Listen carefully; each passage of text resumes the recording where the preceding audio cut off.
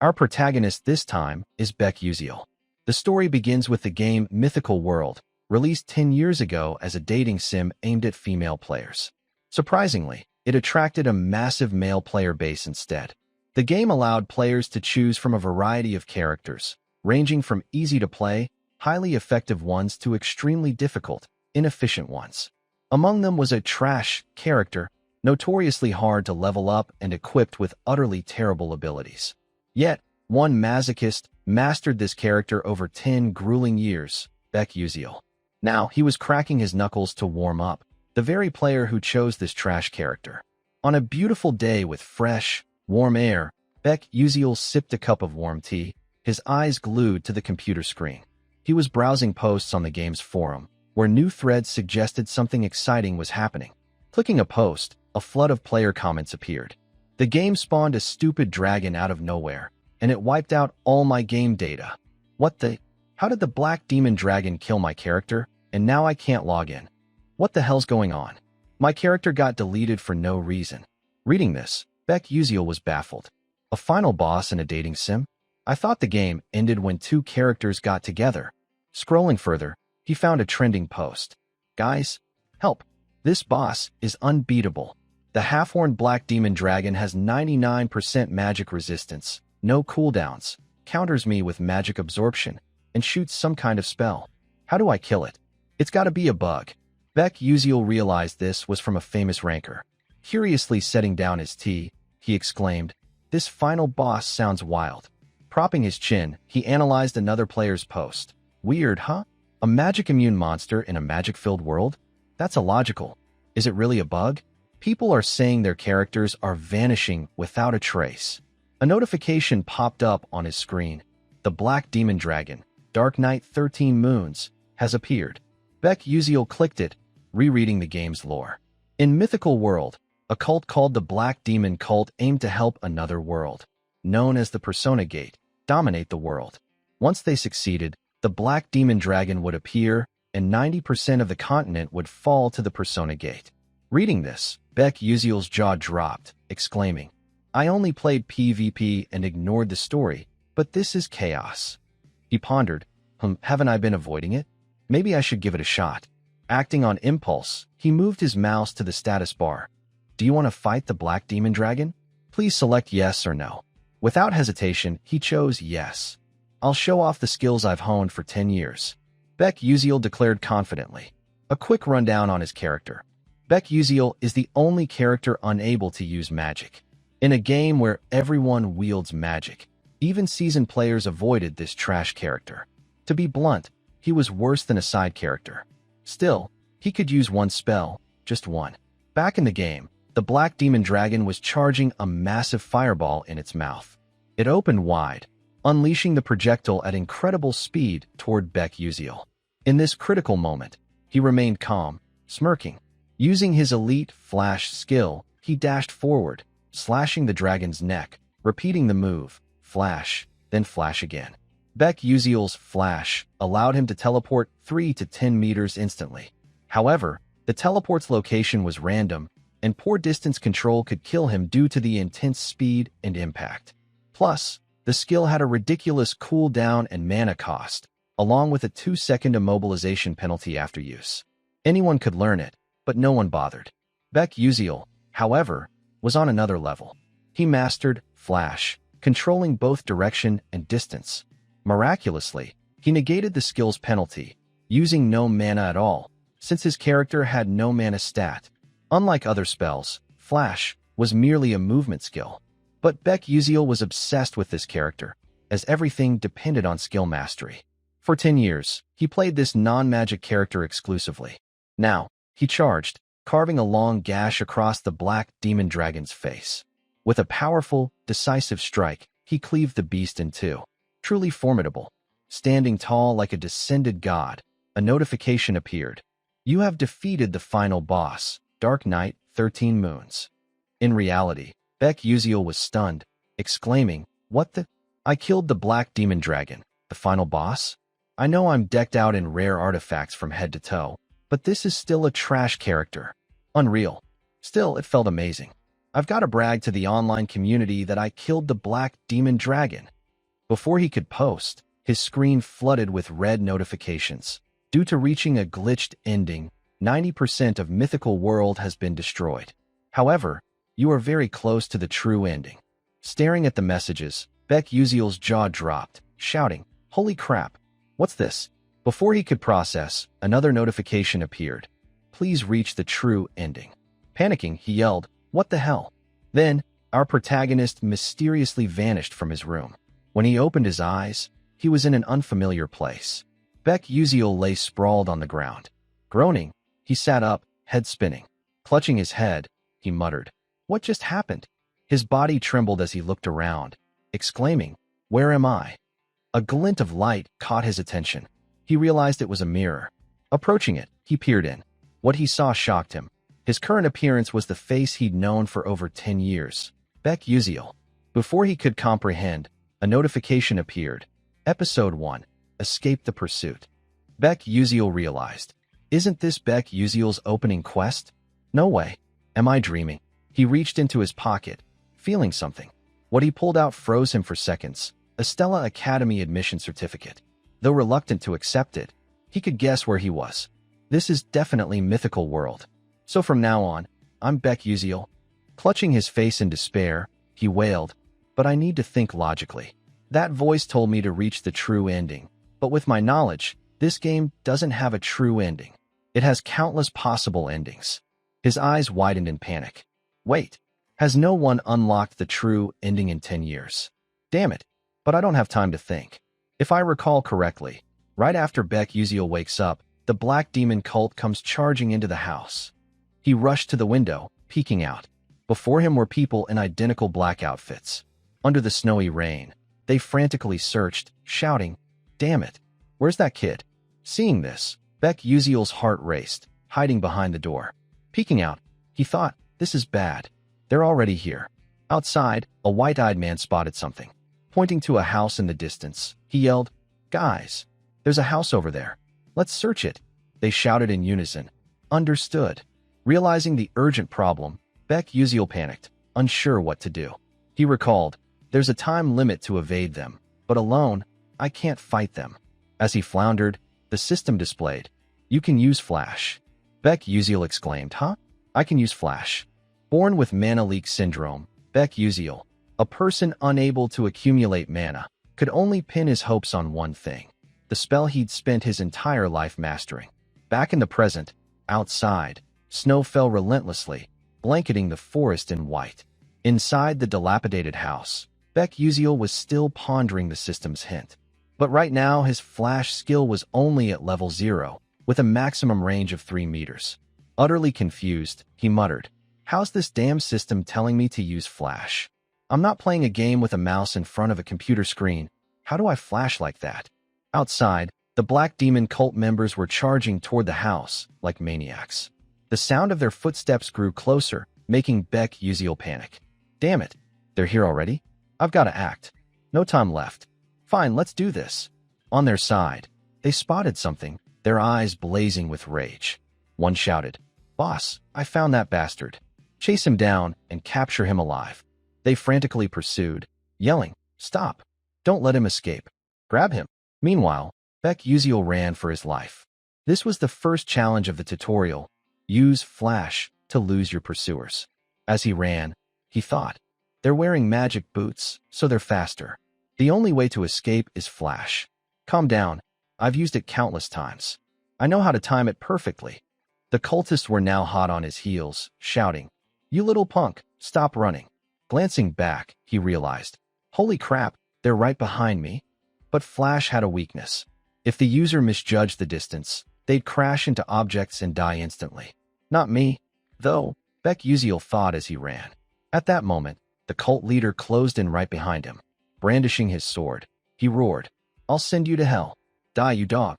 At this life or death moment, Beck Uziel used Flash to escape. Elated, he thought, yes, it worked. The Black Demon cult members were left stunned, jaws dropped. What was that? Flash? Is that kid a mage too? Seeing his dim-witted team lose their cool, the leader turned to calm them. Don't falter. Flash has a weakness. The user's paralyzed for 2 seconds. That's our chance. He turned toward Beck Uziel but was shocked beyond belief. Wait, how's that kid still moving? Meanwhile, Beck Uziel kept sprinting. Encouraging himself, he thought, careful, gotta be more careful. Come on, I need to use this rough terrain to escape. If a player couldn't master Flash at this point, they'd die. In fact, 99% of players who chose Beck Uziel failed the tutorial. The remaining 1% passed, but couldn't grasp how to control Flash's distance or chain flashes. With this in mind, Beck Uziel frantically used Flash, then Flash again, zipping from one spot to another. The cultists were awestruck. Whoa, he's using Flash on terrain like this? Is this kid insane? But the leader turned to his team, saying, anyone who can use magic, step up. We'll hit him from range. 3 stepped forward, faces brimming with murderous intent. Noticing they'd stopped chasing, Beck Uziel glanced back, a new worry surfacing. Oh no, they're using magic? The second part of the tutorial was to use Flash to dodge magic arrows. Damn it, in the game, I could see behind me on the screen, so dodging wasn't hard. Suddenly, the system displayed a notification. Mana Leak Syndrome skill activated. Mana Leak Syndrome disables Sixth Sense and boosts perception speed. Upon receiving it, Beck Uziel suddenly sensed Sword Aura approaching, even without looking back. With ease, he dodged the attacks. At the same time, a massive dark energy surged toward him. He realized, this is the moment for my final flash. He narrowly escaped the lethal attack. A deafening explosion rang out. Boom, boom, boom, like a meteor crashing to Earth. Its overwhelming force knocked Beck Uziel off his feet, forcing him to brace himself with his hands. As the smoke cleared, the blast left a massive crater. Only then did he snap back, thinking, holy hell, I almost died. But now's not the time to rest. He bolted again. Suddenly, his eyes widened in terror. Before him was a deep chasm. One misstep, and he'd be meeting his ancestors. This was the tutorial's third challenge. Use Flash to cross the chasm. He thought, the only way to the other side is to time Flash perfectly. Then I'll encounter some passing mages and escape. That's the tutorial's end. But to pass, I need to activate Flash in 0.1 seconds. One failure means death. 2 floating rocks were there, but damn, only 0.1 seconds? Easier said than done. Who the hell wrote this tutorial script? So damn brutal. But it's not impossible. The issue is, a shout from the cultists interrupted. There he is. Right ahead. They caught up. Beck Uziel glanced back, thinking, they're closer than I thought. The gap's about 100 meters, and Flash's cooldown is 3 seconds. I won't make it to the other side in time. My only option, kill them all. Beck Uziel crouched behind a tree, hiding to plan his fight. He thought, this is insane. Why did I think I could handle this right after a battle? If this were the game, the system wouldn't let pursuers spawn back to back, but this is reality. There's no rule forcing me to blindly follow the game's system. Killing one guy doesn't bother me. It's not because they're my parents' enemies like in the game's story. Finally, they arrived. Beck Uziel gripped his sword tightly, ready to defend. His face radiated determination. Come on, bring it. I'll take you all. Within moments, the cultists caught up to his position. The leader, still fuming, his face red with rage, roared. That's him. That little punk. Grab him. They shouted, understood, and charged with fury, each one visibly enraged. Beck Uziel remained calm, unshaken. Noticing the kid's boldness, one of the Black Demon cult members sneered. You dare fight us alone? What a fool. You're done for, kid. But Beck Uziel stayed focused, observing to make precise judgments. He realized the distance to his target was about 8.7 meters. Immediately, he unleashed his flash skill, darting toward the black-robed cultist. The cultist barely registered what happened before he was as good as dead. The leader beside him gaped in shock. But Beck Uziel's face burned with unyielding resolve. His speed was too fast, too dangerous, causing the cultist to spew a gush of blood that splattered onto Beck Uziel. Blood dripped from his fingertips, but he felt no guilt. If they don't die, I will. I have to kill them all to survive. With that thought, he slashed the cultist hard, then furiously kicked him for good measure.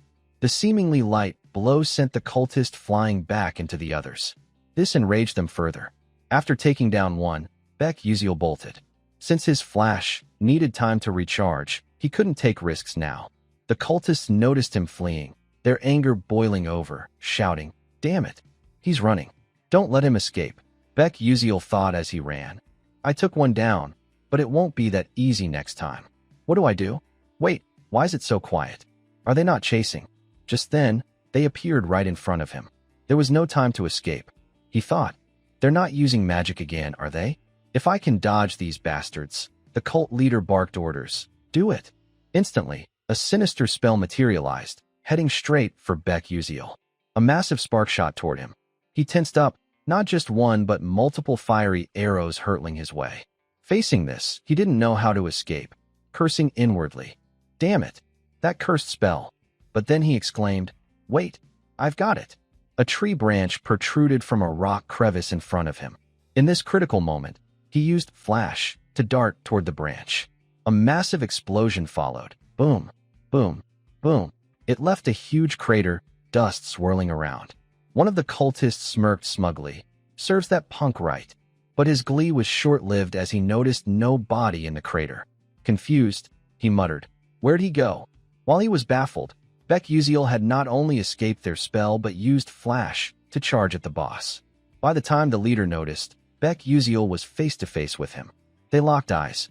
The ultimate Flash technique required equal momentum before and after use. Without hesitation, he flashed again, slashing the boss hard. Only a piercing scream echoed into the distance. The cultists were stunned. What the hell's happening? Not stopping, Beck Uziel drove his sword deeper, piercing the boss's body, causing him to spit blood and die on the spot. The cultists couldn't comprehend. Where'd this kid get such powerful magic? Why is he so brutal? After dealing with two, Beck Uziel was exhausted, covered in blood. He thought, "Two down, but I need to hurry before they recover." A scarred cultist spoke up. "You freak. Your reaction speed's too abnormal for a mage." "Who are you?" Beck Uziel thought. "My reaction speed's probably unmatched among players, but that's in the game.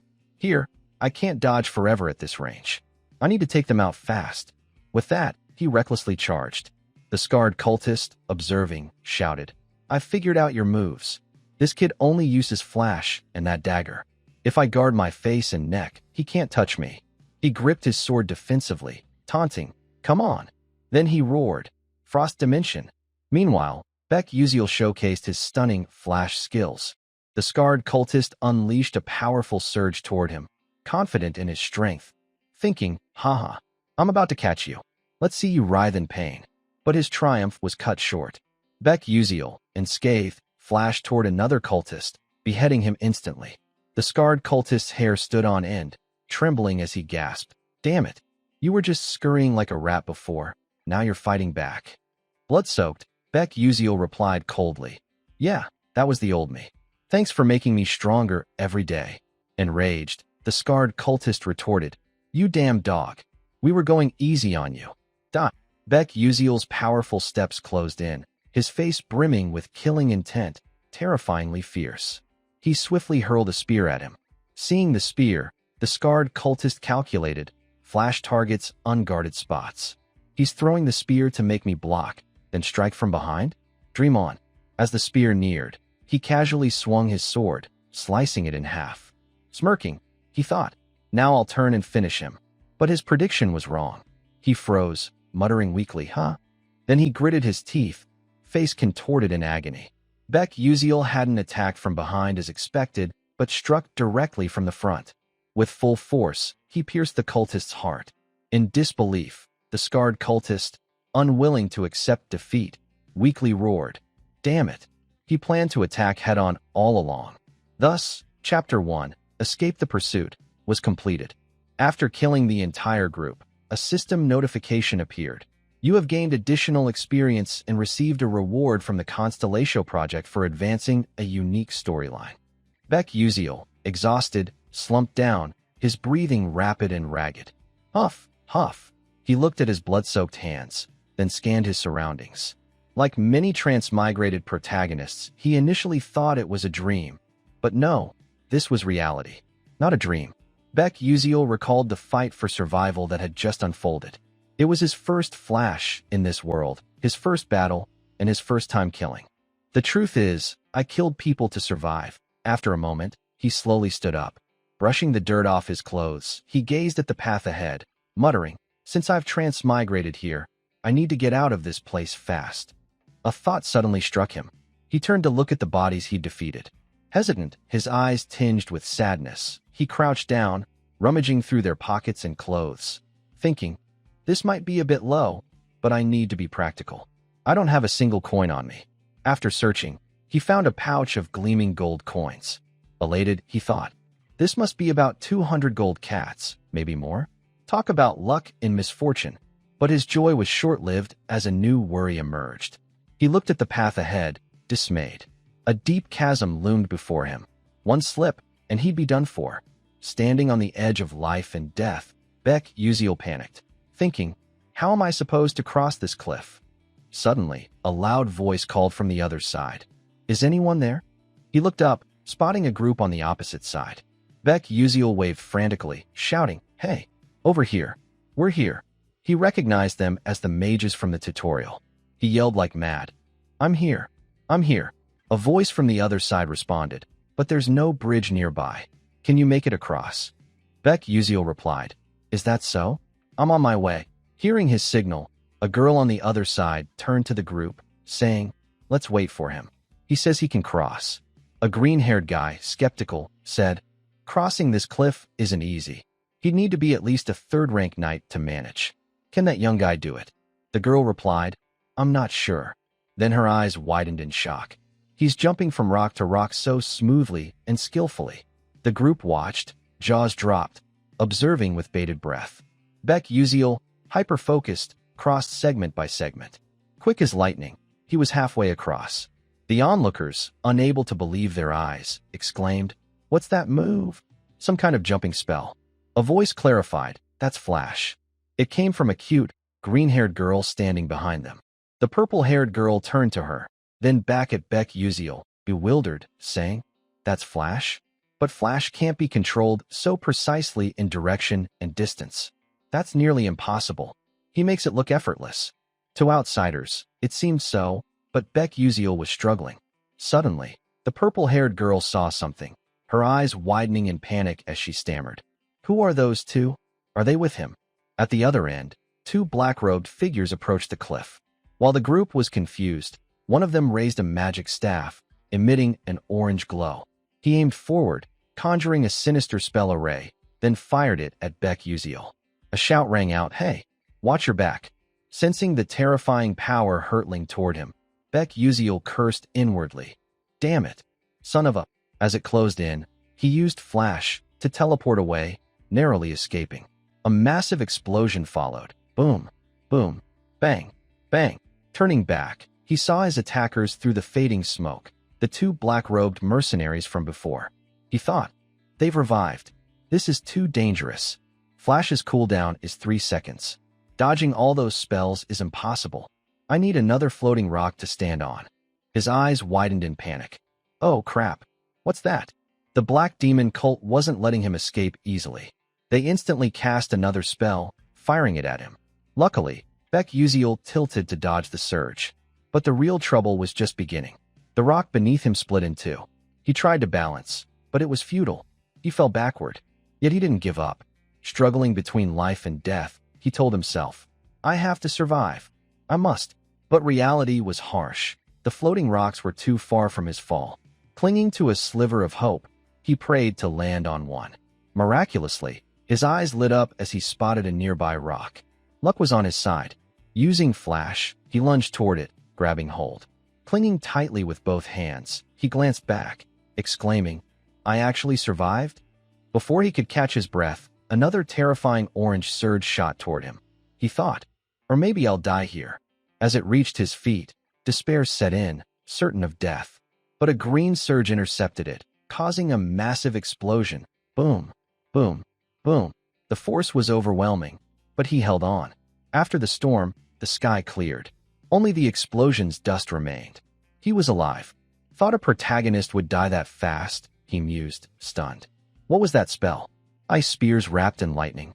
Who could combine two moves like that with such pinpoint accuracy, wasting no mana? Who could pull off such a perfect strike? In the distance, the group stared at the green-haired girl in the center. Her face remained impassive, utterly cold. Everyone watching was pale with shock. One stammered, "No way. She did that." The two mercenaries on the other side, realizing their inferiority, turned and fled. Beck Uziel watched their retreating figures, sighing in relief. "Phew. Thank God. I'm alive." Soon, he reached the other side. The group warmly welcomed him, except for the green-haired girl, who turned to leave. Beck Uziel ran after her, thanking her profusely.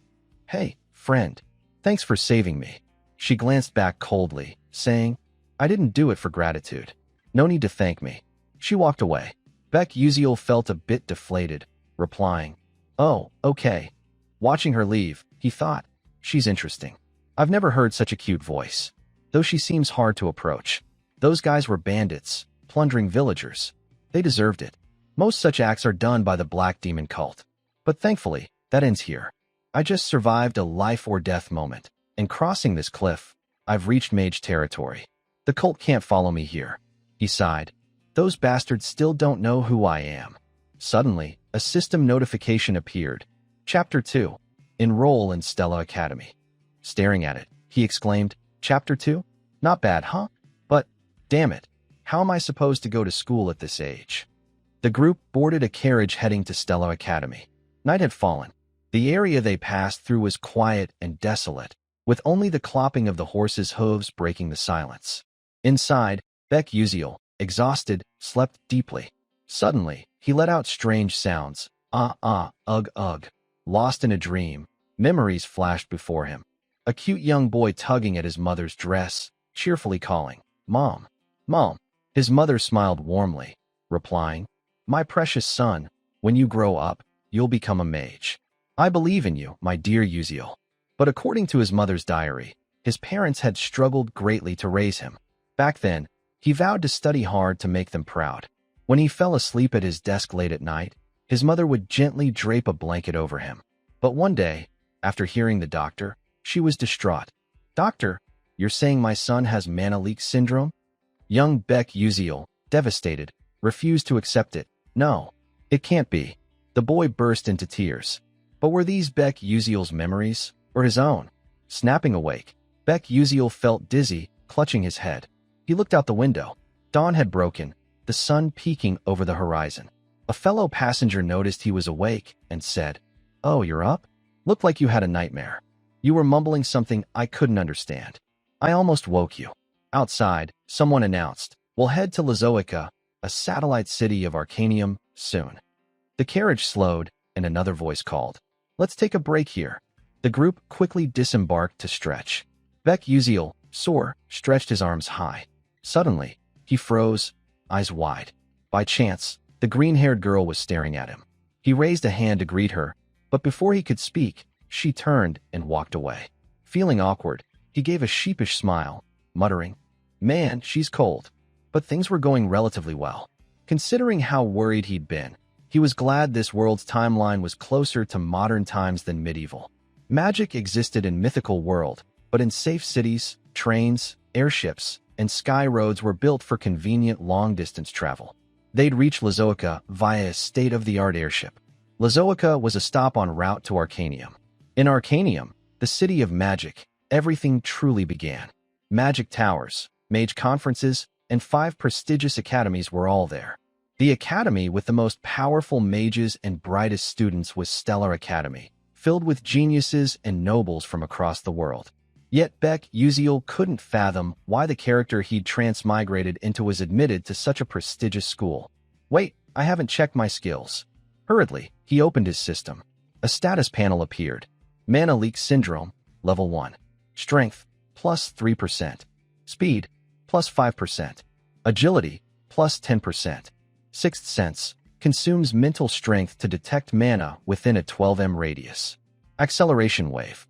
Looking at the status, he silently thanked the skills Beck Uziel possessed. Sixth sense and acceleration wave? Without these, I'd be dead in this game. Accursed condition, unable to retain mana, mana leak syndrome, was Beck Uziel's innate curse. Yet it allowed him to detect mana via sixth sense, sensing attacks even without looking. Acceleration wave let him perceive everything as if time slowed, reacting faster than a normal human could. These are essential for Beck Uziel since he can't use mana. But everything has a downside. Overusing Sixth Sense drains mental strength, potentially causing unwanted side effects. He swiped to the stats. Name, Beck Uziel. Stats. Strength, 1 star, 59%. Agility, 1 star, 97%. Speed, 1 star, 81%. Stability, 1 star, 51%. Endurance, 0 star, 97%. Mental strength, 1 star, 43%. Mana remaining, 0. Skill, Flash, level 0. Trait, Mana Leak Syndrome, level 1. After reviewing, he thought, the starting stats aren't bad. The original Beck Uziel had low agility, but in my hands, it's different. I need to push this. In this game world, there are levels for skills and stats, shown as levels and stars. The max stat level is 9 stars, but that's nearly unreachable. I've played for over 10 years and only hit 8 stars in stability and agility. I should focus on agility to boost Sixth Sense and reaction speed. I can improve stability and flexibility other ways. The issue now is Mana Leak Syndrome. If I don't train it, I won't survive long. I need to level it to reach the true body secret.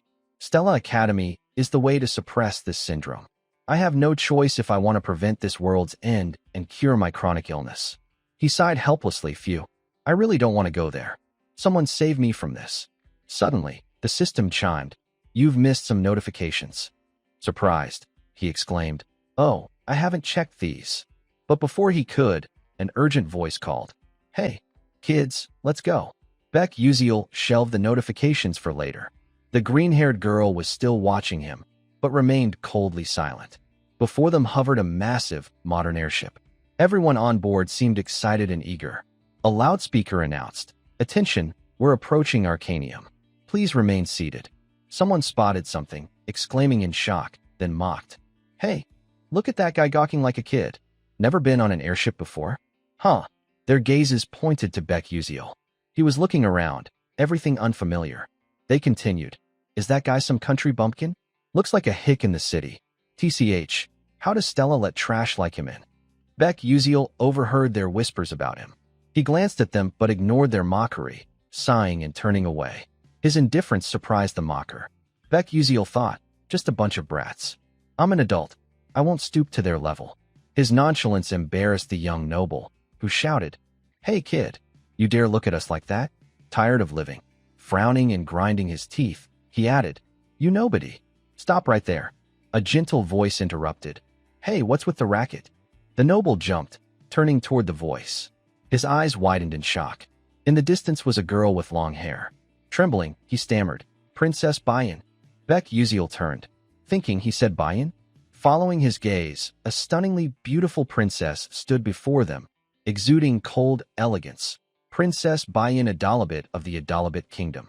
She said nothing more, gliding past the group. As she passed the noble, he smiled warmly, placing a hand on his chest, greeting politely. Your Highness. Before he could continue, her icy glare silenced him, and she walked on without a care. Embarrassed, he stood speechless. She strode inside, leaving the group stunned and deflated. As she passed Beck Uziel, he realized she's the world's enemy in the story. Hong Bayan is a main character in the game. She and the heroine are always at odds, but she's the one who dies. In most endings, she's killed brutally or forced to take her own life after being bullied by the Academy. She endures the most humiliating things in front of everyone, as if the developers despised her and wanted her to suffer. He grew somber, thinking, I heard she's super famous among players. She's gorgeous, but so cold, like she'd kill me if I tried talking. His stomach growled loudly. Rubbing it, he decided to fill it first. At a stall on the second deck, he saw dazzling pastries. Picking one, his face paled, thinking, why is it so expensive? Still, he ate to satisfy his hunger. After eating, Beck Uziel stepped out, dazed. Damn, is eating in Arcanium always like this? I'm screwed. The loudspeaker blared. Attention, attention. We'll arrive in Arcanium in 10 minutes. Please proceed to the main deck. Repeating, we'll arrive in Arcanium in 10 minutes. Please proceed to the main deck. Thank you. Hearing this, Beck Uziel smiled, thinking, it's finally starting. This is my reality now. Excited, he exclaimed, let's do this. Soon after, the group arrived at Stella Academy. Surrounded by unfamiliar faces, Beck Uziel felt out of place. He took a deep breath. At least I've dealt with the immediate problem. The Black Demon cult can't follow me here. But can I survive in this place? Surviving this world isn't easy. I wish I had something useful for this situation. A thought struck him. I still haven't checked those system notifications. He opened the system. The message read, the Constellatio project grants you a special reward. Options: 1. A weapon you used in the game at a lower level. 2. A skill you acquired in the game with reduced power. 3. Experience. Staring at the status, he mused, this system has some morals, doesn't it? But what should I pick? Should I go for Twin Lightning Reflector? As if reading his mind, the system responded, based on analysis, such equipment is too high tier and will be downgraded. He pressed, what about Hyper Flash? The system replied, based on analysis, this skill is an upgraded version of Flash and cannot be granted. However, you may use the reward to enhance your Flash skill. Stunned, he cursed inwardly. This damn system, really forcing a downgrade. Sensing his complaint, the system explained, due to insufficient narrative energy, we cannot fully materialize such items. What's that? He asked, confused. The system continued. Narrative energy influences the story's progression. By exploring hidden storylines, you can accumulate it. For now, as a newcomer, you cannot possess overly powerful items. He waited eagerly for more, but nothing came. He asked, what about the crest glasses? The system replied, based on analysis, this item can be provided. I'll take it. With that, the system tossed him the crest glasses. Holding them, he examined them, thinking glumly, I never thought I'd actually have to wear this damn thing. Note, the crest glasses store all information a player has gathered in Mythical World. Players cannot recall or access details about hunted monsters or acquired knowledge on their own. Thus, various items were developed to store information uniquely. Beck Uziel is no exception. He uses the crest glasses to store data. Excited, he put them on to test them. A blue glow emanated from the glasses, displaying crest glasses, level 0. Description: can't remember last night's dinner? No problem. These glasses record everything you've seen and learned. Special feature: sealed crest archive. Activate with mental strength. He opened another section, and the system showed alchemy materials, hunting grounds, dungeons, characters. Satisfied, he thought. This place feels just like real life, so I'm not sure what I can do with the system. But with these glasses, I can regain half the abilities I used. Suddenly, whispers came from behind. Hey, isn't that Izal Malf? Oh, you mean the eldest daughter of the traitor Malf Duchy? How dare she show her face here? Chill. Quiet. She'll hear you. Hearing a familiar name from the story, Beck Uziel grew curious. Izal Malf? Oh, right. The crest glasses let me register or check character info. Let's see. A panel appeared. Name: Izal Malf. Description: false heroine, ice lightning mage, enjoys pickle juice before pizza. Eldest daughter of Malf Duchy. Her father's death led to her family's downfall. Fate will die? Reading this, he thought. So she's the false heroine? Let's talk about Izal. One thing stands out. Though this is Mythical World from the game, it's based on a romantic novel, Don't Love the Princess. That novel follows heroine Izal, who loses her family, grows by facing the villain Hong Baiyan's schemes, and ends happily with the male lead. Her revenge fades, and other male characters protect her. But it has a tragic ending after mixed reader reactions. The issue is, while the game is based on the novel, the story differs.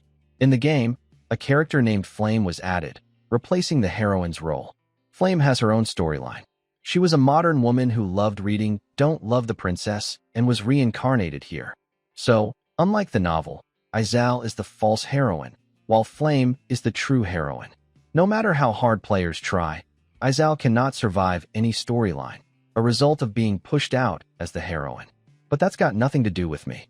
Though, I feel like I've seen her somewhere. Probably my imagination. Time to face this reality. After a tumultuous day, dawn broke.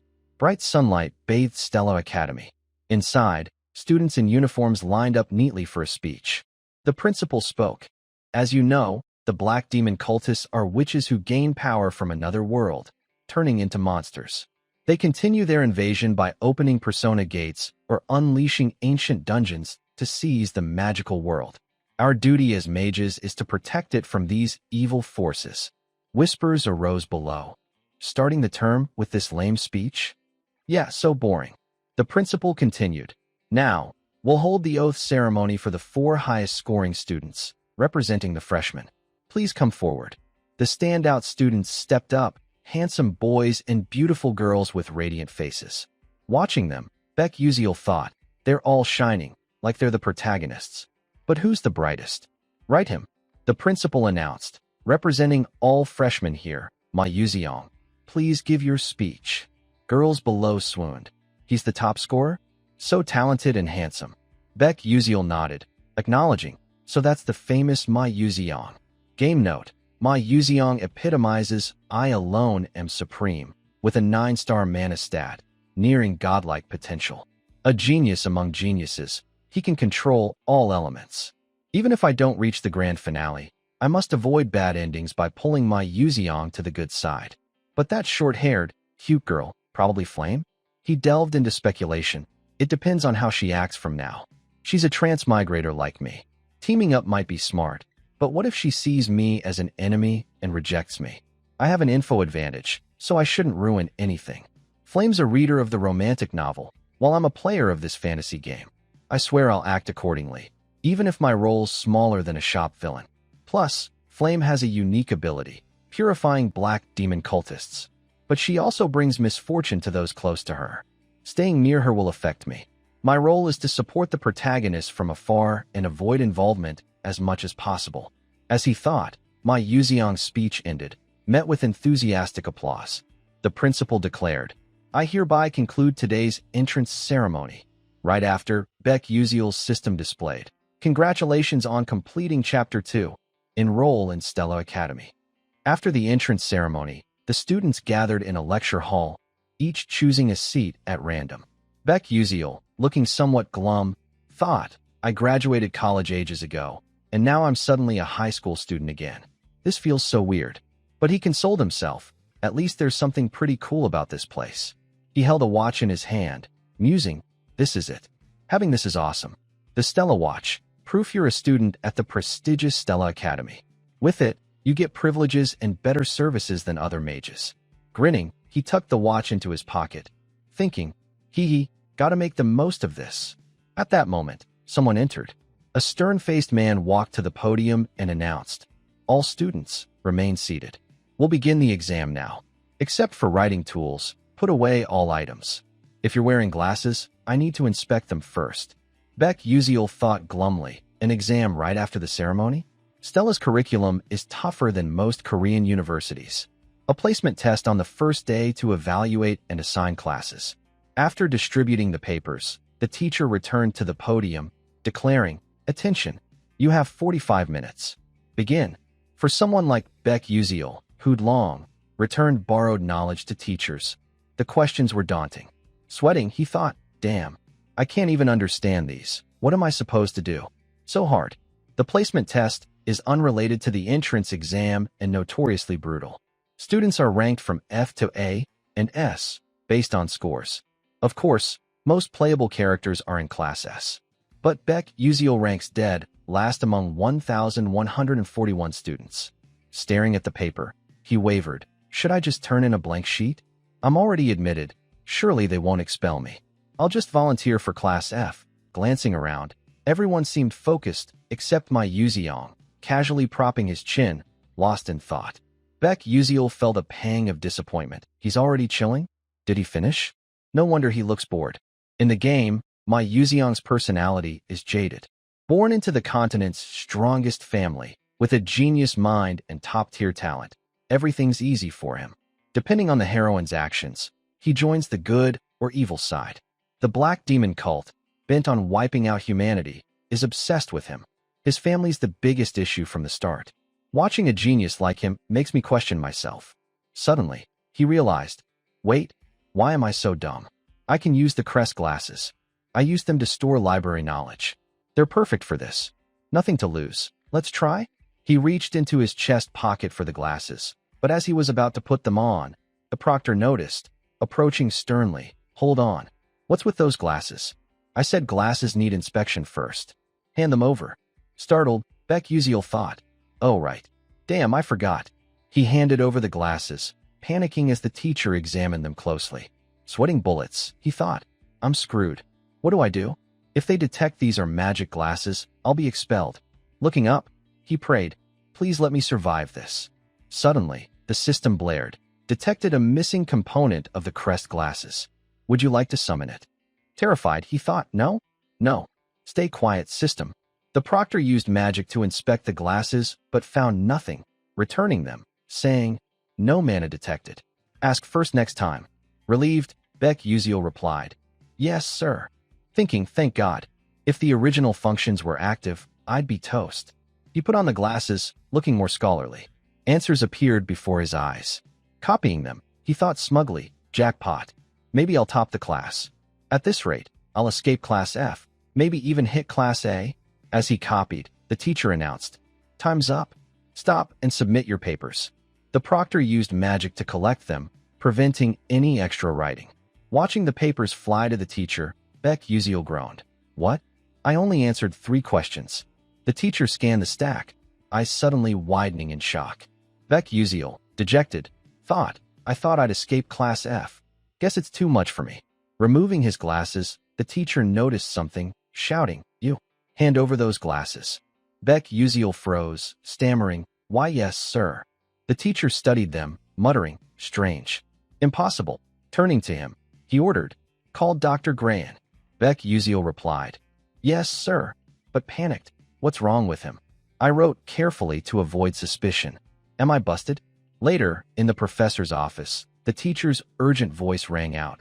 Dr. Gran, what do you think? Dr. Gran, professor of magic engineering, held the glasses, replying, the boy answering that question is suspicious. The teacher pressed, did he cheat? Dr. Gran said, cheat? No.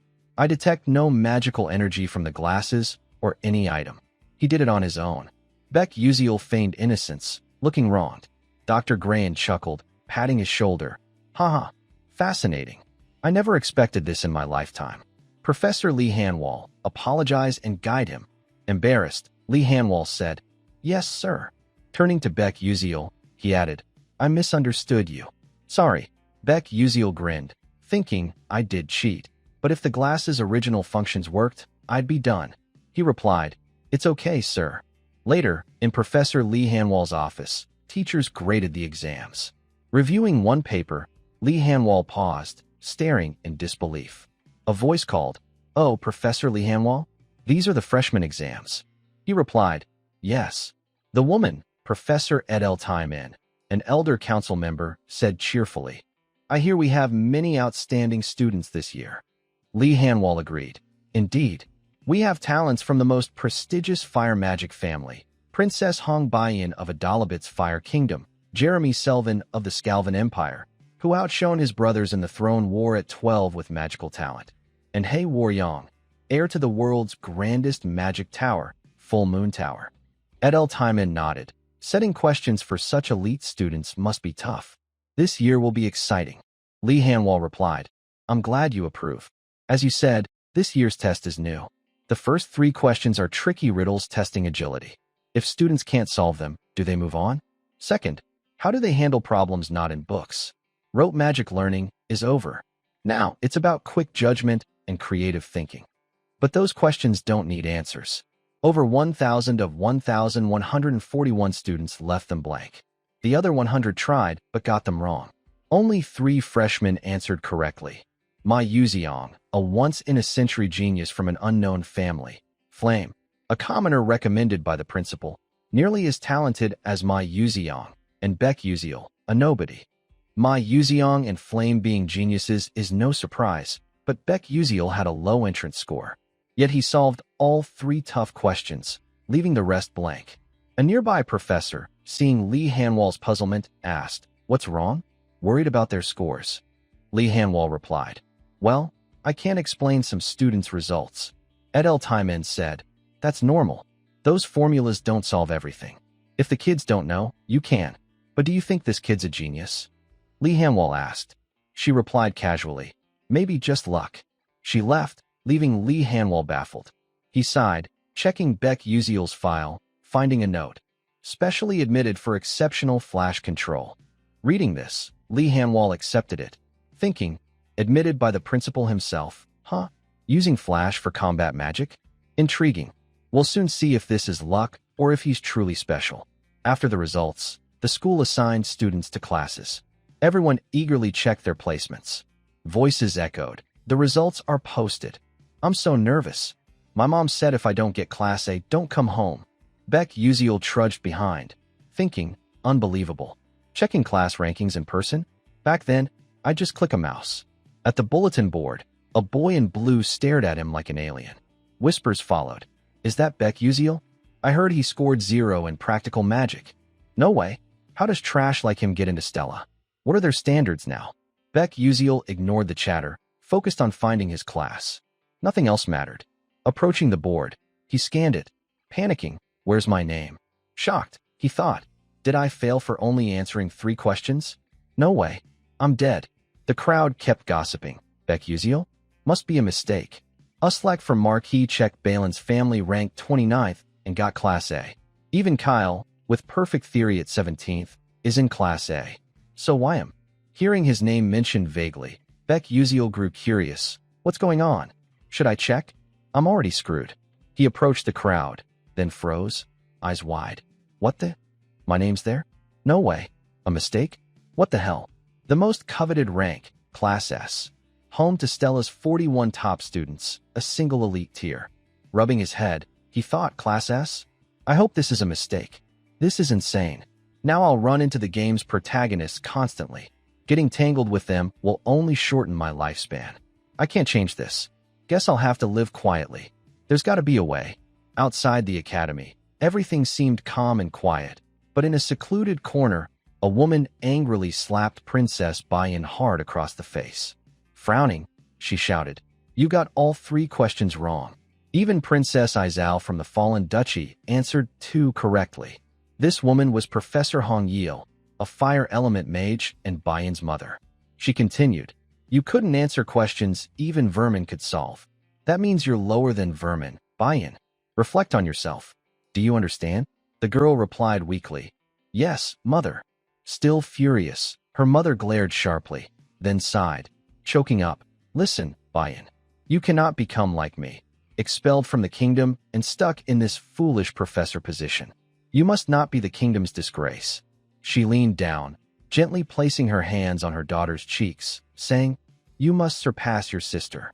Then she smiled warmly, like any loving mother, gazing at her child. You understand, right? Bayan's cheeks flushed red. She thought for a moment before replying. Of course, mother. But in truth, her heart was in turmoil. She didn't understand at all. She'd lived as taught, solving everything mechanically. But this time, the problems involved magic, spells, and formulas, things she'd never studied. What am I supposed to do? Tears welled up, and she broke down crying. Why? Why must you torment me like this? Meanwhile, in the Class S lecture hall, the students had gathered. Beck Uziel sat alone at the top desk, sulking. I'm screwed. Of course I'd end up in a place full of weirdos. It's not like I'm trying to befriend them. Whispers arose around him. Why's he here? That's what I'm saying. I don't get it. Did you know? Our family protested, asking why he's in Class S. They just said Beck Uziel qualifies. Seriously? That's so weird. Though they whispered, Beck Uziel overheard. He thought dejectedly, looks like I'm the outcast. Makes sense. They've trained hard since childhood, so they'd be devastated to see someone like me in their class. Class assignments shift based on performance, so this is normal. Even Class S isn't exempt. You can drop to a lower class, or some guys climb from Class A to S later. Guess I'll talk to them then. He glanced around. These were familiar game characters, yet somehow, he was their classmate. It's surreal. Game characters are standing before me. In a few years, most of this class will be famous across the continent. 5 could betray the Magic Council. Ma Yuxiang's one of them. If only Flame could stop that from the start. Professor Lee entered, announcing, Hello, students. Settle down. Recognizing the familiar voice, Beck Uziel looked toward the podium. The authoritative professor spoke. I'm honored to meet you. Some may know me, but I'll introduce myself. I'm Professor Lee Hanwall, your Class S teacher. Whispers erupted below. One said, so that's the famous Lee Hanwall? Another replied, he's hunted nearly 1,000 black demon cultists. Insane. They call him a 7th-rank magic warrior. He's on another level. Seeing the students' excited chatter, Professor Lee called for order. Quiet down. This year, we have many talented students, including a specially admitted one. As you know, this academy trains combat mages, or magic warriors. You'll face a rigorous 3-year curriculum. I expect you to keep up. Show me your best during your time here. Any questions? The class stayed silent. He smiled. Good. Let's begin. At that moment, Princess Bayan entered from outside. Seeing her bruised cheek, everyone was shocked, including Beck Uziel. Bayan, who follows rules more than anyone, is late? What's wrong with her? She approached the professor, apologizing and explaining, her face weary and disappointed. Curious, Beck Uziel checked his crest glasses. A panel appeared. Hong Bayan, villain, fire mage. Hoards red ginseng candy, occasionally self-critical, only drinks a Kalia-style sofa coffee. Has a cruel mother. Fated to die. Reading this, he thought, not much different. She's doomed to die. If Izal dies because of flame, Bayan will too. It's the unavoidable fate of a villain. I'd save her if I could, but I'm not in a position to save anyone. Feeling a pang of sadness, he removed the glasses. After hearing her explanation, the professor said, find a seat. Beck Uziel sighed. I feel bad, but I can only keep my distance.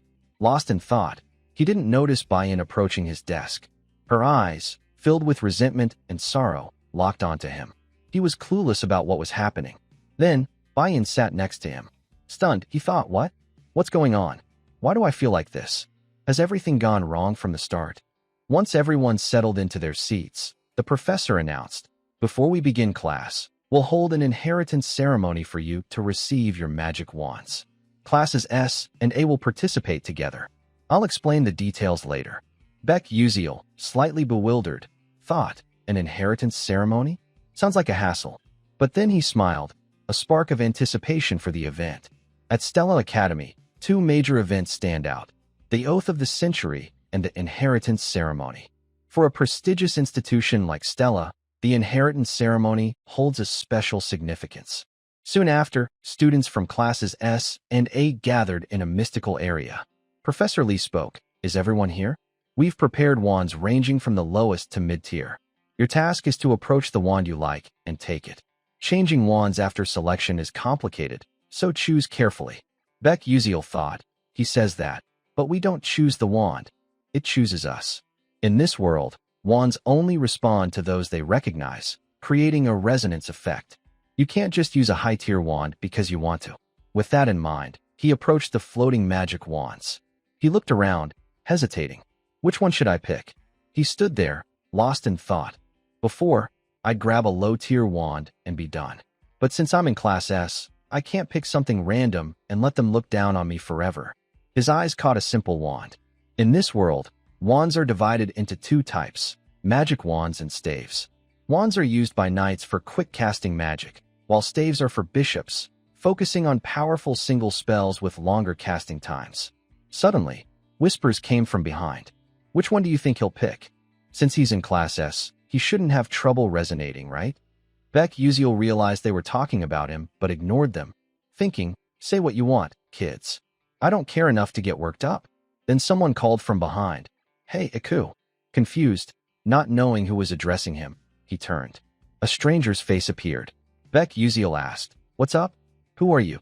The boy, with an arrogant smirk, replied boldly, I'm Uslek. Beck Uziel didn't recognize him, thinking, probably some minor character. First time hearing that name. Whatever, just answer and move on. He replied casually, oh, got it. Uslek crossed his arms, continuing, which wand are you picking? Beck Uziel shrugged, I'll just grab one. Uslek sneered mockingly. Better pick something fitting for a commoner like you. Don't aim too high and fall hard, causing trouble for Professor Lee. Man, what a joke. Beck Uziel's expression screamed, as if I'm scared of you. Ignoring him, he turned away, throwing in a jab, sure thing. Don't cause any trouble yourself. Uslek, provoked by the taunt, fumed, his face turning red. Losing it, he shouted, "Damn it, you punk. You want to fight? Such a pain."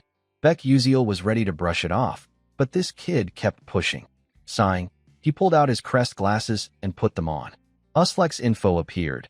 Uslek Czech Balin, son of Marquis Czech Balin, follower of Prince Jeremy. Dissatisfaction level 3. Removing the glasses, Beck Uziel thought. Disappointed, that's it? Lame. Looking at Uslek, he sighed. Does this guy have anything special? Uslek pointed at a wand, boasting. Anyway, I'm picking that one. Watch closely. Following his gesture, Beck Uziel saw it was a staff, Edamuri Edamirai, the highest tier item here. A high mid-tier staff is typically used by professional mages.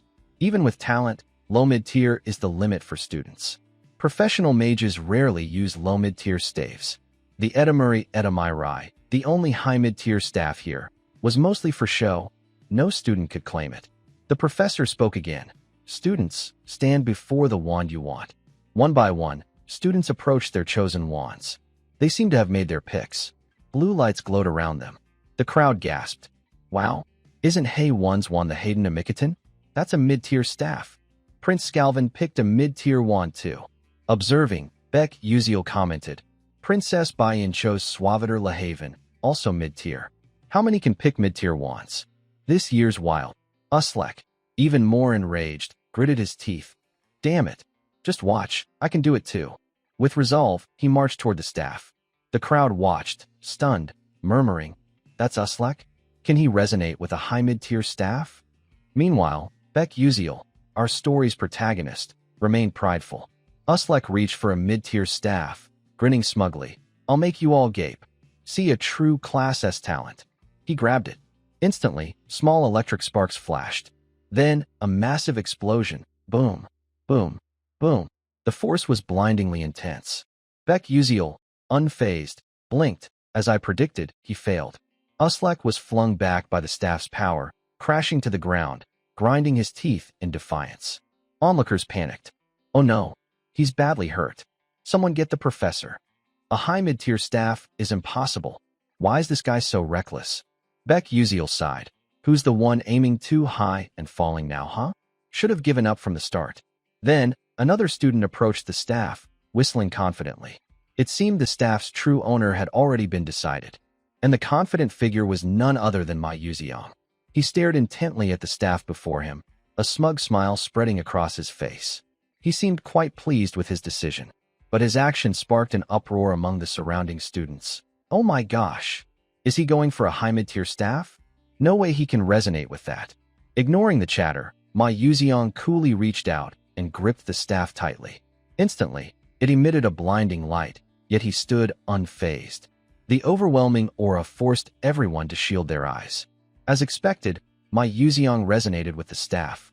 Holding it, he flashed a bright smile, radiating brilliance. The students, unable to believe their eyes, exclaimed, "Unbelievable! No way! How can a first-year claim a high mid-tier staff? My God, is this possible?" Beck Uziel, unsurprised, sighed. "I saw it coming. From now on, more people will see how talented he is." Suddenly, Ma Yuziang glanced at him. Confused, Beck Uziel wondered, what's he looking at? Then Ma Yuziang approached with a friendly smile. Beck Uziel froze, hair standing on end, thinking, what the hell? Is he crazy? Why is he smiling? But then he recalled the game's storyline. Ma Yuziang also possesses another high mid-tier staff, Terry Vaughn. This moment is a turning point. If Flame claims Terry Vaughn, Ma Yuziang will take an interest in her talent, setting him on one path. But if she chooses another staff, he'll follow a different one entirely. I need to use Flame to pull Ma Yuziang in. Spotting Flame, Beck Uziel saw her approaching a staff, still hesitant. It was Terry Vaughn. His heart raced as he watched her closely. Flame inched toward it. Staring at her back, he urged silently, "Yes, take it. Then Ma Yuziang will notice Flame, and we'll get a perfect ending." But before he could celebrate, Flame abruptly turned away. Shocked, he nearly choked. What's that? She doesn't want Terry Vaughn. What's going on? Doesn't she know? Relax the info. This isn't good. Flame can resonate with any staff. She's the protagonist. But what if she picks some random one? We'll lose a great option. No way, I have to act. I need to push Terry Vaughn toward her. Focusing, He targeted Flame's position and used Flash to zip behind her. Quick as lightning, he appeared at her back. Sensing someone, Flame spun around, thinking, what the heck? When did he get behind me? Beck Uziel raised a hand, grinning. Hello? Hi. Just curious which staff you're picking. Confused, Flame replied. Why do you care? What's it to you? Embarrassed, he said. I just wanted to help since you seem unsure. Unimpressed by his flimsy excuse, Flame replied coldly. That's not your business. If you've got nothing else, I'm leaving. She turned to go. Beck Uziel called out. Wait, but sensed something off. Flame's supposed to be friendly with everyone. She's outgoing, right? Why is she so cold? I can't give up. My whole life depends on this. Gathering courage, he shouted. Hold on. I really just want to help. Flame, now annoyed, snapped. Nosy jerk.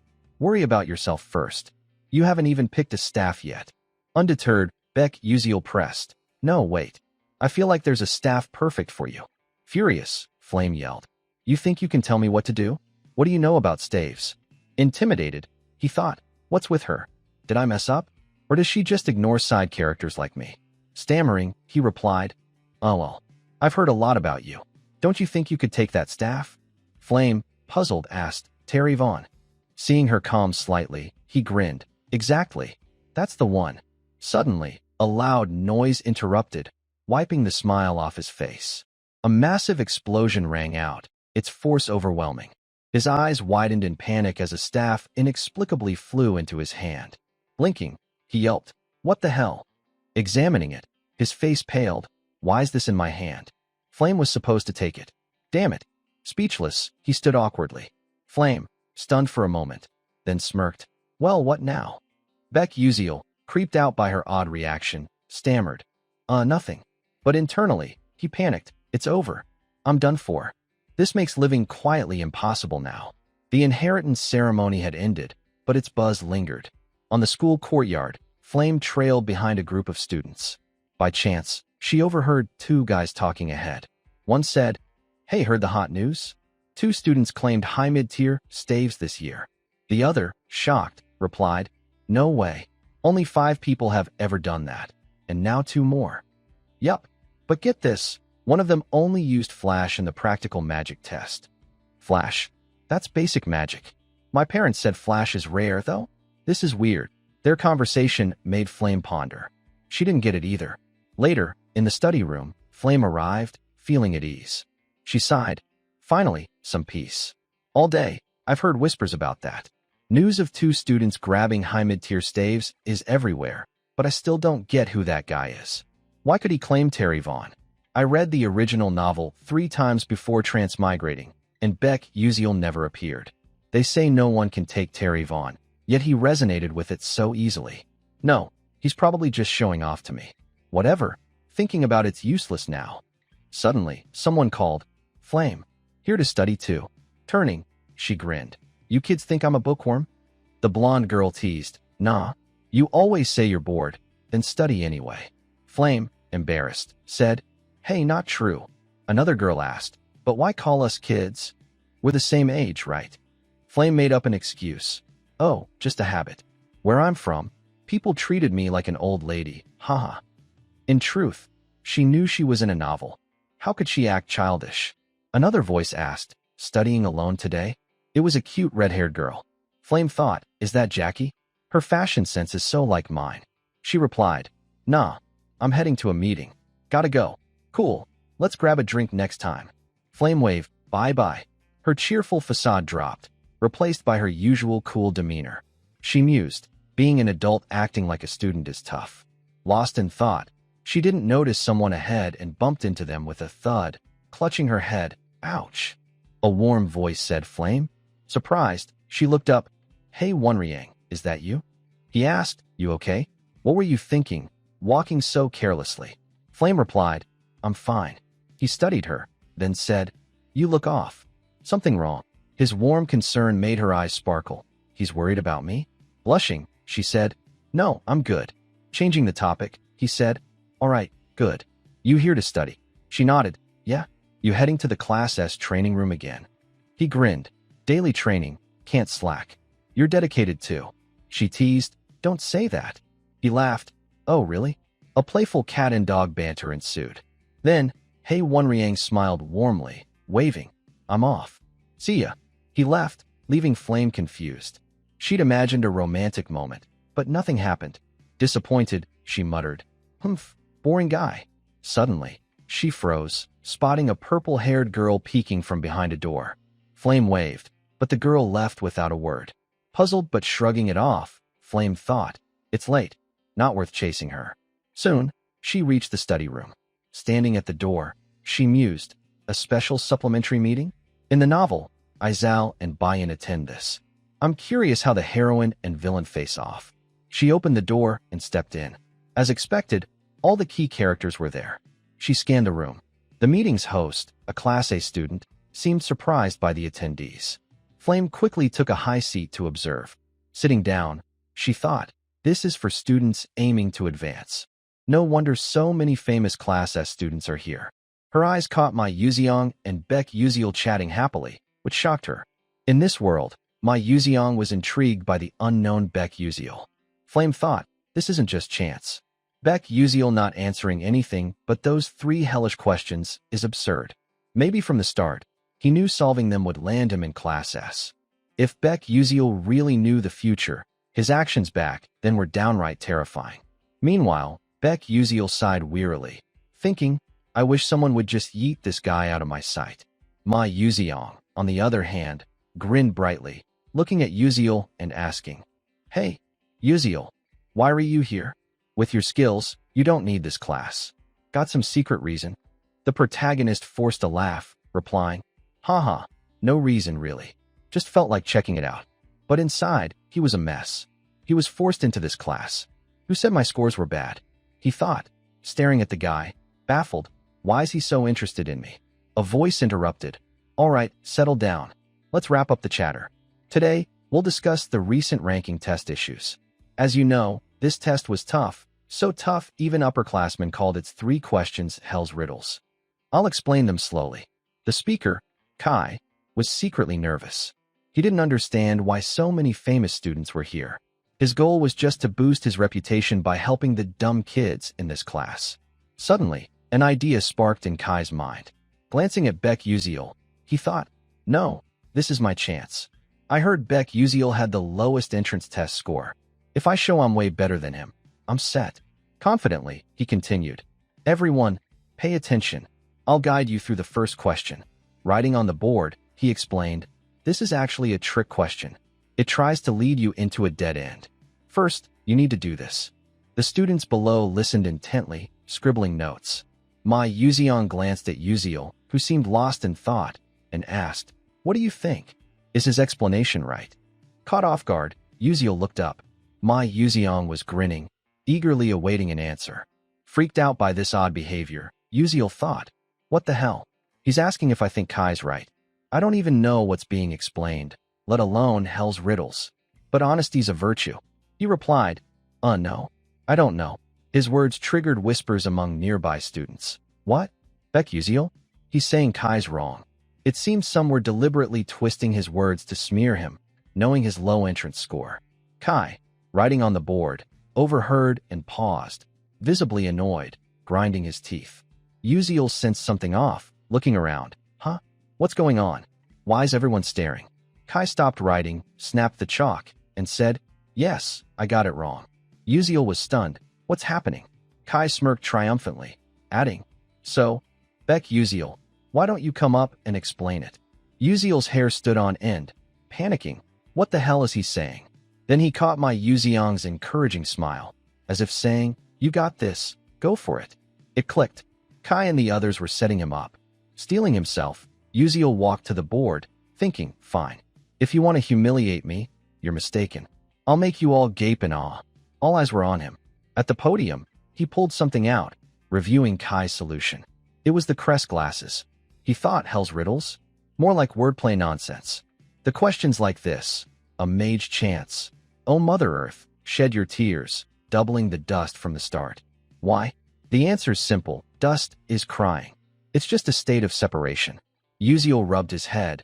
Who the heck comes up with this garbage? To him, it was laughable. Yet here, it was a major unsolved problem. Kai hadn't approached it like a normal math problem, but as dust crying to produce more dust. Hard to explain. His method was wrong but fluked the right answer, likely by luck. Another similar question would stump him. Now it's my stage. Uziel turned to Kai, saying, I can't teach you how to solve it, but I can show where you're wrong. Kai jolted. What? Uziel continued. It's about the Earth's foundation. But what if it's water or wind? Would your method work? If not, I'd use a simpler approach. But that needs multiple methods for the same question type. You just got lucky with the right answer, not the questioner's intent. Kai tried to argue, stammering, but conceded, you're right. Seeing Kai's defeated look, Uziel felt uneasy. Did I crush him too hard? He added, anyway, here's how to solve it. Kai listened, jotting notes. The other students followed suit. Flame was stunned. Why's everyone writing down what he says? Izao and Hong Baiyan should be debating, not analyzing his solution. Is this possible? What a joke.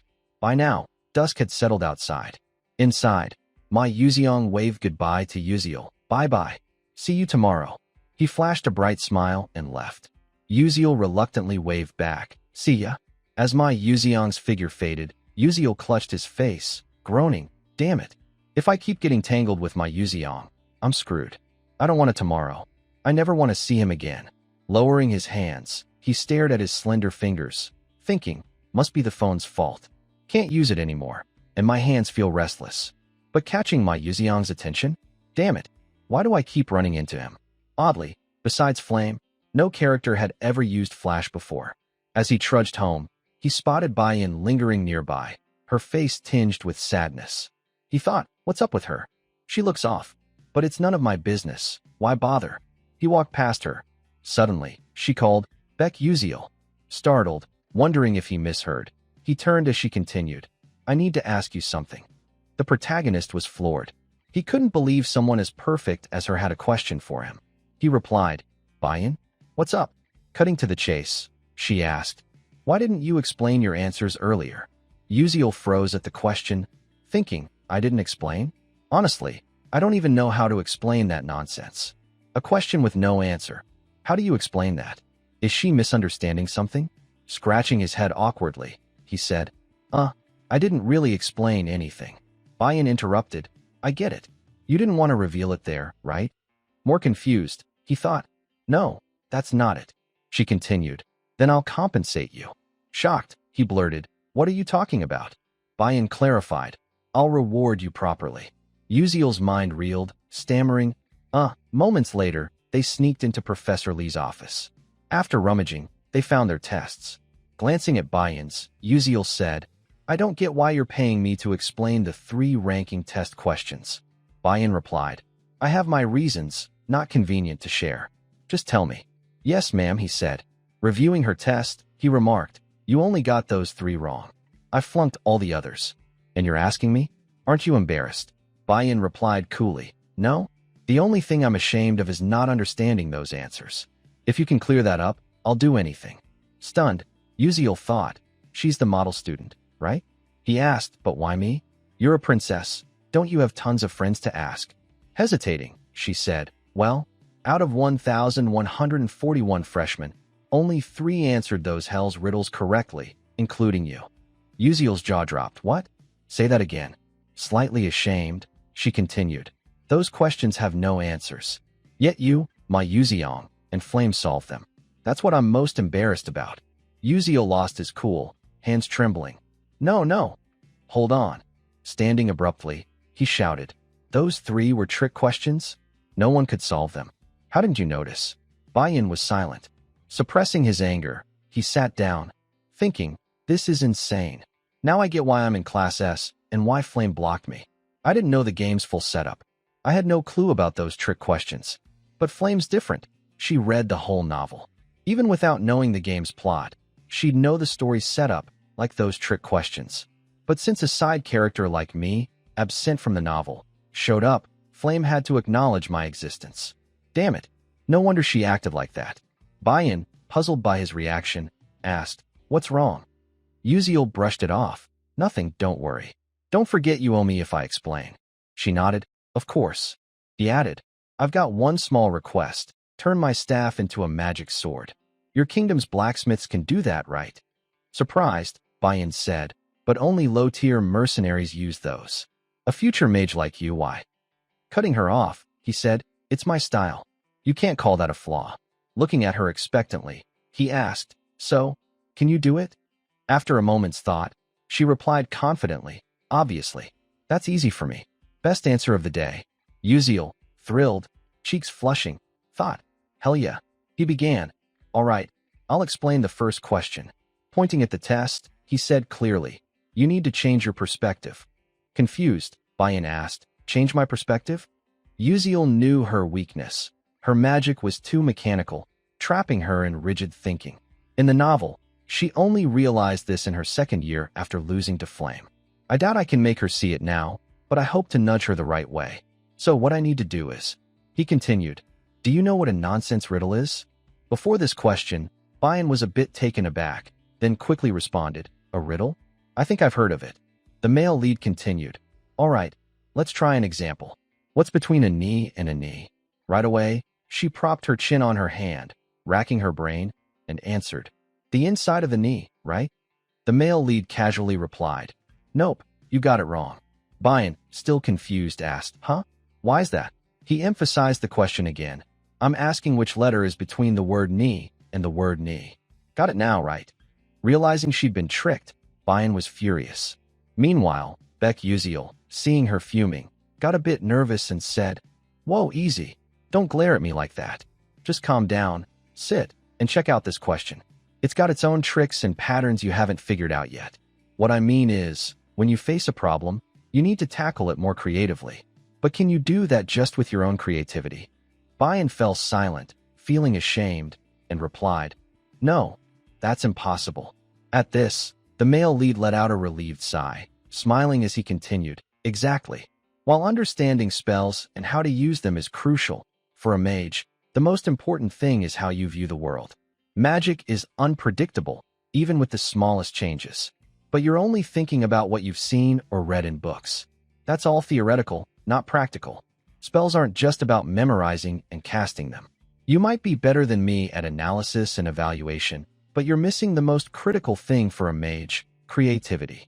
After Uziel's long analysis, Bayan grew quiet, reflecting on his words, unable to deny them or hold back her emotions. Her hands trembled. She was in a state of deep despair. Seeing her serious expression, the male lead, now sweating, scratched his head awkwardly and said, you get what I'm saying, right? It might sound a bit complicated and abstract. Bayan confidently replied, of course I understand. The male lead gave a sheepish grin, thinking, man, that's rich. I don't even know what the heck I just said.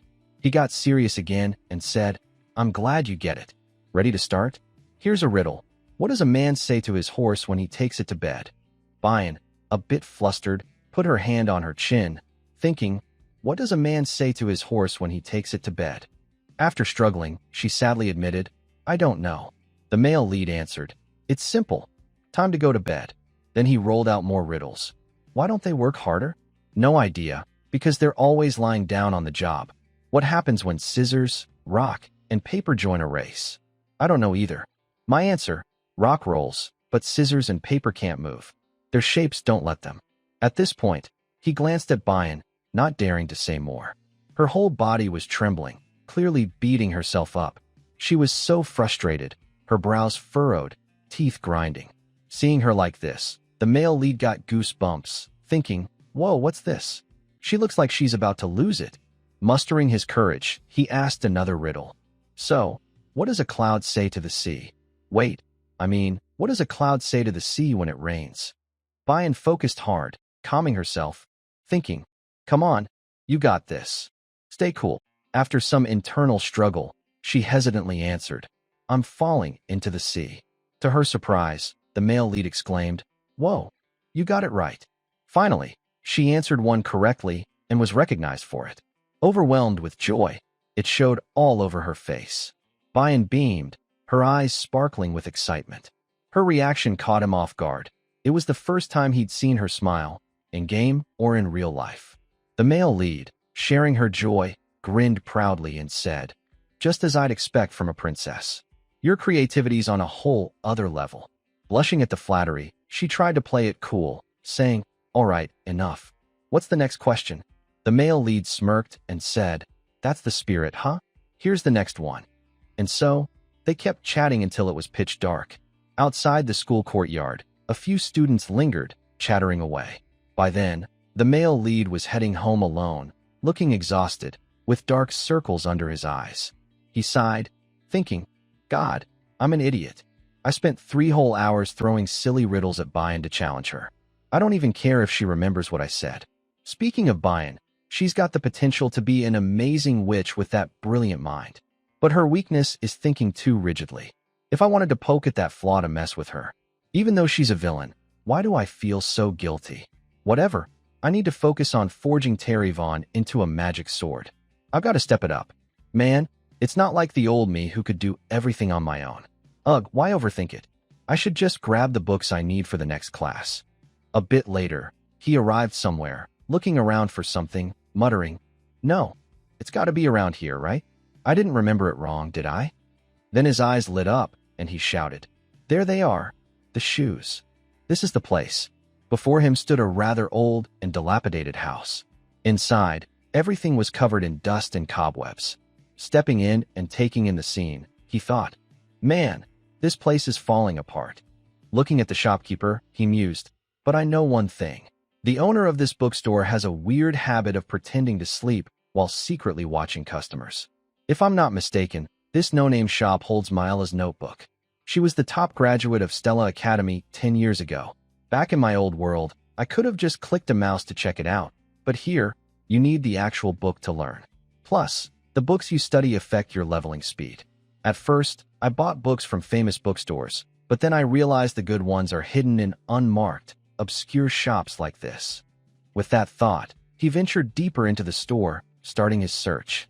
As he moved, he grinned to himself, thinking, studying magical engineering with Myla's notes? That's a guaranteed A+. Sure, wearing crested glasses would get me decent grades, but I might uncover some secret formula. Suddenly, something caught his eye, a green book tucked away in a corner of the shelf. He exclaimed, that's what I'm looking for. As he reached for it, another hand reached for the same book at the same time. Their eyes locked. Surprised, he blurted out, Acel? She looked confused and replied, wait, how do you know me? Come on, you're famous, the male lead answered. Then it dawned on her. He continued, oh right, you're in the supplementary group too. Your name's Beck Uziel, isn't it? Hearing this, he felt a pang of disappointment, thinking, ugh, she doesn't remember meeting me before we got to the academy? Acel went on, I really liked that debate you did. Just a shame you couldn't explain all the answers. He suddenly recalled that Acel also struggled with those riddles. She added, anyway, nice to see you, before turning away coldly. Her attitude caught him off guard. But the pressing matter was, lucky me, the book's still here. He grabbed it and glanced at Acel, wondering, why is she here? She was browsing books but seemed hesitant to buy, carefully checking prices. After looking at one, she sighed in frustration and put it back. Beck Uziel caught this and pieced it together. That's why? This shop sells used books, so it attracts poor students like me. Someone like Acel, from a fallen noble family who's lost everything, can only shop here. Her father was probably killed by the dark mages. He felt a twinge of pity. It's sad, really. A princess like her, stuck buying used books and checking prices because she can't afford them. Plus, in the original novel, Acel has a tragic ending. She dies even before Flame, the main character in this world. She's probably the unluckiest character in the game. With that, he found the books he wanted, thick and heavy ones. He placed them in front of the shopkeeper and said, I'll take these. At the same time, Acel reached the counter. Seeing the stack of books he'd chosen, she looked envious. She hadn't expected him to buy so many. Even the shopkeeper was surprised, asking, all of these? The male lead just nodded, glancing at Acel. She looked a bit melancholic. He asked, you okay? She replied indifferently, you picked some great books. He was thrown off, thinking, was she about to roast me? Then he responded, which ones? Acel continued, all of them. Why are you reading about advanced sealing theory? Sealing's an ancient art that requires artifacts. Nowadays, with alchemists and magical engineers so advanced, hardly anyone uses it. He replied, "Oh, this book? Yeah, it's pretty useless." Thinking he must be crazy for picking it, she said curiously, "So you know that?" He casually answered, "Yup, that's why I got it." Her eyes widened in shock as she exclaimed, "What?" Hugging his stack of books, he smirked and said, "Because everyone thinks like you. This class isn't easy. Catch you later, bye." As he walked away, he thought smugly, "Izel's right. Nobody wants to take ceiling theory. But that's exactly why it'll take less time and be easier to ace than other classes. With these books, this semester's gonna be a breeze." He left Acel standing there, stunned. She was puzzled. She wanted to ask more, but was too proud to speak up. The scene shifts to the next day at Stella Academy, where Acel nervously walked down the hallway. It was her first void theory class, her first lesson since enrolling. She thought, this class is supposed to be an EA system. Arriving at the classroom, she found many students already there. As she sat in an empty seat, she overheard nearby classmates. "Hey, you're taking void theory too?" "Yeah, but I think I'm screwed. I signed up because everyone said it's easy, but word spread. All the smart kids are in this class. We're toast." Acel sighed, thinking, "Oh well, I'll just have to try harder in other classes." After the lesson ended, everyone shuffled out, looking exhausted and grumbling. "Ugh, my butt's numb from sitting. I'm starving. What's for lunch? Let's hit the cafeteria and figure it out." Acel walked alone, trailing behind, feeling dejected. She thought, damn it, how am I supposed to get a scholarship with this class's competition? Her stomach growled loudly. Holding her wallet, she hesitated. Maybe I should eat first. Let's see. I've only got 60 meal vouchers left, so I'll grab a sandwich today. Her eyes suddenly widened in shock. On her way to the cafeteria, she passed a room and spotted a familiar figure, Beck Uziel, sitting there. At first, Acel wondered, what's he doing here? But when she saw the professor lecturing, she realized this was the class Beck Uziel had signed up for. Oddly, the class had very few students, and they all seemed to be underachievers. This professor's probably on the verge of getting fired, she thought. Then it hit her. If she took this class too, she could score high grades without much effort, saving energy for other subjects and maybe even securing a scholarship. Wait, does Beck Uziel already know this class is an easy A? No way. Did he plan out which classes to take for a smooth ride? No, that's impossible. What am I even thinking? It's probably just a coincidence. With that, she left. The scene shifts to the next morning, with the sun high in the sky. In a corner of the academy, students were attentively listening to a lecture. The professor said, "Surely you all know the origin of magic. The creator mage, White Robe Mage, spread magic across the world. Humans and other races learned to wield it." This was Professor Ludin, an expert on divine artifacts, who continued, "He taught the elves natural magic, dwarves material magic, and humans elemental magic. Then, he ascended to the heavens, blah blah blah." What followed was an abstract and confusing lecture. The male lead listened, baffled, thinking, damn, how am I supposed to survive 3 years of this? In the game, I could have skipped all this with a single button. But this class might actually be important. It could reveal the true ending. Of course, that's just my guess. Suddenly, he noticed someone familiar sitting nearby. Turning, he thought in surprise, Izel's in this class too? I don't recall any main characters taking this class who were connected to me. Meanwhile, the professor continued passionately. Human curiosity didn't stop at elemental magic. Mages traveled the world, secretly learning the magic of other races. Still, they weren't satisfied and couldn't learn more. The creator mage left behind the 12 divine artifacts and vanished without a trace. Anyone know about the 12 divine artifacts? A clear voice spoke up. They're said to be guardians that maintain the balance of power on the continent.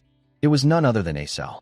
She added, I heard they're hidden across the continent and carried that mission until 1,000 years ago. The professor, impressed by her answer, continued, exactly. They hold special powers to protect the continent. For example, the divine artifact of summer, the 6th artifact, Red Summer, bears a blazing red flame. They say that flame never dies. If you go to the depths of the Alaman Sea, you'll still see it burning. Curious students can check it out. The male lead, hearing this, thought he must have misheard, shivering as he mused. What the hell? Is he joking? If a living creature enters the Sea King Alaman's territory, they die instantly. Up at the podium, the professor went on, there's Luvine Shore, a massive whirlpool in the ocean, frozen by the 12th artifact, Green Winter. Each divine artifact has its own power, but true magic happens when they combine. A student below asked, "What's that magic, sir?" The professor grew solemn and replied, "Well, no one knows. They've been dormant for 1,000 years." The male lead felt the professor was onto something, thinking, "At least in the game, I encountered a few divine artifacts. I saw 5 during limited time events, piecing together info from other players. No gamer's seen more than me. If I'm right, the 12 divine artifacts are tied to the true ending. No one's found it in 10 years. The answer must lie in unknown content. I only saw 5 artifacts after risking my life multiple times. If I want to see the true ending, I guess I'll have to start from scratch." Meanwhile, in an outdoor class, a massive fireball hurtled toward a dummy. A green-haired woman in a red dress stood in the center, saying, "Power isn't everything.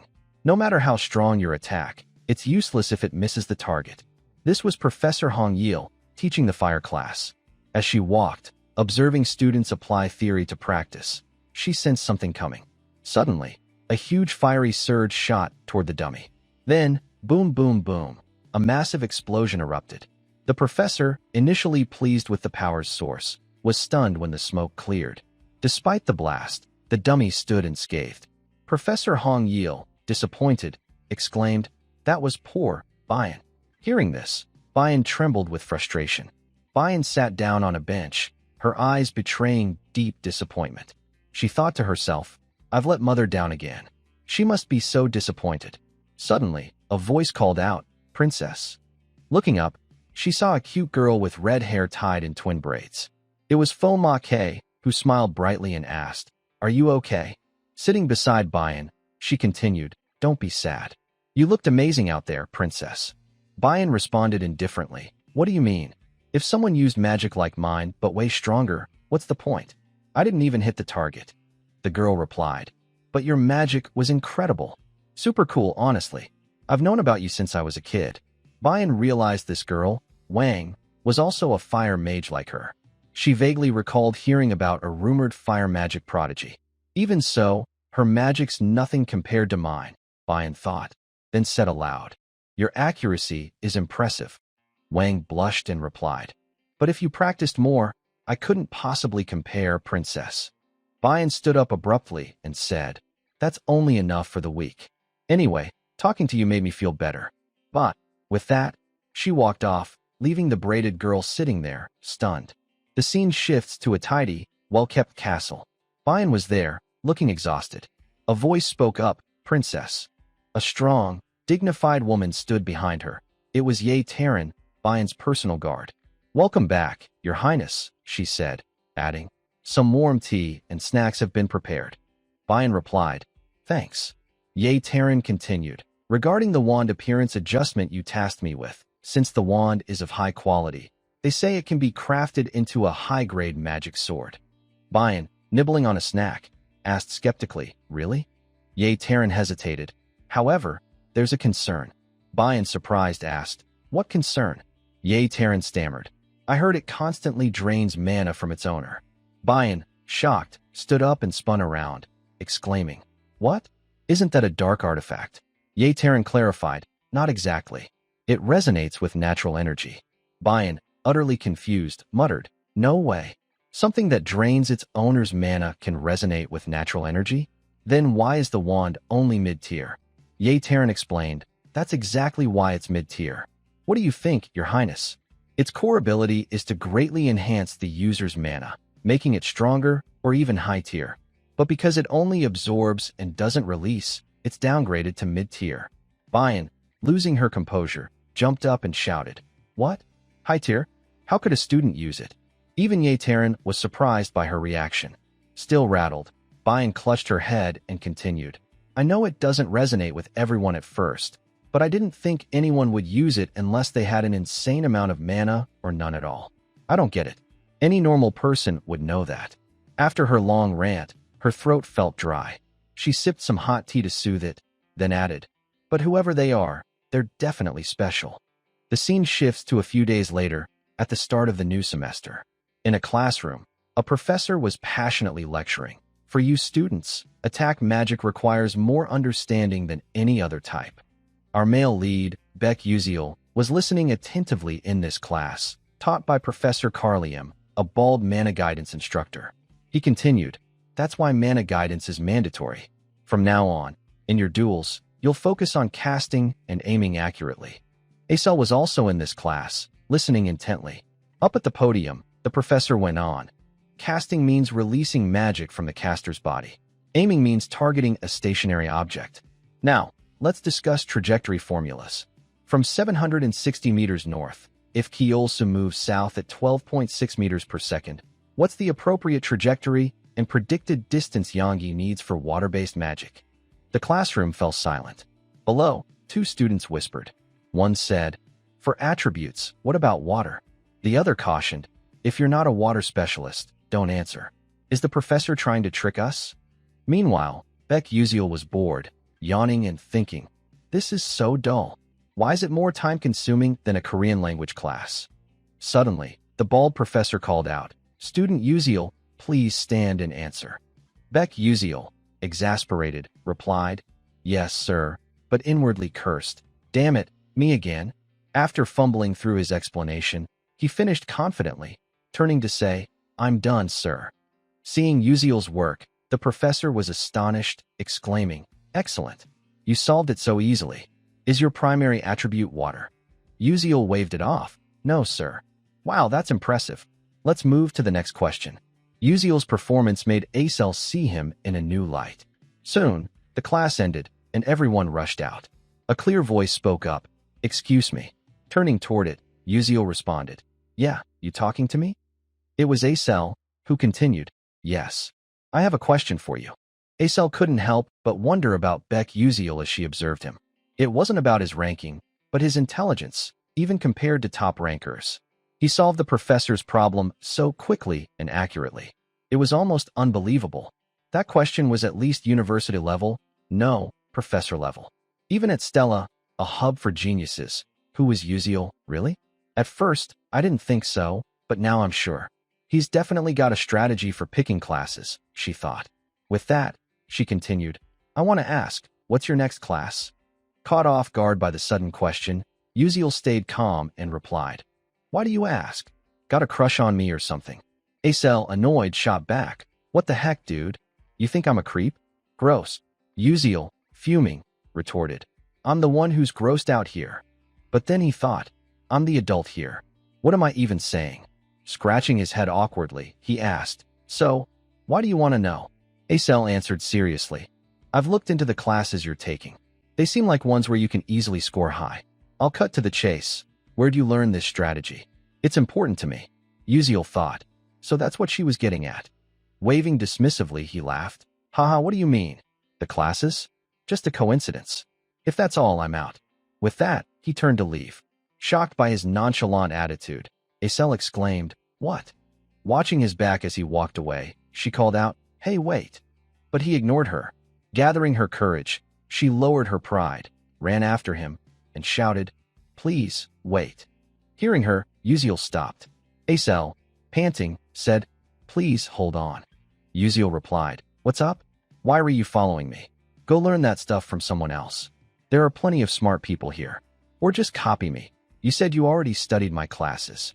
Acel stammered, "But everyone in Divine Artifact classes gets an A+, so it's not a big deal. If I join your class, it might hurt your grade."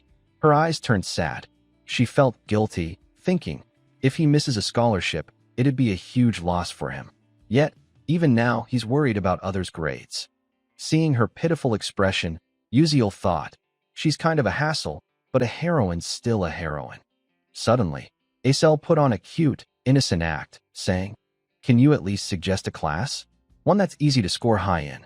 Please, I'm begging." Uziel smirked. "You think that look will sway me?" She touched her cheeks, feigning confusion, and said, "Weird. Usually when I look at myself, all my worries vanish." Her overconfident act made Uziel cringe, and he deadpanned, "Are you serious?" Izel's cheeks flushed, and she laughed. "Haha, just kidding." I knew you'd react like that. So, I've got something cool to make up for it. Uziel thought. Make up for it? With me? Shocked, he mused. No way. Kids these days are into that. Just offering stuff like it's nothing. Acel continued. Do you know about the seventh magic? Uziel jolted, replying. Yeah, I know. She added, really? Not many do. It's a lost tower, and there are barriers keeping people away from where it once stood. But as she eagerly explained, she paused, noticing Uziel's odd reaction. Concerned, she asked, Wait, you okay? Uziel, struggling, clutched his head, thinking, I'm losing it. This is huge. This info lets Flame boost her influence over the male lead. In the original story, only Flame knew this, and Acel only shares it with the protagonist, not a side character like me. Wanting to avoid it, he waved her off, saying, Sounds like a creepy story. I'm not interested, it's boring. Then he walked away. Confused, Acel called after him. It's not that scary. Scared at your age? Uziel reluctantly replied. Fine, fine. I'll tell you. She teased. Whoa, you acted like you wouldn't, but you flipped fast. Yeah, I do what I want. Uziel shot back, thinking, besides, Acel offering something is enough. He spoke up. This won't help your grades, but it's super useful. Sign up for Journey of Void Meditation as an elective. Acel, puzzled, asked, Meditation? As an elective? Are divine artifacts and meditation prioritized? You into training? Not really. Uziel replied, unsure how to explain. Thinking fast, he made up, my master was a bishop like you, and through meditation, you can boost your magic skills. Acel, shocked, said, just meditation? Drawing on his 10 years of all-night gaming, Uziel explained, it's not fully explored, but for bishops wielding large-scale destructive magic, meditation is key for precise casting based on formulas and equations. Above all, it's the mind that controls mana. I haven't told anyone this, but you're an exception, 'cause you're kinda cute. Flustered, Acel wasn't sure whether to believe him, saying, Didn't you just call me ugly? But girls love hearing that. Smiling brightly, she added, Thanks anyway. It won't boost my grades, but I'll sign up. Uziel shrugged. Your call. Do what you want. Having achieved her goal, Acel left happily. Watching her go, Uziel felt uneasy, thinking, I told her everything. I'm kinda scared how this'll change the future. But if I ignored her, Acel would face tragedy in this world. If meditation helps her, that's good. Then it hit him. I'm a mage too, aren't I? Why haven't I thought about training? In the game, Uziel trained rigorously, building stamina, delaying mana, and growing fast. In the game, I'd gain XP with a button. Now, I have to do it for real. It's late, and there's no grinding or quests for XP. But I owe Acel for this. Later, Uziel returned to the Stella Academy dorms. All students lived in the dormitory system, a side feature in the game where players could decorate their rooms. For Uziel, though, this was his only home since his village had been burned to the ground. The dorms were divided by rank. Rooms were the same size, but the number of occupants depended on class level. Naturally, Class S students got the top floors. Alone in his room, Uziel thought, It's kinda lonely, but I can finally make use of it. He took a deep breath and said, Time to get started. Sitting in meditation, Uziel focused intensely, thinking, training stats isn't the top priority. Since this is reality, I need to get used to this body.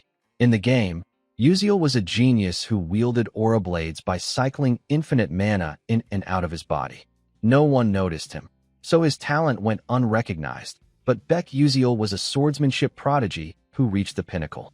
I have to walk that path again. My breathing controls the mana flow in my body. If I can gradually increase the mana I take in with each breath, I'll eventually gather enough in one go. Skills don't level up just by collecting EXP. They improve through constant use. That means training. And so, he trained through the night. By 4 a.m., as dawn broke, Uziel was still at it in his room. A shimmering golden light radiated from his body. Suddenly, his eyes shot open, and he raised his hands, feeling a refreshing energy coursing through him. Amazed, he thought, this must be what Uziel felt. As someone with mana leakage syndrome since childhood, it's faint, but I can still sense it. At that moment, a system notification appeared. Mana leakage syndrome skill leveled up. Flash skill leveled up. Checking his status, Uziel grinned. Awesome. I'm one step closer to my goal. I'll find the true ending no matter what. The scene shifts to a serene place with endless green meadows and fresh air, an idyllic space within Stella Academy. Flame, immersed in the atmosphere, thought, the grass and breeze are artificial, but it feels so real, so relaxing. Stella's dorm system is a pocket dimension within the campus, letting people manipulate its elements and properties. That's why sports events, other activities, dungeons, portals, and monster training happen here. Back in reality, students had gathered in the area. Flame, standing at the back, scanned the crowd, thinking, there are 141 students, 50 from classes A1 and A2, and 40 from Class S. In the novel, there were 39 Class S students. I thought I made it 40, but there's one extra. Right, where'd Uziel come from? The novel had 1,140 first years, 1,141 including me. So, Uziel was in the original novel. I'll figure it out slowly. No big deal, I've got this.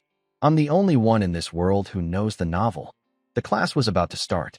Suddenly, the students in front of Flame buzzed with chatter. One said, Prince Jeremy, you registered for your classes yet? A blond young man, likely the one mentioned, looked smug and replied, Of course. We signed up for soft magic research since we heard you did too. He grinned, adding, Really? Let's help each other out. Flame, watching him, thought, That's Prince Jeremy from the novel. He was crazy in love with Acel, but she rejected him. After that, he changed, becoming a villain. He seems nice, but every move is calculated. I need to watch him carefully to avoid trouble. Spotting Flame, Jeremy, ever the charming prince, waved and flashed a bright smile. Flame waved back, thinking, he's pretty hot though. No wonder he's got so many followers. His clique's full of the school's most popular kids. With that, she turned to leave, determined, I need to gather them together. From now on, this world is my reality. I have to prepare for the future. Her actions caught Jeremy's eye. He smirked, thinking, so much drama. Then, the teacher's voice rang out. Attention, everyone. We'll start with basic training before today's lesson. I need to assess your abilities to teach you properly. I'll be your instructor. Don't complain if you don't like it. As you may know, we professors can deduct or add points. Remember, you'll be expelled if you don't meet the point requirements. Now, I'll explain today's training. We'll simulate a dungeon. I'll use real dungeon scenarios, traps, and monsters to test you. You'll earn 4 points for defeating a level 1 monster, 8 for a level 2, and 20 for securing the staff of points. The top 5 students will get a small reward and shopping privileges. Those with 0 points will lose points. If you're scared of failing or going alone, you can form groups, but points will be split evenly among members. If you eliminate another student, you take their points. With that, the teacher vanished, his voice echoing, That's all. Good luck. Suddenly, the ground shook violently. The students screamed, What's happening? The ground's moving. Then, the earth split open, and something emerged. Flame, wide-eyed, stared in shock. A massive tree sprouted, and the surroundings transformed. She realized, this is the Jack and the Beanstalk map. The scenery turned dense and overgrown with trees.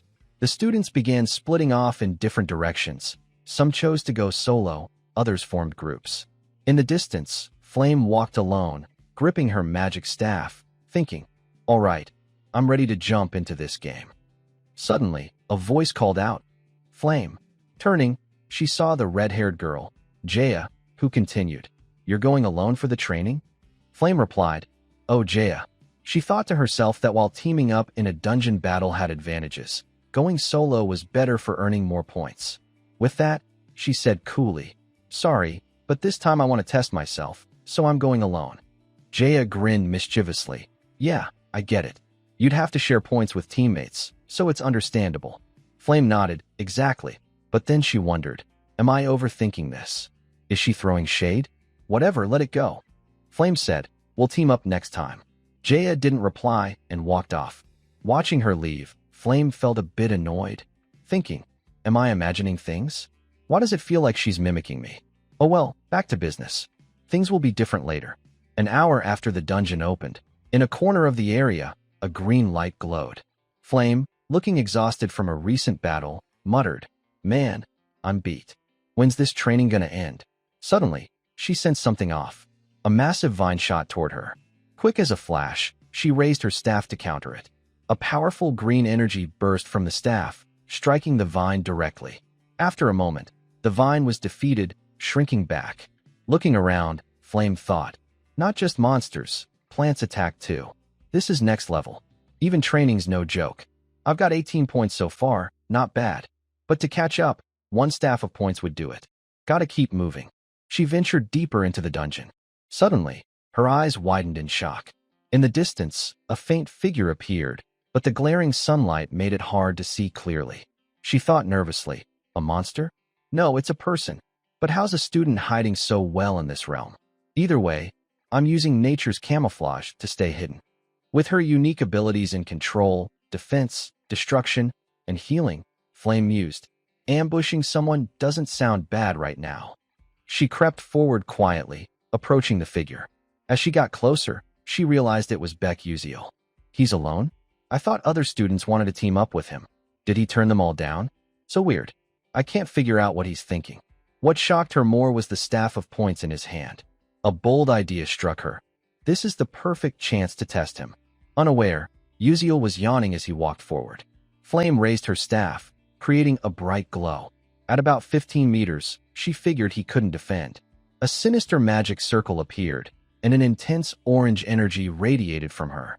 Locking eyes on Uziel, she shouted, "Light bullet!" A bolt of lightning shot forward. As it neared Uziel, he noticed the sneak attack. He used flash to teleport to another spot. When the dust from the explosion settled, Flame was stunned, muttering, "Where'd he go?"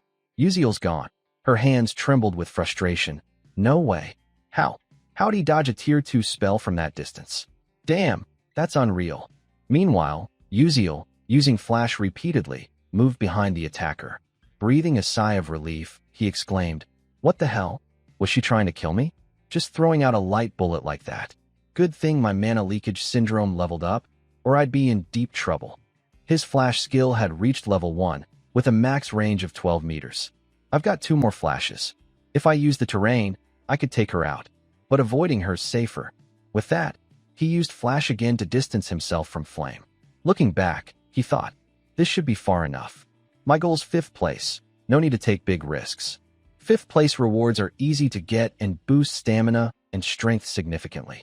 The top 4 are probably main characters anyway. They'd only need 3 more staffs of points. Suddenly, a mocking voice rang out. "Yo, guys, check out who's here." A group of students appeared before him. One of them smirked, saying, "Well, look at that, Uziel from Class S." At that moment, Uziel recognized the guy, Ridden, a rising name in the academy lately. Glancing at the goons beside him, Uziel thought wearily, and he's got Ussel's crew, Jeremy's weakling posse. Bunch of trash. But then he noticed something else. They've got 3 staffs of points. For losers like them, how'd they rack up so many? One of Ridden's cronies piped up, heard he's a failure who cheated his way into Class S. The blonde guy laughed mockingly, getting into Class S by solving 3 dumb questions? Stella must have been fooled. Uziel, fed up, thought, goddamn, they keep harping on the same crap. Don't they ever get tired? Seeing Uziel stay silent, the blonde smirked, "Yo, since we're here, hand over your staff of points." Uziel replied coldly, "Hell no." The blonde found it amusing, saying, "Oh, you're gonna fight back?" With a sly grin, he added, "Think you can take us all alone? Huh, you're gonna use that mid to high grade staff? Pathetic. Can't even cast magic properly, let alone use a staff." Unsure how to handle the taunts, Uziel thought, with just low-level flash, I can't take on a guy from a big-shot family. But with 3 flashes, I've got a plan. Use the staff of points in my hand. Plus, this is a dungeon, which gives me an edge. With that, Uziel held out his staff, saying, "Here's what you want." The blonde, thinking Uziel was scared and giving up, looked pleased. "Good call, kid. That's what I like." Uziel thought, don't get cocky too soon, karma comes quick. Seeing the blonde lower his guard, Uziel darted forward like lightning, snatched one of his staffs of points, and grinned wickedly. Using the staff as a weapon, he struck the blonde's magic circle, cracking it. The blonde gritted his teeth, cursing under his breath, "Damn commoner." Right after, he was flung back, crashing into a tree. Ridden, enraged, roared, "You filthy dog." But the group was stunned to see Uziel had vanished. Before they could process it, a familiar voice called, "Over here." Ridden whipped around to see Uziel standing there, smirking. That was close, but thanks. Now holding 2 staffs of points, Uziel had the upper hand. Ridden, losing it, screamed, "Give those back, you bastard." Like a master troll, Uziel taunted, Naya, I don't wanna." Pleased with his plan, he thought. The staff of points really worked. In the game, I learned by chance they're glitched items, basically worthless. But their absurd durability means student magic can't break them. They carry the power of most magic tools. While they're better for casters, for a physical attacker like me, a weapon with high attack stats is perfect. Ridden, seething, spat, "Damn it. That jerk? How dare he steal my staff?" Turning to his crew, he yelled, "What the hell are you doing? Attack him." Just then, the dungeon shook again. Ridden thought, "Damn it. Why is the dungeon changing now of all times?" He shouted frantically, "Everyone, stick together and prep your magic. We can't lose that punk." But this was Uziel's perfect chance. He bolted. One of Ridden's crew spotted him, yelling, "Beck, Uziel's running, guys." They fired a green energy blast from their staffs, shouting, "You're not getting away, bastard." The terrifying energy surged toward Uziel. He thought, "Damn, these guys are better than I expected." But they're still green. Just as the blast seemed to engulf him, he used flash to escape. Ridden's group was furious but helpless, one muttering, "That jerk." He flashed again. "Damn it. He's too fast. I can't see him anymore." While they stared ahead, Uziel had zipped behind them like lightning. Confident, he thought.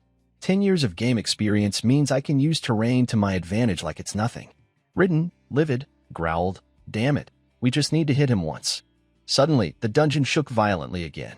Seeing everyone's tense faces, Ridden calmed them. "Chill, guys. He's still nearby. Wait for the quake to stop, then hit him together. But if our magic fails, it'll backfire. So we gotta be careful." Scanning the area, he locked eyes with Uziel standing right in front of them. Before they could attack, Uziel moved faster, smashing their magic circle with his staff. The force shattered it, and the circle backfired on Ridden's crew. Explosions rang out, boom, bang, as their own magic circle blasted them back. This was the unintended side effect, magic backlash. Uziel dashed away, watching the group get hit by their own spell. Smirking, he thought, "It's over." As the dust settled, Ridden looked up, cursing, "Damn you, Beck Uziel." Uziel held up 3 staffs of points, gloating. "I'm taking these." Grinning cheekily, he added, "Oh, if I get a girlfriend, I'll give her one. Bye, cuties." Ridden, stunned, yelled, "Would you take those? Give 'em back." Uziel, thrilled with their pathetic state, thought, that's enough. Taking their last one would be too much hassle. He said, "That was fun. I'm done playing. See ya." With that, he flashed away, leaving Ridden's crew trembling with rage. Ridden roared, "You dead dog." The scene was witnessed by another female student from start to finish. Uziel, now far from them, cheered, I got lucky.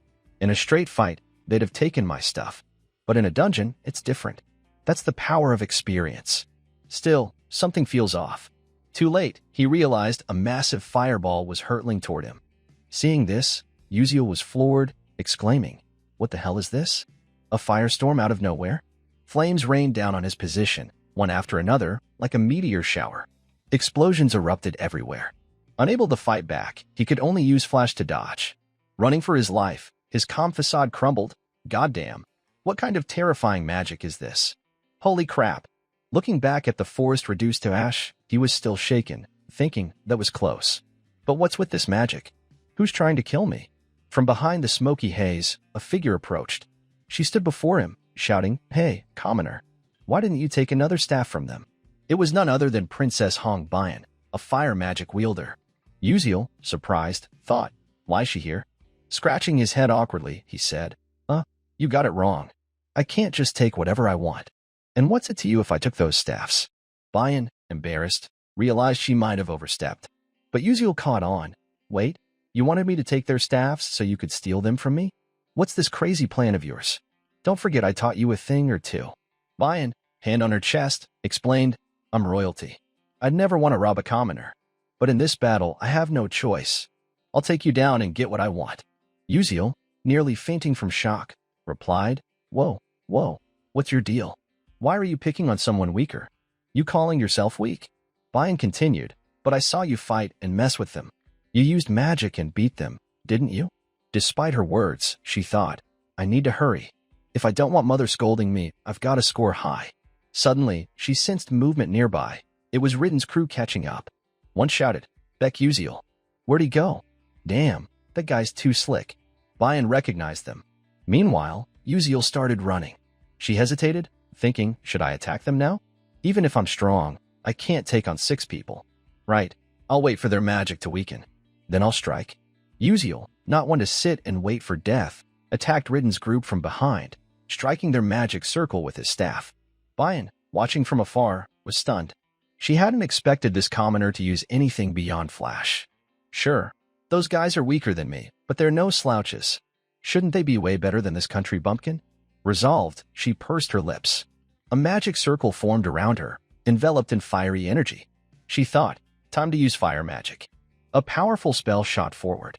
Uziel sensed the terrifying magic, using flash to dodge instantly. The spell's pressure grew closer and fiercer, a massive flame hurtling toward him. He flashed again and again, leaping up and down. Bayan, focused on the flames, watched as explosions erupted, boom, boom, boom. Breathing a sigh of relief, Uziel thought, her magic's insane. Good thing my instincts are sharp, or I'd be toast. But I've used 2 flashes already. How do I face her now? Bayan spoke up. Why aren't you using your staff this time? Uziel, speechless, replied, you've got my staff already. What about the one we got at enrollment? Bayan continued. Realizing, he said, oh, right, didn't think of that. Seeing his fake innocence, Bayan scoffed. How long you gonna hide your skills? Her eyes turned a fiery, menacing red. Glaring at Uziel, she thought bitterly, I'm dead serious in this fight, and this commoner thinks it's a game? Furious, she said, fine, if you won't fight seriously, I'll take you down right here. Uziel, chilled to the bone, thought, I'm fighting for real. I'm not messing around. Bayan went on, if you're not serious, you might die here. A blazing sea of fire roared behind Hong Bayan. Her face glowed with determination as she thought, today, I'll crush him. With that, she directed the flames straight at Beck Uziel. Unable to stay calm, Uziel frantically dodged, weaving left and right. After scrambling to defend himself, he collapsed, stunned by the scene before him, thinking, holy crap, even with flash, her attack range is insane. What do I do? Suddenly, he heard a sound. Glancing back, a bold idea struck him. He activated his flash skill, leaping high up like lightning. The flames hadn't reached this spot yet. Looking down, he saw the fire growing fiercer and spreading wider. Hiding behind a boulder, he narrowly escaped, thinking, got lucky this time, but it's still tough. Even if I get close to Hong Bayan, her surrounding flames will flare up to protect her. I know this from fighting tons of fire mages, but her level's way higher than I expected. If this were open terrain, I'd have lost in under a minute, no fight at all. Watching the flames shoot like a meteor shower, an idea hit him. What if I use the staffs of points in my hand?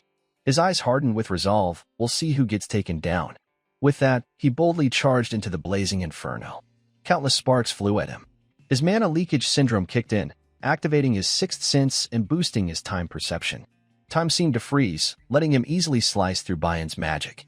Seeing her powerful flames deflected by a commoner, Bayan couldn't believe her eyes, exclaiming, no way. How's he countering magic with a weapon? That's impossible. Uziel, still battling fiercely, felt the moment vividly. This isn't a keyboard and mouse game. It's moving my body to face a mage head-on. The mana around me is getting stronger. My 6th sense is as clear as sight or hearing. Bayan, baffled, thought, how's this possible? In this forested terrain, my fire should have the advantage. She muttered, fine, I'll just crank up my magic's power. Pouring all her strength into her staff, she unleashed it. Uziel frantically slashed through the magic, fighting for his life. He ducked behind a rock to catch his breath, thinking, I can't keep defending like this. Right. I need to break Bayan's magic shield with the staff of points. He charged through the flames, closing in on her. His steps grew faster and more urgent. Nearing Bayan, he used flash to zip right to her. She was stunned, gritting her teeth in frustration. Uziel had entered her fire magic circle. Their eyes locked, sparks flying. He calculated, when you get close to fire mages, their magic explodes, repelling enemies within a 2-meter radius. Smirking, he thought, that might stop others, but not someone with 10 years of experience like me. I've been through this plenty. Her magic blasted him back, leaving Bayan gaping in shock.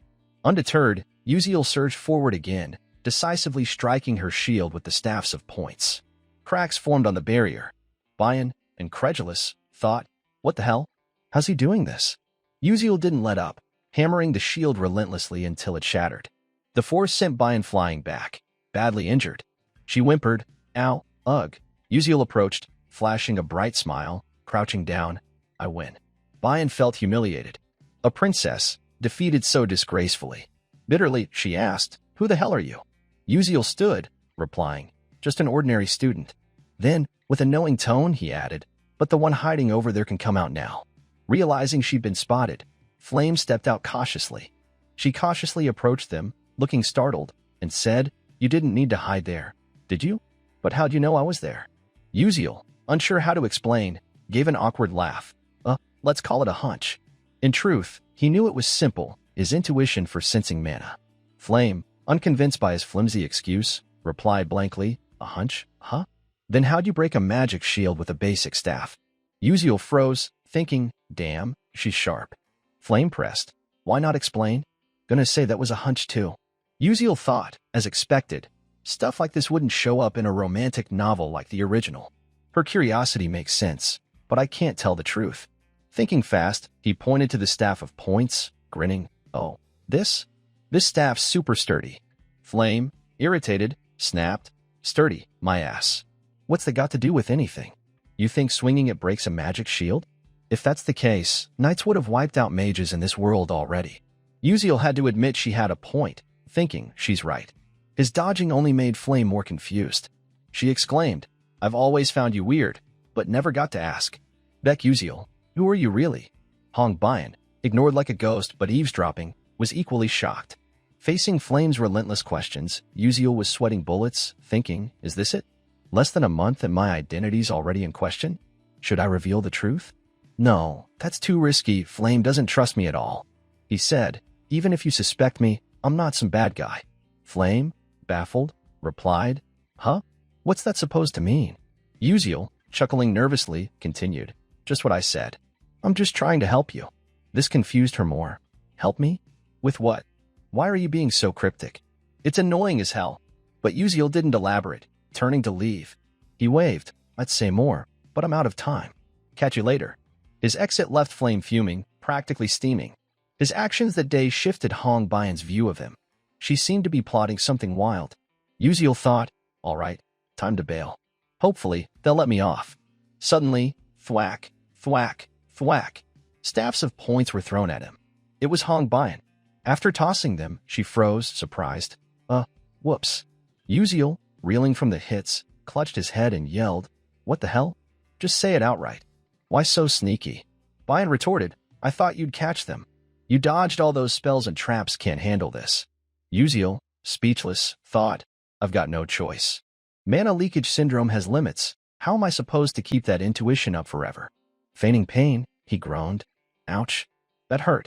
My mana leakage syndrome depends on mental strength. I'm drained, so my reflexes are shot, and now I've got a headache. Curious, he asked, why'd you throw these at me? Bayan, without hesitation, replied, you won, so take them. Though the staffs were valuable, Uziel thought, is she sore about losing? If I take them all, my score'll skyrocket, but they're not that useful to me. He picked up one staff, stood, and said cheerfully, all right, thanks, but I'll just take this one. Keep the rest. I'm off. Waving goodbye, he left. As he walked, he daydreamed smugly, they're probably in awe of my generosity. What a kind guy, sparing the defeated. Hope they think so too. But reality was harsh, they didn't. Flame scoffed, ugh, that guy's got issues. Total nutcase. Bayan, nodding, sighed, must be a commoner thing, his brain's wired wrong. Yet deep down, she wondered, who is Uziel, really? Outside the dungeon, Professor Lai and other instructors closely monitored the students' every move. The vivid, lifelike projections captivated them. Someone exclaimed, wow, this year's Class S freshmen are rare talents. Professor Li Hangen, stroking his beard, turned and said, not bad to watch, huh? The speaker was Teles, an elder of the Magic Council. A woman beside him agreed, indeed, quite fascinating. Smiling, she thought, I was even better at their age, hee. She was Zarina Aeon, a member of the Green Tower Council. Their presence surprised Li Hangen, who thought, the Magic Council, the Tower Council, all these big shots for a mere training session? Makes sense, they're scouting talent. Most professors are probably watching too. Suddenly, The crowd gasped. Look at that. Li Hangan turned to the screen. Two male students were gearing up to fight. The crowd quickly identified them, shouting, He Won-young and Ma Yuziang are facing off. He Won-young struck first, unleashing a powerful spell from his staff. Ma Yuziang, unfazed, calmly observed, then leaped high, dodging the magic with 3 consecutive jumps. The crowd was in awe. Zarina Aeon exclaimed, Holy crap! 3 consecutive Tier 3 mana leaps at his age? Incredible! Teles, equally shocked, said, Exactly. At 17, he's doing that. Professor Lai, eyes glued to the screen, thought, normally, an average mage hits Tier 3 at 25. Yet Ma Yuziang, at 17, wields Tier 3 magic so skillfully? Unbelievable. Someone shouted, Look, they're both mastering 3 elemental attributes. The duel grew intense, 2 equally matched rivals clashing. Lai, amazed, thought, most mages control 1 attribute. 2 takes grueling effort. Controlling 3 is proof of innate genius, a gift from birth. Suddenly, Li's eyes widened. Is that the final insect boss? A massive eagle appeared, its eyes radiating killing intent. Ma Yuziang and He Won-young froze, stopping their fight. Before they could react, the eagle screeched in agony, its cry echoing through the dungeon. It plummeted, crashing lifelessly before them. Both were speechless, unsure what had happened. A gentle voice spoke. Oh, are you two fighting? It was Acel, standing above. Sheepishly, she added, Sorry for interrupting. Lai, lost in thought, wondered, Who's that girl? Hidden bosses only appear under specific conditions. They're hard to find and defeat, yet she took it down alone. Despite her feat, the professors seemed disappointed. One said, the eldest daughter of the traitor M. Such a pity. If her father hadn't done that awful deed, her talent would have shone brighter. Another gasped, Huh? What's that? The Princess of Adelvis? But who's her opponent? His face is unfamiliar. Lai, losing his cool, exclaimed, What? That magic. Is it Flash? Flash, over centuries, had eluded scholars. Attempts to master it led to death or disability. Yet this kid wielded it like an extension of himself. Teles, equally stunned, thought the same. In the stunned silence, someone asked, Who's that boy? Lai replied, That's Beck Uziel, a unique student who uses Flash as his signature magic. The crowd was floored. Another gasped, No way. Flash as a signature spell? That's different from the innate talents of Ma Yuziang, He Won-young, or Acel. Teles, bewildered, said, Really? But why is he just toying around instead of using other magic? A proper spell would have ended the duel already. I don't get it. Someone entering added, No, he's fighting for real. All turned to see Letmund Eltwin, shocking them. Why you're Letmund Eltwin? He continued, He's been serious from the start. Didn't you see? It's fascinating. His fighting style reminds me of the ancient Knights of the Way. Someone gasped, Knights of the Way? How's that possible? Teles, stunned, said, You mean the Knights of the Way, lost with cold weapons? Note, cold weapons are non-explosive, non-gunpowder weapons. But a kid that young? Incredible. Lai, eyes fixed on the screen, realized. So that's it. Knights of the Way aren't bad. They were warriors who fought evil with swords in this magic world. Heroes from ancient times wielding magic blades. But fighting with a sword? Impossible. Yet this kid swings his staff of points like a true sword. If Letmund Eltwin, Stella's headmaster and one of the continent's 10 great sages, thought so, Uziel was a rare talent. The first dungeon training ended. At the Class S training ground, a student was diligently practicing. He used his staff to unleash mana, attacking a dummy. Exhausted, he panted, noticing his staff's mana was nearly depleted. Still unsatisfied, he thought, Damn it. This isn't enough. I'm still far off. Of the 141 students in the dungeon training, 39 failed. Acel, who killed the final insect boss, ranked first. He was second, Ma Yuziang sixth. But he didn't feel victorious. Recalling the dungeon fight, he thought, when the final boss appeared, if Acel hadn't stepped in, I'd have seen Ma Yuziang's true strength. Gritting his teeth, He Won-young fumed. I've disliked that guy since we met. He's so casual, yet everything he does exceeds expectations. He'd set up magic circles and calculated their movements. But Ma Yuziang easily blocked and countered them. How can I not beat him? Is his talent an impenetrable wall?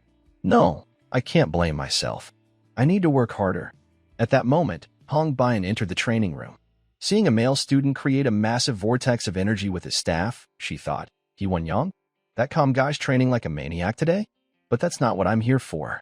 She cast a fire spell, her body glowing with orange flames. Aiming at the target, she unleashed a fiery blast, triggering a massive explosion. Boom. Bang. Her mood seemed off, as if she was venting frustration. The flames raged on, and the explosion caught Won Yang's attention. He stopped, turning to see who unleashed such power. Bayan, fuming, thought, damn it. Third place? Even with bonus points, Mother's pleased, but if I don't regain my form, I'll be punished. Damn commoners acting all high and mighty. So annoying. She unleashed another powerful blast, a blinding light erupting. Exhausted, she panted. Won Yang, intimidated, thought, whoa, what's up with the princess today? Is it her mood, or is her magic more precise than before? Her fire magic's destructive power is insane, and she's controlling it so well in such a short time. Bayan, surprised by her own progress, thought, damn, I hate to admit it, but Uziel's special lecture worked. Using those wordplay riddles, my magic's improved a lot. He's just a commoner with lousy grades and personality, but he's the only one who knows how to fix my flaws. Why am I still so pissed, though? A voice called, Your Highness. Bayan looked up. Yeah, Terran?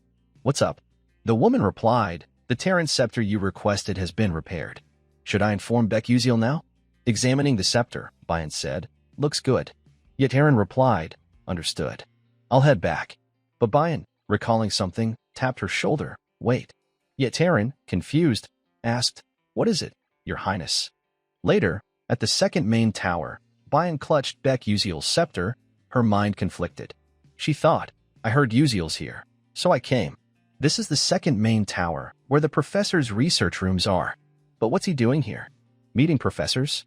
Suddenly, she jolted, eyes wide, turning away hesitantly. Wait, why am I even here? I could have just given it to him at the training ground. Ugh, this makes it look like I'm chasing after that commoner. No way, I gotta head back. Lost in thought, a voice interrupted. Oh my, what's the princess doing here?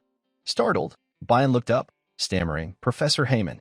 Greetings, Professor. It's been a while, Heyman replied. Teaching you magic feels like yesterday, yet you've grown so much. Time flies. But what brings you here? Flustered, Bayan answered. I had some business. But something came up, so I'll come back later. Noticing the princess's awkwardness, Heyman casually said, Fair enough. It's a bit chaotic in there now, so later's better. Bayan, shocked, blurted, Huh. Heyman continued, Right now, magic officials are here because of that student, Uziel. This stunned Bayan even more. Curious and confused, she asked, Why are they after that commoner? Heyman replied, You know he doesn't use magic, right? Bayan nodded hesitantly, yes. But inwardly, she felt dejected and embarrassed, thinking, of course, she saw that match. Why did I have to look so pathetic in front of the teacher I respect most? So humiliating. Seeing Bayan's expression shift, Heyman comforted her. No need to blame yourself, princess. He gave it his all. Bayan muttered, but he didn't even use magic. Heyman laughed. Aha. No. It's his conviction. Conviction? Bayan asked, surprised. Yes, Heyman explained, the headmaster, after watching the training, believes he's trying to revive the lost Knights of the Way. Bayan couldn't believe it, exclaiming, Professor, what? Uziel and the Knights of the Way? How's that possible? She froze for 5 seconds, recalling Uziel's fighting style. Unbelievable, but it's true, he used the scepter like a sword. He broke my shield with just a staff of points. Even this magic sword is the same. Feeling glum, she stammered. But not using magic at a magic academy means heavy penalties, right? During practicals, you lose points and more. Heyman's tone grew serious, true. He knows this, but still chose that path. Isn't that admirable? Despite excelling with Flash, he's pushing so hard. I can't believe such conviction exists. With that, Heyman said goodbye and left, leaving Bayan lost in thought. She believed anyone claiming to pursue the Knights of the Way would be mocked, a ridiculous joke in this era. Yet Uziel wasn't joking, he genuinely aimed to revive it. She'd angrily told him to stop fooling around. Suddenly, Uziel's voice broke her thoughts. What are you doing here? He was casually chewing on his 5th-place prize, Edley herbs. Flustered, Bayan's cheeks flushed as she snapped, I'm not here for you, okay. Unprompted, her denial made Uziel chuckle. Who said you were? Her icy glare shut him up. Bayan thrust a box at him, saying coldly, Fine, take it. Seeing the box, Uziel lit up, eyes sparkling. Oh, the Terran? Thanks a ton. Opening it, he marveled at the stunning sword, thinking, wow, the invisible sword. Adelvis's craftsmanship is unreal. Helping the princess was worth it. I couldn't afford this. He asked, can I keep the box? His real intent was clear. This sell for a lot. Buy inside, whatever. Uziel, thrilled, thought, yes. I'm making bank, kinda wild. Bayan shook her head, such a commoner, only thinking about money. But she hesitated to ask something directly. Mustering courage, she said, hey, Uziel. Startled, he replied, yeah, what? Bayan pressed, do you really not use any other magic? Caught off guard, Uziel froze for 5 seconds, unsure how to respond. Bayan, realizing her question was awkward, blushed and turned away. Never mind. I'm leaving. Uziel watched her go, then turned to leave, thinking, other magic? Professor Li Hangen said something similar. He seemed to respect my choices, but I don't get it. What's so great? With this magic sword, I'm set.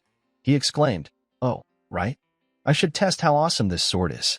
At the Class S training ground, holding the sword, he muttered, let's see, just channel mana into it, right? A fiery light glowed around his hand, forming a sharp blade. He gasped, wow, it's gorgeous. Better than I thought. But his mood dipped. If Flame held it, it'd be different, way more vibrant. As the heroine, she's special. Though human, she wields elf, dwarf, and fairy magic. That one alone drains mana constantly, unusable for most. But Flame recovers mana with natural energy, using it as a signature move. And me? I've got no mana. Despite absorbing it constantly, mana leakage syndrome pushes it out. In other words, the mana in my breath is Terran's key. Remembering the neglected system, he opened it, muttering, time to check my status. A panel appeared. Uziel. Stats. Strength, 77%. Senses, 29%. Agility, 87%. Stamina, 55%. Precision, 97%. Mental strength, 43%. Mana. Remaining EXP, 0. Skills, Flash, level 1. Traits. Mana leakage delay, level 2. Strength, plus 5%. Agility, plus 8%. Senses, plus 15%. Sixth Sense, activated by consuming mental strength. Detects mana phenomena within 18 m, with auto-accelerated perception when danger is detected. Blood circulation speed, plus 1%. Reading it, he grinned, awesome. The 5th place herb boosted my strength a bit. With this weapon, I can gain EXP directly. Got a train sword play now. Things are gonna get busy. The scene shifts to the next morning at the academy, where a mage's voice echoes in a classroom. Starting today, we'll begin proper magic practice. Everyone, spread out and raise your staffs to train. The instructor was Professor Barena, who taught defensive magic. After explaining, he walked around observing the students practice. They were highly focused, shouting, Magic Shield. Magic Shield. Barena, pleased, smiled and thought, this year's students are impressive. Ranking them by class was a good call. Suddenly, he froze in surprise. While everyone practiced diligently, Uziel stood idle, doing nothing. Barena thought, is that the rumored Class S student? A commoner with a mid-tier staff, ranked 5th in the dungeon training. Damn, he's an eyesore. Approaching with a fake smile, Barena asked, hey, you're Uziel, right? Why aren't you practicing? Unsure how to explain, Uziel gave an awkward laugh. I'm studying a different defense method, so I don't need basic magic practice, sir. Barena replied, oh, really? I'm curious about this different defense method of yours. But inwardly, he fumed. Damn arrogant kid. If it was Princess Hong Bayan with Adalovit's inherited magic, fine, but a commoner daring to dismiss my class? Bold move, brat. Still, he recalled, they say Uziel only uses flash, no other magic. Oh, this'll be fun, haha. With an overly warm smile, he continued, why don't you demonstrate your amazing defense skill for the class? Let's open their eyes. Your opponent will be. He paused, glancing back, then added, more so from Class B. What do you say? Following his gaze, Morso stood smirking, brimming with excitement and arrogance, awaiting Uziel's response. Barena thought, haha, as a defense magic instructor, personal connections matter to stay at Morden Academy in the Canon Empire. If Morso shines, I'll look good too. Even better if he outperforms a Class S student. After thinking, Uziel replied, sure, sir. If you want, I'm game. Barena, thrilled, said, to the arena, then. Both stepped into the arena. Morso grinned smugly, while Uziel seemed nonchalant. Morso's friends cheered. Yo, Morso, crush that kid. Humiliate him. You got this. Morso, confident, replied, obviously, watch me. The commotion caught Uziel's attention. Recognizing them, he sighed, damn, what's this? Now I see, it's Usul and Ridden's crew from before. Bunch of jerks. Fine, this is a mandatory class anyway. Can't use magic, so nothing else to do. If they want a show, I'll give him one. Reflecting, he recalled, Barena's bad rep has been around since freshman year. Ridiculous. Smirking, he thought, might as well test my training results. Not bad. The professor announced, this match is attack versus defense. No other magic allowed. Morso assumed a defensive stance, ready to fight. The students whispered, Morso's got the edge in attack, right? Defense is just defense. Didn't he train in earth attack magic? That's tough to break. But Prince Jeremy Kelvin watched calmly. Barena's voice rang out. Get ready. Show your best skills. Morso instantly formed a magic circle with his staff, summoning a massive boulder. The students gasped, damn, that's tier 2 magic. In basic practice, the unspoken rule is tier 1 only. Is Uziel okay? Unfazed, Uziel focused, observing Morso's every move. Morso, enraged, thought, damn arrogant class S kid. Take this. He shouted, boulder, strike. The boulder hurtled forward. Its overwhelming pressure radiated. Uziel sprang into action, channeling mana into his staff. A sword materialized. Without hesitation, he slashed forward.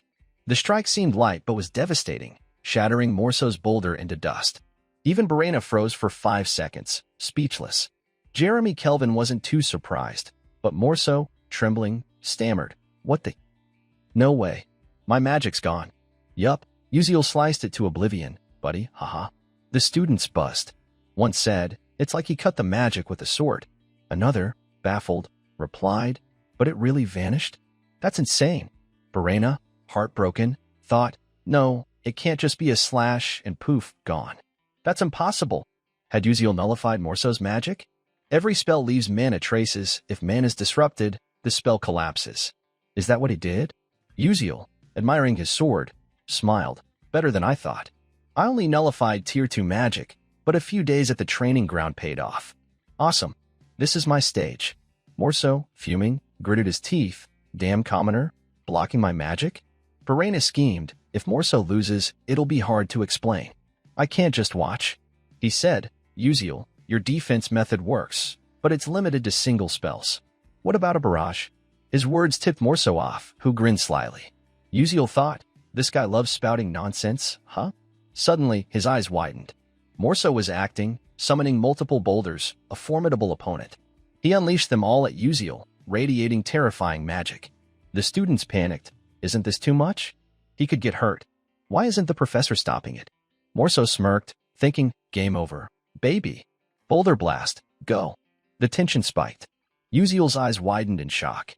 In a split second, Uziel effortlessly sliced through Morso's initial attack. After his first failure, Morso took Barena's hint and switched tactics. He conjured a larger magic circle with his staff, unleashing a barrage of attacks toward Uziel. Caught off guard, Uziel watched the mix of large and small boulders hurtling toward him, thinking, 11 boulders incoming. If I can't use flash to cut them down, there's only one option, block them all. As the boulders closed in, Uziel stood firm. With a graceful swing of his sword, he blocked them. His movements seemed effortless, but the boulders exploded on impact.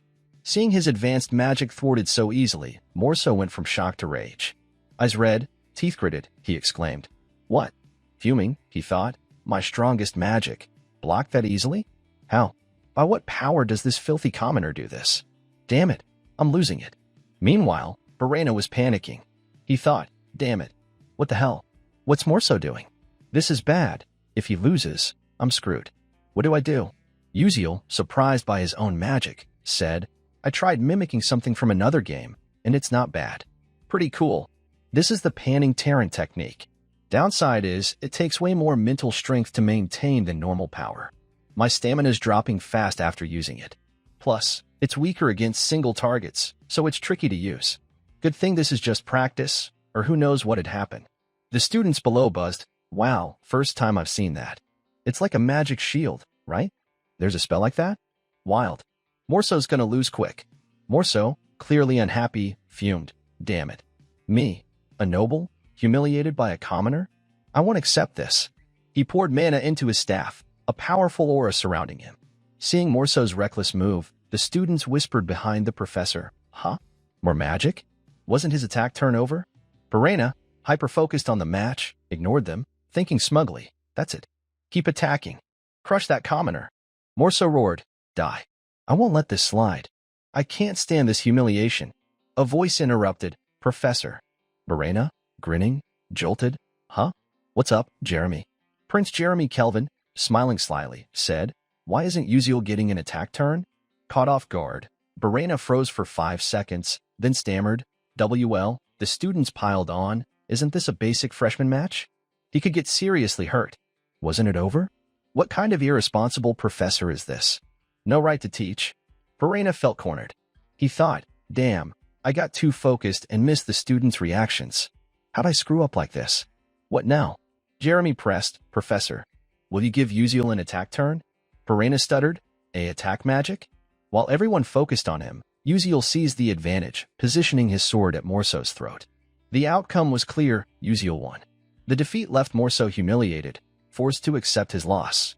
The students gasped, Wow, Uziel won. He's better than I thought.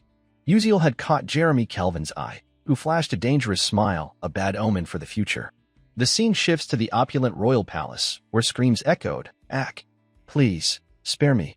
A mysterious figure appeared. It was Morso, beaten to a pulp after losing to a commoner like Uziel. Blood splattered around. The culprit? Jeremy Kelvin. After tormenting Morso, Jeremy wiped blood from his hands, saying to a girl, Verzin. She replied, Yes, Your Highness. What are your orders?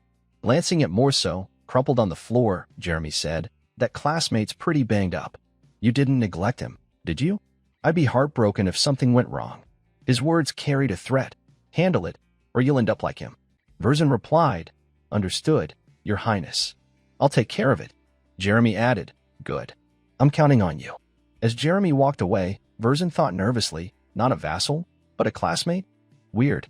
In the Scalvan Empire, where magic determines power, Crown Prince Jeremy outshone all his siblings by 12 to claim the title. Not a vassal means the Dordan family's been permanently exiled from politics. The political elite are cutthroat. Not just Morso, but Uziel's quiet commoner life was about to get turbulent.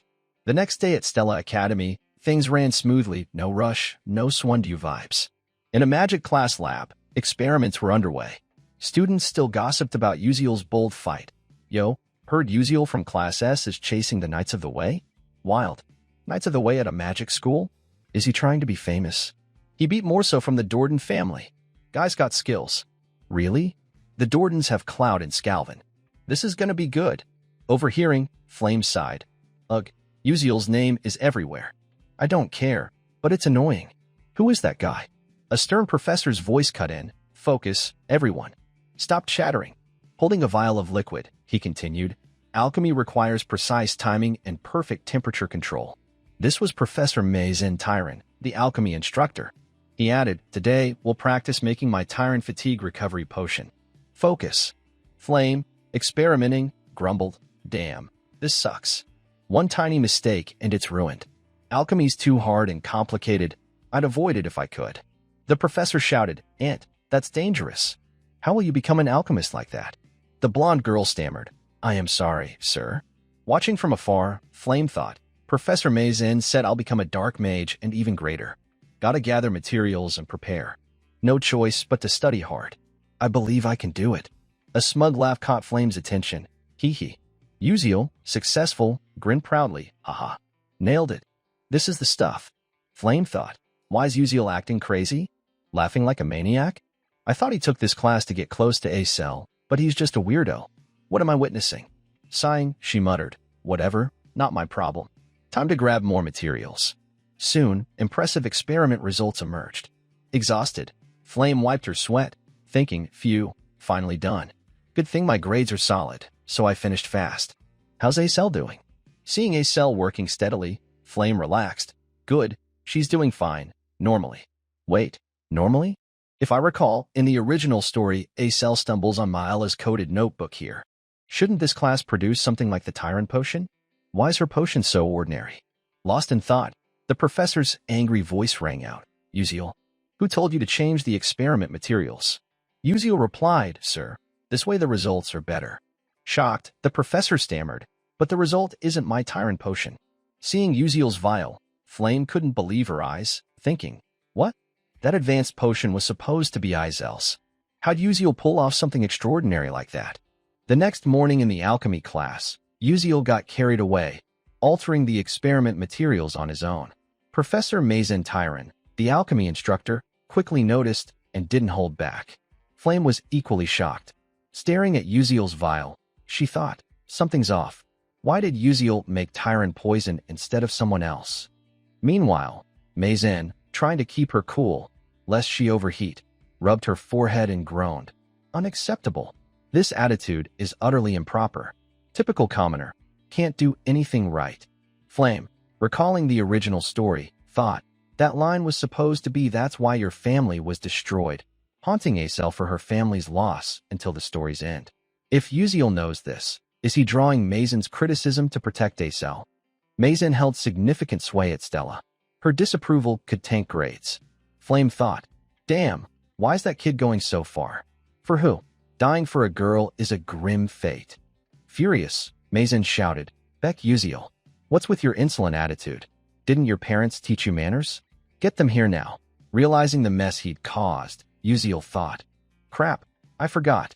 Got too into alchemy and missed the trouble. Why'd I do that? Timidly, he replied, I don't have parents or family, ma'am. Mazen, even angrier, face red, snapped, you. Doing it like that means you don't respect me. Trying to outshine me. Uziel thought, she's got a point. I'm already getting chewed out, so what now? Oh right. Tomorrow, I'll mix kimchi poon and cola poon. The results will be even better. Weeks later, their clashes continued. Mazen said, how many times have I told you? Don't use untaught materials. Uziel countered, but tweaking your method got way better results. Mazen, fuming, yelled at the defiant student, you've got some nerve. Uziel activated his insight lens to analyze her. A notification appeared. Mazen Tyron, Dark Magic Corruption, 21%. Feelings of inferiority, envy. Dark Magic Contractor. Alchemy Professor, Volume 8, confirmed Dark Magic Boss. Seeing her trembling with rage, Uziel thought, good, it's going as planned. Volume 8, Dark Magic Boss, Mazen Tyron. She's a villain consumed by her emotions, turning to dark magic. If corruption exceeds 90%, she'll fully transform. Below 50%, current magic can't detect it. At 21%, I can't prove or report her. No choice but to push her corruption past 50% to alert the dark magic suppression team. Normal dark magic corruption could be reversed before total control, but Mazen, a contractor, willingly bound herself to it. The dark seed was sprouting, irreversible. Uziel thought, Volume 4 hasn't started, but I need to prepare for a boss this strong. Otherwise, other students could turn dark and threaten Stella. Mazen threatened, change your attitude, or don't expect good alchemy grades. Uziel sighed, fine by me. If I draw attention, no one else gets hurt, right? Should I train muscles during assignments? Haha, gotta make her lose it. Later, Mazen split the class into groups. Uziel, in his group, clutched his head, thinking, didn't expect a group practical exam. Damn it. His teammates looked miserable, no exceptions. Sensing the tension, Uziel thought awkwardly, geez, everyone's suffocating. Why so serious? Smiling nervously, he said, hey, I'm Beck Uziel. The group responded, I'm Kasun. I'm Maliwan. And I'm Acel. Maliwan wailed, we're doomed. Why this group? Mazen will tank our grades. She hates her students, so even good work's pointless. Uziel, dejected, thought, damn, my fault. I feel bad for them. Acel spoke up, come on, cheer up. Are we giving up already? Someone stammered, but Acel continued. In the practical, at least 3 alchemists will judge compatibility. Mazen can't sabotage our scores then. Kasahun and Maliwan perked up, eyes sparkling. They smiled brightly, hope igniting. Someone said, all right, let's work hard. Man, I want to try this. Uziel, admiring Acel, thought, my savior. Acel, ignoring him, continued, D-Vitality Fortis isn't too hard with what we've learned. But we need top-notch materials. Who'll get the main ingredient? crested lizard tail. Without hesitation, Uziel raised his hand. I'll do it. I'll find it. Monster corpses are key in alchemy, right? Freshest ones get the best results. The group nodded. Someone said, cool, it's settled. Uziel's on it. Acel thought, he's confident. I can trust him. Uziel grinned. Lizard tail? I'll head to Sword Mountain. In the alchemy professor's office, a student entered. You called, sir? The professor held up a paper. Can you deliver this to the freshman alchemy group C, except group 12? The student replied, yes, sir. The practical exam would be judged by professional alchemists. Poor performance could block an alchemy career. The professor thought, Uziel, you'll see the price of defying me. At the Class S training ground, Flame practiced magic. A voice called, Flame. A male student handed her a note. They told me to give you this. Alchemy notice. Here. Flame took it. Thanks. He added, one more thing. Don't tell any students. You'll get why. As he left, Flame sighed. Other students? He means don't tell Uziel's group 12. Like I'd bother. Reading the note, she was shocked. Notice, the practical exam will change from D Vitality Fortis to Tyrant before. Please take note. Her eyes widened. Wait. If Uziel knows the original story, he'd counter this, right? Instead of lizard tails for D Vitality Fortis, we need Atalic spider shells for Tyrant before. This is my chance to test that kid. A few days later, to gather materials for the practical exam, Uziel arrived at the Durably Grand Arena via a teleportation gate. Stepping out, he clutched his head, wincing. The gate's handy, but it makes me dizzy. My poor head. A cheerful voice greeted him. Welcome, Mage Uziel. It's an honor to have you at Durably. It was a warm welcome from a staff member.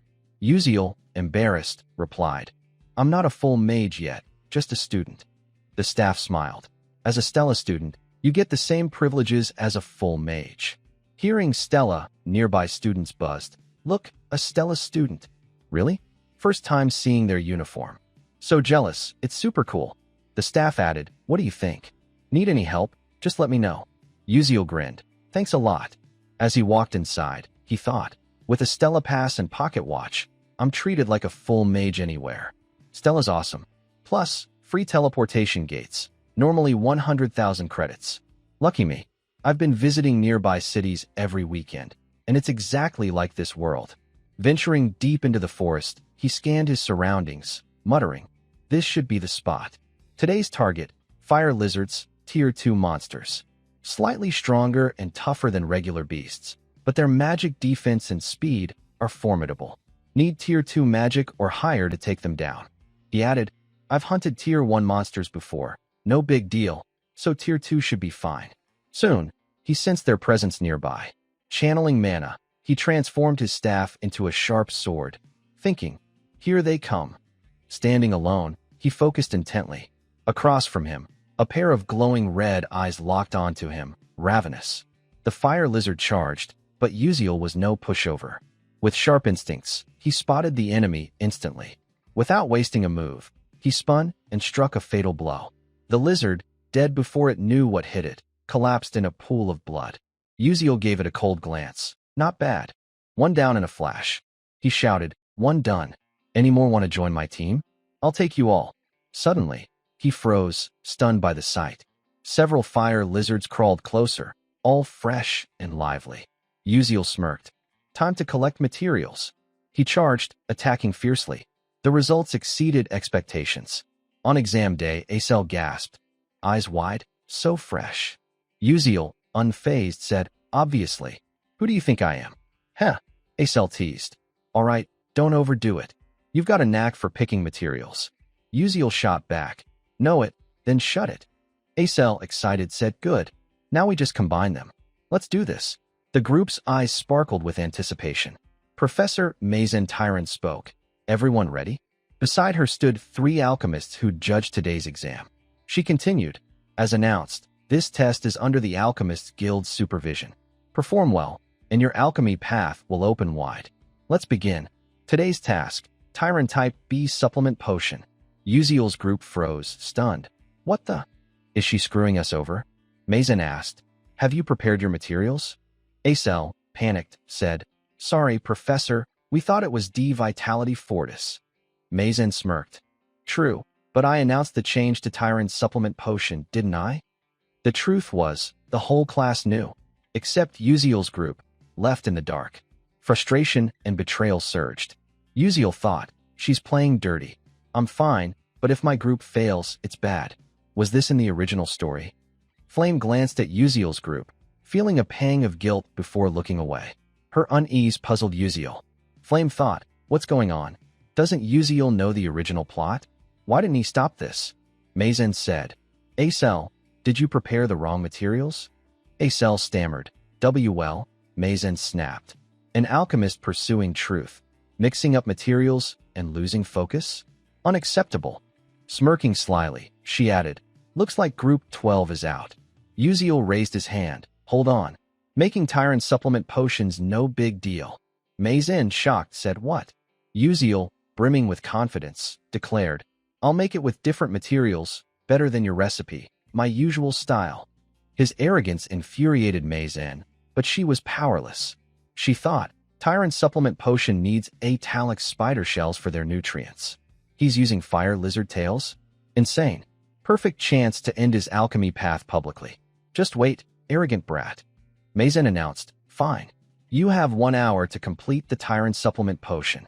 Acel, staring at the lizard tails, panicked. Uziel, are you crazy? What can these do? Uziel grinned awkwardly. We're in deep, so we go all in. Trust me and follow my lead.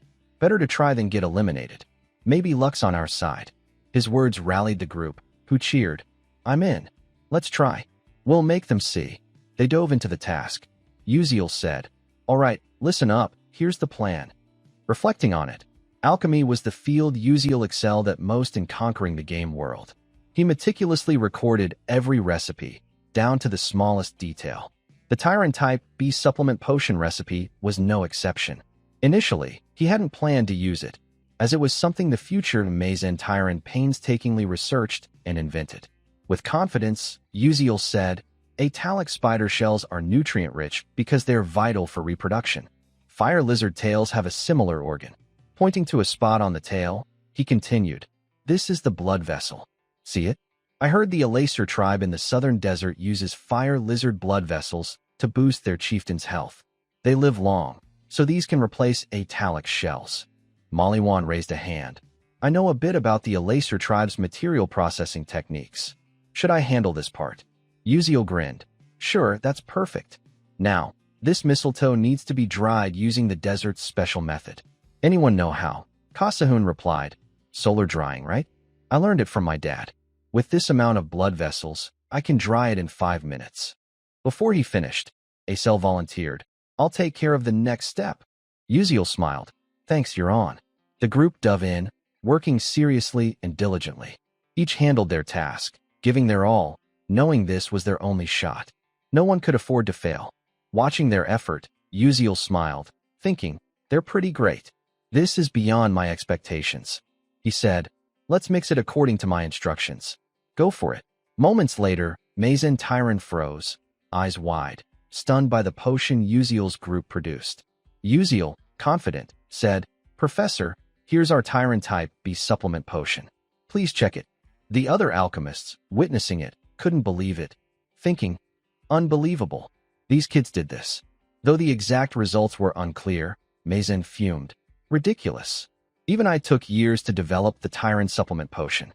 How did these kids pull it off so easily? One alchemist, curious, said, let me test it first. Absorbing the potion's energy, she felt its power and gasped. In all my years, I've never seen such a marvel. Another alchemist asked, what are you doing? Regaining composure, she said. There are some flaws, and materials were wasted, but the effect surpasses my Tyrant supplement potion. The group's eyes lit up like headlights, thrilled by the unexpected success. Luck had smiled on them. The other alchemists tested it, praising, outstanding. You young folks bring fresh knowledge. But one person was livid. Damn it. Mazen's face twisted in frustration. Poor her, but oh well, huh? Mazen snapped. Let me see it. I'll verify it myself. Holding the group's potion, she was floored. She thought, this can't be wrong. This potion uses my technique to convert monster nutrients into human energy, a perfect Tyrant supplement potion. How did they make a better version so quickly? This is absurd. But then she schemed. Whatever, I'm the greater. Hee hee, I'll fail them for missing materials right here. But life isn't that easy. Her plans crumbled when another alchemist said, A+4 group, 12 seems too low. Don't you think, Professor Mazin? Mazin thought, damn those old geezers. Gritting her teeth, she conceded, Group 12 passes. The group erupted from nervous anticipation to joy. Hell yeah, we did it. Pepsi, we nailed it. They aced the practical. But someone was probably having a heart attack. Damn it. Mazin's face contorted, thinking, I'll deal with you later, Beck Uziel. Just wait. Her dark magic corruption rate was rising. Days later, at the Class S training ground, students practiced diligently. Flame, exhausted, said, Ugh, finally done. But I've still got classes, tiring as hell. Suddenly, her eyes widened. From afar, she heard, It's okay, He Won Riang. You did great. You're still better than the princess. Don't cry. Following the voices, Flame saw a group comforting He Won Riang, a red-haired girl. Flame thought, that girl's a fire magic prodigy. But she said his progress is terrifying. I've trained for years, yet the princess might soon surpass my control. Overhearing this, Flame was shocked. Uziel's control was supposed to develop in year 2. How's he doing it in year 1? Is it because of him? Recalling the alchemy practical, she found it odd. The Tyrant Type B supplement potion recipe was Izel's future discovery, stolen and refined by Mazin. Yet Uziel knew a recipe not in the original story. This wasn't in the plot. Wait, he knows future info, but not the original story's details. Is he not a transmigrator, but a regressor? That explains everything. If Uziel's from the future, he'd know future knowledge, but not every minor event tied to Acel. Flame speculated. In the original, Mazin also regressed once. The 11th moon, a unique entity controlling time. That power's terrifying. Lost in thought, a voice interrupted. What's up, Flame? It was He Won Riang. Flame ran over. Perfect timing. You know Uziel, right? What's your impression of him? Surprised, He Won Riang said. What do you mean? He's just a bit unique. Flame pressed. Nothing else? No other feelings. He Won Riang shrugged. Nope. Flame, disappointed, palmed her forehead. Ugh, really? He Won Riang asked. Flame, what's your deal with Uziel? Flame admitted. Well, kinda. She thought. Uziel's like me, knowing the original plot. Muttering, but this won't do. I can't stay stuck. He Won Riang, confused, asked. What's that mean? Flame replied. I mean standing still isn't my style. Since we're talking about Uziel, maybe I should meet him and spill everything? He Won Riang froze, baffled. Spill everything? Flame's words left He Won Riang stunned, frozen for a few seconds, speechless. As she walked away, she waved. Thanks for listening. I'm off, leaving him with a whirlwind of questions. His eyes clouded with a hint of sadness as he watched her fade into the distance, his hand slowly dropping. Flame's words echoed in his mind. Confess what? Does Flame have feelings for Uziel? Damn it, this is driving me nuts. A long day passed. The next morning, Uziel sat alone, sipping bitter coffee, lost in thought. He sighed. What now? Mazin Tyran's dark magic corruption is at 37%. Less than 3 months until that event. Her corruption could randomly affect a student, maybe Flame's friends like Jackie, Ars Huang, Bian's loyal knight, or even He Won Riang, heir to the Shadow Moon Tower. If He Won Riang gets corrupted, it's a disaster. Though unlikely, his corruption would be the worst outcome. Gotta be extra careful. Suddenly, his eyes widened in shock. Flame stood before him, visibly annoyed. She spoke first. What are you doing? Uziel, flustered, replied, Doing what? Flame pressed. You didn't answer my question about your identity last time. Uziel thought, that question? You're putting me on the spot. How do I explain? It's a long story. Should I just tell Flame the truth? Maybe it'll lead to something better. All or nothing. Let's try. He started.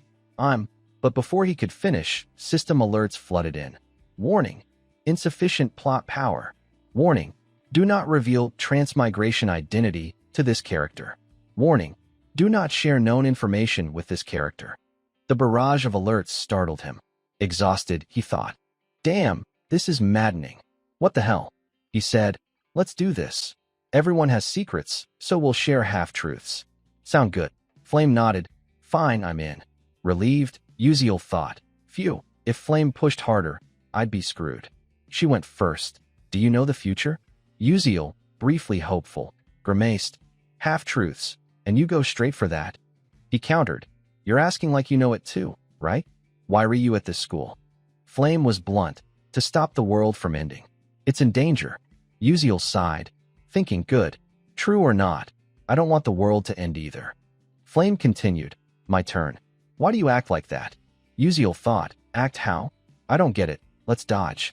He replied. No reason. I just do what I think is right. Thinking, that should do it. But Flame snapped. Damn it, don't lie. Why are you so kind? You've got some goal, right? Flustered, Uziel said. No, really. It's not what you think. Well, who doesn't want something? Honestly, I'm not sure. Flame, frustrated, said what? Not sure. Uziel added. Yeah, I just want to survive. Shocked, Flame froze. Survive. Feeling tactless for pressing, she stammered. Guess so. Sorry, my bad. Uziel, confused, said what? That's it. Tears in her eyes, Flame turned away. I'm going. See you later. Uziel was floored. What the hell? I didn't even ask anything. Why's she crying? I didn't do anything. Suddenly, a furious voice roared. Uziel. A chill ran down his spine. Oh crap. It was He-Won Riang, eyes like daggers, radiating menace. Without preamble, he shouted. Damn it, answer. Why's Flame crying? Lie and you're done. Terrified by his fury, Uziel thought. Holy crap. A glare from the strongest character's rival is chilling. Now I remember. He-Won Riang has a one-sided crush on Flame. I'm screwed. But I didn't do anything. A misunderstanding's trouble. I gotta clear this up. He said. There's nothing shady with me and Flame. Why were you asking? He-Won Riang frowned. You expect me to believe that? Believe it or not, you better believe there's nothing. Got it. Uziel awkwardly said. All right. Nothing shady, I swear. He-Won Riang, pensive, suddenly looked down. Is that so? My bad, sorry. His apology sent shivers through Uziel, who stammered. No problem. I'm off. He-Won Riang walked away. Uziel sighed, relieved, thinking, what was that? So unlike him. He-Won Riang. Always cold and rational. Acting unstable? I'm getting bad vibes. That evening, Acel closed her book, exhausted. Damn, why can't I focus today? She recalled her talk with Uziel in the lab. Uziel, about that recipe, did you come up with it on the spot? He'd said something like that. She'd been shocked. I thought I was a genius, unbeatable. Guess not. Snapping back, Acel gasped. What? What's wrong with me? How can I avenge my father like this? Those who framed him as a traitor, driving him to death. The vile, despicable Adalovit family. I can't just be this weak to take revenge. Damn it. Calming herself, she vowed, no, I can't give up. I have to try harder. One day I'll do it. The next morning, warm sunlight streamed through the window onto Flame's bed. She woke but lingered lazily, reluctant to get up. She thought, I chose a 4-person room for the lively vibe. Should have picked a solo Class S room. She'd picked the shared room for fun and socializing, but now regretted it. Flame muttered. Uziel said he doesn't know his purpose. No doubt, he's a regressor. I recall in the original story's end, the 11th moon told my Yuziang, I can send you back in time, but you'll lose most memories and recollections of that period. After completing your mission, you'll vanish from this world. No one, not friends, not loved ones, will remember you saved it. Will you sacrifice to start over? My Yuziang had replied. If that's my fate, I'll save the world again. But Acel, desperate, interjected. Wait. I'd rather see the world end than live without you. Let's go together. Her plea melted my Yuziang's icy heart, making him abandon regression. Ultimately, the world was destroyed, ending tragically. Sitting up, Flame thought, if this world differs from the original, and my Yuziang doesn't know Uziel regressed via the 11th moon, then after his mission, he'll vanish. No one will know he existed. With most memories gone, driven only by duty, he just wants to survive? As a regressor, his courage must be his sole shield against erasure. Flame reflected, he could have run.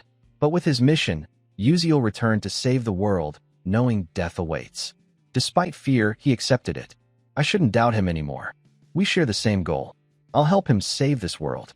Suddenly, Urgent footsteps echoed. Jackie burst in, panicking. Flame. Lord He-Won Riang's looking for you. He's waiting on the dorm's first floor. Flame flopped back, feigning exhaustion. Tell him I'm not here. Say I'm sleeping. Jackie hesitated, but Flame cut her off. I don't care. Just say that. I want to sleep. Don't bother me. Jackie relented, but envy flickered. She was jealous of the attention Flame got, but didn't cherish. She hurried to the first floor. Outside, He-Won Riang stood, eyes tinged with the sorrow of unrequited love. Jackie called, Lord He-Won Riang. He perked up, but seeing Jackie, his face fell. The one he wanted didn't show. Instead, a stranger did. His cold demeanor embarrassed Jackie.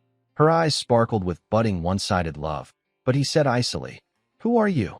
His words hit like a bucket of cold water, snapping her back to reality. Her heart shattered. Damn it.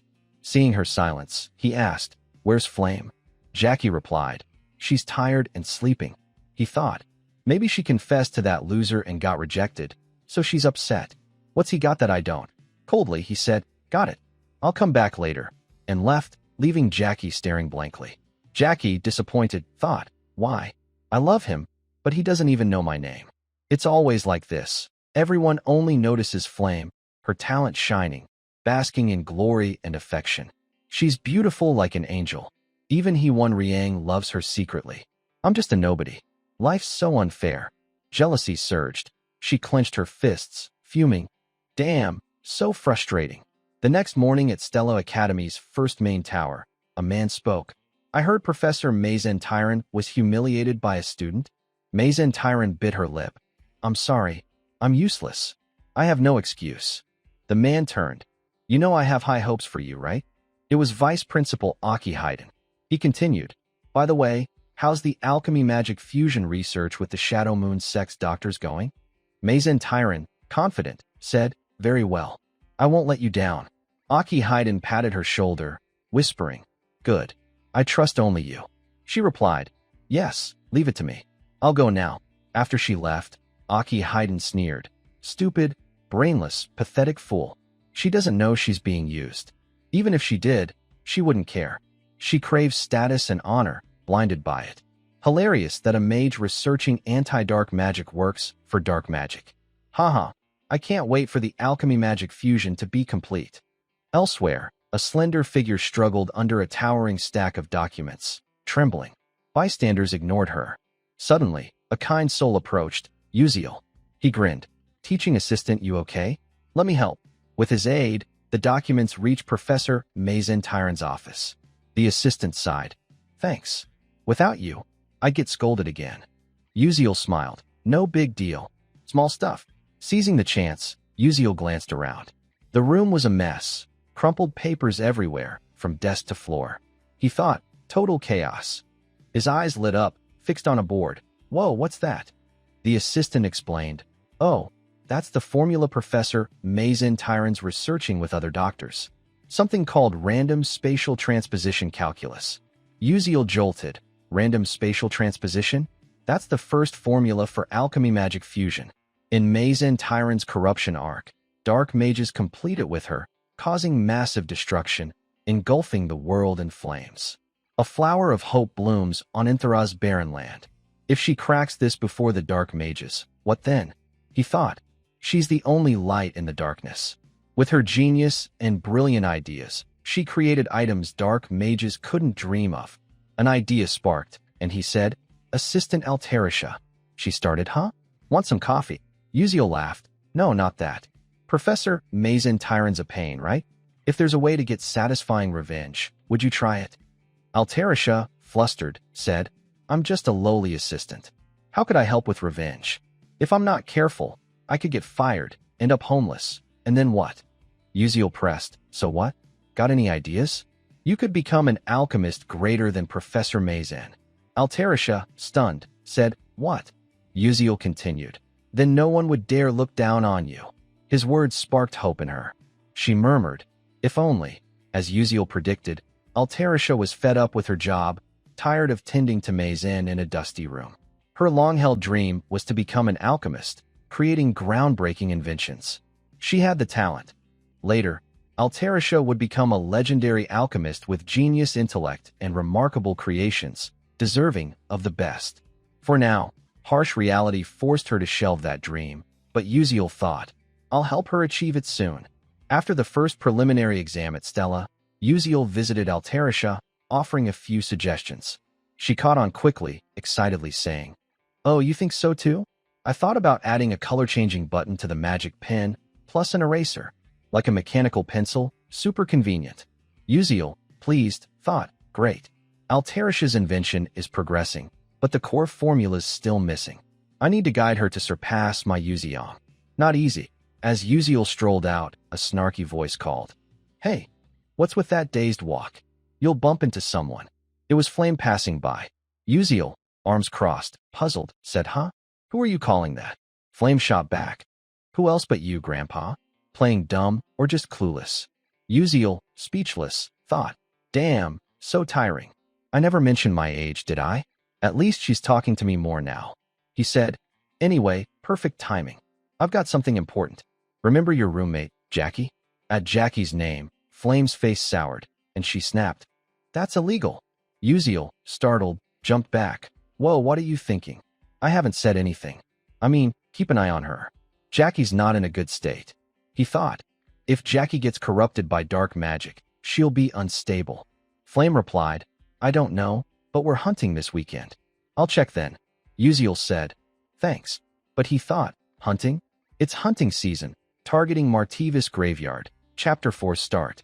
Main characters like my Yuziong, Acel, and Flame are involved, even facing a Tier 5 Necromancer. I won't interfere, but grabbing the hidden reward could help secure a Familia contract. Hours later, Uziel visited Professor Lee for an outing permit. Lee, holding the form, said, Training? But you can't learn swordsmanship or Knight's Way in chat. Uziel froze, unsure how to respond. Spotting my Yuziong's outing form, he thought, as expected, they're hunting, matching my memories perfectly. He persuaded, Sir, lots of people are hunting lately. Lee replied, Seems they're heading to Martivis Graveyard for club activities, probably treasure hunting. Ma Yuziong and He Won Riang are diligent. Ma Yuziong's visiting her family, and He Won Riang's with Flame. Uziel, shocked, said, What? Without Ma Yuziong, we can't beat the Necromancer. Why's she going home? This lineup can't handle a Tier 5 Necromancer. What now? I can't request help without proof, and the plot won't let me spill everything. But I won't let this happen. Days later, at Martivis Graveyard, a male student defeated a giant fish, now writhing on the ground. It was second-year Do Kielwang. He cheered, Hell yeah, Tier 2 threat. No match. Predator fish is tough, though. A grumpy voice snapped, Hey, dumbass. Don't screw this up. You listening to the captain? It was second-year Kashif Derek. Do Kielwang scratched his head, grinning. Hee, my bad. Kashif fumed. Damn, this idiot's still laughing? A girl called from afar. Forget it. Save your breath. It was second-year Bandian. She turned to Acel. Don't mind them. Ignore him. Acel replied, Yes, ma'am. Kashif spun around. I heard that. Got a problem? Too loud. Watch your mouth in front of freshmen. Acel thought. I joined the club for an open spot. Good thing they're not bad people. Lost in thought, the captain shouted, Acel, let's go. She responded, Yes, sir. Suddenly, a loud boom echoed from afar. The group froze, looking toward the sound. What's that? A fight nearby? Bandian asked. If it's a hunting overlap, should we greet them, Captain? Kashif, dazed, said, yeah. With that, the team marched toward the noise. Izel's eyes widened, spotting Uziel, Flame, and an unfamiliar group in the distance. The group was arguing. Hong Bian shouted, I clearly took down the giant piranha first. Flame retorted, Nonsense. It was in our hunting zone, so it's ours. Before Acel lay the dead giant piranha. She thought, a giant piranha? A rare Tier 3 monster. They're fighting over the loot. Getting involved will only cause trouble. Plus, I don't want to face the sister of my father's killer. I need to get out of here. Suddenly, a voice chimed in. Hey, juniors, what's the issue? Spill it to your senior. It was Kashif Derek, approaching cheerfully. Hong Bian and Flame snapped in unison. Shut up and get lost. Kashif, annoyed, said, Talking to your senior like that? Hong Bian shot back. Act like a proper senior, then. The team captain, bewildered, stammered, what? Suddenly, a loud rumble shook the ground, and a mysterious energy surged. Flame thought, this energy, bad news. A skeletal hand burst from the ground. Everyone froze, eyes wide. Flame gasped, no way. Skeletons already. Countless dry corpses charged, their eerie wails echoing. Meanwhile, in another part of the graveyard marked, Do Not Enter Alone, Uziel's system updated. Skill experience gained. Stats increased. He sighed, why's my only magic flash of all things? Dead fish littered the ground. He muttered, about time, huh? Spotting tombstones, he said, found it. His expression darkened. I don't have my Yuziong's OP skills to wipe out skeleton armies or overwhelming power. I'll fight like a gamer. Chapter 4, Necromancer's Assault begins. The ground trembled. A bone general, a tier 2 sub-boss appearing thrice in this chapter, emerged swiftly. With glowing red eyes and grotesque teeth, it glared at Uziel. He thought, with my current strength, facing it head-on is suicide. But that's not my plan. Grabbing its head, he punched hard. Get back down. Comic logic says you stand still during transformations or summons, but that doesn't mean I'll just wait. Completing the bone staff, he gained control of the bone general. Now the world's mine. Let's roll. Elsewhere, skeletons multiplied, surrounding the group. A chilling aura spread. Flame thought, I let my guard down. This is the Necromancer chapter. Damn, something's off. If I remember right, my Yuziong handles this. Why's Acel with this group? Where's my Yuziong? Am I stuck facing a tier 5 Necromancer with them? Seeing Flame rattled, he won Riang reassured. I sent a distress signal to Stella via pocket watch. We just need to hold out. Do Keelwang added, yeah, stall until the professors arrive. Even if we can't beat the Necromancer, we'll escape. Hong Bian snapped. No time for comfort.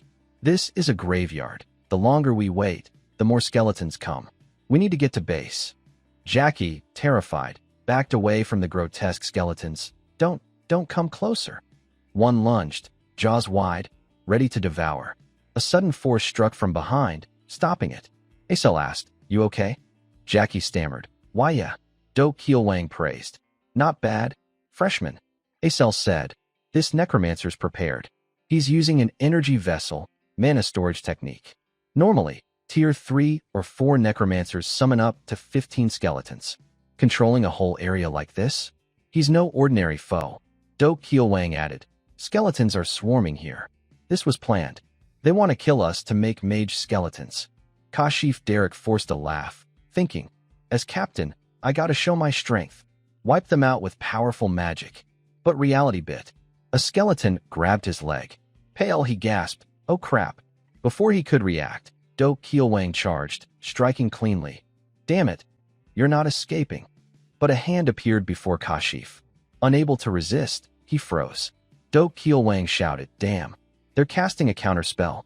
Duck! A terrifying force formed, its oppressive pressure threatening to explode. Everyone panicked. Hong Bian yelled, no. If that goes off, we're... Before she finished, boom. A massive explosion rocked the graveyard, leaving a giant crater. Many were injured, but luckily Flame was unharmed. Yet the Necromancers kept charging relentlessly. Flame thought to herself, this is wrong. This is my limit. I'm exhausted, and things are looking bad.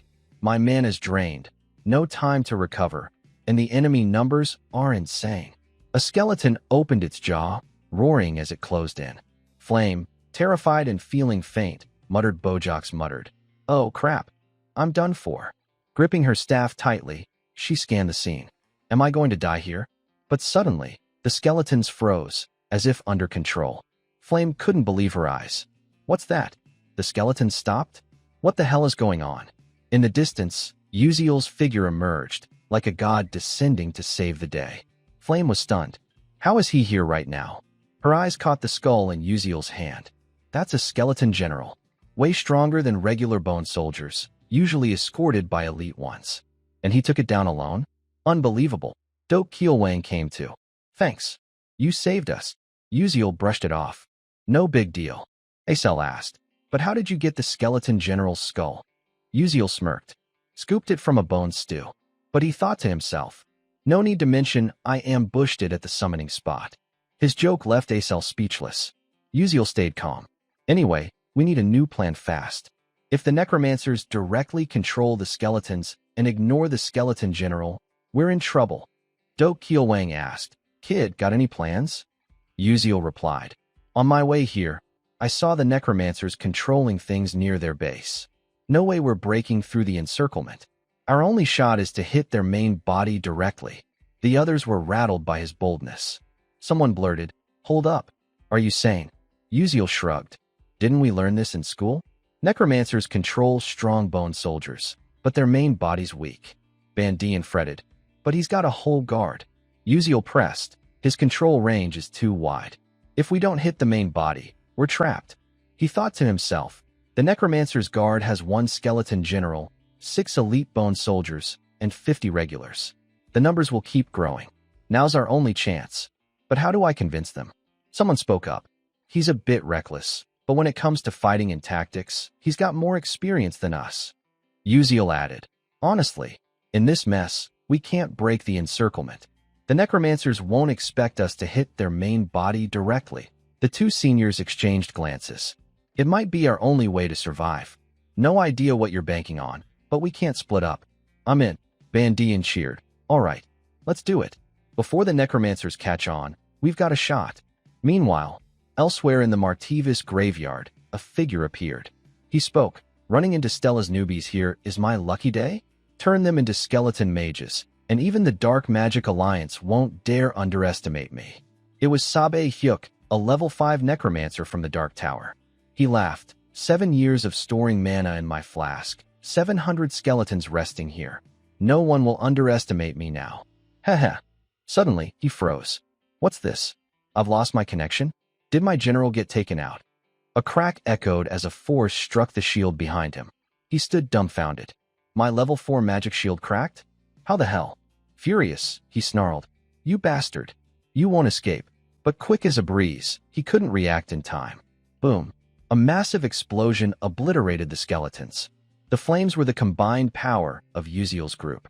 Sabe Hyuk stood frozen, stunned. Damn it, I got cocky. I didn't expect them to hit my main body directly. Even if they're newbies, Stella's still Stella. Can't underestimate them. He thought, I hate to admit it, but this is too dangerous. Time to summon the elite bone soldiers. Biting his finger till it bled, he spread his arms. Evil ones, heed my call. The ground split open, and skeleton warriors emerged, grinning wickedly. An army quickly surrounded them. But Sabe Hyuk spat blood, his body heavily damaged. Wiping the blood, he cursed, Damn it. Wiping the blood, he thought bitterly. Summoning those bone soldiers hurt me, but it's enough. Hold them off. Kill them so I can claim my reward. The skeletons roared and charged, while he watched from afar. Smirking, he said, Good. Fight well. Now I can relax. But life's never that simple. Uziel flashed in with a blink, appearing right behind the necromancer. Sabe Hyuk sensed someone, turned, and shouted in panic. Damn it. Who are you? Uziel just smirked, not bothering to answer. Sabe Hyuk quickly sensed someone behind him, whipping around and shouting in panic. Damn it.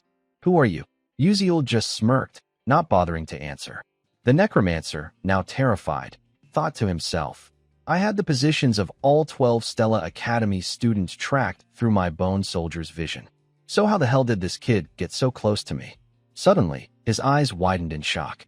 He couldn't believe what Uziel held in his hand, blurting out, No way. Isn't that my skeleton general? How is it in your hands? But then, Uziel casually dropped the skull, letting it hit the ground with a thud. Not stopping there, the protagonist slashed it with a fierce strike. With the skeleton general destroyed, Sabe Hyuk's internal injuries worsened. He spat out several mouthfuls of blood, his face pale as he clutched his wound. Furious, he thought, Damn it, I was too cocky. So this is the true strength of Stella Academy students. Meanwhile, Uziel, sweating, thought, Dok Kielwang and Bandian were supposed to take out the skeleton general and back me up. But those elite bone soldiers held them up. Am I really fighting alone? I'm the weakest in the group. Should I just run? He felt this move was a bit off. Suddenly, Sabe Hyuk coughed up more blood. Uziel snapped back to reality, noticing the necromancer's condition. He muttered, Looks like he's badly hurt too. He must have overexerted himself summoning those elite bone soldiers, causing internal damage. Maybe I can do this. A confident smile crept across his face. Out of nowhere, Jackie ran up, panicking. Princess, we're in trouble. The necromancer's fighting Uziel one-on-one. He won. Riang flinched. What? She looked ahead, where Uziel and Sa Baihyuk were locked in combat. A powerful aura radiated around them, the fight intense. He won. Riang mumbled. This is bad. This wasn't the plan. For some reason, Uziel's the only one facing the necromancer. Right now, the Stella trainees are scattered, probably to divide his forces and take out enemies one by one. Can Uziel hold him off until we get there? If he dies, I'll never forgive him. Hang in there, Uziel. Uziel kept using his blink skill, moving nimbly. Eyes wide, he observed to find a smart solution. His precise judgment and blink skill let him dodge Sa Baihyuk's attacks for now. But knowing he couldn't keep evading, Uziel switched to a high-risk, high-reward playstyle, like in his gaming days. He blinked right up to the necromancer. Sa Baihyuk, a level 5 necromancer, saw Uziel's bold move and gritted his teeth, snarling. Humph, you won't take me down that easily. Dream on. A cage of bones enveloped him. Uziel smirked, thinking, is that all? I've got Cola, the bone soldier's kryptonite, ready for this. Haha, this battlefield's mine now. With that, Uziel hurled 2 Cola vials at him. Instantly, the bones corroded. Sa Baihyuk's eyes widened in disbelief as his prized magical shield dissolved. Recalling his earlier boasts, his face flushed with embarrassment. He roared, You bastard! How dare you destroy my bone shield? Kill him now. Sharp bone spikes shot toward Uziel, but he had already blinked behind Sa Baihyuk. Gripping his sword smugly, Uziel thought, Now's the moment. Thinking he'd land a fatal blow, he was shocked when Sa Baihyuk turned, grinning wickedly. Got you. It was all part of his plan. He'd sensed Uziel's approach. Uziel realized, damn it, I'm the one who got played. A sharp bone spike shot up from the ground, brutally piercing his leg. Blood sprayed everywhere. Uziel, in agony, thought bitterly. Crap, it hit. Gritting his teeth, he staggered back. Sa Baihyuk laughed triumphantly. Ha, you fool. Keep struggling, but here's your bitter end. Go on, keep talking big. Feeling the searing pain in his leg, Uziel panted, thinking, I was too cocky. Even injured, he's a legit level 5 mage. But I can't die here. He's got to be exhausted. Constant spell casting is wearing him down. In other words, this is all he's got. Level 5 or not, what do I do? If I can land one more hit, I might take him out. But the pain's too much. I can't focus. Even my 6th sense skill isn't working. My head's pounding, and blinking's near impossible now. What do I do? Suddenly, an idea sparked in Uziel's mind. That's it. As he hung his head in thought, Sa Baihyuk closed in, ready to strike with a smug look. Die. Uziel reacted instantly, bolting forward without a word. But his injury made him stumble, face-planting into the dirt. Seeing the protagonist's pathetic state, Sa Baihyuk cackled like a madman. Haha, look at you running for your life. How pitiful. But Uziel ignored the taunts. In his mind, he told himself, just a bit more. He dragged himself forward. Sa Baihyuk kept mocking. Haha, struggling's pointless. I'll kill you right here. But Uziel didn't see it that way. He smirked and declared, I've won. The distance between Sa Baihyuk and Uziel was 13 meters, meaning he didn't need to cancel his blink skill.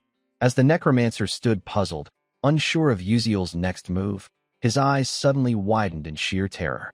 In less than a second, Uziel blinked right in front of him. Bracing against the searing pain in his leg, Uziel mustered all his remaining strength into his sword and delivered a fatal strike, piercing Sa Baihyuk's heart. Blood sprayed everywhere. At the same moment, with the necromancer dead, the bone soldiers attacking Uziel's teammates froze, leaving everyone stunned. The skeleton army disintegrated into the wind. Seeing this, Doak Keelwang gasped. Did Uziel actually defeat the necromancer? As if waking from a nightmare, Jackie collapsed to the ground, eyes wide with disbelief, muttering, No way. Uziel really took down a level 5 necromancer. His words triggered an explosion of emotions, like returning from the brink of death. The group shouted in unison, We're alive. We're alive. No one understood how a first-year student defeated a necromancer, but it didn't matter. They were alive, their hearts pounding with the vivid truth. Someone cheered joyfully, tears streaming down their face. Cutting to Uziel, after defeating Sa Baihyuk, he collapsed from exhaustion. A while later, he stirred, sighing, "I'm beat. I just want to go home." Soon after, the Magic Knights of Stella Academy arrived at Martivis Graveyard, gathering intel and escorting everyone back to the academy.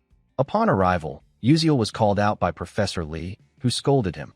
"Uziel, you said you were training in some scenic, fresh-air spot, but you ended up in a graveyard?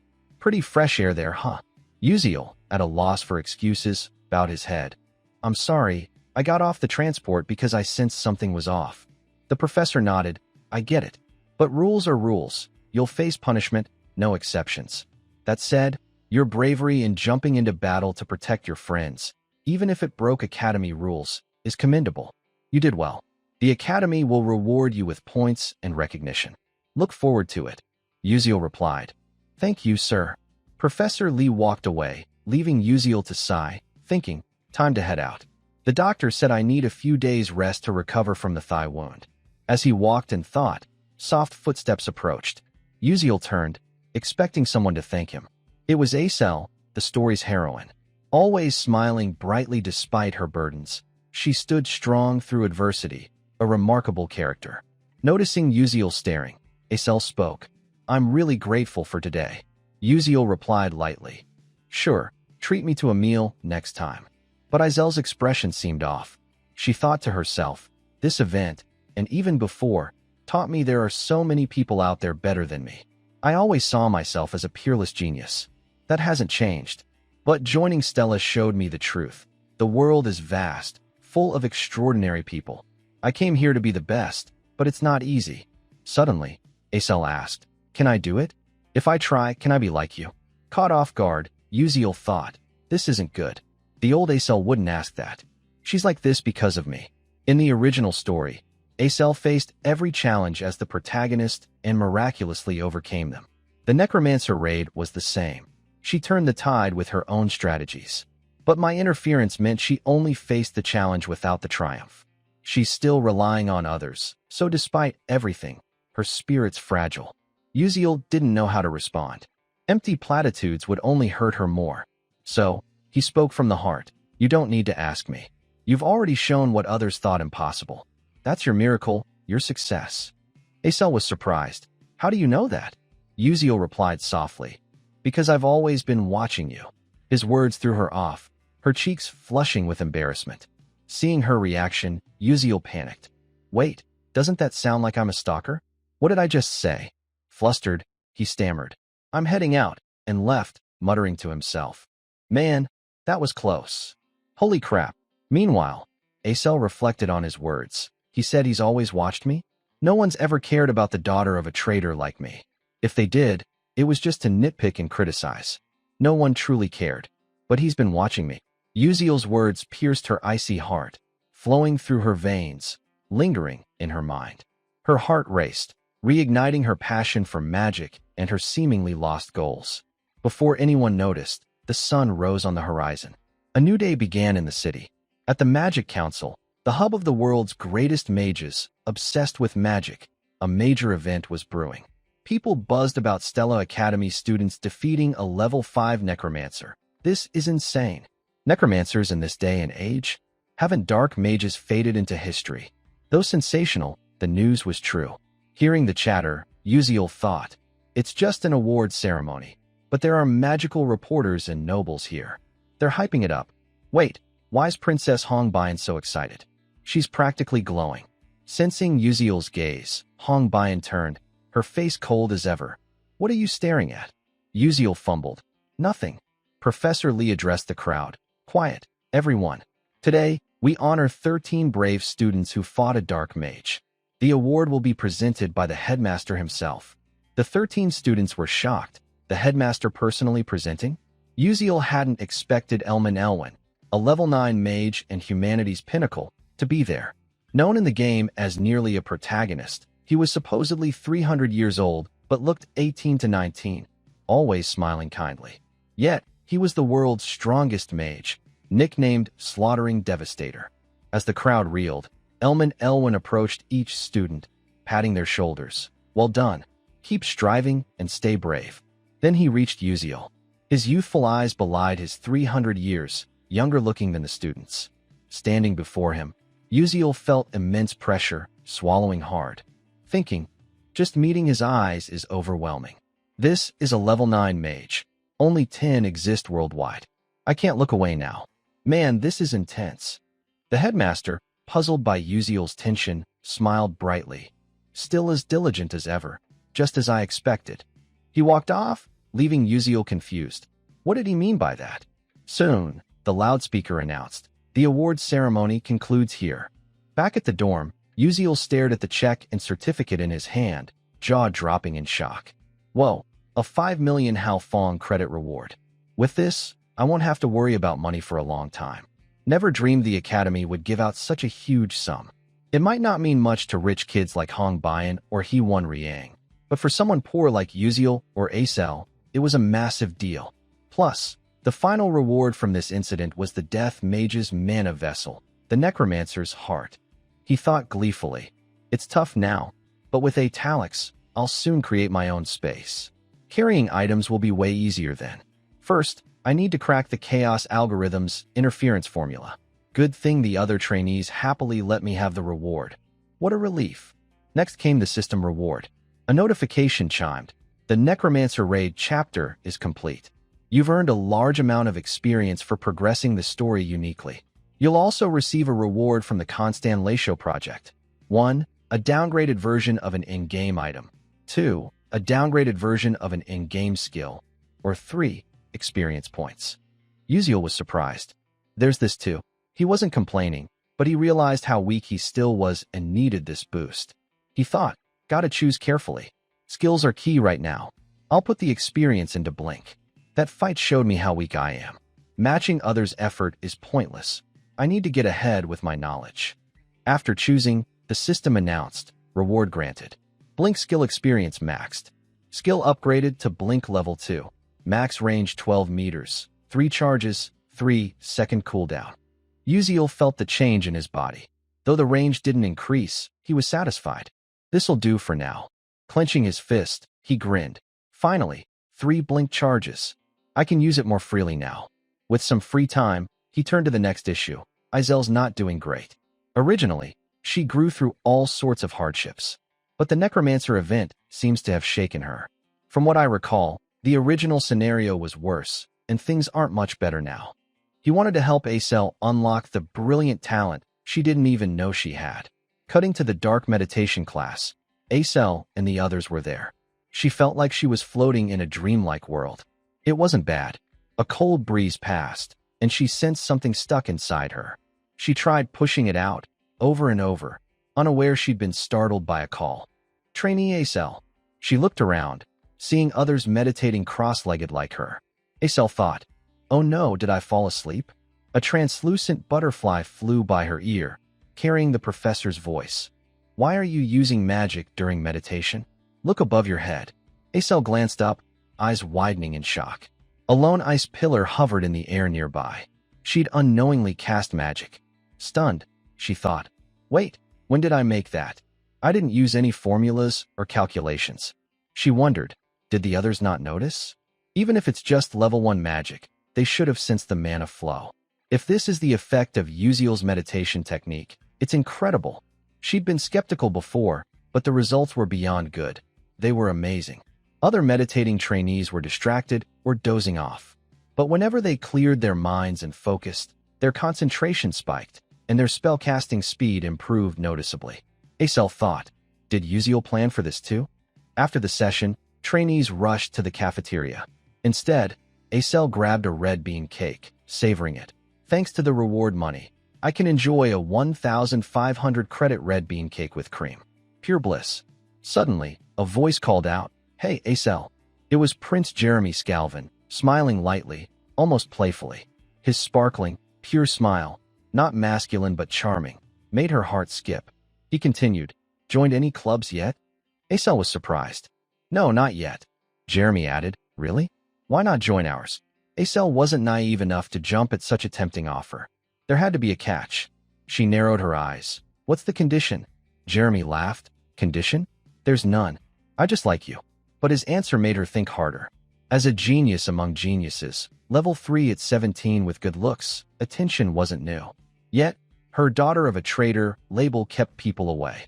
So why was Jeremy different? She thought, he's lying. He clearly wants to use me as a pawn.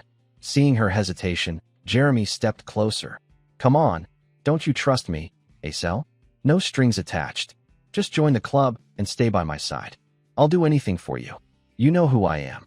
Acel, sharp as ever, understood. The Scalvan Empire was at odds with the Adalavet Kingdom. With Prince Jeremy's backing, her struggles could end. No more rejoicing over a mere red bean cake or enduring shame as a traitor's daughter. Though she knew better, she stammered. Oh, as she opened her mouth, eyes blank, Jeremy smiled, sensing victory.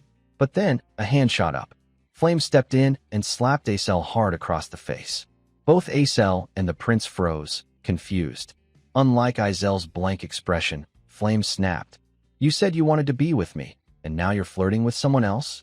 You said you liked me, and now you're ditching me. Without waiting, Flame grabbed Izel's wrist and pulled her away. Come with me, we need to talk. She dragged Acel off, leaving Jeremy intrigued by this fiery girl. Later, behind the campus, Flame sighed in relief. Phew, that was close. Acel, still confused, asked, What's going on? What do you need to say? Flame replied, You should thank me. If you'd refused him without a reason, he'd harass you forever. Sorry for hitting you. I'm out of here. Waving, Flame left, leaving Acel stunned. As Flame walked, she thought, Did I do the right thing? If Acel followed the story and joined his club, Jeremy would destroy her. He'd spread humiliating gossip no woman could bear, and her achievements would go unrecognized. Her depression would worsen. I tried not to interfere, but seeing Uziel, I figured stepping in isn't always bad. Even with most of his future knowledge gone, he's still changing murky events. Flame glanced back, worried. But will my lie get caught? Cutting to Jeremy Scalvan's room, he sipped fragrant tea, musing, Flame's adorable. The way she hid her emotions in front of me was so fun. More than Acel. I want her. And so, the prince shifted his target. The scene shifts to the next day, with the sun high and a new day beginning. In the classroom, Professor Lee's voice rang out. Starting today, we'll conduct a combat simulation against monsters. This test isn't about weak level 1 or level 2 monsters anymore. Instead, you'll face mid-tier level 3 monsters, far more dangerous and tougher. I know an average trainee can't take them down alone, so the goal is to form teams, find their weaknesses, and defeat them with your group's tactics. The rules have been shared. From now on, you can move around and choose a mid-tier monster as your target. You'll have plenty of time to practice against it. Head to the Stella Dome. The north has the blazing valley, the south has the frozen sea, the west has the barren desert, and the east has the swamp with dense foliage. Pick the terrain that suits your team best. Hunt a mid-tier monster that matches your fighting style, and take it down. He continued, Classes A and S will train together. The evaluation is in 4 days. You'll showcase your battle against your chosen monster then. Form groups of up to 6, and submit your list to me. Hearing this, Acel stood alone, isolated. No one wanted to team up with her. Feeling a bit dejected, she thought, Ugh, I hate group work. This evaluation is critical. If I don't do well, I won't get a scholarship. Without that, I'll have to work weekends or holidays. That cuts study time, making scholarships even harder to get, and slows my magic progress. A grim future awaits. I've got to try harder. Suddenly, a voice ahead caught her attention. Princess, will you team up with me? Her thoughts interrupted. Acel looked up to see countless trainees swarming Princess Hongbian, each boasting why they were better than the rest. As expected of royalty, Hongbian could pick anyone she wanted. In stark contrast, Acel was completely alone, with no one approaching her. Her gaze lingered on Hongbian with a hint of envy, thinking, before Adalavet ruined my family, I was surrounded by flattery like that too. We started at the same level, my ice-attuned family at its peak, rivaling Adalavet's fire-attuned royals, both fiercely competing to dominate the magical world. Neither outshone the other. That's why Hongbian and Acel were born with prodigious talent. Acel once conjured an ice needle, while Hongbian sparked flames from her fingers. This wasn't just innate talent. Their ability to use magic at birth without training was a divine gift, granting them access to the celestial realm every mage dreamed of. The world once watched them, believing they were chosen, born into noble magical families with unmatched talent. Acel had believed she'd become a great mage until Adalavit destroyed her family. Clenching her fists, she thought, "No need to get angry. Back then, I thought I was chosen. Can I take revenge on Adalavit now?" Lost in her thoughts, with seeds of anxiety about to sprout, a familiar voice came from behind. "Hey, you're all alone?" It was Uziel. Seeing his bright face, Acel sighed. "What's up?" Uziel knew he'd come at the right time. Izel's confidence hadn't yet been consumed by darkness, and this was his chance to help her reclaim her light. Under the watchful eyes of Stella Academy's mages, Uziel flashed a radiant smile, pointing at himself. "Team up with me." Meanwhile, Hongbian noticed Uziel's arrival. Feeling a pang of disappointment, she thought, "Uziel, huh?" She wondered, why'd he pick Acel when he had so many other options? Acel, equally shocked, asked, "You said team up?" Uziel explained calmly, "There's no minimum team size, right? 2 of us can form a team and earn bonus points for a smaller group." Acel flinched. "Are you crazy?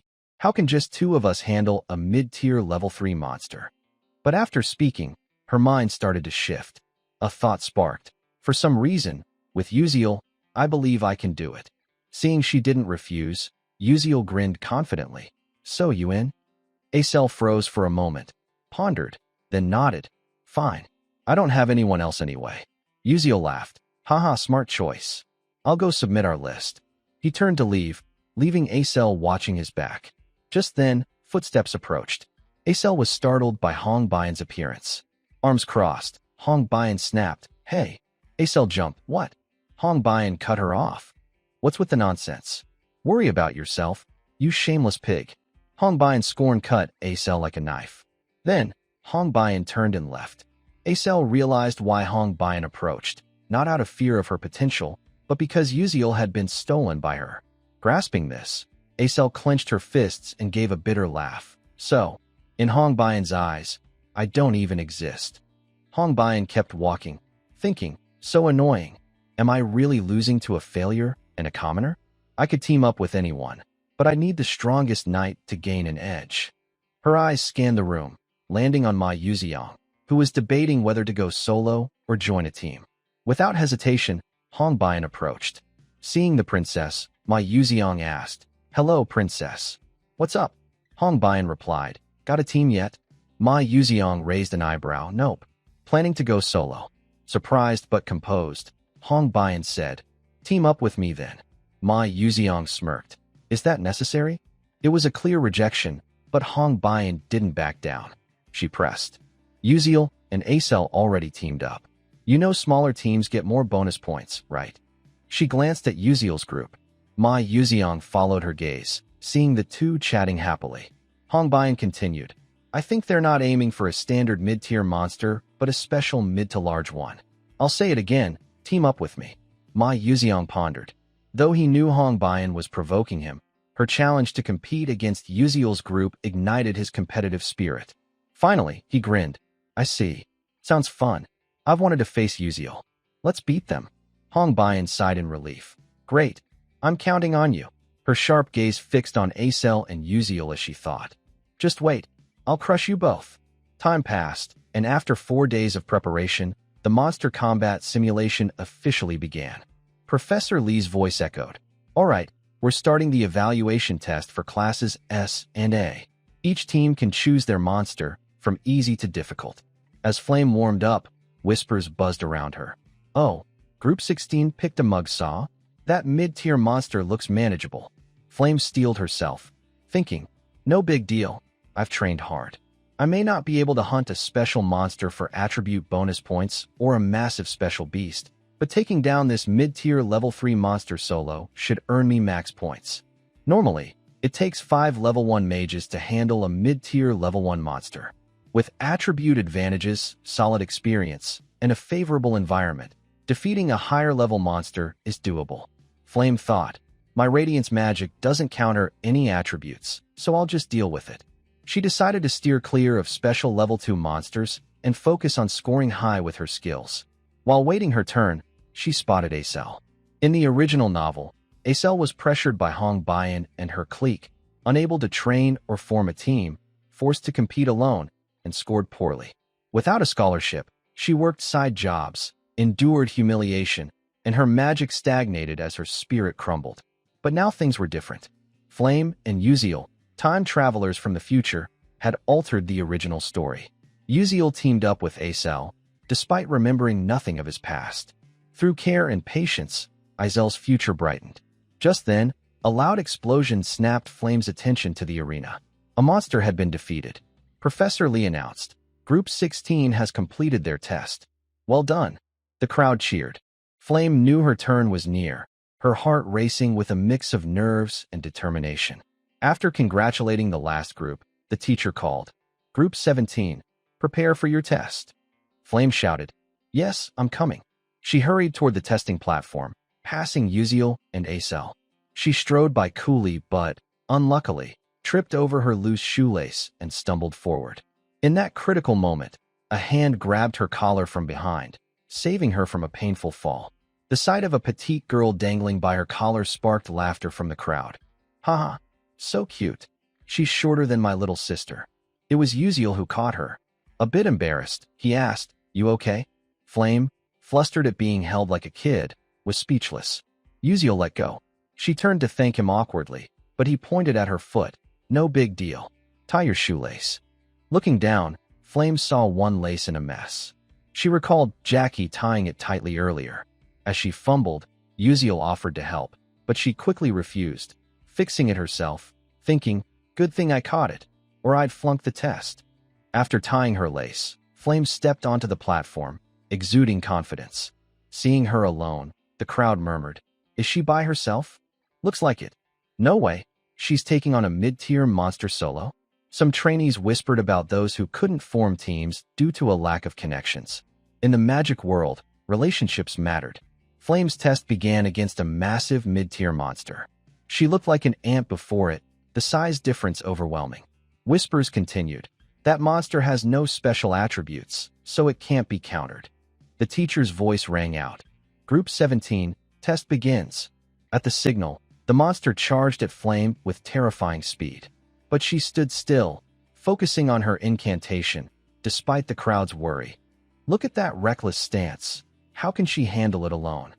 Finishing her spell, she whispered, Petals on the wind. A golden magic circle appeared beneath her. With determined eyes, Flame trusted her ability. Powerful vines sprouted from the ground, binding the monster tightly, immobilizing it. She then cast a matter transmutation spell, hardening the vines into stone, weakening the monster as it trembled in frustration. But Flame knew it wasn't enough to finish it. She summoned 3 radiant halos above her head, condensing power for the final blow. Just then, the beast went berserk, breaking free of the vines in a second. With blood-red eyes, it charged, jaws wide to swallow her. At that moment, Flame's spell activated. A massive beam of light shot out, piercing the monster and leaving a gaping wound in its body. Exhausted, having used nearly all her mana, Flame panted. The giant beast finally crashed to the ground, shaking the earth. The watching trainees were stunned. Teachers and guests removed their glasses, then put them back on, unable to believe their eyes. Those who'd mocked Flame fell silent. Whoa, that's insane. Our 5-person team couldn't even take down a mid-tier monster. Who is she? Professor Lee declared. Group 17's test is complete. He praised Flame. She bowed in thanks, left the stage, and thought, Phew, finally done. Returning to her seat, she spotted someone, her eyes widening in shock. Am I seeing things? Up next, the following group took the stage. The teacher announced, Now, Group 31's test begins. An intense showdown between the Academy's strongest was about to unfold. All eyes were on them, especially the first-year trainees, who screamed like they were seeing K-pop idols. It's Princess Hong Bayan, the princess of Adalavit royalty. And her teammate is Ma Yuziong, the top scorer in the entrance exam. He's so hot. How can someone be that handsome and smart?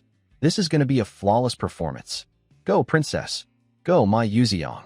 Meanwhile, Flame leaned against the wall, thinking, Hong Bian, who was supposed to form a 6-person team with her clique, is now with Ma Yuziang. In the original novel, these two had nothing to do with each other, but now they're a team. The more I think about it, the more my head hurts. What kind of bizarre combo is this? As Flame puzzled over it, the monster summoned by Hong Bian's team appeared. Its body was covered in diamond-hard scales coated in slime, with 2 fin-like wings letting it glide through the air. It had arms, legs, and a carp-like head, giving it a grotesque look. The crowd gasped in awe. Wait, is this real? No way. A phantasmal fish, for heaven's sake. That's a special mid-to-large tier monster. I can't believe they're tackling an impossible cross-element beast like that. Are they insane? Some professors and mages in the stands hurriedly pulled out magic charts, checking Ma Yuziang and Hong Bian's attributes. Many teams had tried special mid-tier monsters and failed miserably, even with magical advantages. Hong Bian's team ditched all those advantages, clearly aiming for bonus points. Some spectators marveled. As expected of a Dalovitz princess, incredible. Finding a phantasmal fish is hard enough, and they're going all in like this. In the original novel, Hong Bian used fire attributes, while Ma Yuziang wielded earth, lightning, and fire. But those were secondary. His true attribute was hidden, a secret he couldn't reveal. Ma Yuziang only showcased the attributes he was most confident in. The phantasmal fish, a water-attuned monster with tough scales, once ruled the seas with intelligence and numbers. A centuries-old curse stripped their intellect, reducing them to mere beasts. Still, they retained their aerial agility, immunity to lightning, a usual weakness for flying creatures, and clashed with Ma Yuziang's typical attributes. Not only were the two targeting a special mid-to-large tier monster that everyone else failed against, they also abandoned attribute advantages, clearly aiming for a perfect score. But that score depended on success. As the crowd buzzed, Professor Lee signaled the start. The phantasmal fish soared high, roaring, its foul breath spreading across the stands. As it approached, Hong Bian raised her staff. "Let's do this. Stick to the plan." Ma Yuziang nodded. "Got it, princess." He twirled his wand, stepping back to observe from a distance. A trainee wondered, "What are they doing?" Another, confused, said, "I thought they'd attack. Why's the knight retreating? What kind of mage is this?" As the crowd watched closely, Ma Yuziang suddenly used a speed boost, leaping into the air to face the phantasmal fish head-on. Do Keelwang, stroking his chin, remarked, "Huh, for a first year, his speed boost is impressive." Bandian nodded. "Yeah, the kid's got skills. But at that level, he can't reach the monster. Speed boosts don't work midair. What's he planning?" Amid the skepticism, Ma Yuziang summoned a square stone platform beneath his feet with his wand. Then, a fireball cast by Hong Bian exploded at his position post-speed boost. The shockwave propelled him forward like a rocket, straight at the phantasmal fish. The crowd gaped at the coordination. Their teamwork is perfect. Unbelievable. As he closed in, Ma Yuziang conjured a massive stone fist in the air, smashing it into the monster, sending it crashing to the ground at breakneck speed. When the dust settled, the phantasmal fish lay still, its hard scales cracked from the immense physical impact. Seizing the moment, Ma Yuziang cast another spell. A green magic circle appeared on the ground, and countless stone pillars rose, locking the phantasmal fish in place. But his control wasn't perfect.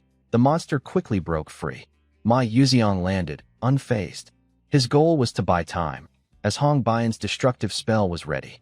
A massive fireball, like a miniature sun, crashed into the phantasmal fish, making it scream in agony. The explosion engulfed the area. The crowd couldn't believe it. Holy crap, that's just a level 3 spell? How's a fire spell making it scream like that? I don't believe my eyes. Seeing the phantasmal fish still standing, Ma Yuziang cast a lightning spell. As it completed, he smirked. "It's over." The moment he spoke, a cylindrical lightning bolt struck the monster. Despite its water attribute, raw power rendered resistance meaningless. After the 2 hits, the phantasmal fish died, its body dissolving into dust. The crowd erupted, clapping wildly. The phantasmal fish went down without a fight. That's insane. This year's freshmen are unreal. Especially that first-year girl who soloed a mid-tier monster. She's amazing. Their skills rival Class S seniors. After their performance, Hong Bian and Ma Yuziang returned to their seats, basking in envious and admiring stares. Hong Bian felt triumphant, her overwhelming power making her feel like the test's protagonist. Glancing at Yuziel and Izel's group, she thought, "Can you beat me? No matter what monster you pick, you can't outshine us." That was just her inner thought. But when Yuziel stepped onto the stage, his next words silenced the entire arena. "Please summon 5 monsters for me." The crowd was stunned, shock evident on Princess Hong Bian's face. Unlike her calm demeanor, the other trainees buzzed with chatter. Did I hear that right? Aside from Hong Bian's group and Flame, every other team needs 5 people to barely handle one mid-tier monster. And now these 2 are taking on 5 at once? I've heard rumors about Yuziel, but is he crazy? All eyes locked onto the protagonist. A flurry of green lights enveloped the pair, and the summoning completed as 5 mid-tier monsters appeared on the arena. Yuziel and Acel were surrounded, looking like tiny ants amidst the beasts. At the special observation corner, 2 teachers were slightly surprised. Monster researcher Barena spoke up. The monsters Yuziel's team summoned are a Heimer Raiden poison frog, a black sand buffalo, a Kaden, a Nami slime, and a falling beast. Nearby, Princess Hong Bian turned to Ma Yuziang, puzzled. "Hey, notice anything?" Ma Yuziang glanced at her, mildly surprised, then looked to the stage with a smile. "Not really. I'm just curious about Yuziel's plan. I'm looking forward to his performance." As the monsters appeared, Professor Lee, the host, asked skeptically, "One question, who picked this monster lineup?" Innocent and carefree, Yuziel replied, "I did." Knowing the participants chose the lineup, Professor Lee continued, "You're a knight, so scoring points in this situation is easier for you, but not for a bishop. This strategy seems too much for a bishop." The 5 monsters now surrounded the pair. Despite the crowd's concern and doubt, Yuziel flashed a confident smile. "Not at all. This strategy was designed specifically for a bishop." Acel, standing beside him, was caught off guard. Hearing his response, Professor Lee sensed something and said, "All right then, let's begin." At the signal, the monsters closed in on Yuziel and Acel. Acel, anxious, heard Yuziel whisper, "You got this." She replied, "Of course, just trust me." But inwardly, she scoffed, "Trust you? That's such a cliché line." To boost her morale, Yuziel said something that made her cringe, "I believe in you." A top-tier pep talk from her teammate. Acel sighed, thinking, Yuziel's so hard to figure out. Flashback to an evening. Acel trailed behind Yuziel, full of doubts. She decided to ask, "Hey." Yuziel turned, surprised. Seizing the moment alone, Acel pressed, "Why me? Honestly, you're a skilled knight. You could have picked anyone else for your team." Faced with the tough question, Yuziel scratched his head, searching for the right words. Finally, he spoke. "It's true our class has tons of talent. For fire magic control, no one beats Princess Hong Bian. For precision, Flame's unmatched. Ma Yuziang's called the strongest first year, no question. Even He-Won Riang would have been a great teammate for me, with her single-target attack skills." Yuziel knew his classmates well. Acel grew more skeptical. "So why?" Yuziel turned away, calm as ever. "I still think you're the best teammate for me. That's all." He turned back, flashing a bright smile. "All right, let's keep going." As expected, Acel watched his back, her face slightly flushed. It was the first time she'd seen him so serious yet smiling. If he's that sincere, my responsibility just got heavier. Back to the present, Acel gripped her mystic staff tightly. Thoughts crystallized. I don't fully get his reasoning, but he chose me for a reason. I'll show him. She channeled magic around her feet, her staff floating before her. Closing her eyes, she sensed her surroundings, focusing her mana. In danger lies opportunity. Only in opportunity could she unleash her full talent. The watching trainees noticed the shift. Wait, isn't that supernatural resonance? Another added, no way. That's a special ability that only happens when a mage above level 6 enters an unconscious state. But if focus slips, the mana flow reverses, potentially crippling them. She's just a first year. As the crowd debated, Acel was enveloped in a mana aura. A blooming flower appeared on the stage, stunning everyone. Yuziel watched her, a flurry of thoughts in his mind. As expected, she's a prime candidate for the Winter Queen title. He smiled. Let's do this. 2 first years against 5 mid-tier monsters. All he relied on now was himself. Uziel charged forward, activating his blink skill, his sword glowing with aura. He slashed at the Heimer Raiden poison frog's belly. His eyes burned with focus, his precision evident. A long gash appeared on the frog's belly. As if feeling the pain, it croaked. Ouch! Ouch! Uziel glanced aside. Step 1 for attacking the frog is done. Next, the black sand buffalo. He muttered to himself. Suddenly, the buffalo turned toward the croaking frog, its eyes bloodshot. Its target was the frog, not Uziel. The buffalo inhaled deeply, its front legs pulling back. Anticipating this, Uziel smirked. Keep charging. Perfect. Just as I predicted. The way to handle 5 mid-tier monsters at once is to create a special atmosphere, turning them into each other's enemies. The battle grew more intense and thrilling than ever. Witnessing the scene, every trainee in the stands was wide-eyed and slack-jawed. Before them, the 5 monsters were tearing into each other. They muttered, "Holy crap, what's happening? I can't believe my eyes. They're fighting among themselves." Seeing his plan succeed, Uziel flashed a victorious smile. Just as I predicted, the strategy to make them hostile and slaughter each other worked. In other words, this is the borrowing a knife to kill tactic, a dirty but common trick, using the enemy's strength to destroy them without lifting a finger. Uziel explained further. Pro gamers in EW racked their brains. How can a bunch of newbies handle a pack of strong monsters? After countless trials, they found the answer. Exploit the monster's traits and attributes. He analyzed. First, when I attacked and wounded the Heimer Raiden poison frog, its forehead glowed red. That light triggers the black sand buffalo's frenzied attack instinct. Then, as the buffalo moves, it sprays sand everywhere. When the sand hits the Nami slime, it gets irritated and releases a ton of water to stay moist. He smirked. Nice, the plan's on track. Thanks to the simulation arena's barrier, the water's rising fast. As if recalling something, Uziel glanced at the Caden bird with a sly grin. Your turn next. He continued. A unique trait of the Caden bird is that it screeches above 7 octaves when it senses moisture. As the water rises, it gets annoyed and screams. That screech drives the falling beast, sensitive to sound, into a frenzy, attacking its enemies. As predicted, the screech sent the falling beast into a rage, pummeling the Caden bird.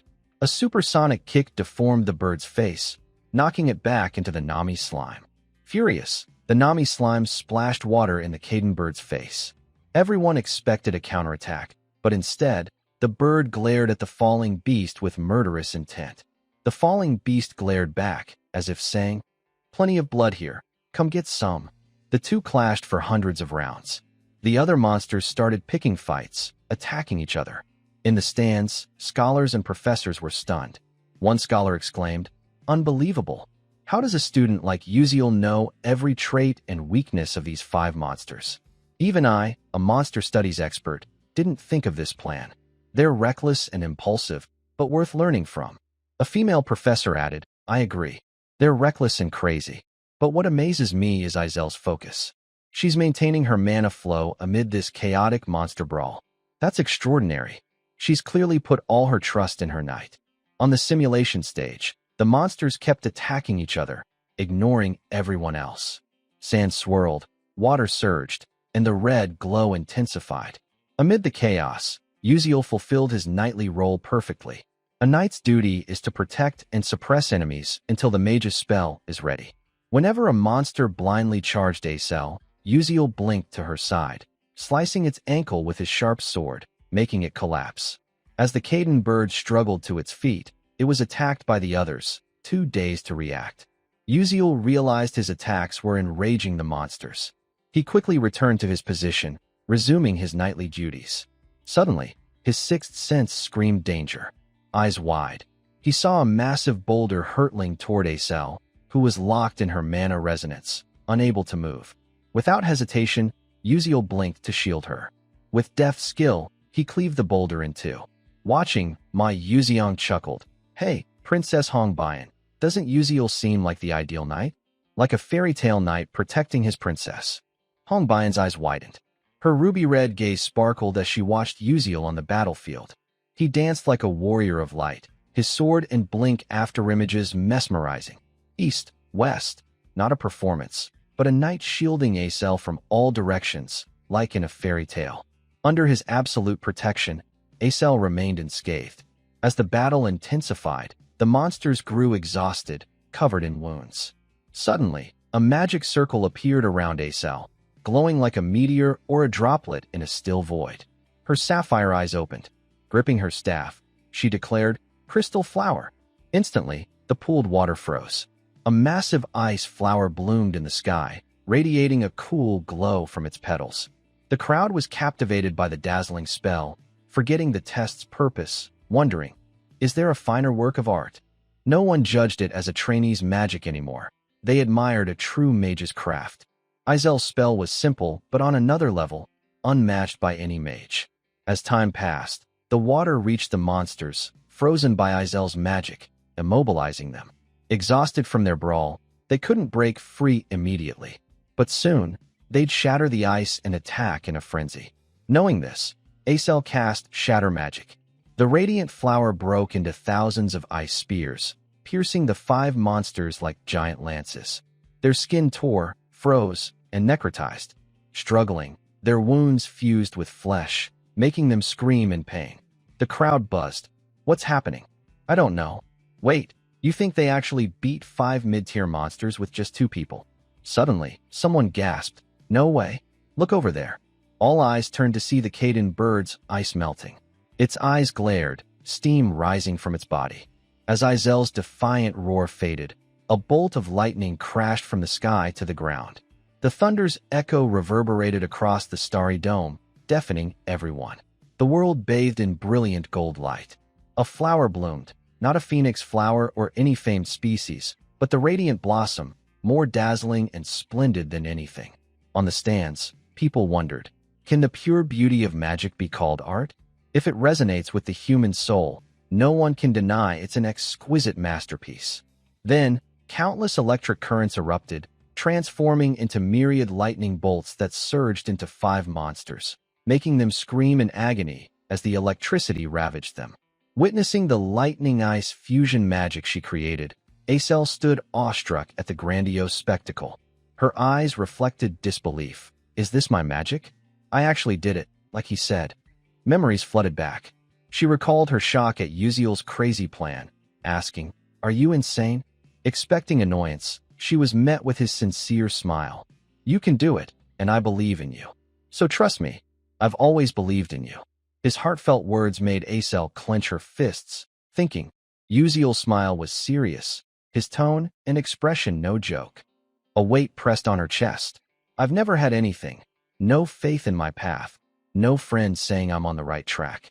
I've lived in fear and anxiety, clinging to faint hope. When that hope nearly faded, Uziel appeared. He was the first to reach out and save me. Can I really do this? She felt adrift in an endless ocean, struggling through storms, unsure of her direction. But that question no longer mattered.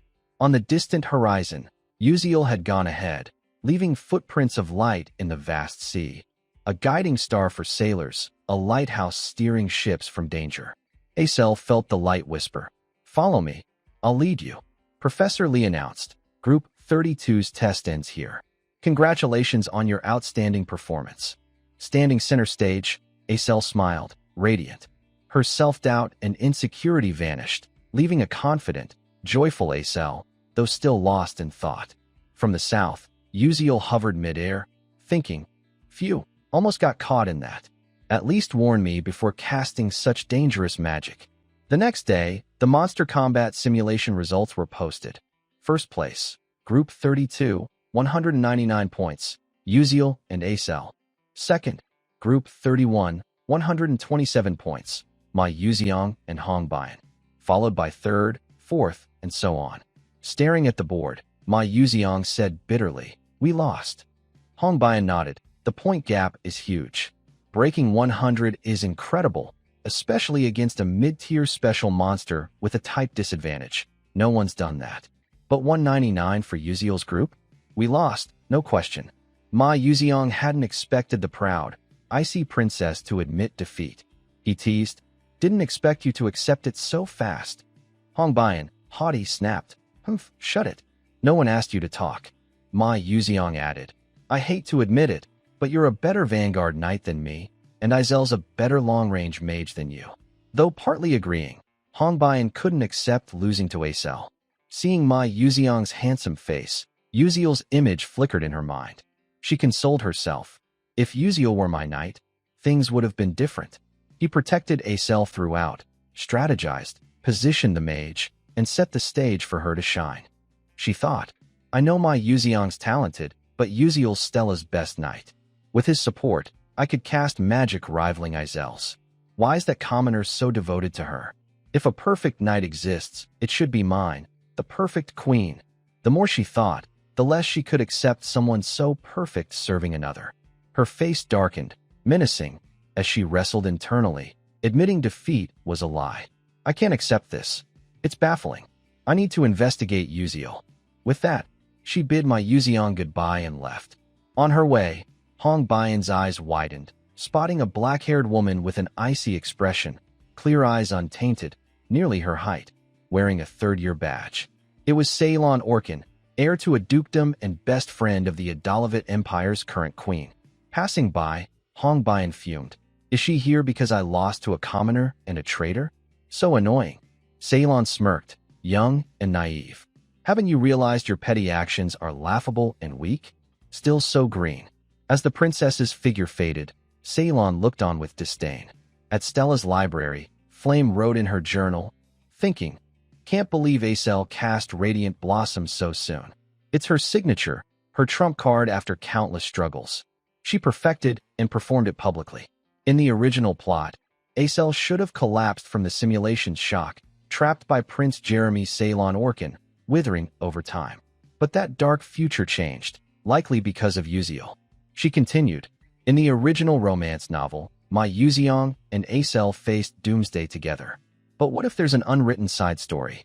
What if Yuziel's an unknown figure who loved Acel unrequitedly until the world's end? Too far-fetched.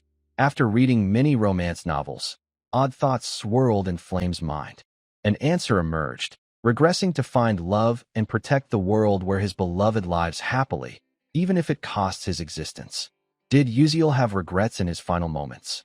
Her heart tightened, emotions overwhelming. Can't believe I'm seeing a tragic story in real life, not a movie or book. What's it like to trade existence for time reversal? In Yuziel's room, he stared at the system panel. Chapter 5 Monster Combat Simulation concluded. Congratulations, host, for earning massive experience by steering the story positively. Constel Project grants an additional reward. Yuziel exclaimed, what to pick? I planned ahead but haven't decided. Flash was upgraded last chapter, so I should prepare for the next. So many options. Suddenly, an idea sparked. He grinned. That's it. How'd I forget? He told the system, I want J. Fannel's leaf key. The system replied, evaluating host. Please wait. Ding. Evaluation complete. Congratulations, host, for obtaining J. Fannel's leaf key. Seeing the key appear, Yuziel jumped. Awesome.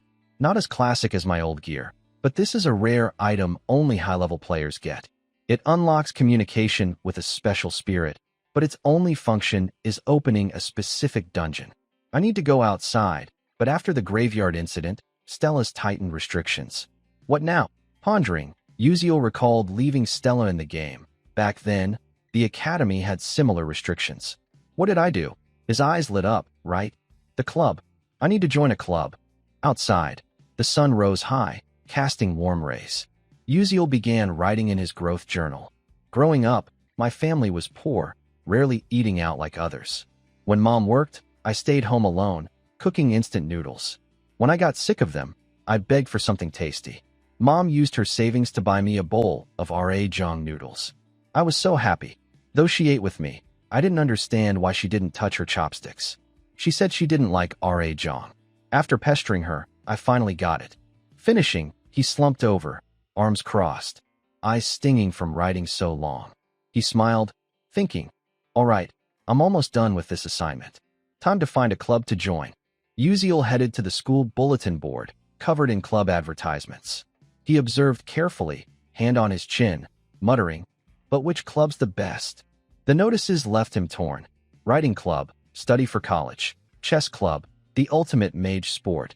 Cooking club, inspiration for young chefs. Scanning the info, he thought, there are tons of clubs here, but few allow off-campus activities. Gotta think this through. Just then, he noticed something, his eyes flicking sideways. He muttered, haven't joined a club yet? Someone was standing nearby. Uziel asked, who's that? The person glanced over. What? So what? Sensing their irritation, he switched topics. Shouldn't you be getting tons of club invites? Acel shot back, don't you know who I am? To her odd question, Uziel replied casually. Sure, you're Acel. You're pretty famous these days. Not denying it, Acel said. Well, yeah. Noticing her slightly downcast look, Uziel thought, after the test, Izel's reputation changed a lot. She must feel it too, like me. As she waited for him to choose, Acel closed her eyes, mimicking Uziel's earlier demeanor. He thought, gotta pick a club carefully. Suddenly, Ma Yuziang approached, slapping Uziel's shoulder with a grin. Uziel, that you? His friendly vibe surprised Uziel, who thought, Ma Yuziang?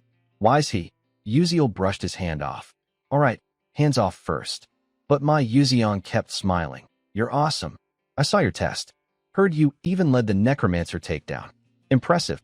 Uziel blinked. Just got lucky. As expected, Ma Yuziang stared intently. You're really something else. His cold demeanor flipped completely. Uziel, startled, swallowed hard, stammering. As you know, I'm just a commoner, always gotta outsmart others. To his clever reply, Ma Yuziang grinned. You use your time way better than me. Out of nowhere, Uziel asked, what are you doing this weekend?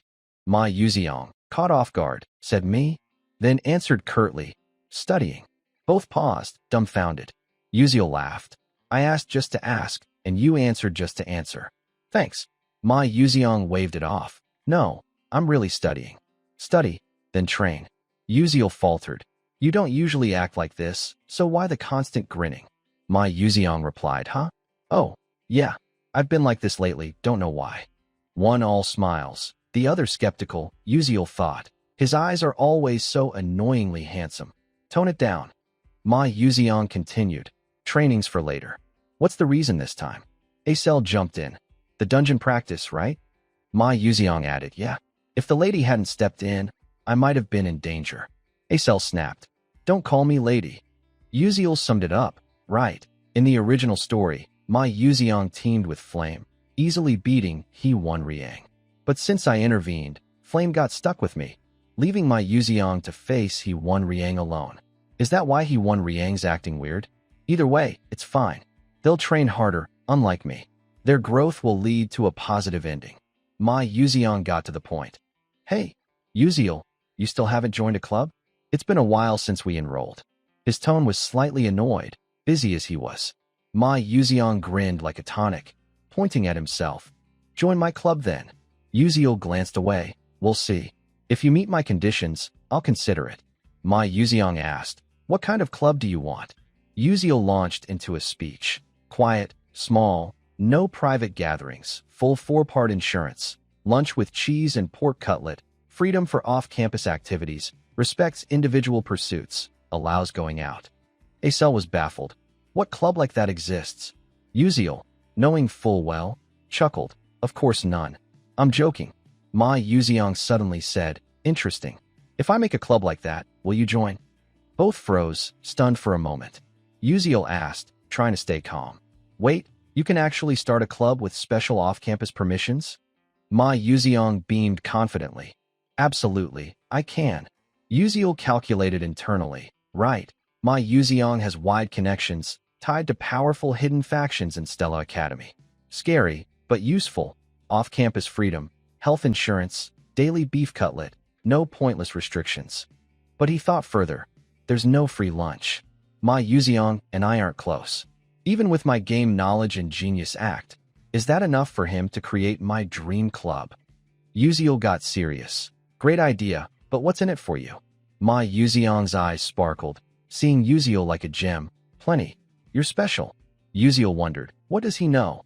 Then recalled, Ma Yuziang's biggest issue is his extreme loneliness. With no other choice, Uziel nodded.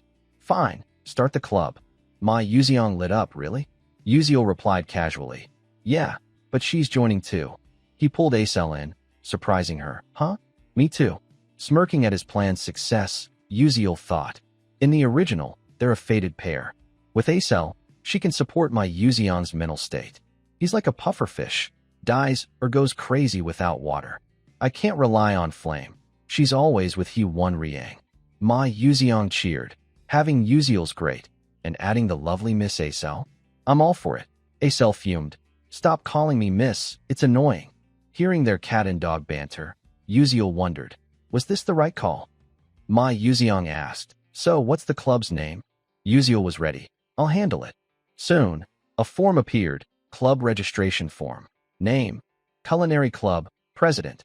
Yuziel, members, Ma Yuziong, Acel, purpose, exploring global cuisine. Acel hesitated. Is this okay? For a special activity seal, you need at least one advising professor and 5 members. Ma Yuziong's lips curled into a savior-like grin. Leave the members and seal to me. But finding an advising professor's tricky. Yuziel turned. You can get a special off-campus permit, but a professor's hard? Ma Yuziong smirked. No big deal. That smile sent chills down Yuziel's spine. With everything settled, Ma Yuziong took the form. I'll get the seal for the club registration. Yuziel replied. Cool, it's all on you. Watching Ma Yuziong's back fade, Yuziel thought. A special activity seal isn't easy to get. If they approve it for him, they're definitely his people. The scene shifts to Stella's main tower, the vice principal's office. He was admiring a porcelain vase when the door opened. His expression changed as Ma Yuziong entered. Seeing the heartthrob face, the vice principal gave a respectful smile. Well, what brings you here? Welcome, young master Ma Yuziong. Noticing the flattery, Ma Yuziong grinned warmly. Yes, it's been a while. Ma Yuziong flopped into the vice principal's chair, crossing his arms with a smug grin. Wow, this seat's comfier than I thought. I'm liking it, haha. Despite the audacious remark, the vice principal only gave a faint smile, bowing respectfully. Thank the heavens, it's an honor that the young master approves. I'm delighted to see you've grown so much. Ma Yuziong waved it off casually. Is that so? Life at Stella Academy's great. I've met tons of interesting people, way better than home. His smile was radiant, but the vice principal frowned inwardly, thinking, what's this crazy kid doing here? Regaining his composure, he asked, so, what brings you here? Ma Yuziong didn't answer immediately, sliding a sheet of paper across the desk with a sly smirk. This is a club registration form. I need your stamp. The vice principal froze. What? His eyes locked onto the paper, disbelief clear. A weirdo like Ma Yuziong wants to start a club? If his family knew, they'd be floored. After a moment's thought, he sighed and nodded. I see. A club registration? First, I'll check if it meets the criteria. There's a minimum member requirement. It's the rule. But as he reached for the paper, Ma Yuziong slapped his hand over it. The room fell silent. The vice principal froze, looking up. Ma Yuziong's bright smile vanished, his eyes darkening like an abyss, his low voice carrying an invisible pressure. You don't need to check it. Your job is to stamp it. The vice principal's throat went dry, sensing something terrifying in the teen's gaze. Swallowing hard, he thought, I can't resist. More accurately, I have no right to refuse. As long as this kid is the heir of that great man, I can't say no. Cold sweat ran down his back as he reached under the desk for the stamp. Yes, of course, I'll stamp it. But please keep this quiet. He subtly reminded as he stamped. When the final seal hit the paper, Ma Yuziong, goal achieved, dropped his icy demeanor. Got it. Thanks. I'm off. He left the office, the door closing behind him. The vice principal sat still, then slumped into his chair, exhaling. Damn it. A half-baked prodigy dares act cocky in front of me. Like father, like son. He clenched his fists, eyes darkening. He's so much like that man. But this'll end soon. One day, I'll crush that arrogant kid's neck myself. The next day, the bell signaled the end of class. The professor announced loudly, All right, class is over. Don't forget your homework. He left quickly. The class buzzed. Did you see that? That professor always nitpicks during presentations. Yeah, especially with commoners. After packing up, students trickled out. leaving Jackie staring at her presentation, filled with regret. Damn it. I could have done better. I messed up because I was nervous. Seeing Jackie linger, Flame, knowing her regret, offered a comforting smile. Jackie, your presentation was better today. Don't mind the professor's harsh words. You did great. Jackie snapped. Shut up. I don't need your fake pity. Flame, stunned, then annoyed, retorted. You little brat. I came to cheer you up because I was worried, and you don't even appreciate it. Suddenly, a voice from behind chimed in. She's got a point. Flame yelped. Can you stop sneaking up like that? You scared me. She crossed her arms, frowning. What do you want my help with? Uziel scratched his head awkwardly. Not a big deal. Do you know any professors well? I'm starting a club and need a free professor as an advisor. Can you help? Flame raised an eyebrow. Why not do it yourself? Uziel sighed. The professors seem to hate me, so it's better not to ask directly. Flame froze, then burst out laughing. Haha, no surprise. With your attitude, arguing with professors, sleeping in class, even cheating, you're lucky you haven't been expelled. Uziel coughed, looking away. Ahem, no need to list it all. Flame closed her eyes, thinking, being a club advisor's a hassle. Finding a willing professor isn't easy. Then it hit her.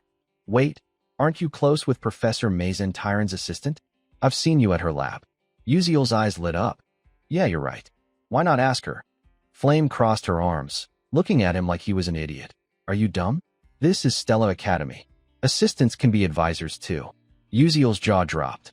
I can't believe I ran around everywhere and missed the easiest path right in front of me. Too focused on the game's storyline to notice this detail. He said goodbye to Flame and bolted to the assistant's lab. As he walked, he rehearsed his pitch. But nearing the lab, he stopped short. Professor Mazen Tyron stepped out, holding a stack of papers, her smile sinister, her sharp eyes hiding something unpredictable. Uziel narrowed his eyes as she disappeared, thinking, why is she here?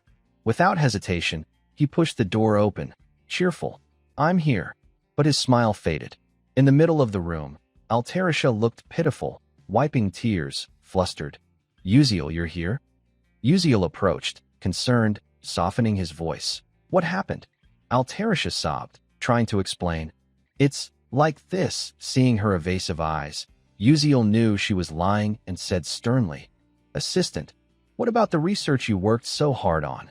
Altarisha clenched her fists, giving a bitter smile. Well, about that. I gave it to Professor Mazen. You know the Alchemy conference is coming up. She said she'll present it for me. Her eyes sparkled with hope. It's great. My research will be presented to the world's top alchemists. But Uziel cut her off, angry. I get it. Assistant Altarisha, your research was just stolen. Is your name even on it? Altarisha froze, hesitated, then smiled bitterly. Haha, it's fine. It's experience. That's how alchemy works. Everyone's had their work taken. It's an unspoken rule. Uziel bristled. This is how they endure to become alchemists. He sensed she was hiding more, but through some unspoken understanding, he got it. The alchemy community was small. Everyone knew each other. Crossing a senior alchemist meant abandoning the field. As Altarisha said, all followed this dark side of the discipline, bound by its cold traditions.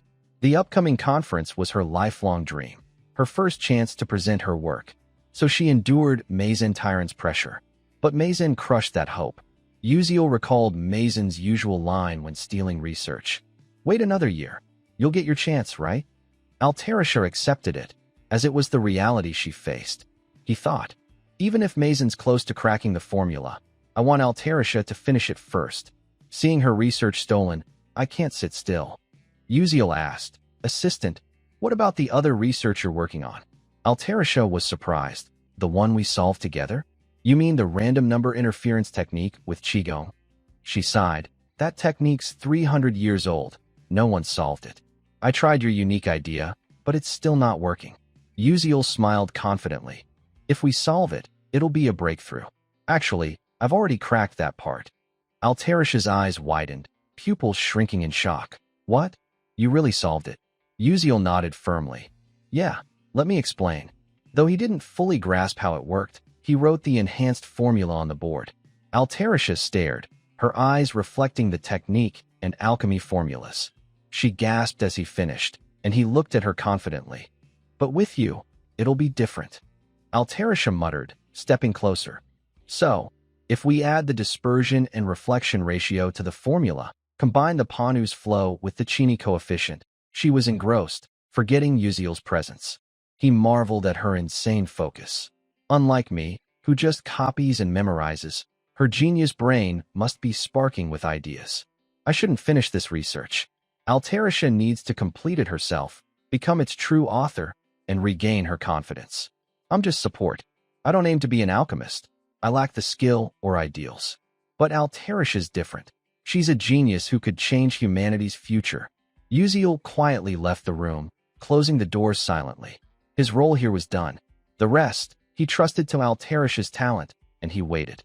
After some time, with the help of assistant Altarisha and Ma Yuziong, Uziel successfully established the culinary club.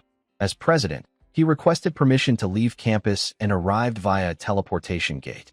Though the process left his joints aching and Professor Lee grilled him repeatedly, his prior preparation helped him pass the check and secure easy travel permits, as long as he stayed out of trouble.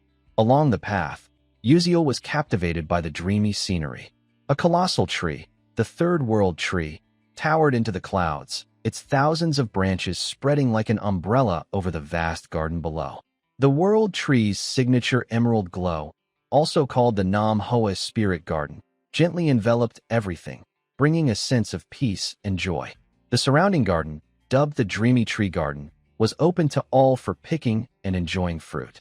From above, it looked like a fairy tale, making it a famous retreat and a must-visit photo spot in the game. Uziel marveled. Wow, the game's graphics are nothing compared to this view. Just then, a beautiful girl with pointed ears and snow-white skin approached. Seeing the Stella Academy emblem on his uniform, she gave a friendly smile. "Welcome, mage from Stella. We warmly welcome human mages here." Uziel grinned back. "I'm thrilled to meet such a lovely lady." Another passerby chimed in enthusiastically. "May your sincerity reach Mother Earth." Uziel nodded earnestly. "Yes, I offer my gratitude to Mother Earth and the World Tree for this stunning garden." They greeted him with the elven salutation, which he recalled from his knowledge lens. He thought, "I heard the Elman and Elwyn once saved them when the Second World Tree burned and collapsed. That must be true, since many elves recognize Stella's uniform and are so friendly." In reality, few mages mastered offensive magic, and the test to become a magic warrior was brutally tough, so those with the title were rare. Notably, many elves had striking, heart-stealing appearances. Uziel admired them as he walked. However, not every elf was jaw-droppingly gorgeous at first glance. Their beauty ratio was just higher than humans. He likened it to Uzbekistan on Earth, full of striking people, but none overwhelmingly superior. Among them, Elf Queen Hoa Siren stood out, her goddess-like beauty captivating countless players.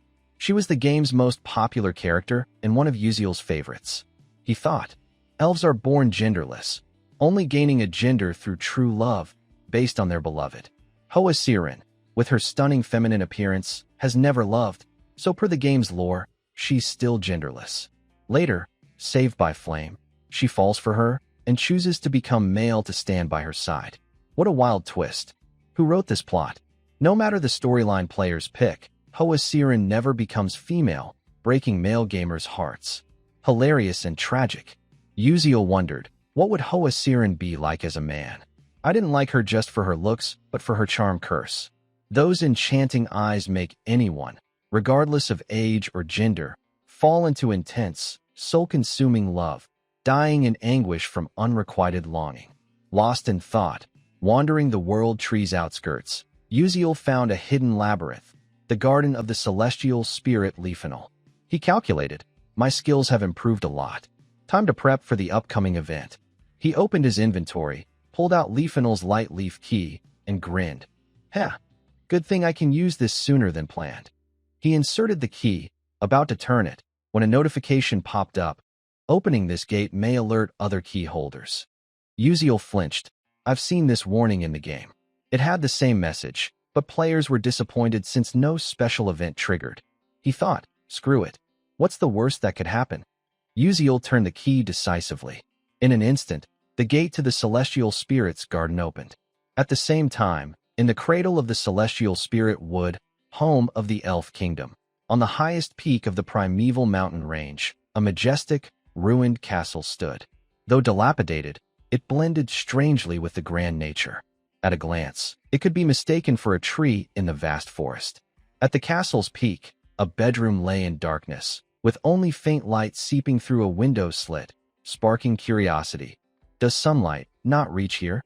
As if stirred by the light, a slender woman rose from bed, slowly approaching the window. Her snow-white hair cascaded like snowflakes on the ice cedar range. Gazing at the stunning natural scenery, her golden eyes widened, gleaming like molten gold, radiating brilliance. Anyone who saw her would lose reason, overwhelmed by beauty beyond any sentient being's endurance. She was Elf Queen Hoasirin, often overly sleepy in the morning with low blood pressure. Even after waking, she sat quietly by the window, watching birds soar freely, a pang of envy rising. When will I fly free like them? But I can't leave this place. I'm so jealous. Suddenly, a strange sensation in her chest startled her. She touched her head, frowning. Did someone enter the secret garden? That was the resting place of the 1,000-year celestial spirit Leafinal. Hoasirin couldn't believe it. That's a forbidden land. No one can enter. Who dares trespass? Setting aside how they got the lost key, she was curious about the intruder's identity. Deciding to investigate herself, despite knowing she couldn't leave her room, she grabbed the door handle. At that moment, her heart clenched, a pain like hundreds of needles piercing her, making her freeze. I've hidden my face for decades. I can't act rashly. What if the curse activates and drives someone mad? Clenching her fist, she suppressed her emotions. Wait a bit longer. The World Tree's birthday is near. As Elf Queen, I must appear before my people. Then, I'll find out who it is. Resolved, Hoasirin gazed out the window. Sunlight caressed her face. She lived in this dark, secluded place for many reasons, always fearing someone might glimpse her nation-toppling beauty. Back to Uziel, who just entered the dungeon. A pungent floral scent hit him, making him sneeze uncontrollably. Damn these pollen clouds. The sound attracted the dungeon's magical beasts, tree roots, which lunged at him. Uziel ran for his life, but couldn't keep fleeing. Stopping, he steeled himself to fight. The battle was fierce, but wood-type beasts were resilient and hard to kill. Uziel pulled out an alchemical bomb. Fire's their weakness. That's why I picked alchemy as a minor. I can't combine gunpowder and magic like high-level alchemists, but a level 1 fire bomb should do. He threw the bomb at the roots. Boom, boom, boom. The explosion made the beast scream in pain. Seizing the chance, Uziel drew his sword, blinked closer, and quickly found its weak point. Without hesitation, he stabbed the root's head. It collapsed, dissolving into nothingness. The system chimed. Congratulations, you've earned experience points. Uziel sighed. Phew, at least weak beasts give decent points. Looking ahead, he pressed on. The real goal's up ahead. No time to waste. The system announced, you're entering the labyrinth's boss room. A massive wooden door closed behind him. A gentle breeze passed. The scene before Uziel was like a fairy tale, a mystical night sky, a full moon brighter than Earth's, enveloping an endless field of flowers. Countless stars adorned the night, adding romance. Moonlight bathed the petals, shimmering like silver. Uziel took a deep breath, steeling himself, and stepped toward the labyrinth's center. His eyes lit up. That woman praying on the stone pillar.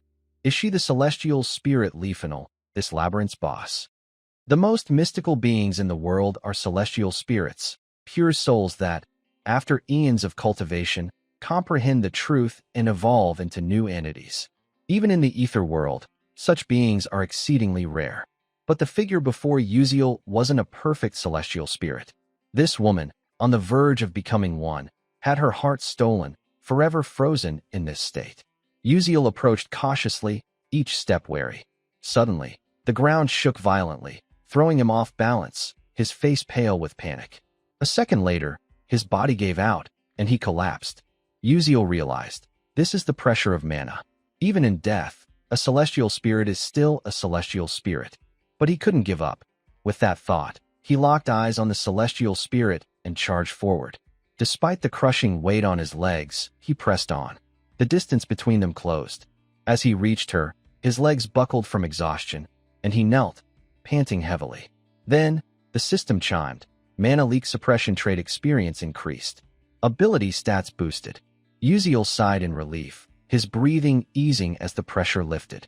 Right, this place is a supreme training ground left by the celestial spirit. A rare opportunity mages worldwide would kill for, yet no one's found it. The mana flow here amplified normal training 100-fold by absorbing the celestial spirit's aura through the body. Natural harmony skyrocketed. Simply put, this grueling effort was to find a perfect gym. I never touched a gym in real life, but here I have no choice.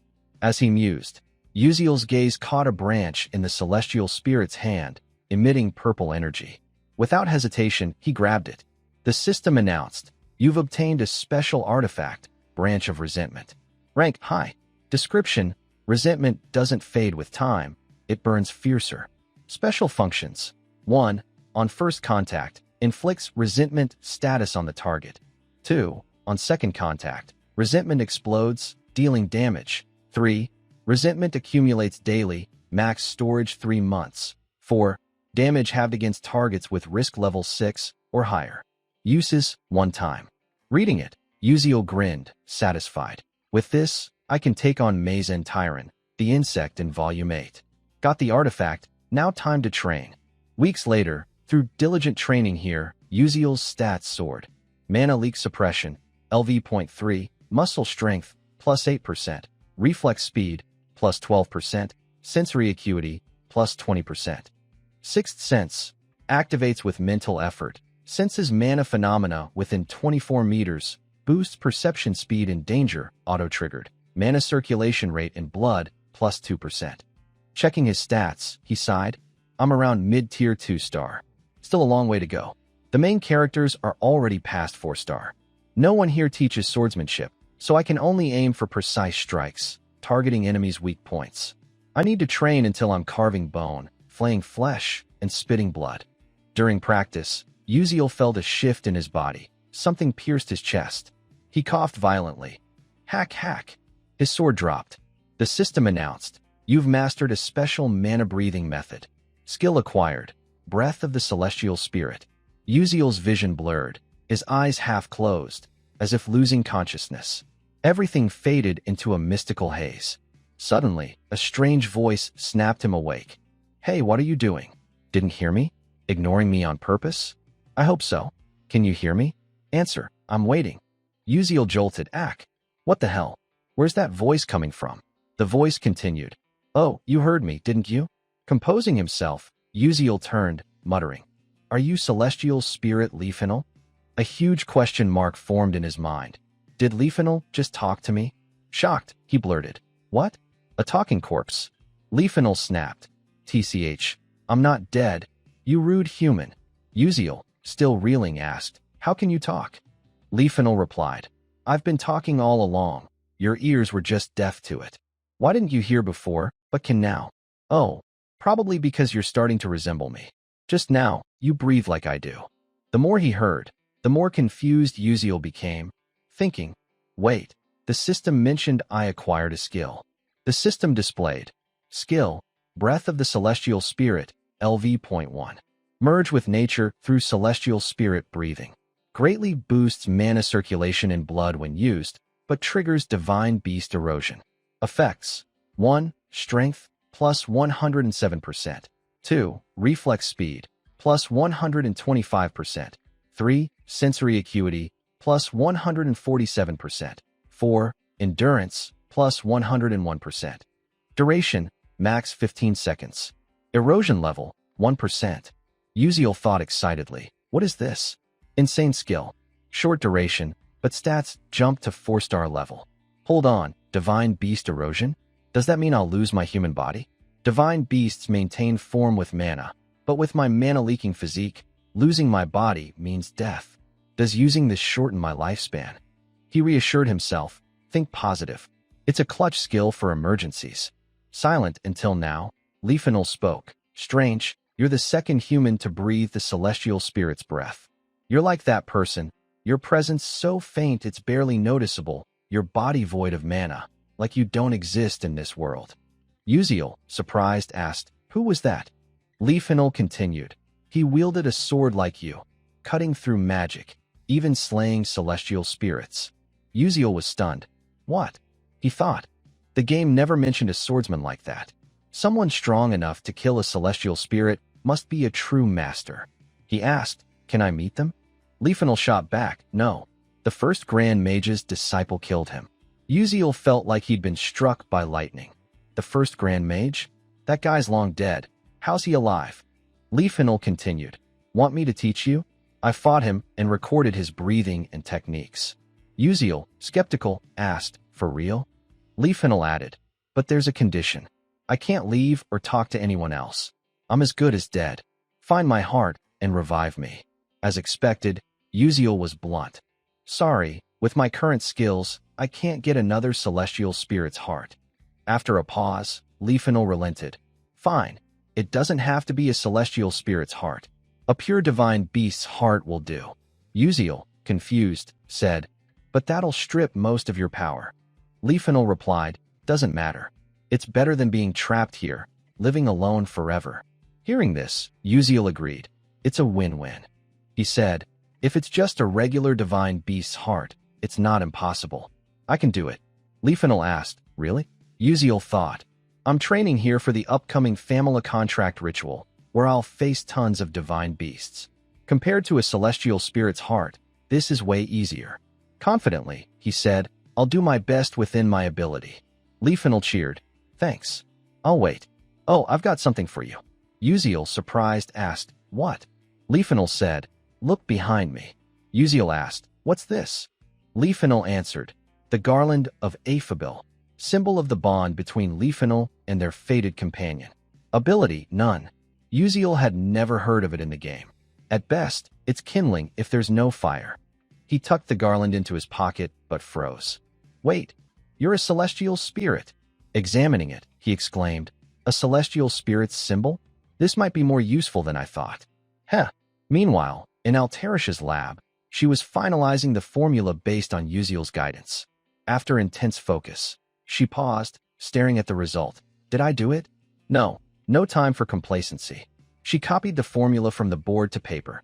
Later, Altarisha beamed. "Tomorrow, a new era begins." If Uziel knew, he'd be thrilled, right?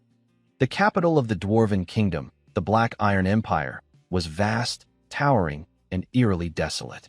It boasted two resources any empire would covet: gold and iron mines, literally wealth and steel. The buildings soared so high that staring up too long could strain your neck.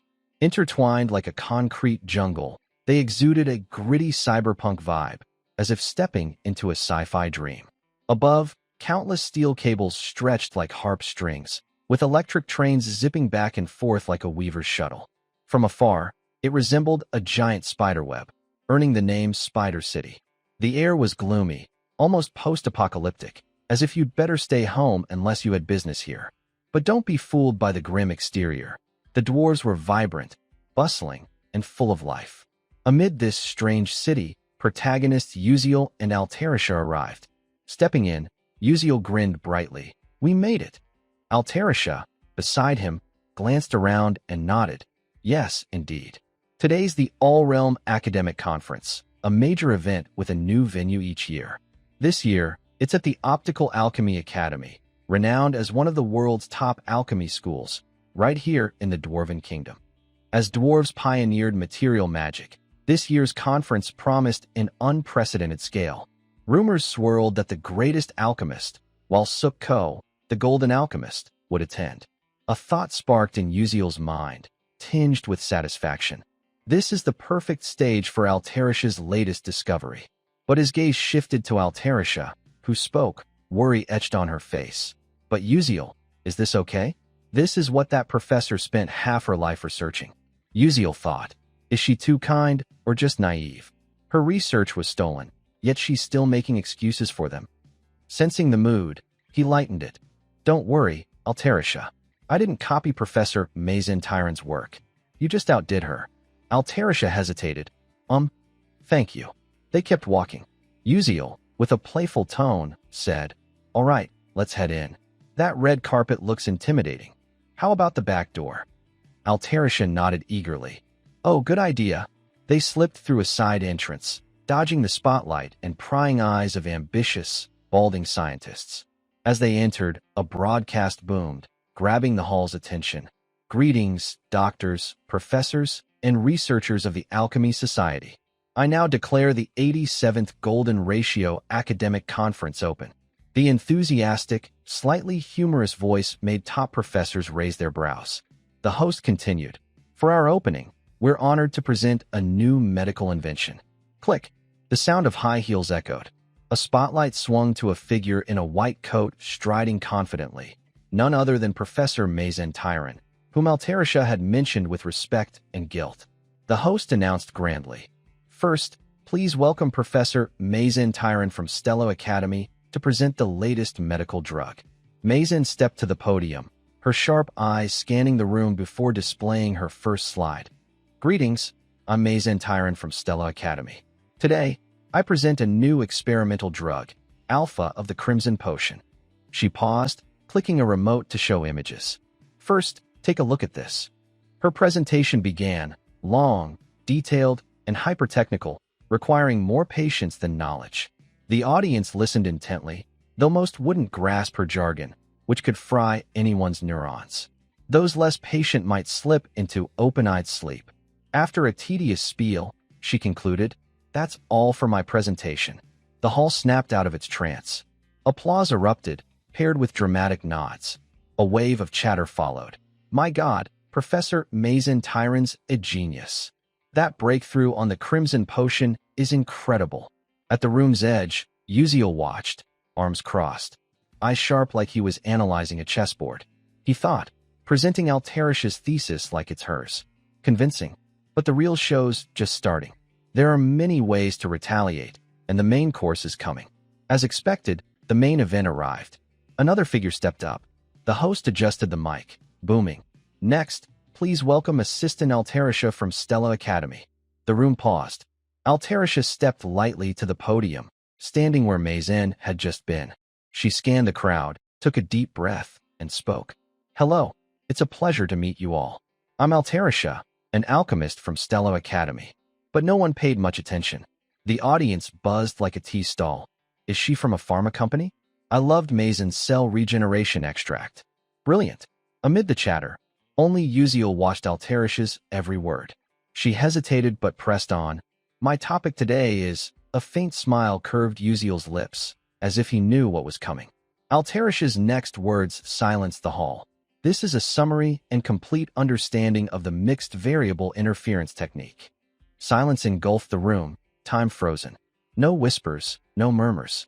Everyone turned to her, eyes wide, as if saying, what did she just say? No one dared interrupt, but the tension broke when an elderly man slammed the table, standing with a sharp voice. Do you know where you're standing? The hall quaked, eyes on Altarisha. Under pressure, she faltered, her voice trembling but steady. Yes, I know.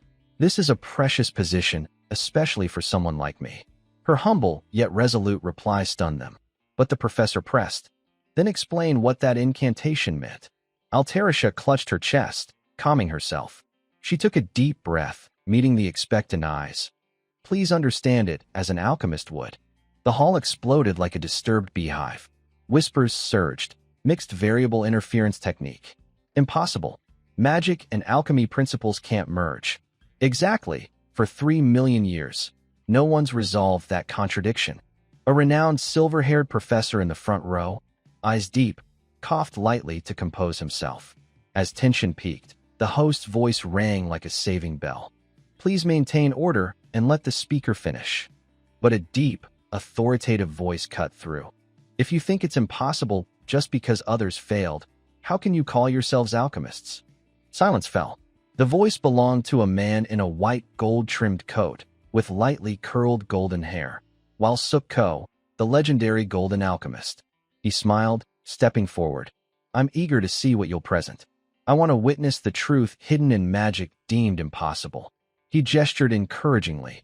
Come, brave young lady, share your discovery with us. Altarisha froze, but a flush spread across her cheeks. her eyes gleaming with gratitude and emotion. She bowed slightly, whispering, "Thank you, sir. Next should be Alterish's presentation, but I object." A thunderous shout stunned the hall. It was Tyran, her eyes sour as if she'd swallowed vinegar, teeth gritted like she wanted to bite the mic. "Before Assistant Alterish's presentation begins, I have a concern about the thesis in question." The room buzzed. While Suk-ko tilted his head, eyes sharp as lasers. "What do you mean?" Mazen spun, glaring at Alterisha, her voice slicing the air. "I suspect plagiarism." The hall erupted, chatter crashing like waves. Plagiarism? The gravest accusation in academia. While Suk-ko laughed, a mix of amusement and readiness to sue. "How amusing. Do you know what happens if you accuse plagiarism without proof?" Mazen replied, "Of course I do." She approached Alterisha, arms spread like a magician. As everyone knows, the mixed variable interference technique has 5 unsolved problems. Only by solving all 5 can alchemy and magic harmonize. So far, our academy has solved 2, and only partially. Uziel, arms crossed, listened, eyes narrowed. Mazen continued, brimming with pride. "But I, Professor Tyran, have solved 4 of the 5. And this assistant is my assistant." The room roared. Someone whispered amid the noise, "If true, this thesis." Mazen raised a hand, cutting them off. "Yes, this thesis is undoubtedly mine." She tilted her head, smirking challengingly. "Even if my assistant somehow solved the 5th problem, so what?" Her icy gaze stabbed Alterisha, sharp and chilling. Mazen's face twisted into a triumphant sneer, her thoughts venomous. "Alterisha, you insolent fool. You're a genius, I won't deny it. But so what? This is your end. A talented idiot is nothing without recognition. Your talent will always be mine." Leaning close, face to face, her voice rang like a judge's gavel. "So, Assistant Alterisha, do you dare claim you solved all 4 remaining problems?" The hall held its breath. Alterisha froze, eyes wavering, stepping back, heart pounding. "I knew this would happen. My hair's going gray. God, what do I do?" But a voice like a gentle breeze echoed in her mind. "If you feel alone and overwhelmed, call for me." Alterisha's eyes widened, light sparking, fear dissolving like rain under sunlight. She took a deep breath, lips pressing into a calm smile. Her right hand rose slowly. "I have a request. I'd like to invite my co-author to join me." The hall detonated, gasps echoing. "What? A co-author?" While Suk-ko raised an eyebrow, surprised. "Who's that?" Alterisha lowered her hand, her gaze cutting through the crowd to a young man. "My co-author is Uziel." Uziel nearly fell over, mouth agape, eyes wide as if his brain had crashed. "Co-author? I just gave a few tips, right? No, wait. How do I even react to this?" After Alterisha introduced Uziel as her co-author, Professor Tyran's gaze fixed on him. Uziel stepped forward, moving steadily toward the podium. The crowd's murmurs grew louder. "Ridiculous. A kid that young? I doubt this changes anything, despite all their talk." Golden Alchemist Waysek Gordon, intrigued, crossed his arms in anticipation. "Oh, I'm looking forward to this." As Uziel approached the podium, his eyes briefly dropped to the floor, a hint of melancholy in his expression. He drew closer to Professor Tyran, locking eyes with her, showing no fear or hesitation. As he passed her, a sudden surge of magical energy burst from the branch of resentment in his hand, striking Mazen's arm. A system notification flashed. Special skill resentment of the branch of resentment activated. Target, Tyran. Unaware, Mazen merely bristled, muttering, "Humph, how rude." Seeing her obliviousness, Uziel gave a faint smirk, thinking, "All right, it worked." Taking his position, he faced the scholars below, his face expressionless. Uziel spoke first. "Let me begin by addressing Professor Tyran's argument. They say seeing once is worth hearing 100 times. So, let's tackle the cross-training technique here." A smile crept onto his face, sparking more chatter. "A debate between a professor and her assistant over this report? Sounds exciting," one said. "Totally agree," another echoed. Alterisha, anxious, stammered, "Uziel." Seeing her worry, Uziel glanced at her, turning the question back. "Hey, assistant, don't you trust me?" Alterisha blinked, flustered. And no, I do. To reassure her, Uziel added, I've been by your side all this time. Don't worry, Altarisha, you can do this. I believe in you more than anyone. Her cheeks flushed at his warm smile, thoughts racing. Can I really do this? She gripped her collar, adjusted her glasses, and resolved, Uziel's right. I have to trust my work. She tidied her hair, composure restored. Mazen, stunned, couldn't control the situation. Confident now, Altarisha stepped forward, facing Mazen, and said, Let's begin. Bolstered by Uziel's encouragement, she radiated assurance, introducing new insights on the mixed variable interference technique in alchemy. 300 years ago, an alchemist claimed, I found a miraculous formula to solve this equation, a wondrous array to crack the anomaly, but I need the bathroom urgently. He died there, making the formula infamous. Countless alchemists failed to solve it, deeming it impossible. Now, someone claimed to crack the random interference array. A cold-faced smoker remarked, Interesting. His info appeared. Kane, captain of Bone Moon Tower's 13th Annihilation Team. A girl in similar attire yawned nearby. Interesting? More like boring. Her info, Heijin Macaron, vice captain, both cloaked in invisibility. After yawning, Heijin glanced up, half judging. Captain, is that professor really a dark mage? Someone nearby muttered.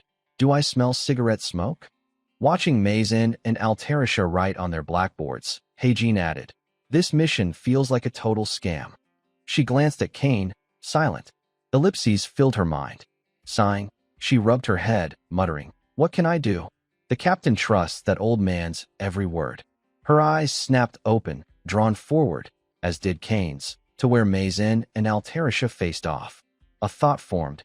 The atmosphere's shifted, hasn't it? The host announced, We've just finished the first tough problem. Now, to Golden Alchemist Waysek Gordon. Gordon, stunned by the blackboard details, remarked, Similar, yet a completely different approach. Kane, observing, thought, The assistant's explanation is simpler than Mazen's, with a slightly different result. The host continued, Next, the second tough problem. Both scribbled on their blackboards. Spectators focused, surprise and anxiety evident. Many have solved the second problem. But this approach, it's a first. A problem needing 200 lines was solved by Altarisha in just 12. They discussed her. Uziel, arms crossed, smiled, thinking, the audience's reaction is great. His smile lingered, thoughts shifting, but now's the real deal. The host said, We're now on the third tough problem. Can the third problem, unsolved until now, be cracked here?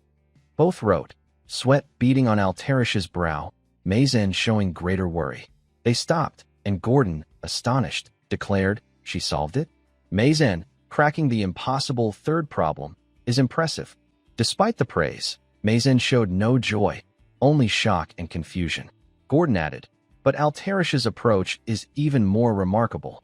Seeing her hidden results, Mazen grew furious, thinking, What's that explanation? Uziel, smiling smugly, heard relentless chatter. How could she devise that approach? I can't believe my eyes. New info emerged.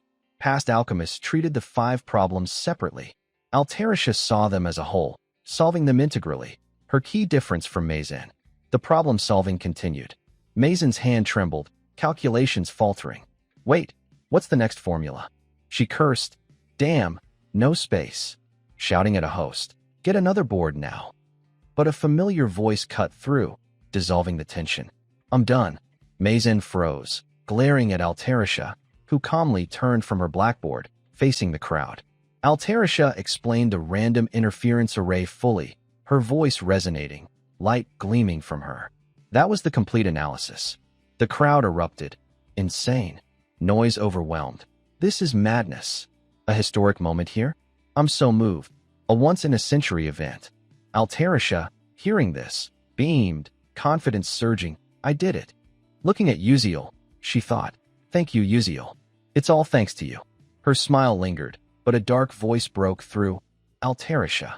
Mazen's ominous aura loomed. Altarisha, anxious, said, Professor. Uziel stepped forward, standing beside Altarisha, raising one arm as the dark mana emanating from Professor Mazen Tyron grew palpable. Her voice, unsteady, cut through.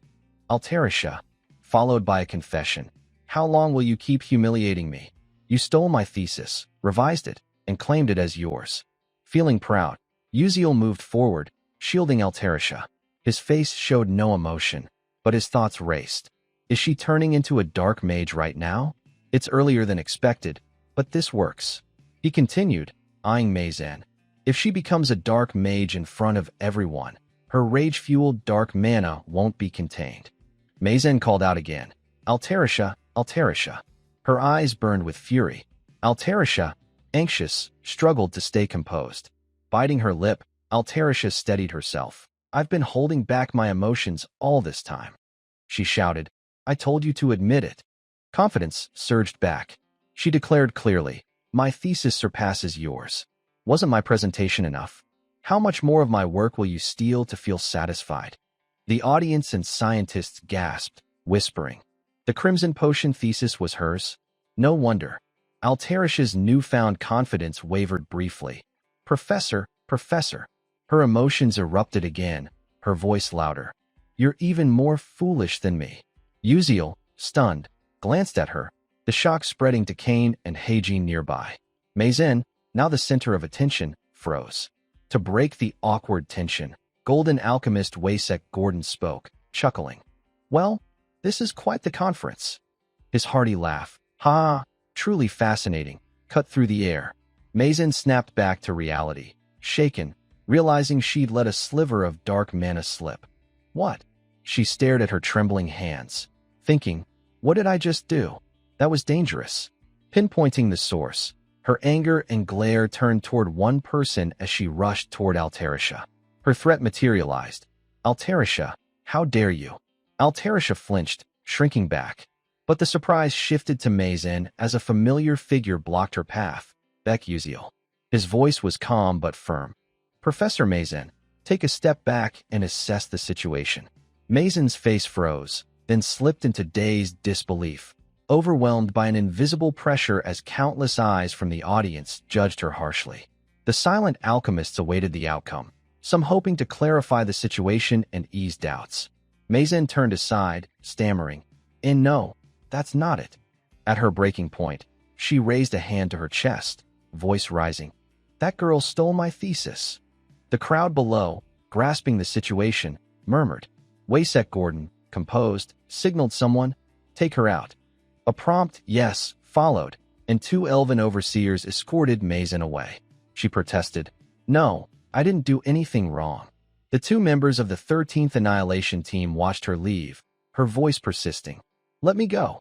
With the major threat gone, Altarisha collapsed to the floor, the burden lifted. Ugh.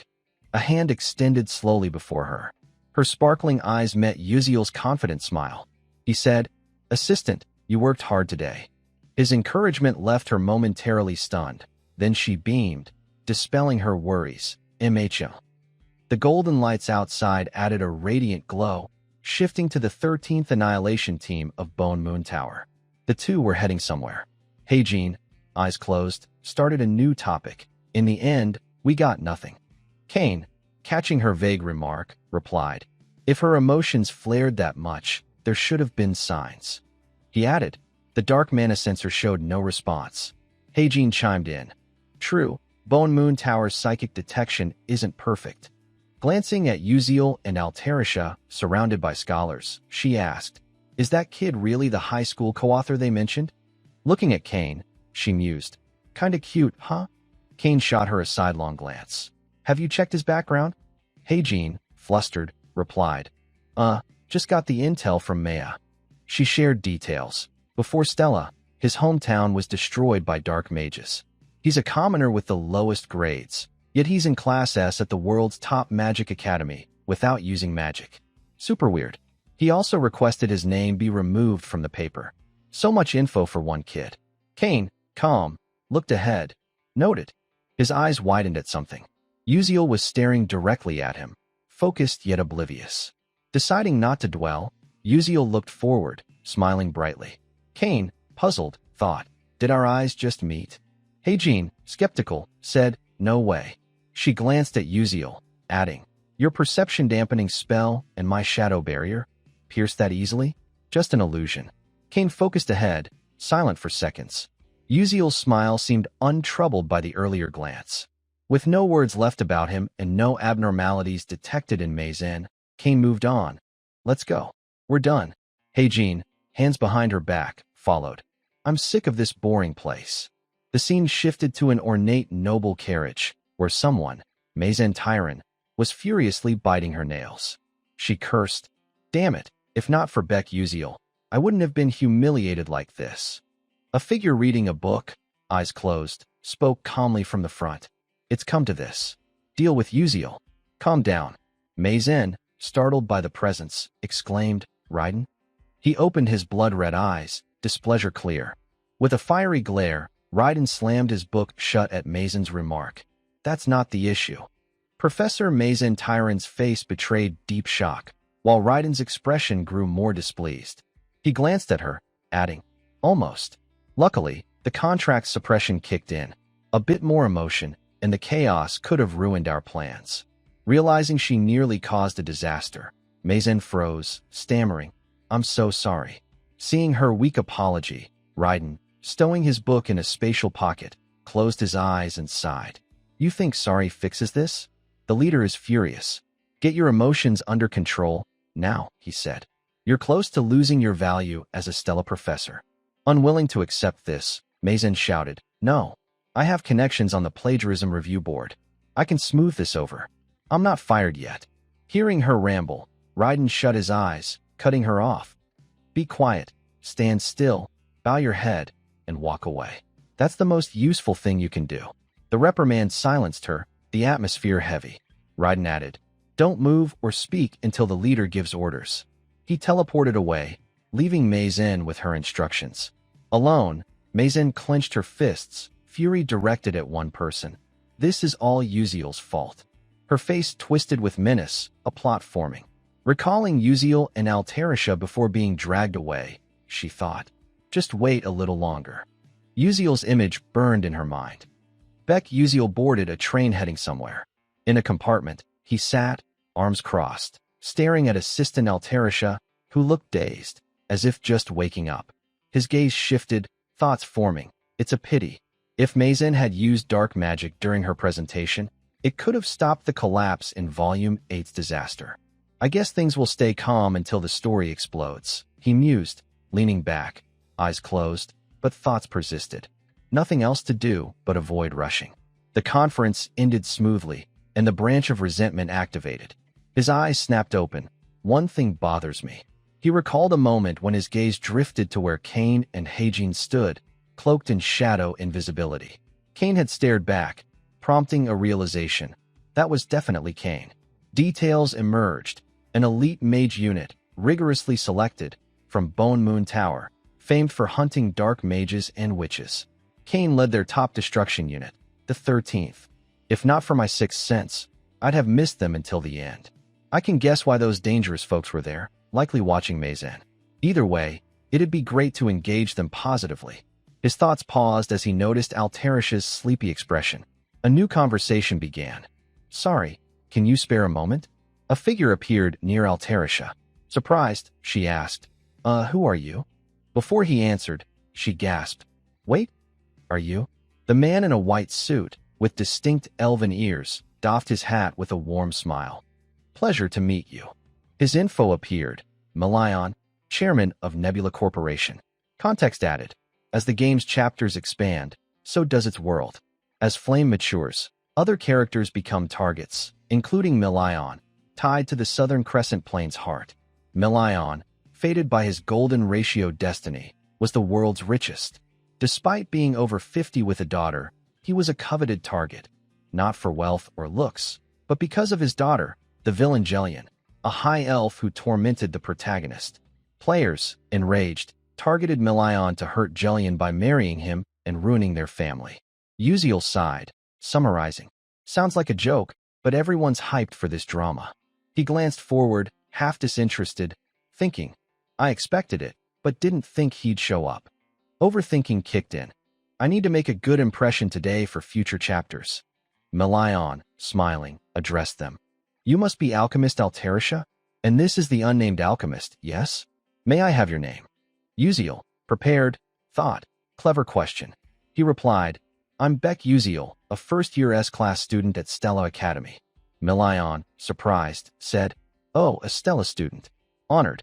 Reaching into his coat, he added, The reason I'm here. He presented a meticulously prepared document, explaining, This is an exclusive contract proposal for Alterish's technique with Nebula Corporation. The terms are generous. Would you like to review it? Uziel wasn't surprised, but Alterisha, holding the document, trembled, ellipses filling her mind. Opening it, her eyes lit up, voice brimming with excitement. Unlimited materials and technicians. I've never seen this much funding. She thought, with this, I can create my dream inventions. Uziel will love it. She glanced at him, but Uziel looked puzzled. Huh? Alterisha, noticing, paused and asked Milion, Can I have time to think? Sensing hesitation, Milion added, Not enough? Name any condition. Alterisha interrupted, No, it's more than enough. Focusing, she clarified, I need to discuss with my co-author. Uziel, stunned, couldn't believe he was the reason for this critical decision. What? He thought, bewildered. Milion chuckled, thinking, co-author? I thought that was just talk. Observing them, he mused, solving a 300-year problem at that age? An extraordinary genius, but still just a student. Milion extended the contract to Uziel. Want to review it? He thought, genius or not, in business, he's just a kid. Uziel examined it closely, as Milion assumed. He can't refuse these terms. But Uziel replied, I decline. Milion, floored, stared at him. May I know why? If the terms aren't satisfactory, I'll revise them. Uziel gazed ahead, thoughts unraveling. An exclusive deal with Nebula, the world's largest corporation, is tempting. But Milion, despite his business prowess, is stubbornly possessive. If this technique is bound to him, only cheap, mass-produced items will result, limiting diversity, individuality, and performance.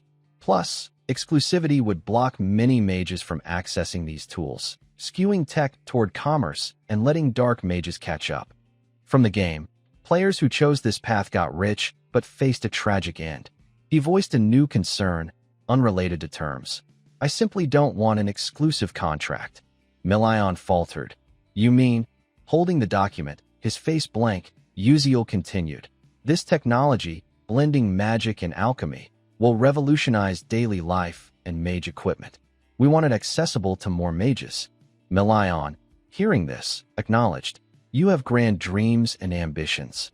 That's good, but money is essential to realize them. Uziel countered, I just negotiated with several investors, including you, Chairman Milion. Understanding, Milion asked, So, you'll sign with them and me? Most of my terms would be cut. Uziel, eyes closed, smiled exactly. Frankly, I'm tempted by your terms. Opening his eyes slowly, he said, Make it a premium product line. A new smile formed. That's my proposal. Uziel aimed to distribute items as widely as possible, but high-end, hard-to-craft items would be exclusively contracted to the Starlight Guild, a matter of branding. Seeing his confidence, Melian, standing opposite, narrowed his eyes slightly. As a seasoned merchant, Melian understood his intent, extending a hand with a smile and asking, Great, but will those luxury items really sell? I'd never do anything to harm myself. Knowing his concerns, Uziel lowered his gaze, responding calmly, Right, so I won't ask you to sign immediately. His cold yet confident eyes gleamed. 6 months from now, let's hold a press conference for investors with you, Chairman Melian. Melian's expression shifted in surprise at Uziel's words. If you like the product I present, please sign the exclusive branding contract. Seeing Uziel's calculated approach, Melian closed his eyes, flashing his usual smile. Yes, that's right. Absolutely splendid. Alterisha smiled, realizing Melian had initially agreed.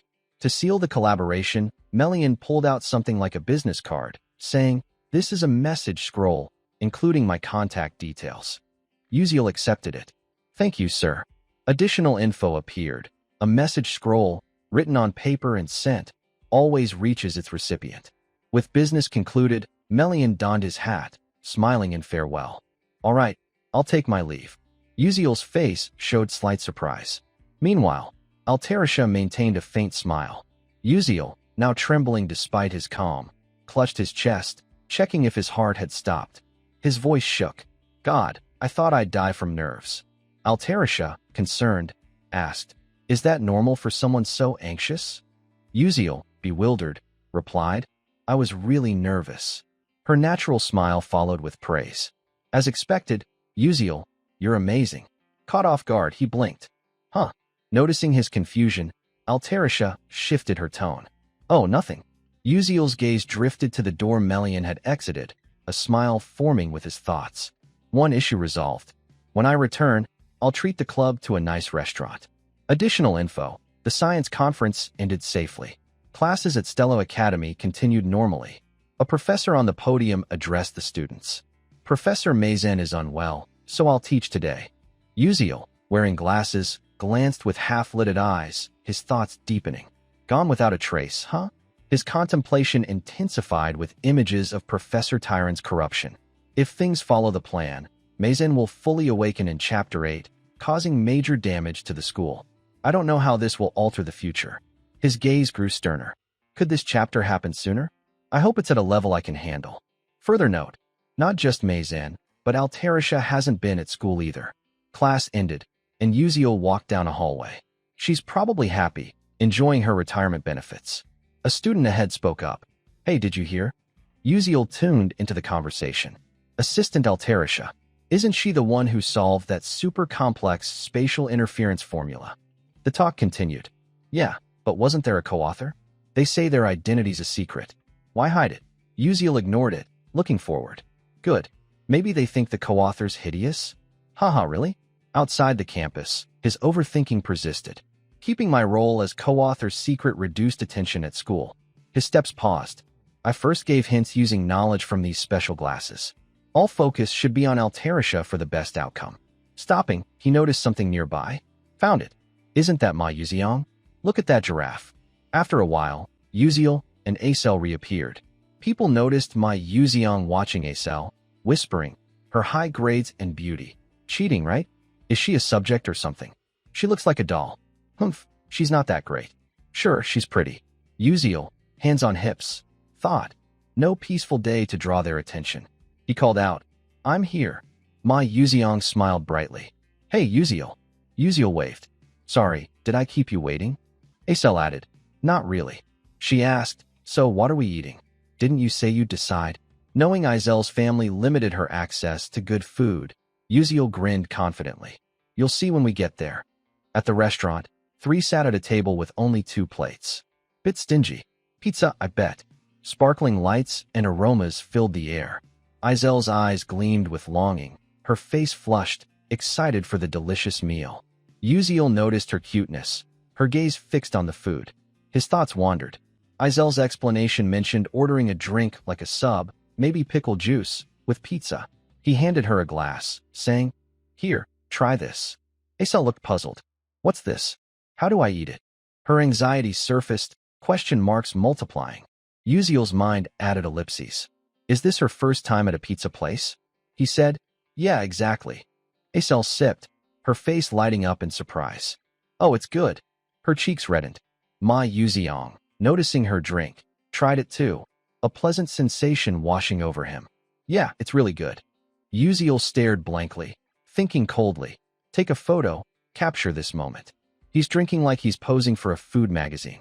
After sipping, Uziel held up a slice, smiling. Try this too. Acel, eager, grabbed a knife and fork. Uziel, unsurprised, closed his eyes. Oh God, you're sticking a knife in the pizza? No one does that. He demonstrated, eating a slice. They say it tastes better this way. Acel hesitated, puzzled. That's odd, isn't it impolite? Ma Yuziang laughed brightly. Oh, isn't that fun? He casually bit into a slice. Let's see. You don't know till you try?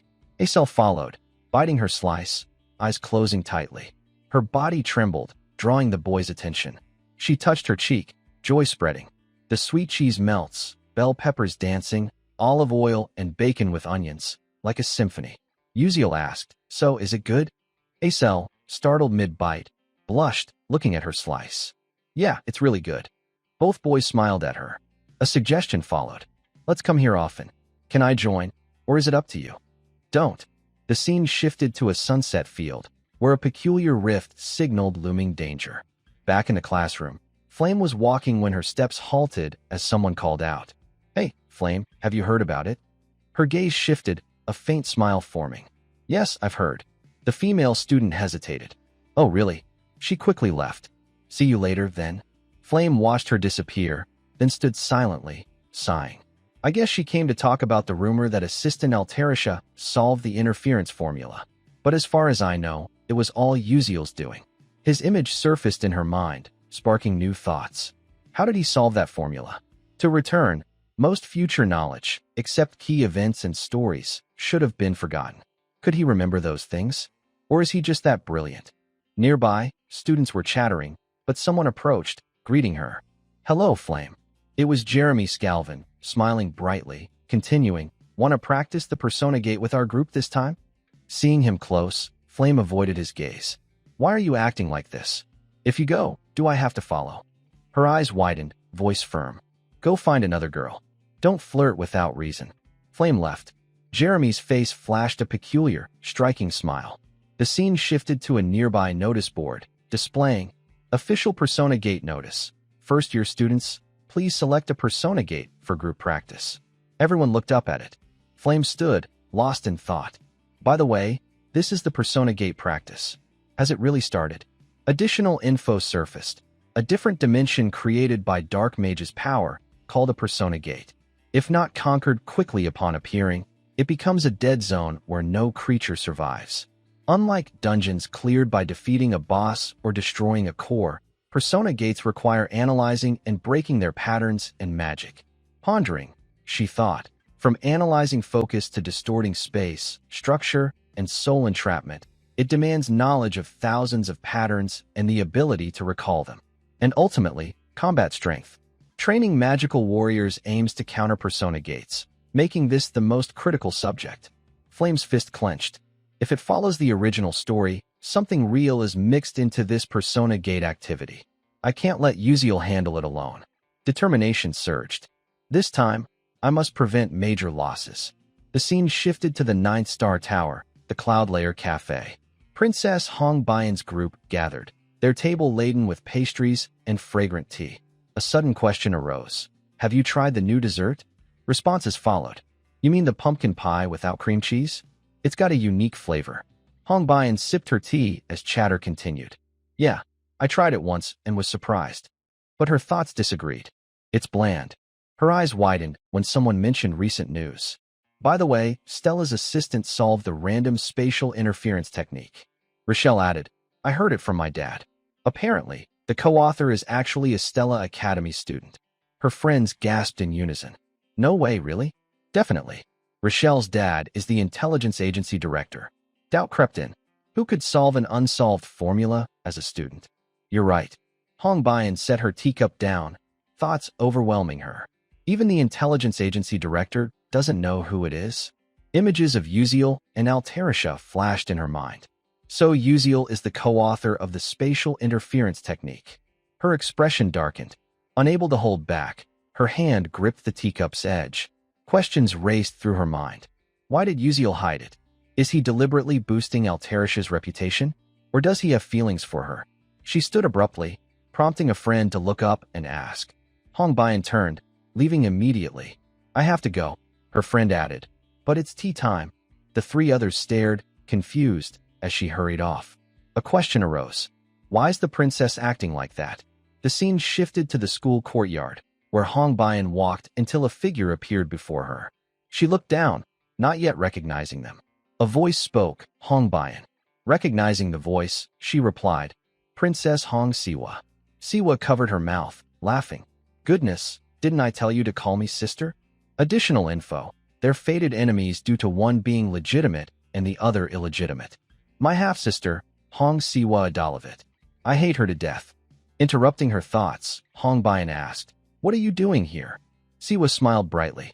Haha, don't look at me like that. I'm here for a reason, right? Lately, a fascinating commoner appeared in the first-year class, didn't they? The question startled Hong Baiyan. She's talking about a commoner upholding the knightly spirit, nearly lost to this world. Uziel's image surfaced. Noticing her odd reaction, Siwa crossed her arms, adding, "From your reaction, you're interested in him too, huh?" Her voice grew pensive. A knight sacrificing everything for a mage.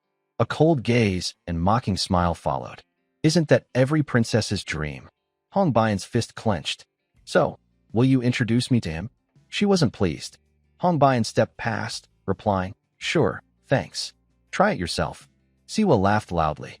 "Look at you, getting upset. So cold." Then, recalling something, she raised a finger. "You weren't like this before. Is it because of our eldest sister's death?" Hong Baiyan's face darkened, her eyes visibly sad. She continued walking, saying, "I'll take my leave." Siwa's gaze followed, tinged with sadness. Her thoughts shifted. Maybe I was too harsh this time, going too far. It's too soon for her to hear about our eldest sister. A guard, Sarah, appeared, adding. Seeing her sudden arrival, Siwa asked, "Huh? What's up?" Sarah handed over documents. "Info on the person you requested. Student Uziel. A copy of his class assignment and a brief background." Siwa took the documents, saying, "Really? I didn't expect to get this without digging. Great job. So there was such an assignment." She opened it. "Let's see what it's about." Title: To my mother. "Mom, I miss you." Reading this, Siwa laughed loudly, quickly covering her mouth. "Haha, kids are still kids, huh?" Moments later, her hands holding the documents trembled. Sarah, surprised, watched as Siwa's tears fell, her hand covering her mouth. "I see. Uziel's mother said she didn't like black bean noodles." Sensing something wrong, Sarah apologized. "My apologies." Siwa turned away. "Are you crying?" Siwa replied, "Oh, it's nothing." Wiping her tears, she added thoughtfully, "I never deeply considered poverty." He lived in that environment, yet kept his knightly spirit. Her gaze softened. Uziel's hometown was invaded by dark mages, right? She smiled. "I'm sorry, Hong Baiyan, but I'm growing more curious about him." The scene shifted to the final training day. Students gathered on the lawn. A professor stepped forward, explaining, "We'll now begin the Persona Gate training for first years. Students, enter the gates as assigned."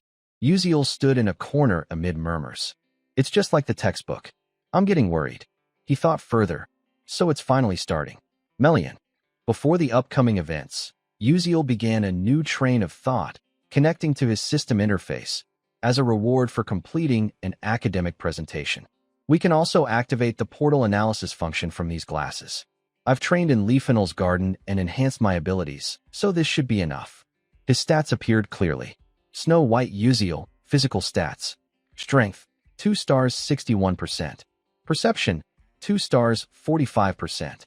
Agility, 2 stars 42%. Endurance, 2 stars 12%. Durability, 0 stars 97%. Mental resilience, 1 star 59%. Mana, undetermined. EXP, undetermined. Skill, Flash Step level 1. His expression was pensive, his eyes revealing deep contemplation. At that moment, a teacher nearby pointed toward the portal, gesturing. "Students heading to Portal C7, please proceed this way." Flame, standing beside Uziel, replied curtly, "Yes." Her captivating tone made him glance at her. Others appeared, including Princess Hong Baiyan and Acel, lost in thought. "So these are my companions?" Uziel thought. This Persona Portal training would be conducted in groups of 4 to 18. Cooperation was key to overcoming the challenge. His gaze lingered on the group. First-year students at Stella Academy, averaging Class 2 skills, won't easily conquer a Persona Portal set with 3 risks for their first real mission. A worry surfaced. Portal C7, the event's location, held up to 16 people. It's a shame Hei Wonriang isn't here, he thought. But with Flame, Hong Baiyan, and Acel, we won't fail. He stepped forward. "I don't need to join the strategy to defeat the final boss anyway." The portal loomed ahead. "All I need is the hidden reward." Enchanting tree petals suddenly stirred, transporting him elsewhere. Uziel's face showed surprise. A new interface appeared. "Welcome to the Aharon Ball." A dazzling golden plaza unfolded before him. Everyone gathered at the large central carpet. Hong Baiyan's group quickly moved there, as did Uziel. Eyes scanned the surroundings, assessing the situation, when a voice rang out, capturing attention. "Hello." A maid steward raised her hand, beaming brightly. I've prepared dresses and shoes for everyone. Hearing this, Hong Bian sensed something off, suspiciously asking, a dress? Shoes? What do you mean? A thought interjected. Has a ballroom ever appeared in a persona portal? She quickly adjusted her mindset. Now's not the time for that. We need to analyze the portal and check the guidance. Complex symbols appeared on the interface. Anxiety crept in. Huh? Wait, they're giving such a complex formula for a first-year test. The steward handed out instructions. Miss, it's almost time for the banquet. Please hurry. Hong Bian, still confused, asked in surprise, Steward, why are you talking like that? Is that a scripted phrase? A thought cut in. I don't know if this is a real NPC in the persona portal. I heard people in portals created by mages don't show individual actions. Seeing the steward's free smile and earlier words, Hong Bian's mind wavered. No, impossible. This is Stella Academy. There's no way a real persona portal would appear here. It's probably just Stella's advanced technology. The steward's smile remained. Why would you say that? Hong Bian changed her tone. Don't worry, go get the dress. The steward replied. Yes, I understand. She left under the princess's gaze, anxiety lingering. Maybe it's my mood, but this training feels like it won't end easily. Time passed quickly, and footsteps approached. Hong Bian, now in her dress, her silver-pink hair blending with its color, looked stunning. Her eyes caught a figure, Uziel, in an elegant vest. His gaze turned elsewhere. Hong Bian's cheeks flushed slightly. He looks good, very fitting. But focus took over. Memories surfaced. This was Uziel's academic submission. I heard it's his past story. She touched her hair, reviewing the data. Is that so? Back to reality. She kept watching Uziel. Is it because of the personal info I got about him days ago? He seems different. Uziel yawned repeatedly. Hi. His eyes met hers, while her thoughts continued. Overcoming such a past, the knight's path at Stella. Uziel's blank expression interrupted her. What are you staring at? First time seeing a commoner yawn. Hong Bian, startled, looked away embarrassedly, saying, No, it's nothing. A voice cut in. Everyone's here, right? Someone approached their position. All eyes turned to the newcomer, a red-haired lady with a fan, continuing. From now on, you'll attend the ball hosted by Duchess Aharon. Her gaze shifted to a wall. They say those 4 paths lead to the manor's basement, but it's a maze full of traps. If you get lost, the manor's knights will move. She smiled. You can only trust your intuition and knowledge. Can you do it? Uziel, standing aside, replied curtly, Yes. The lady glanced at him, surprised. You're quite confident. I like that. That boldness makes one feel a bit guilty. I love it. Uziel said, Thank you. The natural exchange shocked other students. What? She talks like a real person? Do original NPCs have such dialogue? The lady continued. Good luck. She turned, leaving her silhouette for all to see. Male students exchanged glances. All right, let's go. Anxiety loomed as they approached the portal, starting the mission. A voice rang out. Wait, everyone. It was Flame, asking about the training test. Doesn't it feel odd? She calmly detailed. It's hard to explain, and these NPCs act too real. I can't analyze this persona portal either. Normally, a first-year practical test wouldn't be this hard. Students ahead agreed.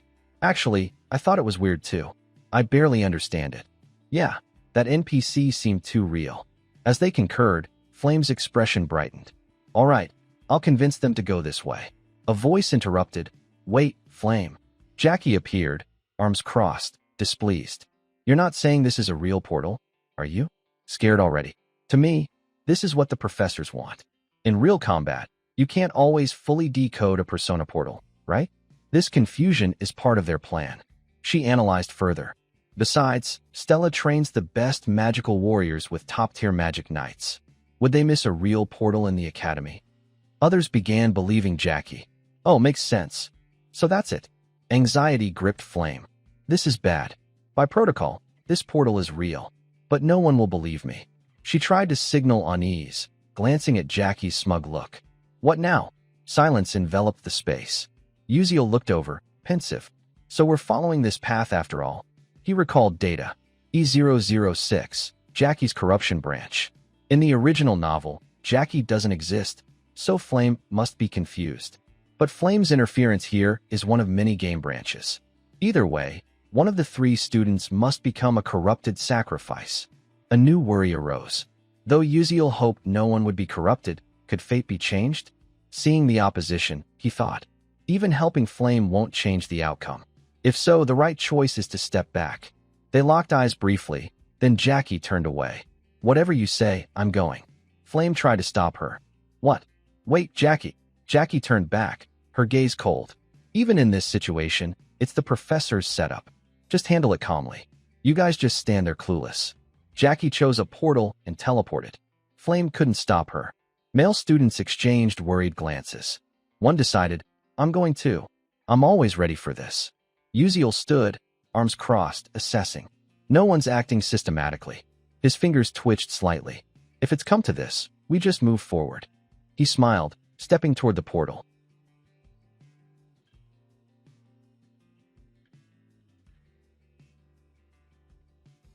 As Uziel confidently strode forward, he suddenly paused, noticing something behind him. A group of male students had gathered, slightly too close. He asked, Why are you all trailing me? They grew flustered, sweat beading. No reason. Seeing their shared expression, he sighed indifferently. Are they planning to follow me? Kids always have schemes. He continued walking, thinking, I don't care much about this. Nothing important here anyway. A long, dim corridor lay ahead, lit by purple glowing energy lamps. In the quiet space, footsteps approached from behind. His attention shifted to a voice. What's with this creepy hallway? It was Princess Hong Bayan, accompanied by two other girls. He mused, seems everyone's here. The princess's gaze fixed on something. The trio moved ahead, standing before a closed door. Beck asked, Where'd the others go? Glancing down, he realized, as expected, we can't all appear at once. Analyzing further, 16 students, split into 4 groups of 4, each taking one of 4 paths. 2 familiar figures joined, Izel and Flame, apparently grouped elsewhere. Beck glanced at those with Princess Hong Bayan, thinking, didn't expect to be teamed with her. The two exchanged words. We should move now. Yes, Your Highness. The princess caught his stare, asking with a puzzled look. What? Got a problem? He sweated. No, nothing. Maintaining her expression, she teased. Gods, so boring. Ignoring her, Beck's gaze shifted elsewhere. Hong Bayan and Izel splitting up is a good thing, right? Suddenly startled, he raised a hand, halting the group. Wait, something's ahead. Golden light revealed dancing statues, resembling decorative mannequins. The group wondered, are those dolls? Hong Bayan stayed silent but flinched, her attention locked forward. A gate lay within the room. The 2 girls beside her opined. Will our unlock spells work? I doubt it. We can't even read this gate. Our level's too low. It's so dark, I'm scared. The situation seemed tough. Hong Bayan glanced at Beck. Commoner, decoded the gate yet? His reply disappointed.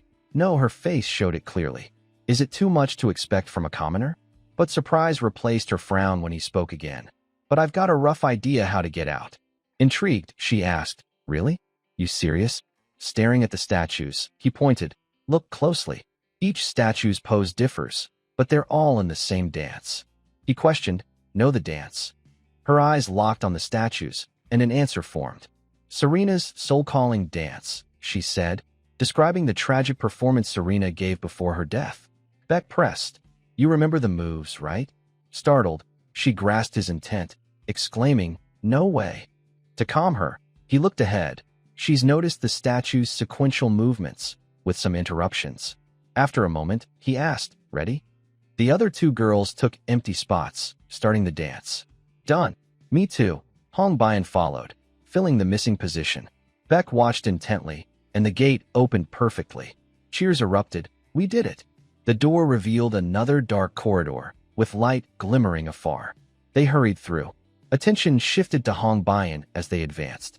A grand room appeared, bathed in golden light, with knight armors wielding swords, arranged variably. Strange patterns marked the floor beneath. One girl pointed. Maybe the armors hold clues. Another added.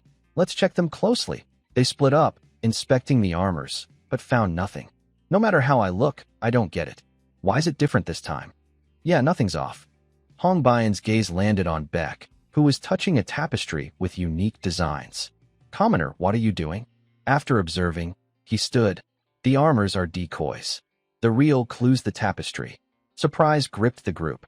He explained, "The dance on the tapestry's the key. Look closely, and figure performs specific moves. If we sequence them correctly, we solve this." The girls peered intently, one saying, "You're right. I know this, Serena's silent tango."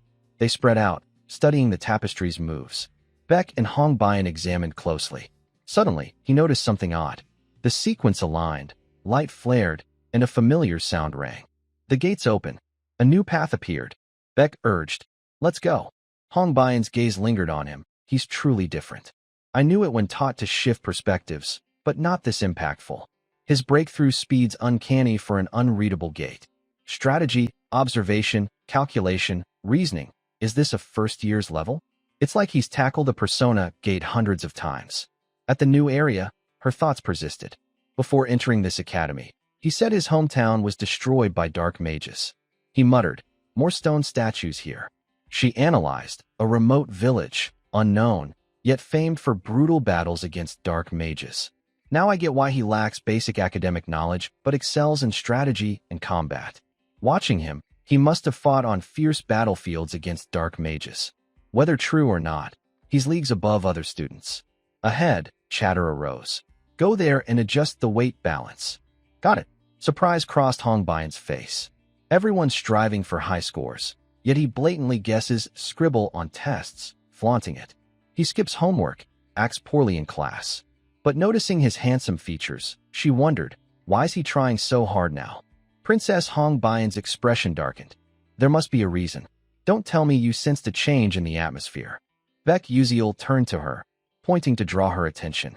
"Hey, why are you zoning out? Get over there." But she sharply questioned him. "Tell me, commoner."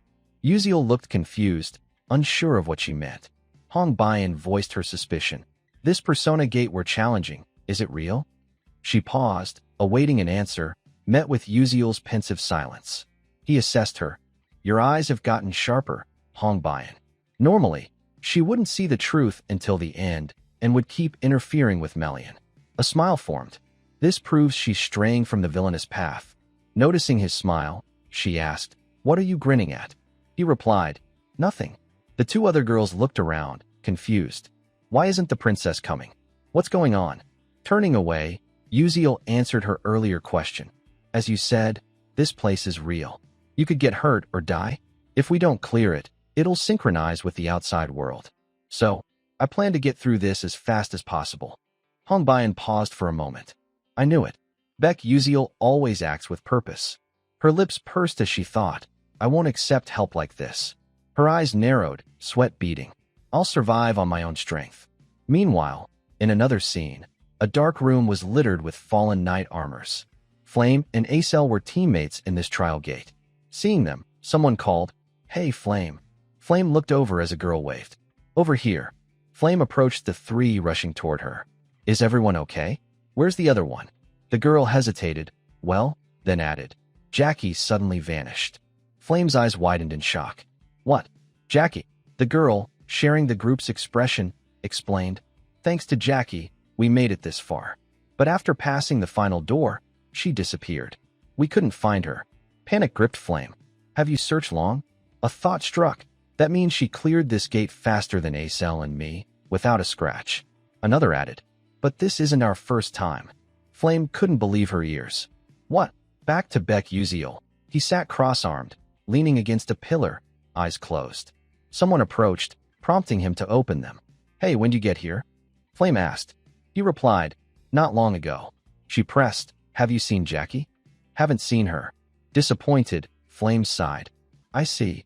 And left, Uziel watching her go. Though unclear on the details, he pieced it together. "I could have stopped Jackie's disappearance if I'd gotten here sooner. But now, I can't do much else. At this point, I can only help the heroines clear the stage." At Stella Academy, a voice shouted, "What?"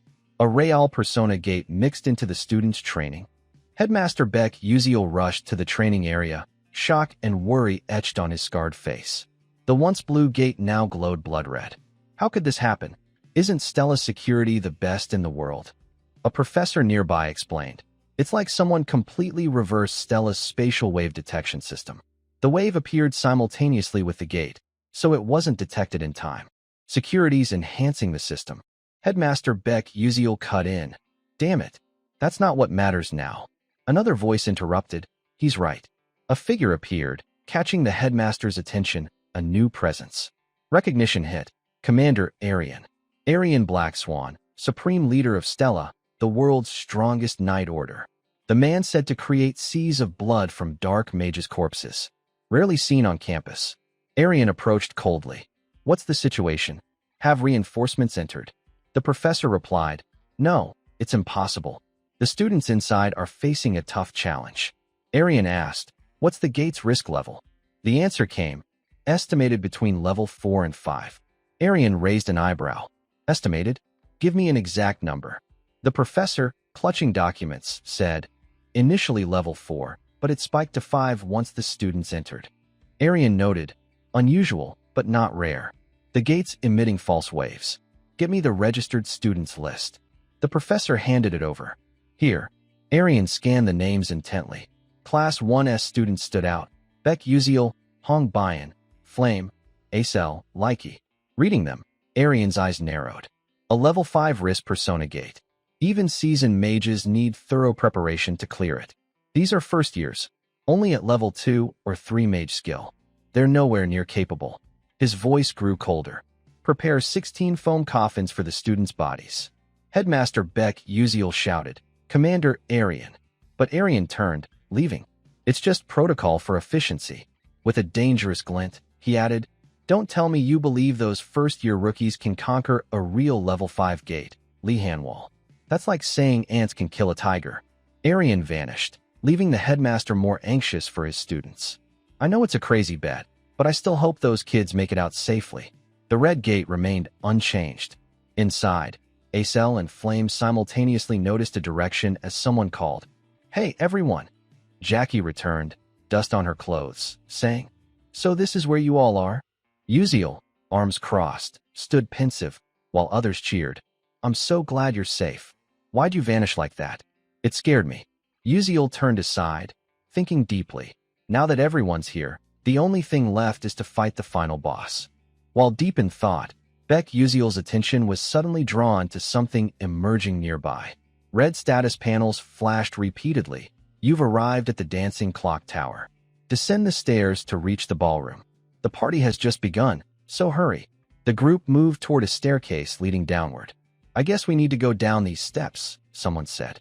As the others focused on the path below, Flame glanced upward nervously, sensing something ominous. A monstrous spider formed in her mind. At the top of this clock tower lives the Great Sword Spider, a level 4 risk boss. Its 8 legs can transform into 8 sharp blades. Flame swallowed hard, taking a deep breath. That thing's dangerous. I can't keep relying on Beck Uziel. He's lost his memories, so he knows nothing about the Great Sword Spider. But I've researched it, so I'll try to stop it somehow. She glanced at Acel nearby. If Acel and Beck Uziel faced the final boss, we could clear this with minimal losses. Determined, Flame called out, Wait, everyone. But a voice interrupted, startling her. Hold on. It was Beck Uziel, looking up at a high corner. Something's up there. Flame froze for a moment. He turned, breaking the silence. You all go down first. I'll check around here and follow. No one objected. Led by Princess Hong Bayan, who moved slowly at the rear, they descended. Flame's anxiety lingered. Beck Uziel probably doesn't even know about the Great Sword Spider. His silhouette flashed in her mind, yet he sensed its presence. Impossible. Hesitating, she thought. I didn't know his senses were that sharp. Well, he did deflect magic. As she wavered, the group moved deeper. A male student paused, noticing something. What's that sound? Others shared his expression. Hong Bayan pinpointed the odd noise, shouting, It's coming from above. All eyes turned upward, gasping as the Great Sword Spider lunged toward them. It's the Blade Spider. Another corrected. No, it's the Great Sword Spider, a level 4 risk. Seeing it, Flame's panic grew. What? Where's Beck Uziel? Thinking of him, Hong Bayan and Acel exchanged glances. Don't tell me. Suddenly, a foot appeared on the spider's body.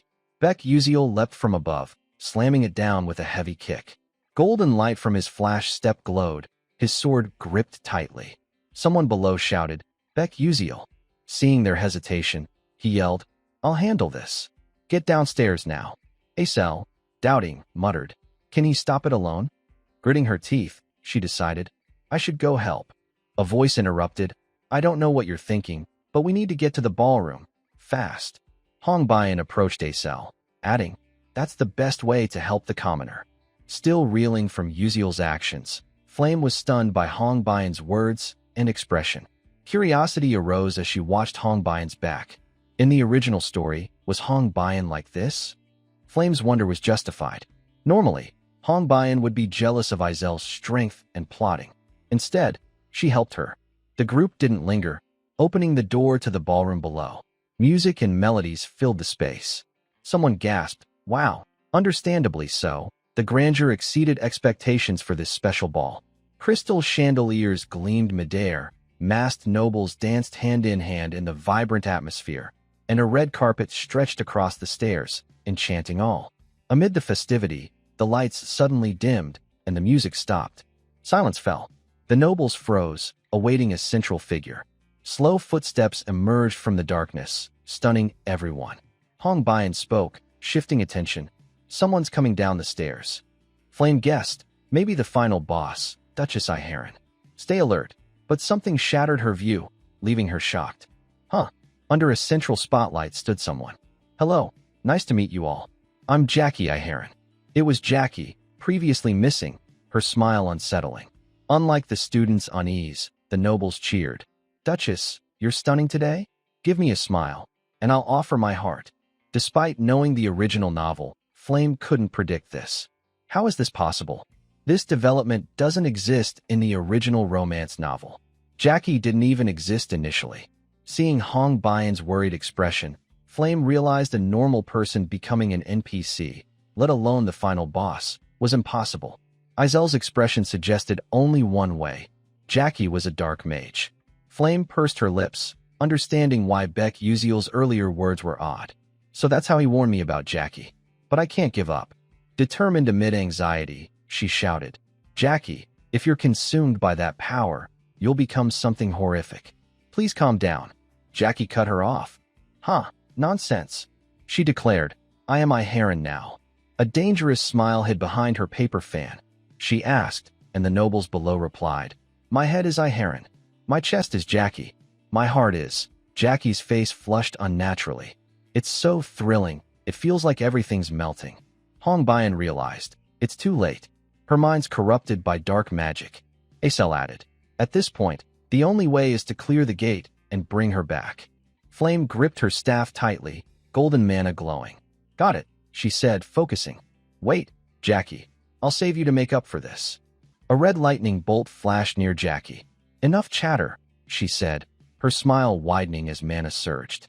"Let's start the party." A critical update appeared. The battle with the Masquerade Temptation boss has begun. Meanwhile, elsewhere, a streak of green blood appeared on the screen, where the great sword spider's massive blade had been slashed across its upper abdomen. The blood came from that wound, a result of Uziel's flash step attack. Anxiety enveloped him, sweat dripping down. This is tough. Analyzing the situation, he realized the great sword spider was a subspace entity, not critical to clearing the gate. Yet, two reasons compelled him to face this challenge. His eyes narrowed. First, to obtain the enchanting tree petal embedded in the spider's dessert-like crest. As he pondered, the spider suddenly swung a leg down at him. But he was prepared. Using Flash Step, he dodged effortlessly, checking the item left behind as the beast missed. Simultaneously, he hurled 3 vials of different colors: orange, spark potion; green, sleep slip potion; purple, oil potion. The result was immediate. The spider convulsed, struck by electric shocks, white light flashing as lightning hit its body. The second reason, Uziel thought, swinging his sword at the creature's energy barrier. Miraculously, it began to crack in moments, his target the pink petal on its forehead. His expression shifted with the tide of battle, a hidden strategy unfolding. To clear Chapter 6, Jackie's Dark Magic Path, additional info suggested, the enchanting tree petal, when absorbed, significantly boosts mental strength. It enhances perception speed, activates the Whispering Glass's critical point, and slows mana flow. A vital item with intriguing story elements. As another blade struck, he attacked, reinforcing his earlier analysis. The petal links to the final boss, Duchess Aheron. The spider lunged, he leapt to dodge. Focused on combat, his thoughts split. The great sword spider is actually the Duchess's husband. But I don't care much for that. I skipped the story to focus. Annoyed by constant attacks, his face showed frustration as he used Flash Step repeatedly, repositioning above the spider.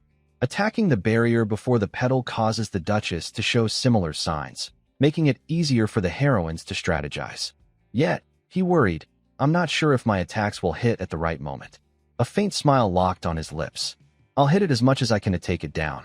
In previous clashes, the spider struck first, so Uziel decided to act preemptively.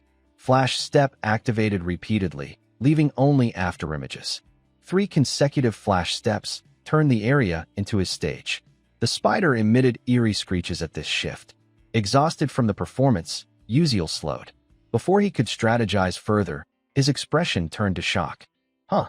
The spider moved erratically, green liquid trailing, and he realized the issue.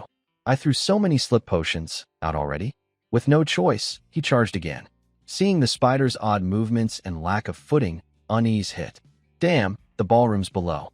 Accelerating from inertia, he decided to act. Think. I need to track its direction. Speeding up, he caught up, their eyes locking, sweat dripping, teeth gritted in anger. His pupils flashed a unique color. Flash Step rewinding minutes to when the critical alert appeared. The battle with the Masquerade Temptation boss has begun. Following the alert, Hong Baiyan's group formed a tight combat cluster. Jackie gripped her black dress, blood-red music playing as her dance began, drawing all attention. Each step summoned red lightning, forming a bizarre magic circle beneath her. As she shifted her dance, the lightning altered the surroundings. Everyone dodge. The warning came too late. Lightning converged, striking. Nearby nobles were blasted back. Hong Baiyan, witnessing the powerful attack, turned to check. Everyone okay? A male student replied, yes. Calming herself, she analyzed. No time to hesitate. It's time to fight. She drew her staff, its tip glowing, facing a dark mage. As Jackie danced above, fire magic attacks targeted Hong Baiyan. Jackie scoffed, her confidence justified. Not so easy. A strange black formation appeared before her, effortlessly blocking the fire attack. But more came. Acel summoned 3 small ice formations, launching large ice pillars. Other students joined, unleashing spells. Unfortunately, similar magic circles blocked them all. The students were stunned. Our magic has no effect. As the group attacked, Jackie shifted to a new move. Red lightning formed overhead, startling them. She's attacking again. Be careful. 2 exclamation marks appeared in Flame's mind. Miraculously, she formed a complex magic array. Jackie noticed, recognizing something. Mimicking Jackie, Flame grasped her dress. Music played, and with an indifferent expression, Flame began the required dance. Others watched, puzzled. Acel spoke. Why are you dancing? Flame didn't answer, continuing. After a moment, she stopped, eyes half lowered, staring at Jackie. From her array, a golden light attack shot past Jackie, who stood frozen, fan in hand, eyes wide. Flame rejoiced inwardly. It worked, just like the novel. She shouted, everyone dance. Hong Baiyan and Acel looked stunned, and Flame explained, we got hints from earlier stages. This isn't just a magic duel, it's a dance too. We can only cast spells through dancing. Hong Baiyan grasped it quickly. So, the Duchess's dance can't be broken by normal magic. Acel added, the dance counters Serena's silent dance, tied to Serena's farewell. Without hesitation, Hong Baiyan began dancing to the somber rhythm. Others, familiar with the dance, joined. Notes blended with their movements, and soon, magic attacks launched toward Jackie. Stunned, hiding behind her fan, Jackie faced a massive explosion centered on her. The music still echoed, and Acel, caught in its rhythm, felt a new wave of anxiety. Will that attack even work? But the music abruptly shifted, mirroring her unease. Huh? Wait. Amid the blood-red melody, a dark silhouette emerged from the smoke of the prior explosion, stirring new thoughts. The music's tempo is speeding up. Two other students noticed the same thing as Acel. Look over there, what's that? A foot stepped forward, revealing two additional legs protruding from beneath Jackie's dress. Her eyes glowed an eerie red. Someone warned, her legs have grown to 4 now, right?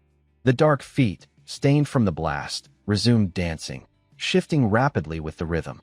Through the new cadence of her 4 legs, Jackie formed a denser, more intricate magical array behind her.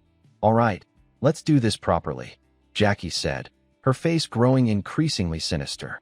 Seeing her like this, Flame couldn't hold back, shouting, "Stop, Jackie. If you keep embracing the role of Duchess Aheron, you won't come back." Jackie retorted, "What exactly do you want me to stop?" Look around. As dark magic spread, the nobles' chants grew relentless. Jackie Aheron, Jackie Aheron. The group stood frozen, witnessing the scene. It was no longer beautiful, but grotesque. The nobles cheered to the music's beat. As expected, "You're stunning. The best dancer. Punish those foolish challengers." Noticing Flame's stunned expression, Jackie added, "Full Flame, are you really that cruel?" Flame flinched. What? Old memories surfaced, mingling with strange, selfish thoughts. This sweet, exhilarating feeling. You've monopolized it, kept it for yourself. Flame always smiled, while Jackie, standing aside, harbored sadness. Now, her pent-up anger erupted. "I'll never let go of this heart, this feeling." Red lightning surged again. Sensing a massive mana release, Hong Bian warned, "It's coming. Protect yourselves." Jackie acted swiftly, energy beams bursting from her arrays. Thanks to the warning, Hong Bian and Acel raised protective shields, blocking the attack. But unexpectedly, a student beside Acel was hit. Acel noticed but couldn't help. As she faltered, another force surged toward her, too fast to react. She closed her eyes, bracing, but opened them when nothing struck. A light shone on her face, confusion rising. Hong Bian, using her power, had formed a massive firewall, shielding Acel from danger. After helping, Hong Bian turned urgently. "Hey, idiot, why are you standing there distracted?" Acel stammered, "What?" Still dazed, Hong Bian raised her voice. "Fire magic defense is more effective for me, so let me handle it. You focus on blocking those lightning spells." Acel understood. "Oh, got it." Hong Bian continued, "Stay behind us and attack when you can." Flame noticed this shift in the princess, especially her addressing her. In that fleeting moment, Flame was baffled. What's going on? In the original story, Hong Bian's jealousy of Izel's abilities ruined teamwork, causing major losses. But now, she was reading the situation best. A blood-red energy attack surged toward Hong Bian, blocked by Izel's ice shield. Hong Bian, startled, glanced at her. Flame's thoughts raced. No way, Hong Bian and Acel are working together? Acel spoke casually. "Don't let your guard down either." Hong Bian, teased, snapped, "What?" Then Flame joined from behind, supporting both attack and defense. "I can't lose to them." With a defense in place, Flame counterattacked, forming a grand magic array and unleashing golden energy beams. Jackie's 3 dark magic barriers blocked them. Useless. But Flame smirked.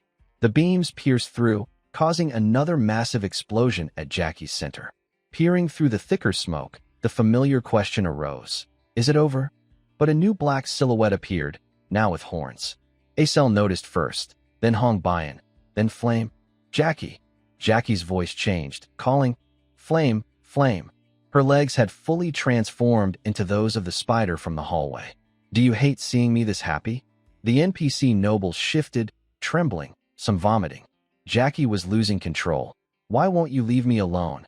Feeling partly responsible, Flame shouted, "Jackie, that's not it. Please, snap out of it." But Jackie's rage peaked. "Shut up." Instantly, a blood-red magic layer formed, followed by a second divine array beneath. The red music resumed, and Jackie's smile locked in place. Hong Bian, stunned, exclaimed, "No way." Flame, equally shocked, thought, "This is..." Facing the danger, she analyzed. At least a level 5 risk. "I can't think straight. What do we do?" Looking ahead, Flame glanced upward, sensing movement. The sound grew louder, and she asked, "What's that noise?" Acel, sensing it, interjected. Flame flinched at her words, but another event unfolded. Jackie screamed, As if struck, Hong Bian asked, "What's happening?"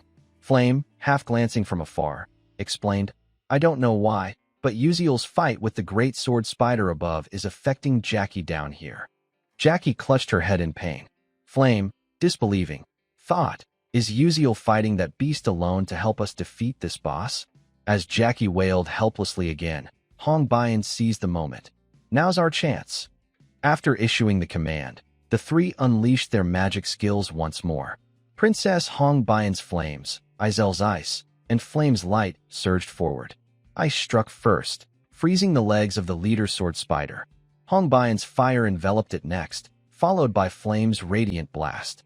A massive explosion erupted as the elements clashed, dispersing the resulting smoke. Jackie shouted furiously, "This is all you've got, brats?" Her rage peaked. "How dare you?" At that moment, the original leader sword spider appeared in the room. Sensing something new, Hong Bian asked anxiously, "What's happening?" Flame, equally puzzled, said, "I don't know, something just dropped." Recognizing a familiar silhouette, Flame froze. "No way, that's the great sword spider leader?" Its massive body crashed from above, unconscious, cracking the ballroom floor. The group questioned, "Is it dead?"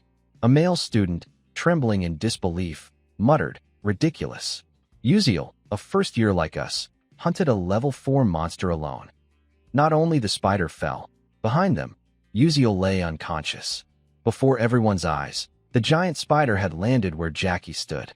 A friend of Jackie's, Flame, ascended the steps with sorrow. Jackie, pinned under the spider, struggled to rise, trembling as she confronted Flame. "Why do you always ruin things for me?" Her anger flared. "I'll never forgive you." A new thought emerged. "Oh, I get it. You couldn't win at dancing, so you resorted to tricks? Because no one dances better than me, right? Pathetic. You're just like me, jealous of someone prettier." With a manic grin. "Haha, not just me. You're no different." Flame's sadness deepened, watching her friend's unraveling mind. Jackie, confused by Flame's gaze, asked, "Why were you looking at me like that?" To shift her emotions, Flame turned to Acel. "Can you summon an ice mirror?" Acel replied, "Yes." Jackie smirked. "No matter what nonsense you pull, I'm still prettier." At Flame's request, Acel conjured an ice mirror before Jackie. She stared, stunned. Huh. Half her face had morphed into a spider's. Disbelieving, she stammered, "This is this?" A male student checked on Uziel, now stirring. "You okay?" "Ugh, my head." Jackie's screams shattered the silence. "Is this my face?" "You're lying. This isn't a mirror, is it?" Uziel, awake, pressed a finger to his lips as Jackie ranted. "You're tricking me with this image, right? It's disgusting, disgusting, disgusting." Her cries escalated. "Please, remove the mirror." The nobles who'd supported Jackie at the ball now fell silent. The Duchess was no longer beautiful. Knowing what came next, they bowed their heads, letting Jackie rage in agony. "No, I don't want this. I hate it. This isn't me." Her spider-like hand reached out, pleading, "Flame, please, do anything, save me." Her tone shifted. "You think I'd beg?" A sword-like spider leg emerged, her transformed arm lunging at Flame. "It's your fault I'm like this." Dot. Red-white flames clashed, but Jackie was the one wounded. Something beneath Flame pierced her. Jackie's dazed eyes widened, recalling joyful moments with Hei Wonriang. She couldn't be saved. The group could only end her suffering through sacrifice. Hong Bian's flames ignited. Acel lowered her head in guilt for her role, and Hong Bian shared the same regret. Flame, the saddest, knew she'd partly caused this death. As Jackie faded, Flame whispered, "I'm sorry, Jackie. Truly sorry." As she fell, a notification appeared.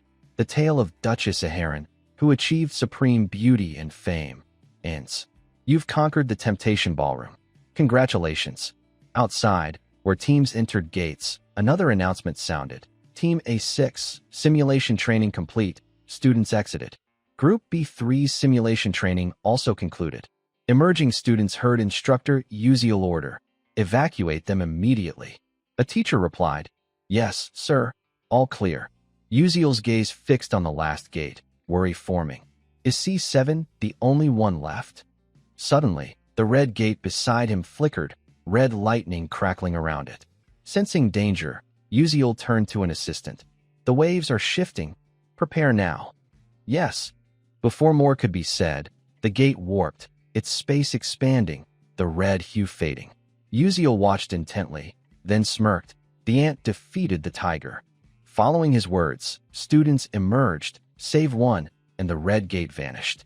Seeing them escape, such peril sparked chatter. They conquered a level 5 persona gate as mere students? Even seasoned veterans find that tough. Questions arose. Is that boy the leader? Arian, surprised, retracted her earlier jest, then laughed at herself. Let's retreat. Yes, ma'am. Outside, Uziel raised his sword to his chest. I report. Persona Gate conquest complete. 16 participants, 1 casualty, 15 safely returned. Instructor Uziel's face soured. 1 sacrifice, after all. Refocusing, he ordered. Well done. I'll summon a healing mage. Rest now. Yes, sir. A voice interrupted. What happened while I was gone? All eyes turned to the familiar tone. A figure appeared. Seems something went down, huh? Uziel froze, caught off guard. Principal Stella Eltwin, the great 9th-tier mage, approached with a smile. You'll tell me everything, right? The scene shifts to Stella Building Number 1, the principal's office, where Beck Uziel walks alongside Principal Eltwin down the corridor. As he moves, his face carries an indescribable hint of bewilderment, tinged with a new concern. A private conversation with Eltwin. No way. Why am I feeling so anxious? His eyes darted to the side, as if complaining about some decision. That's why I didn't want to be the leader. Flashing back to before they left the Persona Gate, Princess Hongbian gathered everyone as if to address a major issue. Wouldn't it be better to appoint a leader to report the situation before we leave? With a nonchalant expression, Beck Uziel's thumb pointed toward Acel. How about Acel? Having just woken from a fainting spell, Acel looked bewildered at the sudden responsibility directed at her. However, from the start, neither Hongbian nor Flame had any intention of letting him escape the role. Both wore matching expressions, arms crossed casually, and said, Commoner, I've been watching closely, and you dare openly dismiss your own contributions? Your Highness, no matter how you look at it, that's not right. Sweat dripped down Beck Uziel's face, and for some reason, as if a special task had been pinned on Acel, he added, I think I'm pretty good, but not this time. He froze, his thoughts trailing off vaguely. You think so too, right? His eyes shut tightly. So, in the end, I was forced to become the leader. What the hell happened while I was unconscious? But his thoughts were quickly interrupted as the principal's voice rang out, bringing a new topic. Is this the 3rd time we've met? Beck Uziel's eyes widened as he looked at the principal, who continued, You've grown taller since last time, haven't you? Slightly confused and still young, not quite grasping the principal's meaning, he froze again. What's he talking about? As he tried to process this, old memories suddenly flooded back. A small village ravaged by a blizzard. Blink, blink, blink. In that snow-covered place, Beck Uziel stood alone. At that time, despite having a body unable to wield magic, he diligently trained in his one and only magical skill, blink. In that moment, his gaze shifted to the side as a voice called out. You're incredible. A figure wrapped in heavy clothing appeared, adding to Beck Uziel's newfound bewilderment. You have an interesting talent. I'll write you a letter of recommendation, so come to my academy and take the entrance exam. There'll be bonus points. That figure was none other than the current principal of Stellar Academy, Eltwin. Snapping him back to reality, the principal spoke again. The reason I called you here is? Beck Uziel jolted slightly. Teacher Lean smiled and continued. I'm here to thank you on behalf of the Academy for preventing that potential crisis. Beck Uziel sat there, deep in thought. It started with me, but the principal's words are still there, and I have no intention of revealing this to the outside. Of course, if the damage to the students had been severe, things would have been different. Thank you. It's all thanks to you. And there's one thing I need to confirm. Beck Uziel instinctively focused on these words. In an instant, the principal's expression turned cold. Was there anything wrong inside that gate? In that moment, cold sweat began to trickle down Beck Uziel's body. What's with that look? No wonder they call you the Black Witch Slayer. Even so, I'm not even a Black Witch. Caught between hiding the truth and speaking it, Beck Uziel chose to tell the truth, though his anxiety lingered. Yes, a student died. Jackie showed signs of corruption from black magic.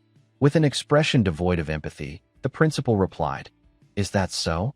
That's unfortunate, isn't it? Being affected by corruption means there were dark emotions in their heart from the start, and no one can resist that." Beck Uziel could clearly sense there was no real regret in his tone. Before he could fully process the situation, the principal brought up another matter. "Oh, look at my mind." He chuckled. "I haven't even offered you a drink yet." With his characteristic bright smile, he asked, "Coffee or tea? Do young people these days like carbonated drinks?" Others might not notice, but from this point on, it would be a proper conversation. Seizing key information, Beck Uziel made his choice. "I'd like tea," he said nonchalantly. "Is there a tea called Liddy?" The principal looked at him with curiosity about Liddy, then immediately flashed a knowing smile. There is. Wait just a moment." Beck Uziel let out a soft sigh of relief. Lucky break. Time passed, and the principal brought out a cup of tea, placing it on the table. "That's right, Lai Tai is quite surprising. Not many people know about it, and even fewer enjoy it." Beck Uziel responded, "Thank you." He picked up the cup and took a sip. Savoring the tea, he showed no particular expression, but his thoughts revealed the atmosphere. As expected, it's pretty bland. Compared to earth foods, it's like durian or fermented skate. It's a matter of taste, but it's strangely addictive, so some people dislike it. Its distinct aroma turns them off, and they won't even try it. But those who love it become obsessed. The reason he chose Liddy was because this private meeting with Elman Eltwin was a branching point and an opportunity. Flame, who chose coffee, was promised magic lessons. Acel, who picked a carbonated drink, gained magical enlightenment. And Liddy was Elman Eltwin's favorite tea. The only issue was that he glanced over, waiting for the principal to continue. About Liddy, you see, it was exclusively enjoyed by the El tribe in the Western continent decades ago. They should have kept it to themselves. But they shared it with humans and faced misfortune along with the Lai tribe. The recipe for Lai tea was said to have vanished. The principal smiled, looking at the cup in his hand. This must be one of the last Lai teas in the world. If humans hadn't been so greedy, we could still enjoy it today.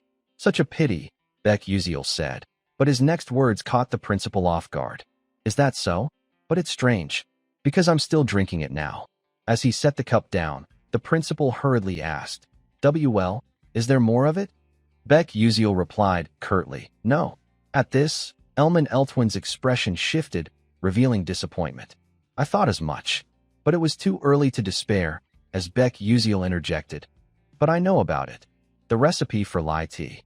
The principal's eyes widened, the quiet atmosphere shattered as he couldn't contain his excitement. "What? Really? How did you get that recipe?" Beck Uziel, realizing he'd spoken too quickly, grew slightly flustered. "Well," he thought, "this is a bit hard to explain. I can't exactly say I got it from a game." Under the principal's expectant gaze, he slowly said, "My late mother taught me, so that's how I know." With a hint of sadness, he shared this. The final touch, mentioning his mother's nurturing, tugged at his emotions. The principal's mood softened.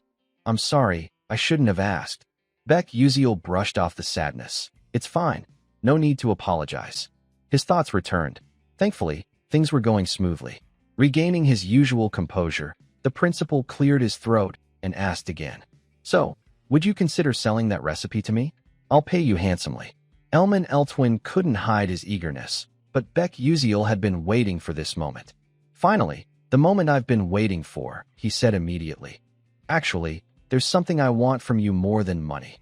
"Principal," he continued, and the principal asked, "Oh? What is it?" Surprising him again, Beck Uziel revealed, "Your spatial enchantment technique. I'd like your help with it, even just once." Stunned by the choice, the principal questioned, "What? Why not reconsider? The Lai tea recipe is no longer in production, and it could fetch a much higher price than that. But my magical technique isn't practical. You understand what that means, right?" Beck Uziel sat quietly.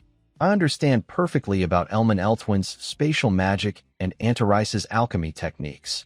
And by using a mana vessel controlled by a soul mage, I could create an incredible multidimensional space. It would be a storage space, one that could only be created by a mage who mastered 8th tier spatial attributes. As such, very few in this world could achieve it. But with the help of 9th-tier mage Eltwin, he could create the most advanced storage space in his imagination. Smiling brightly, he continued, "More than a few coins. As an alchemist mage seeking the truth of matter, understanding the essence of magic and its principles, I consider this the most precious gift of my life. So please, I'm asking for your guidance." Hearing these repeated surprises, the principal let out a sigh and a smile. Under Beck Uziel's expectant gaze, he replied, "All right, if that's truly what you want, let's make a deal." Beck Uziel's joy was evident. "Fantastic." Meanwhile, at the first tower, Vice Principal Aki Hayden sat in his chair, facing someone. Clenching his fists, he addressed the other party. "I heard a story. The Persona Gate was quite a challenge, and you failed to open it, didn't you, Raiden?"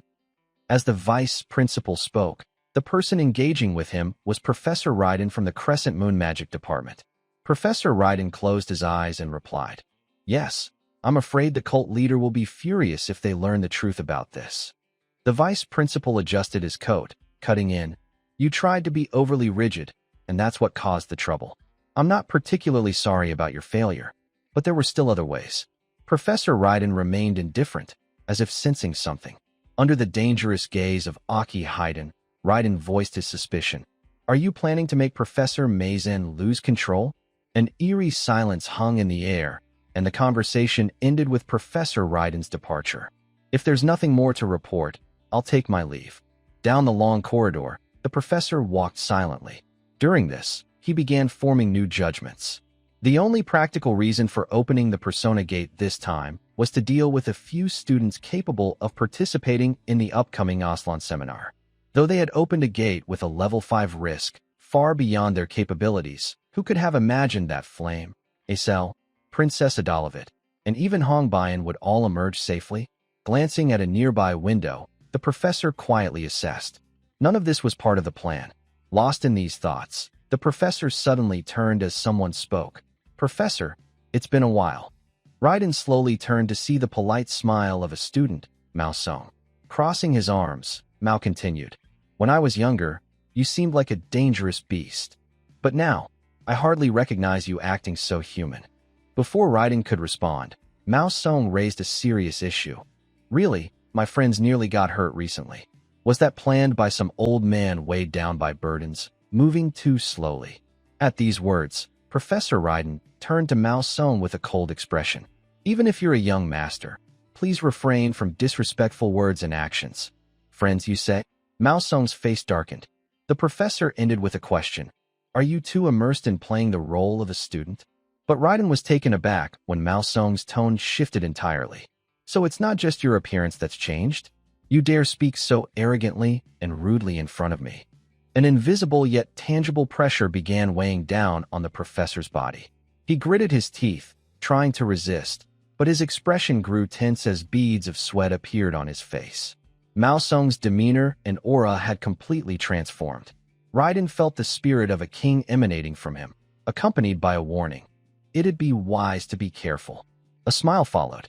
"You lot are such a nuisance and an eyesore. See you next time." Mao Song walked away slowly, step by step, the sound of his footsteps oddly unsettling. The professor pressed a fist to his chest. When Mao Song had completely disappeared, Raiden gasped, taking a deep breath to regain his composure.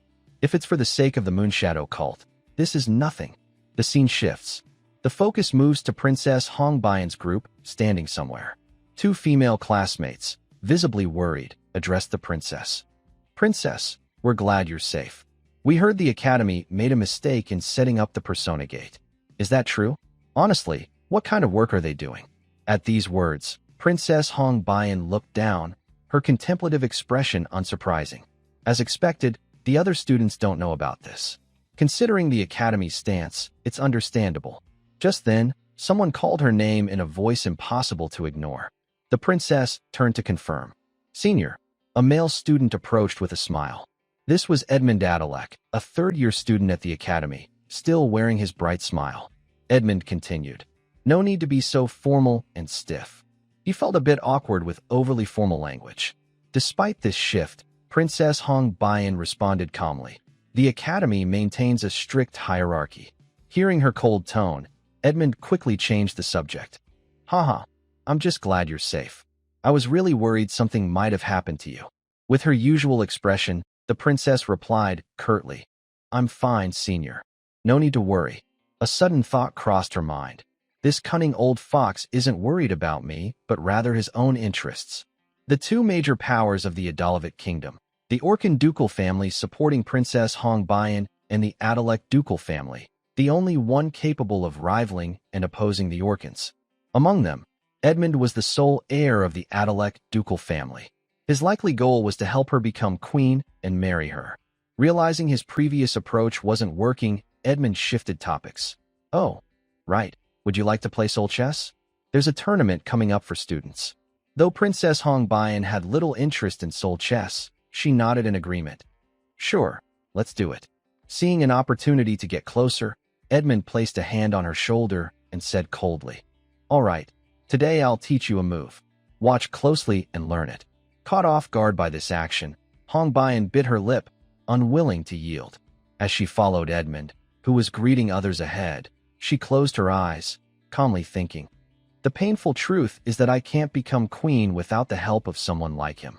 If only I had some kind of power, even if it came from someone with strength equal to the Adalek Duke standing by my side. At that moment, the princess suddenly shifted her gaze to the window. Beck Uziel. By chance, he passed by outside, catching her eye. But she quickly turned back to Edmund as he spoke. Hong Bayan, what are you doing? Hurry up. Still hesitant, she glanced back at the window. It seemed he had already left. Princess Hong Bayan moved from her spot. Yes, senior. The scene shifts to Beck Uziel holding a flower petal, pausing in a corner, hands on his hips as he examined it, pondering. Let's see, is this enough? The surroundings turned pink, and the petal in his hand floated upward. A status window appeared. Absorbing the enchanting tree's petal will increase mental strength by 65% and permanently grant a small boost to resistance against charm-based magic. Beck Uziel status. Strength, 2 stars, 73%, Perception, 2 stars, 57%, Agility, 2 stars, 42%, Stamina, 2 stars, 19%, Endurance, 0 stars, 99%, Mental Strength, 2 stars, 24%, Magic Power, not applicable. Seeing the change, he smiled slightly. Not bad at all. More information followed. The Constellatio project grants you a special reward. Beck Uziel rubbed his chin, forming a new judgment. Thanks to completing a new stage, I got this special reward. So what should I take this time? Should I use another growth item? Suddenly, he realized something. Could I take Marikan's necklace? The system responded, Possible. He nodded, satisfied. Then I'll take it.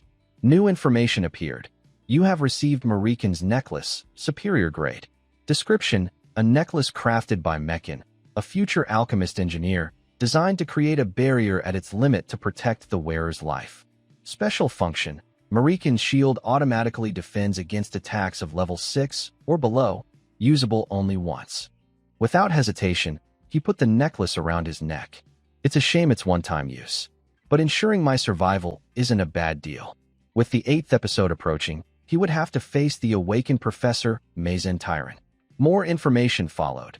The Hatred branch has accumulated 78% of its value. Beck Uziel smiled brightly. Good. Preparations for fighting Mazen Tyran are going smoothly. Then I guess I'll rely on Alterisha for the rest. The scene shifts to the International Alchemy Organization. Beck Uziel arrived at the location, standing before an area. A cheerful person greeted him. This is the 13th branch of the Cordon Vitalis School, the annex by the Great Elm Tree in Alchemy City. He responded, I'm here to meet Alchemist Alterisha. The receptionist's expression was clear. I'm very sorry, but you can't meet her right now. Knowing this might happen, he looked slightly puzzled, slipping his hand into his coat and muttering, I knew it. Immediately, he produced a letter. This is a direct invitation from Assistant Professor Alterisha. The receptionist was flustered. Oh my. The exchange that followed was simpler. My apologies, I'll guide you right away. This way, please. Thank you. At the door to Alterisha's research room, the receptionist called out, Miss Alterisha, you have a visitor. There was no response. The receptionist spoke again, We're coming in. At that moment, Beck Uziel flinched, startled by a sensation. A massive explosion suddenly erupted, releasing immense pressure. The explosion caused the door to shake violently, but fortunately, it remained intact. Inside, thick smoke billowed, obscuring the view, but thankfully, it didn't seem like a major accident. Beck Uziel stood there, remarking, "That was unexpected." Having pulled the receptionist aside just as the door trembled, he felt a twinge of concern for himself. "We almost got into trouble there." Waving away the smoke in front of him, Beck Uziel stepped cautiously into the room. With the smoke still thick, he called out loudly, "Assistant, are you okay?" A quick response came. "Hey, is that you, Beck Uziel?" Despite the chaos of the explosion, Assistant Altarisha was unharmed and greeted him with a cheerful smile. "Welcome. I want to show you something." At the same time, a familiar figure appeared beside her, none other than the Golden Alchemist, Waysek Gordon. Beck Uziel hadn't noticed him yet, but he did catch Altarisha's expression, thinking to himself, the explosion didn't even faze her? Their attention shifted to the Golden Alchemist as he noticed something about the bracelet on his wrist. "Student, do you see this? This is a shield bracelet." On the silver bracelet was a button, which he pressed with his finger. A green shield materialized, enveloping his entire arm. Excitedly, he explained, "If we press this button twice, even in this state alone, it boasts third-tier strength." Beck Uziel was surprised, but the demonstration wasn't over. Waysek continued, "Oh, but what if we press it one more time? Isn't it amazing? Even if your mana is low or you're an ordinary person unable to use magic, you can still deploy this shield magic at least once." Its defensive power reached only 500, but it could be incredibly useful in a critical situation. Before the three of them, a shield 3 times larger than Waysek's face appeared, replacing the smaller one.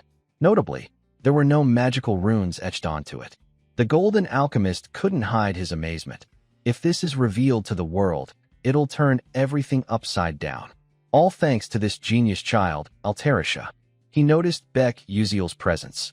"Oh, come to think of it, you're a co-author too." He pulled Beck Uziel closer. "How about joining the world of alchemy as an alchemist?"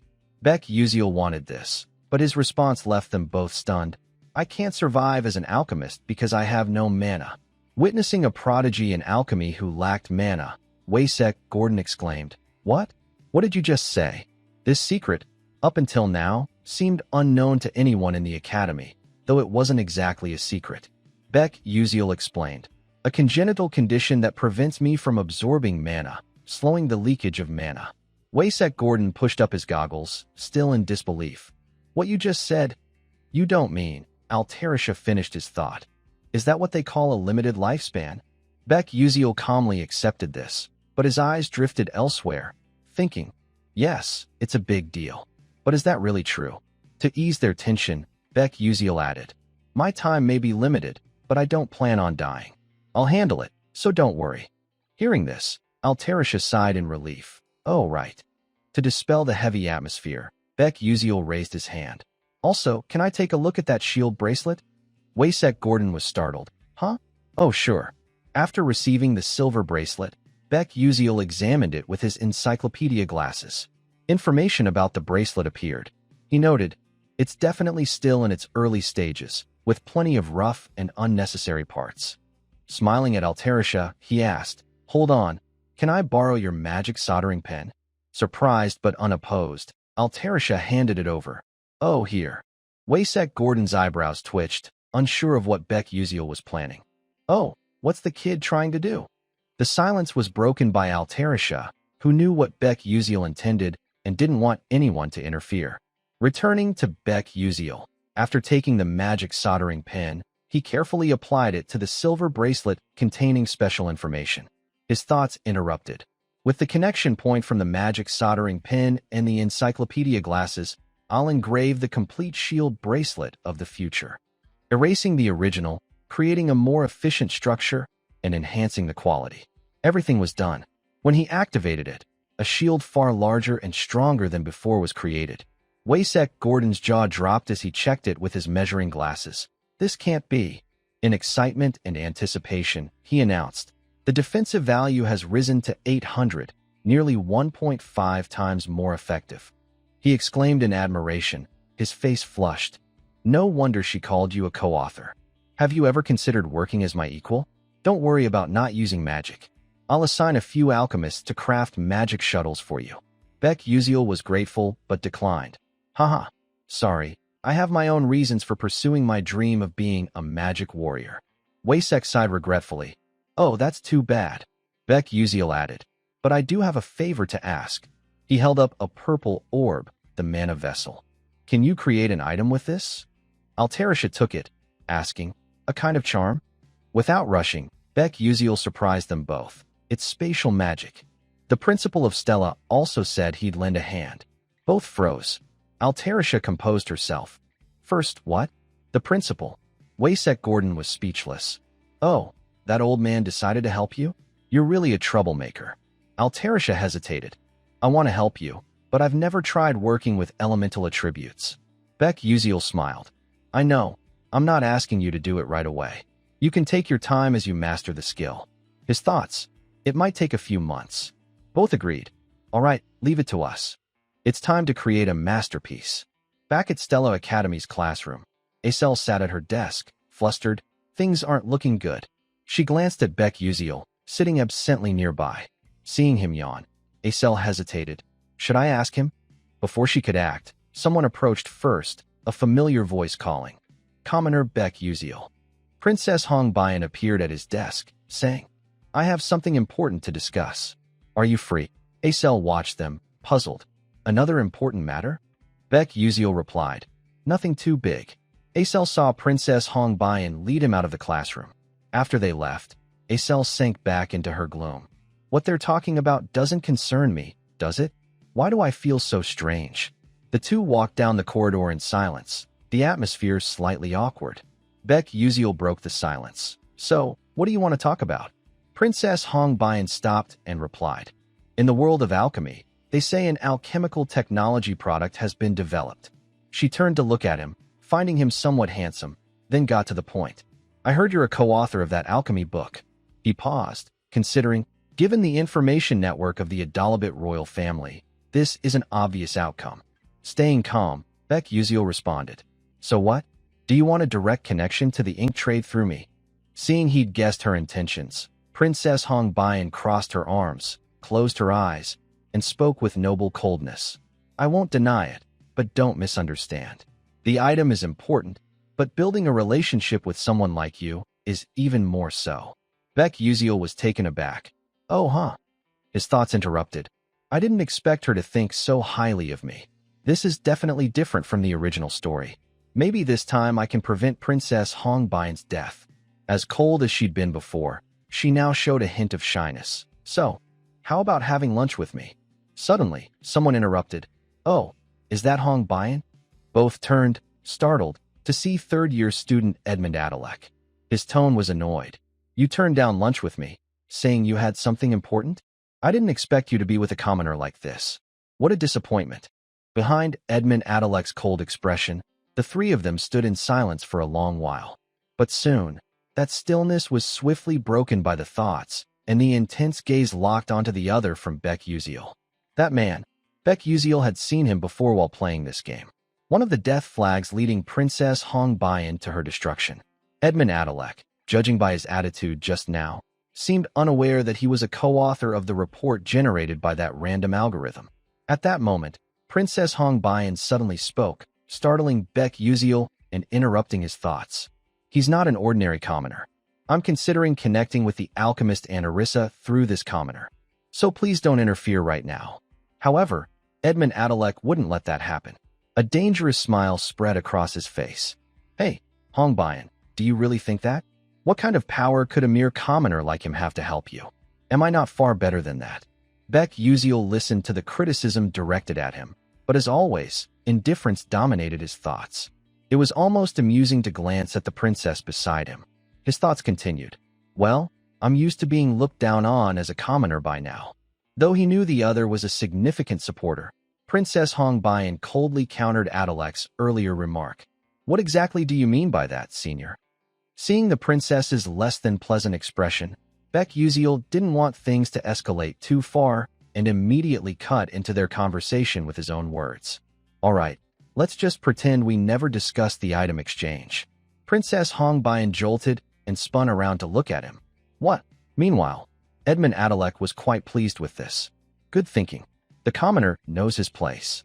But before leaving, Beck Uziel suddenly brought up another important matter. Oh, by the way, regarding the item trade, I'll make sure to tell them that Duke Adalek flat out refused to supply the Adalavit kingdom. At this, Edmund Adalek's face turned cold, though his dangerous smile remained. Hey, you're getting a bit too cocky. Do you know what happens when a first year dares to challenge a third year? Beck Uziel replied nonchalantly. So what? That's not my concern. Worried by his direct confrontation, Princess Hongbian found herself in a slightly awkward position. Commoner, you know the hierarchy at Stella is strictly enforced. Besides, he's known as the most influential among the third-year students. What were you thinking, saying those things without regard for either of us? Beck Uziel turned to leave. Then I'll take my leave. The gazes of the other two locked onto his retreating figure. Then, a clear look of disdain appeared on Edmund Adalek's face. How can a first year not know how terrifying his seniors are? It seems I need to make this guy's school life a bit more enjoyable. Seeing her efforts come to nothing, Hongbian's face showed clear disappointment. Meanwhile, Beck Uziel had stepped out into the academy's main courtyard. As he walked, he carried a private sorrow. Sorry, Hongbian. But if that guy isn't brought down, Hongbian will never have a happy ending. Whether she inherits the throne or Duke Adalek falls, in the end, death will come. It's inevitable. His steps suddenly halted, his gaze sharply turning to one side. At the very least, I won't let Hongbian bow to that guy. His eyes shifted toward the moving students in the distance. Far off, it was Hongbian, hiding behind a corner of a wall. Feeling utterly helpless, Princess Hongbian could only slap her forehead. Should I just throw away everything tied to this princess's honor? The reason Edmund Adalek kept interfering with her was clear. Maybe he wants me to never stand on my own 2 feet. That way, I'd have no choice but to depend on him. Her helplessness grew as she stood there alone. Looking at her clenched fist, the earlier sadness deepened. I missed a good opportunity. Am I really incapable of doing anything on my own? At that moment, Princess Hongbian's eyes suddenly widened as if realizing something. Wait a second. The figure and voice from earlier flooded back into her mind. I'll make sure to tell them that Duke Adalek flat out refused to supply the Adalavit kingdom. Thinking back, as a commoner, why would he say something like that? Normally, he shouldn't be drawing attention to himself like this. But instead, he directly provoked him. She had a strange feeling about this. Don't tell me. The scene shifted to nighttime, in a row of rooms at the academy. Beck Uziel appeared, holding something in his hand, opening a gift box, and smiling brightly. Great, it arrived safely. A 3-compartment box revealed itself, a bracelet, a necklace, and a ring with simple patterns. Though they didn't look like accessories, their integrated capabilities were remarkable. Sitting there, staring at them for a long time, Beck Uziel fell into deep thought. Antaris's prototype items arrived faster than I expected. Hesitating, he added a question. Now, what were these for again? An information panel appeared instantly. The necklace, a shield layer, low to medium level. Description: activates a protective layer covering the entire body when worn. Agility effect plus 11%, defense plus 14%, mana plus 1%. Special function: body shield level 1, 125 BP, damage absorption rate plus 3%. Looking at the necklace in his hand, Beck Uziel's excitement was evident. Oh, this is better than I expected. The ring in his other hand displayed new information. Unidentified dagger ring, medium level. Description: when used, the ring transforms into a dagger hilt and generates a new mana dagger. Agility effect plus 14%, perception plus 9%. Special function: magic dagger level 3, duration 5 minutes. The final item among the 3 was detailed. Shield bracelet, low to medium level. Description: when activated, it transforms into a protective forearm brace. Strength effect plus 7%, defense plus 9%, mana plus 2%. Special function: shield level 1, 1000 BP. He gave the bracelet a compliment. As expected of Antarissa, she's already making mid-tier items. Clenching his fist, a new smile appeared. I need to test these in real combat to send feedback to Antarissa. And I've already informed Dr. Hans Gordon. Now, everything's ready. It's time to slowly crush Duke Adalek.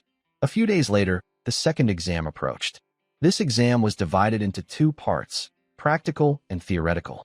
In the practical part, the magical combat test was graded differently depending on the type of magic used. For example, lightning magic was graded based on maximum voltage and number of connections. Wind magic was scored based on the explosive force generated. Ice magic was evaluated by maximum coldness and coverage range. For healing magic, light magic, and other special attributes, there were many aspects to consider, but the most anticipated was still the fire attribute. Who else but Princess Hongbayan? Watching everyone continuously showcase their abilities, Baek Uziel couldn't help but be amazed. As expected of the main characters, they're on a completely different level. Then, in front of him, an instructor looked back and spoke. Baek Uziel, it's your turn. Baek Uziel stepped into the testing area. The supervisor signaled, prepare to begin. Use exactly one of your abilities. From his position, Baek Uziel dashed forward toward the pillars and a slightly large red button on top. Using his flash step, he easily moved to the pillars and pressed the red button. His focus and lack of wasted movements made each button press effortless. At the evaluation corner, the supervisors couldn't hide their surprise at his performance. Every time I see it, it's unimaginable. No delay in executing the flash step, and he orients and performs it perfectly right away. Truly remarkable. When Baek Uziel stopped, the supervisor's announcement rang out. Baek Uziel's test is complete. Standing there alone, looking off indifferently, he sank into new thoughts. With this, I've completed part of the practical test. I can't use magic, so the rest is pretty much a bust. But if I score high on the theoretical test with my glasses, it'll balance out. At that moment, Baek Uziel flinched, looking back in confusion as someone approached and called his name. So you're Baek Uziel, huh? A group of students approached, clearly mocking him. Heard a first year like you dared to argue with a third year? You're beyond help. Man, if I were a freshman, I couldn't even imagine doing that. Looking at the group that came to pick a fight, Baek Uziel's eyes narrowed slightly, thinking to himself, so it started, huh? Adalek's lackeys. As expected, one of them got close and spoke right in his face. Oh, look at this kid, daring to glare at us. The guy's face then seemed to pale. Not planning to look away, huh? Despite the taunts, Baek Uziel remained calm, thinking, I saw this coming. Still, a hint of irritation showed on his face. He felt slightly annoyed at having to take a beating from these punks. Still maintaining that intense stare, Baek Uziel silently observed the person approaching to provoke him further. The guy smirked perfectly. Look at this kid. I told you to lower your eyes. Baek Uziel calmly listened as the other hurled insults at him. This damn brat is even more insolent than I thought. A commoner, huh? And I heard you don't even have parents, right? If you don't want to die, get on your knees, you bastard. At that moment, Diane, a second-year senior, passing by, noticed the commotion. Since she was already looking, she thought for a moment. What's this? A fight? The distance wasn't far, so Diane quickly recognized that the group was Edmund's lackeys. More importantly, she noticed Baek Uziel was there too. Huh, isn't that the freshman we met at the Mate's graveyard? His name was Baek Uziel, if she recalled correctly. After thinking it over, she put her hands on her hips and called out loudly. What are you guys doing over there? As she approached, the guy turned to Diane and said, Can't you see? I'm teaching my junior a lesson. Don't interfere. Diane, this kid dared to talk back to a third-year senior. As seniors, it's our duty to discipline juniors. Hearing the argument, others nearby noticed her presence as well. Is that Diane? Isn't she from Class S? Quickly grasping the situation, Diane turned to look at Baek Uziel, showing clear surprise. But after observing him more closely, a new thought emerged. Baek Uziel, is he about to kneel? If he's strong enough to take down a 5th-rank summoner, he should easily handle these guys. Why is he letting himself get caught up in this mess? No way she'd hesitate any longer. Diane decided to intervene. No, don't do that. The guy was taken aback by her decision. What? Diane continued calmly, closing her eyes. If, as you say, a freshman defied a third-year senior, this isn't a small matter. In a mage army unit, that would be considered insubordination. So, what I'm suggesting is, why don't we hold a special training session for the junior? Hearing this, both sides were momentarily stunned, exchanging puzzled glances. That kind of training needs approval from the student council president. Having made her suggestion, Diane decided to take charge. I'll go get the approval. So let's do this properly. Suddenly presented with a more legitimate course of action, the guy flashed another perfect smile. Adding a hint of menace, he looked straight at Beck Uziel and said, "All right, sounds fun." The group then left, leaving the scene behind. Both pairs of eyes followed them, leaving only Diane and Beck Uziel. Diane spoke up next. "Sorry for stepping in, but if I hadn't, they wouldn't have let you off so easily." Beck Uziel didn't say anything, but showed clear surprise. "Huh, she's saying they wouldn't let me off?" Without getting a response, Diane ventured a guess. "You're planning to use this humiliation to strike back hard, aren't you?" Someone smart enough to defeat a summoner wouldn't pick a fight without reason. There's only one reason: to put an end to Stella's stupid traditions. The senior ritual. You chose to sacrifice yourself. Beck Uziel stood there silently listening, then looked bewildered. "Me? What? Who am I and where am I? Why am I in this situation?" Back to the main issue. Looking at the group that hadn't yet disappeared from view, Diane continued analyzing her earlier words in more detail. But among them, some have no choice but to follow Edmund. They're called the coerced, bound by their family circumstances. No matter how right you are, you can't let people like that be punished. She then placed a hand on his shoulder, offering encouragement. "So I'll set the stage for you. Fight however you want. I'll personally convince the student council president." Hearing this, Beck Uziel sensed impending danger and started sweating profusely, unsure of what to do, a helpless smile stretching across his face. What's she been talking about this whole time? Time passed quickly, and some green drawings were vividly sketched out. It was a different form created by some professor. This was the Magic Protocol Interpretation exam. The students below began their written tests. Among them, some couldn't help but complain. "Ugh, I don't understand any of this. Can I even finish it today?" However, one student stood out by standing up and leaving their seat. It was Beck Uziel. When he put on his encyclopedia glasses, his knowledge surpassed that of forgetful professors. "Add it up, and I'm done." The test supervisor, receiving his paper, was a bit flustered. It's only been 20 minutes. Are you giving up?" Beck Uziel, walking away, turned back to explain, "No, I've finished." It sounded absurd, so the supervisor looked at his answers. "What? You mean?" From initial confusion, it turned into outright shock. Tucking his glasses into his coat, Beck Uziel calmly walked away, saying, "I didn't study at all, but finishing feels refreshing." However, things grew slightly complicated as he paused, looking in one direction where people were talking about him. "That's Beck Uziel, right? I heard a freshman dared to defy Edmund Adalek. Looks like he's about to get properly disciplined." Standing there stunned, he knew something bad was brewing again. Looks like the whole school knows now. His gaze dropped. And now Diane's gotten involved, talking about special training for juniors. Simply put, it was a place where seniors could directly challenge juniors. They'd duel one-on-one. At Stella, seniors were forbidden from insulting or attacking juniors. But in the training session, seniors could legally discipline juniors through challenges. In reality, it was just seniors using magic to beat up juniors. That's why it required approval from the student council president to prevent abuse. However, Class S students could propose it directly to the council. "I should have just knelt and gone to bed." Recalling that moment, he sighed. Throughout his walk back to his room, Beck Uziel gradually came to a decision. Things have come to this. He opened a box containing a special item, a teddy bear. Holding it in his hands, a confident smile flickered. "If I can't avoid it, I'll just enjoy it slowly." The scene shifted to the Stella Student Council meeting room. Inside, someone was reviewing documents and noticed the commotion outside. This was Moreau Yoon, the second-year Class S Student Council president. And as expected, the person who had confronted Beck Uziel earlier was now present, exuding seriousness. The president promptly asked, "Diane, what brings you here?" Without wasting a second, Diane placed a piece of paper on the president's desk. Her tone softened slightly. "I'd like to request approval for a special training session for a junior, targeting Beck Uziel, a Class S freshman." The president, surprised, responded, I thought you hated these ridiculous things. Why now?" Showing no emotion, Diane replied, "That's exactly why I'm doing it. Since this was a serious matter, the president cautioned, I don't know what you're planning, but no matter how talented, a freshman can't possibly beat a second year.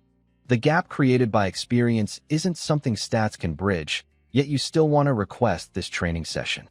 Waving the paper, Diane smiled and said, if you want to know why, come watch, it'll be fun.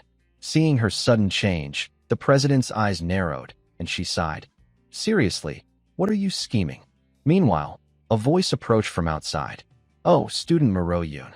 The figure of Beck Uziel's earlier test supervisor entered, holding a paper. Could you review this report? It's a student's thesis submission. Recognizing the person, the president greeted. Ah, Professor Gerald, welcome. Did this exam produce a thesis worthy of the academy? However, there was a hint of dissatisfaction. Last time, what you submitted wasn't quite up to par, but you insisted on sending it. The professor laughed. Haha, just take a look. I was a bit flustered before, but now I'm even more so. The president understood why. Isn't this Professor Prokey's circuit overlay design? Truly impressive. It reduced the reverse model parsing loop formula by half, using such a simple equation. Looking closer, a thought emerged. The circuit overlay was already perfected by countless scholars, yet it's been pushed even further. This can only be called genius. Unable to wait, the president asked, who wrote this? Raising a hand, the professor smiled. Student Beck Uziel. With this level, he could be invited to the Aslan seminar. The room fell eerily silent. Holding the test paper, the president stood stunned for a while, connecting the two incidents to one student. She remarked, Beck Uziel, huh? More interesting than I thought. Professor Gerald held Beck Uziel's exam paper and immediately went to find the vice principal.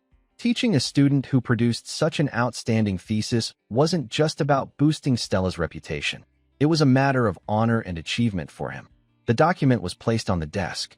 The vice principal frowned and asked, Are you planning to recommend student Beck Uziel for the Aslan seminar? Professor Gerald, delighted, responded, Yes, as you can see, it's truly remarkable. However, the vice principal's tone suddenly darkened, cutting him off. That's a bit difficult and troublesome, Professor Gerald. Unconsciously, Gerald replied, Yes. The vice principal adjusted his mood and began explaining his earlier statement. Currently, Stella has many other candidates besides that student, especially the first-year students this year. They're highly promising and would stand out anywhere they go. In an academy, the maximum number of students who can attend Aslan, excluding those with established prestige or fixed enrollment rights, is 2. But you're nominating Beck Uziel for that spot? A magical warrior who can't even use magic. That's an insult to mages. Professor Gerald stood stunned, then closed his eyes as the vice principal continued. If you understand, you should leave immediately. I absolutely cannot allow Beck Uziel to attend Aslan. I understand. Gerald left the vice principal's office exhausted. Meanwhile, the vice principal's frown deepened.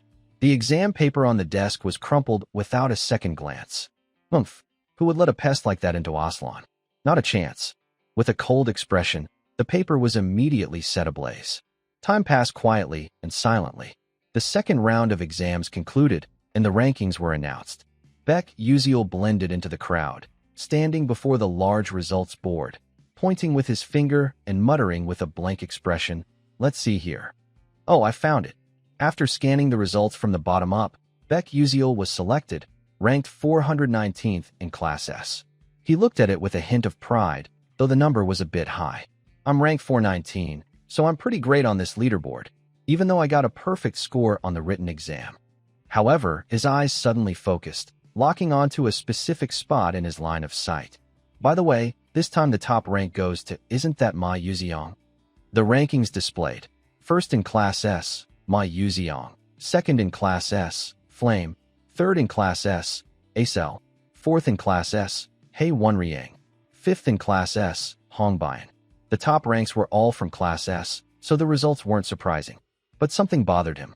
Hei Wonriang, who had ranked second last semester, had now dropped to fourth. Was it because Acel and Flame had focused more on their studies than before? At that moment, Princess Hongbian appeared at the scene, standing beside him without him noticing, lost in thought. Since Jackie had taken the path of a dark mage, the dark mage routes for Acel and Flame had vanished. Seeing him overly focused, Princess Hong Baiyan suddenly spoke up, addressing him directly. Are you trying to adjust your ranking strategically? I think it's pretty obvious. Princess Hong Baiyan waited for his response, but it seemed somewhat impossible as a bead of sweat appeared on Baek Yuziel's face at her sudden presence. That was unexpected. Asterisk, what's she talking about? Why is she here all of a sudden? Is she up to something bad? Asterisk, as if reading his thoughts, Princess Hong Baiyan spoke immediately. Still, seeing that you made it into the top 600, it seems like you're planning to join the Academy tournament. Hearing this, Baek Yuziel vaguely realized something and propped his chin, thinking further. Oh, now that I think about it, there's something like that too. The Academy tournament is an event where selected students compete against students from other prestigious magic academies. After these calculations, he immediately turned to the person who had just evaluated him. At that moment, he only saw shyness, a flushed face, and the princess brushing her hair. He thought, asterisk, what's going on? What's this feeling? Asterisk, naturally closing the distance to the princess. Baek Yuziel confidently voiced his earlier thoughts. What's that? Got anything else to say? Hong Baiyan's eyes widened, her face growing redder, and she quickly turned away as if pouting. Her clenched fist tightened further, proving it even more. Amid Baek Yuziel's continued confusion, a question arose. Why did you do that? Baek Yuziel was clueless. Huh. Her eyes narrowed further, and Princess Hong Baiyan pressed on. Why did you do something like that with Edmund? He's influential and holds grudges. He'll probably keep making things difficult for you until graduation. Her tone grew stern, adding another issue. Are you confident you can handle this? Seeing Princess Hong Baiyan's concern surprised Baek Yuziel, his gaze following her changing emotions. Without much thought, Baek Yuziel answered bluntly. No, I don't think I can handle it. Her heart seemed to tighten at his response, disappointment evident, while Baek Yuziel's confusion returned. Instead of being harassed by kids a few years younger than me, I'd rather crush them all and get expelled. Returning to the princess's mood, her clenched fist trembled, and two questions came in quick succession. Then why did you do it? What do you gain from me? Instead of answering quickly, Baek Yuziel once again created a silent pause, his eyes still fixed on the princess. Only when his gaze shifted elsewhere did his answer come. It's because I value our relationship more. The world around Princess Hong Baiyan instantly turned pink after that statement. Knowing he hadn't finished, he scratched his face, looked elsewhere, and added, and besides, I'm not doing this for you for free. After this is over, you'll have to sign a contract with me to buy an item. Princess Hong Baiyan, facing him, was slightly flustered because she knew one thing clearly. Item contracts could be made anywhere, not just with a Dalabit. But why? Baek Yuziel's inner thoughts wavered after that question. Honestly, I shouldn't say I want to save her and give her a happy ending. His eyes darted elsewhere.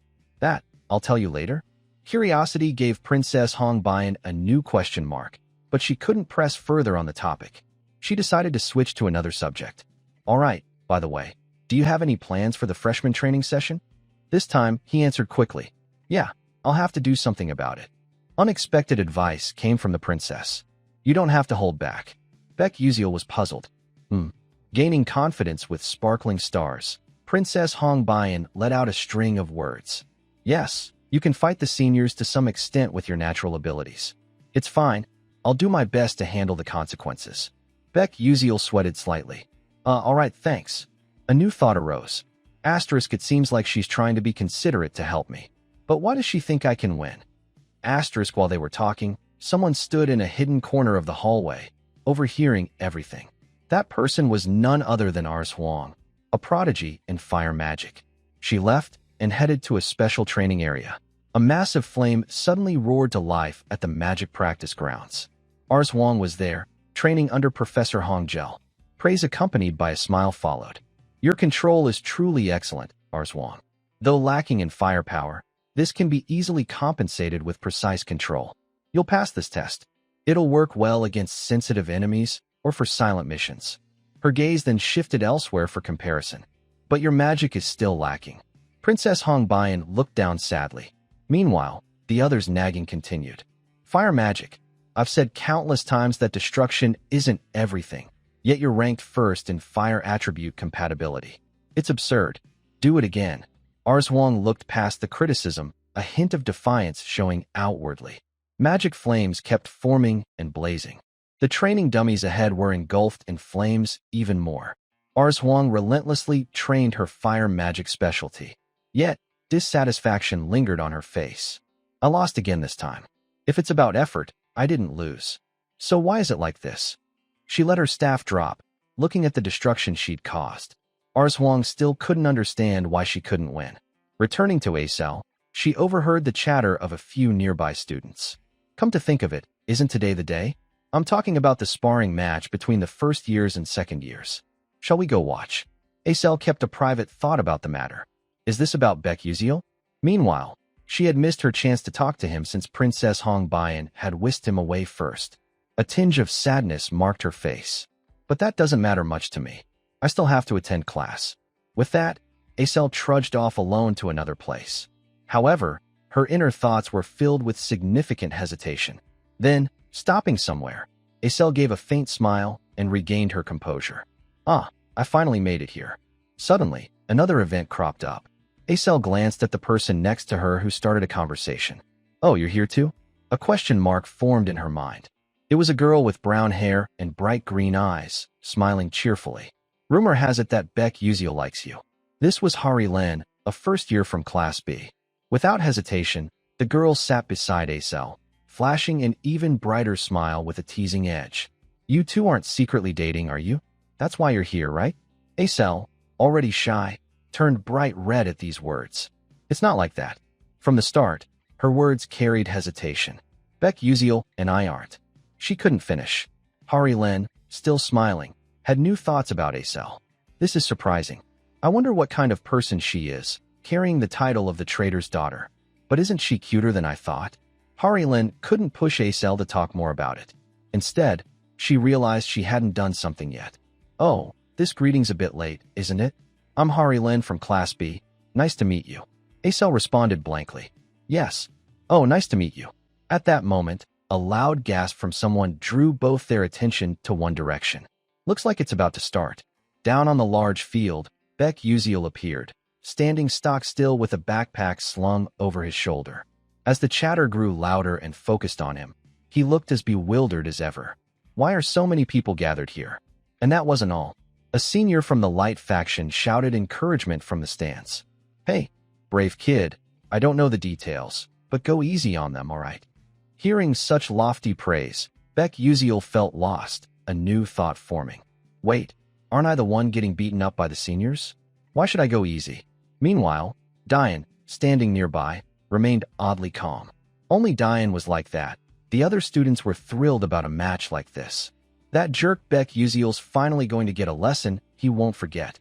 A commoner who thinks he's the center of the universe. Serves him right. Once a senior marks you, that's the end of the story. At this, one of the two froze in expression. Hearing Baek Yuziel being badmouthed, Hong Bayan shot a chilling glare at the culprits. Her coldness intensified, as if warning that one more word would land them in deep trouble. And it worked. When Princess Hong Bayan left, the two students who had been mocking hid in a corner, too scared to do anything more. Like the others, Hong Bayan was invested in Baek Yuziel's match and chose a good spot to watch. But when she thought of him, her eyes narrowed slightly. The commoner couldn't take her eyes off the calm Baek Yuziel below. Not long after, Baek Yuziel's gaze locked forward. Someone standing opposite him spoke up. Hey kid, you ready? His opponent revealed himself, Caliban Kadan, a second year from Class C, glaring with sharp eyes.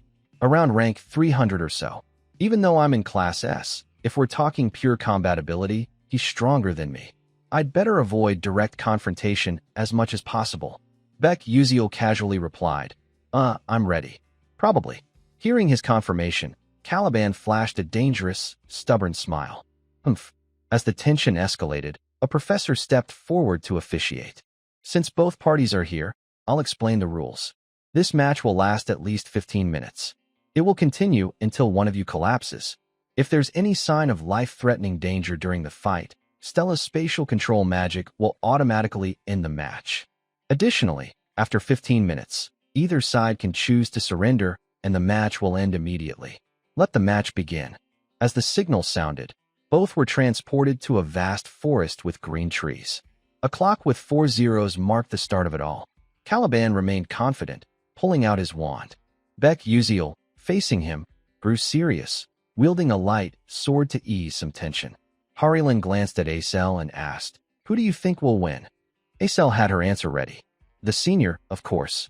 After all, Senior Caliban is an heir to the Earth attribute. Earth magic has strong defensive capabilities, and Beck Uziel's firepower isn't exactly overwhelming. Harilyn nodded, analyzing further. Not to mention, Earth magic excels at terrain control, manipulating the battlefield's layout. Attacks can become more versatile. Can Beck Uziel's sword pierce the defense of a third-tier Earth mage? Though she had given her earlier assessment, Acel felt a deeper sadness. Harilyn, you're right. There's no way Beck Uziel can win this fight, at least not by normal standards. But I still have a bit of faith in him. Back to the fight, Caliban's face grew more menacing. Today, I'll show you what fear feels like. Earth Domain. At that, confusion washed over Beck Uziel. The ground cracked, but the words "flash step" repeated in his mind. His first choice was to keep his distance. Once he secured a safe gap, Beck Uziel realized something. His opponent, Caliban, felt something similar. A new smile crept onto Beck Uziel's face. Smile and run as far as I can. Caliban, left behind, couldn't believe how fast he moved. What the? Sharing the same sentiment, Harilyn spoke up, stunned. Wow, running right from the start without a shred of pride. Acel agreed. Yeah, that makes sense. Yet, her worry for Beck Uziel lingered, though in this situation, it might be the right move. Back in the fight, Caliban chased after him, anger flaring as he shouted, "Hey, you jerk, get back here." Normally, turning back would be the strange thing. Who would listen to that and actually return? Once the frustration built up enough, it was time to unleash it. Caliban gritted his teeth, and from his position, 3 simple green magic circles formed. Flying Stone. Beck Uziel was caught off guard as his opponent swiftly shifted the situation. Realizing it, the attack struck ahead, sending dust and smoke billowing everywhere. Princess Hong Bayan, the Light Faction Senior, and Dian paused their emotions, anxiously waiting. Stopping at a slightly green bush, Caliban smirked, thinking, "Good, that hit landed for sure." But as his confidence peaked, the slap of reality hit harder. Caliban froze. What's this? Before his eyes, a monkey puppet hung upside down by its tail, swaying. A monkey doll? In confusion, people lose their sharp judgment. What the heck is this? Why is it here? As he stood unsure of what to do, the doll's claws began closing in. A dangerous pressure quickly hit Caliban's senses. Boom. A burst of light exploded, forcing him to raise his arms to shield himself. In line with his earth mage nature, a green glow enveloped Caliban's entire body, his form unshaken but a sense of unease growing stronger. I almost bit the dust there. Lucky I increased my body's weight to match the Earth's gravity. But that no longer mattered as his instincts detected a strange shift. A wall of earth rose right behind him. As Caliban predicted, a whooshing sound cut through the air, and Beck Uziel appeared at that spot, swinging a slash with his light sword. A cracking sound rang out, but unfortunately, the sword could not pierce through. Caliban turned back, grinning smugly with his wand raised high. Die, Rockbreaker. The earth wall he created vanished in an instant, replaced by the energy of an imminent explosion. Caliban was certain he would not miss this time, but the slap in the face would soon shift his perspective right where the explosion formed. Nothing appeared there, not even the slightest trace of anything unusual. Nothing. Caliban scanned his surroundings, pouting and adding a taunt. Hey, rookie kid, is running away all you have got? All that talk about knightly spirit is just empty words. The slap in the face updated again as he stepped on something odd, and holy heavens, his body suddenly reacted bizarrely. Once heavy as a rock, now he was lifted off, teetering, confused as he stammered, why's my body so stiff, losing balance? He wobbled, tilting to one side, his eyes darting forward. From afar, hiding in the bushes, Beck Uziel watched intently. A confident smile grew on his face, but to Caliban, it felt like a provocation. Yeah, that kid. He is laughing. Mustering all his strength to cast magic, Caliban crouched and gritted his teeth. Earth's gravity. His wand pointed straight at where the boy had been, but he had vanished. Annoyed, frustrated, and mad at himself, Caliban scanned around to find him again, This infuriating brat wants to play hide and seek, come out now. Whether by choice of angle or not, another strange object, like a tennis ball, came flying from afar. Spotting the movement, Caliban dodged and sliced it in half with his wand. Stop with these cheap parlor tricks. Wrong pick.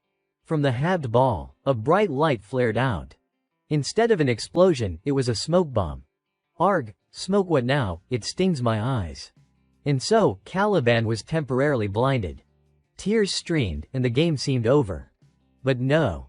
Caliban still stood there, just looking a bit pathetic.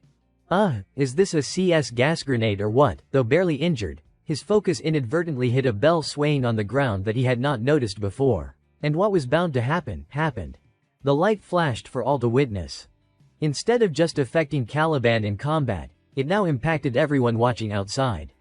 Harry wondered, what is that? Azel squinted and replied, it is like a flash device, temporarily blocking vision and sound. From CS gas to a lightning-fast attack, this second-year senior seemed completely disoriented. Princess Hong Byun, standing in a corner, pursed her lips with her own judgment, it is over. Now if he can approach slowly and land the finishing blow, that commoner will win. Suddenly, something changed, making the princess widen her eyes at the scene below.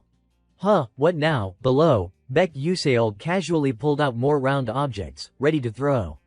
Bingo, the first hit one side of the face, deforming with spreading pain. The rest were not wasted either.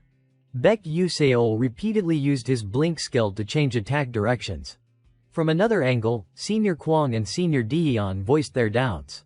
Another CS gas bomb seems mixed with just plain smoke. What should I say? Baek Yuseol's attacks are not exactly lethal. Well, he has already lightly injured the opponent. Instead of just tears like before, this time there was drool too. Cursing was the only way to vent temporarily. Baek Yuseol, you bastard. Channeling most of his mana, Caliban pulled an entire chunk of earth underfoot straight into the sky. Baek Yuseol below was somewhat shocked by this impact. His earlier cursing was not enough, so Caliban raised his volume for the next words. Forget that training nonsense. I do not need it. I will fight you seriously here and now. Baek Yuseol knew what was coming, so bewilderment was unavoidable. This time, he drew the short straw. A massive green magic array with countless overlapping symbols enveloped the entire area. From earlier confusion, Baek Yuseol froze solid with a new drop of sweat. Even so, is not a meteor shower a bit much for a first year? Already furious and fed up. Hearing such unpermitted words now, Caliban's eyes reddened, teeth grinding. Are you insane? I do not know about others. But you should not say that. Both Kwang and Deon empathized, fair point. When words could not change things, small, sharp stone pillars emerged from the array. The countdown began. 14 minutes 47 seconds, 14 minutes 49 seconds. Caliban's wand arm raised high, preparing to strike. As his arm lowered and pointed forward, pouring more strength and shouting, die. The timer kept ticking. 14 minutes 55 seconds. The dense meteor shower in the sky closed in on Baek Yuseol. At 14 minutes 57 seconds, he still stood there without any move to prepare. Not just that, Baek Yuseol seemed sleep-deprived, his eyes gradually drooping. Time crawled, 14 minutes 58 seconds, 14 minutes 59 seconds, and the critical moment arrived, 15 minutes. A smile stretched across his lips. As the stone pillars were mere inches away, Baek Yuseol raised his hand and declared, I surrender. Instead of stopping before him, all magic halted under Stella's intervention. The entire plaza fell eerily silent. Because no one believed he would say those words at the crucial moment. And the one suffering most now was Caliban. From the start, he was the only one taking hits, staggering, eyes stinging, coughing violently. One frustration after another. After a while, he finally regained some composure. The announcement came, training match concluded. Both returned to reality, standing face to face. First-year Class S student Baek Yuseol surrendered, so the winner was Caliban, Class C, second year.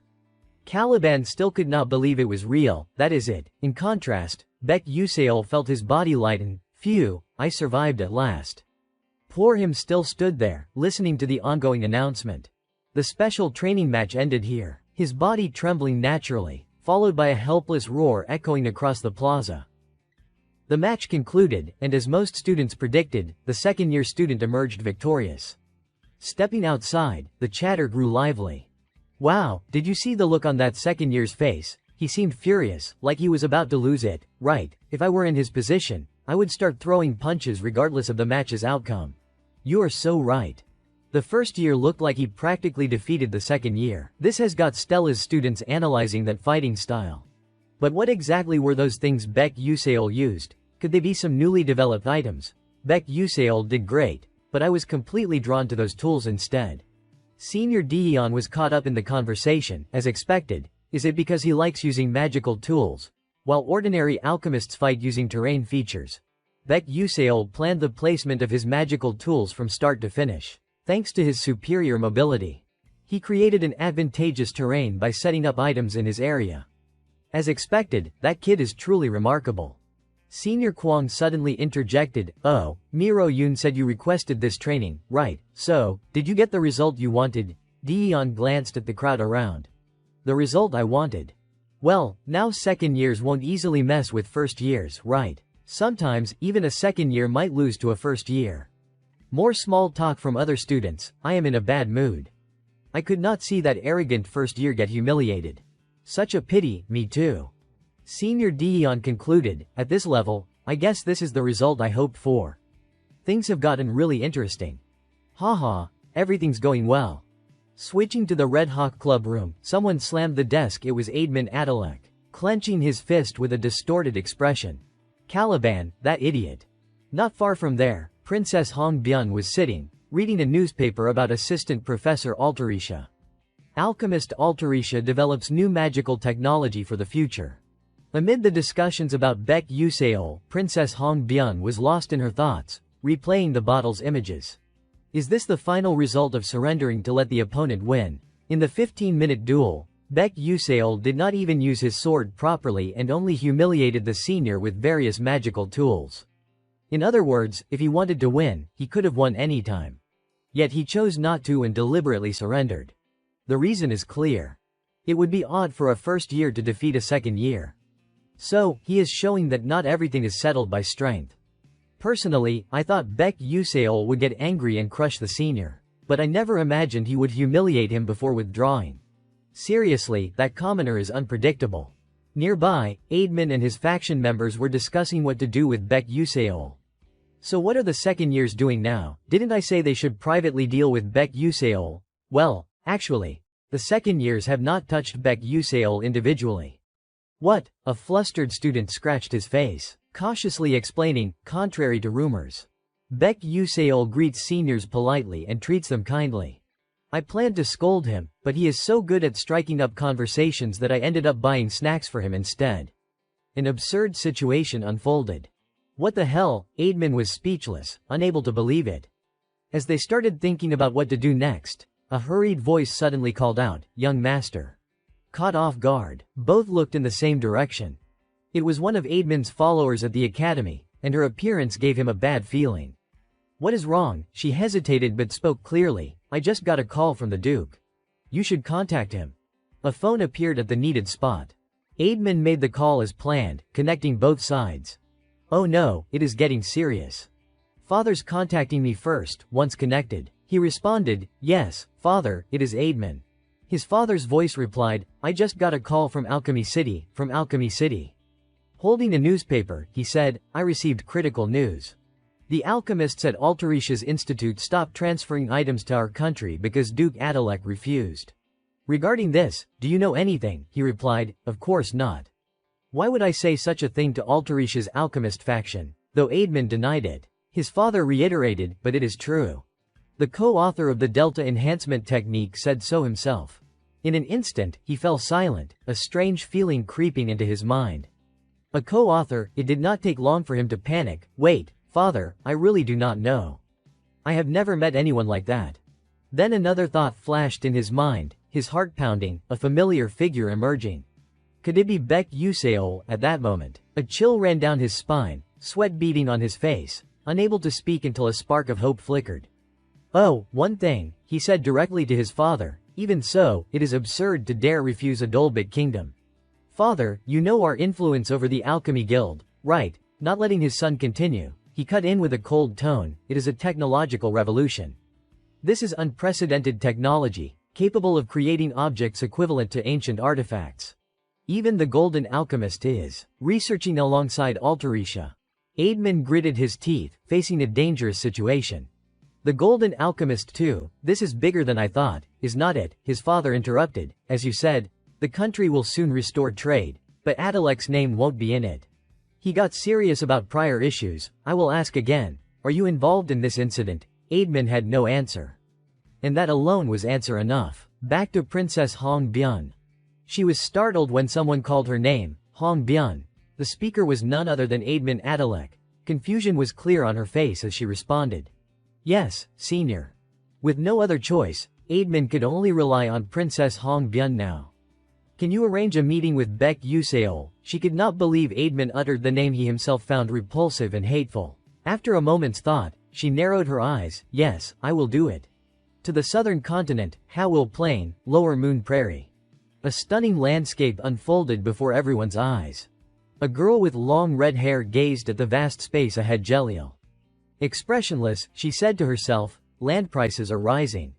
At that moment, another figure approached, trembling and kneeling before her. "Lady Jeliel, please, I beg you. Just this once, show mercy." Above his head appeared a strange number 3.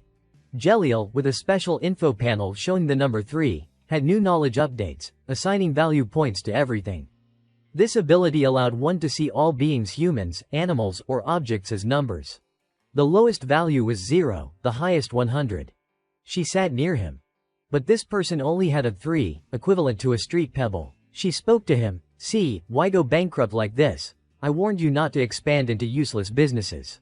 Yet he gritted his teeth with a different thought. "Lies. This business was supposed to succeed, and you ruined everything." But things seemed beyond salvage. "Bury him." "Yes." That voice rang out, marking the peak of his despair. Guards stepped in, dragging him away amid his desperate screams. "No, please spare me. Lady Jeliel, Lady Jeliel." Jeliel gave him one final glance. When his cries faded, she flashed a satisfied smile. But it quickly vanished, returning her to her usual demeanor. So boring. Kids these days have no willpower. Just as that thought formed, a familiar voice called, "Jeliel, are you there?" Hearing it, Jeliel beamed with rosy cheeks. Unlike earlier introductions, this person's appearance was a question mark, none other than Starcloud Malian's chairman. "My dear daughter. Have you been well lately?" Jeliel rushed forward to hug Melian tightly. "Father, was your trip fun? My cheeks are even redder now." "How did the deal go? Is everything all right?" Seeing her bright smile, he cheerfully answered, "It is still in progress." This time, the Altarisha alchemist faction developed a new item by combining special magical techniques. There is a video of a real battle using an item co-developed by alchemists. "Want to see it?" Her smile still beaming, Jeliel replied, "That'd be so much fun." A thought crept into her mind. "Honestly, I wish I had more time to talk with father, but I can't tell him that."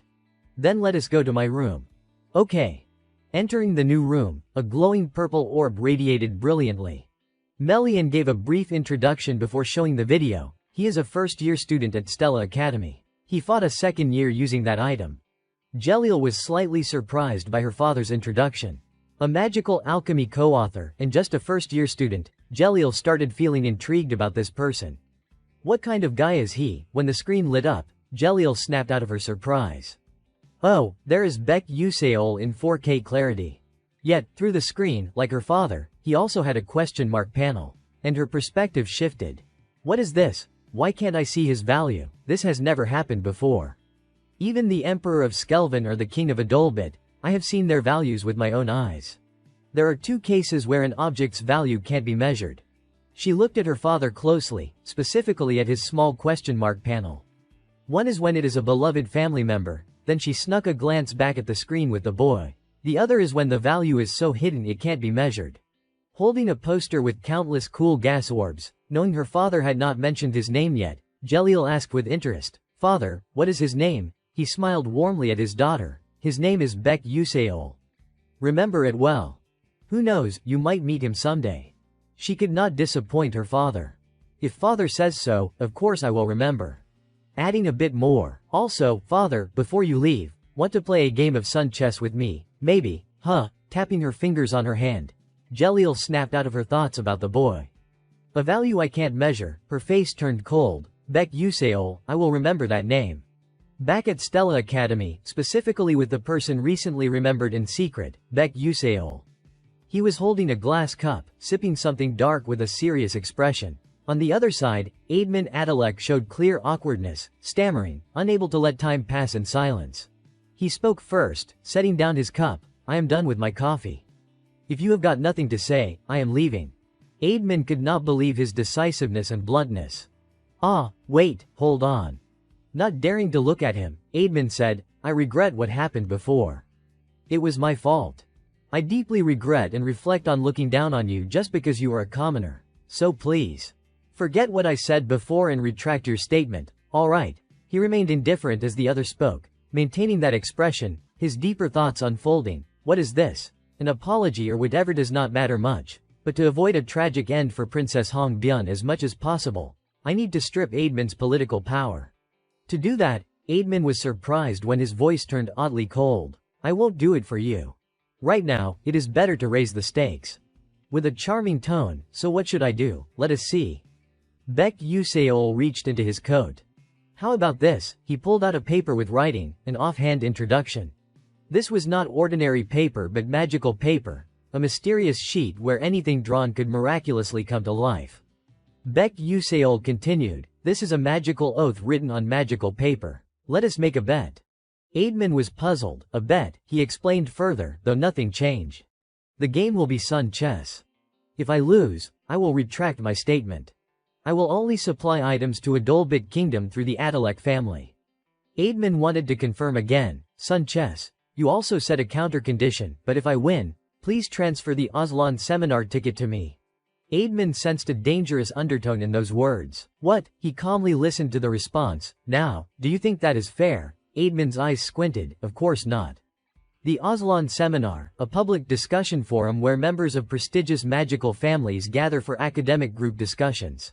Only truly reputable magical families can participate, with 3 conditions: having attended last year and presented an outstanding thesis to be approved for the next, having a paper presentable at Aslan, or being one of the 12 rising stars of this generation. Globally, it is where genius mages gather to determine superiority. Attending Aslan and maintaining that status proves one's ability. The Duke Adalek family has attended the Aslan seminar for decades, a key factor in sustaining their power. I am aiming for that, tucking the paper back into my coat. Baek Yuseol closed his eyes and added, if you do not like it, fine. As he walked a few steps away, a hesitant voice firmly stopped him. Wait. Aidman's face sank, almost depressed. You said sun chess, right? If he said so, a smile stretched across his lips, dangerous with a glint in his eyes. Alright, I will sign it. We will meet here at this time tomorrow. He studied his expression long to challenge the opponent who'd slipped into his coat pocket. A day passed, leading to an important event. The next day, students gathered in far greater numbers than usual. They were clearly drawn to an event, with those unaware being told by others, why are there so many people at the cafe today? Senior Aidman, a final year, is betting a sun chess match with his junior.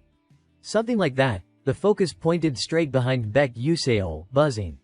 Senior Aidman at Stella Academy. Who could play sun chess better than him? Who is the fearless junior? He had the answer but did not say it. Me.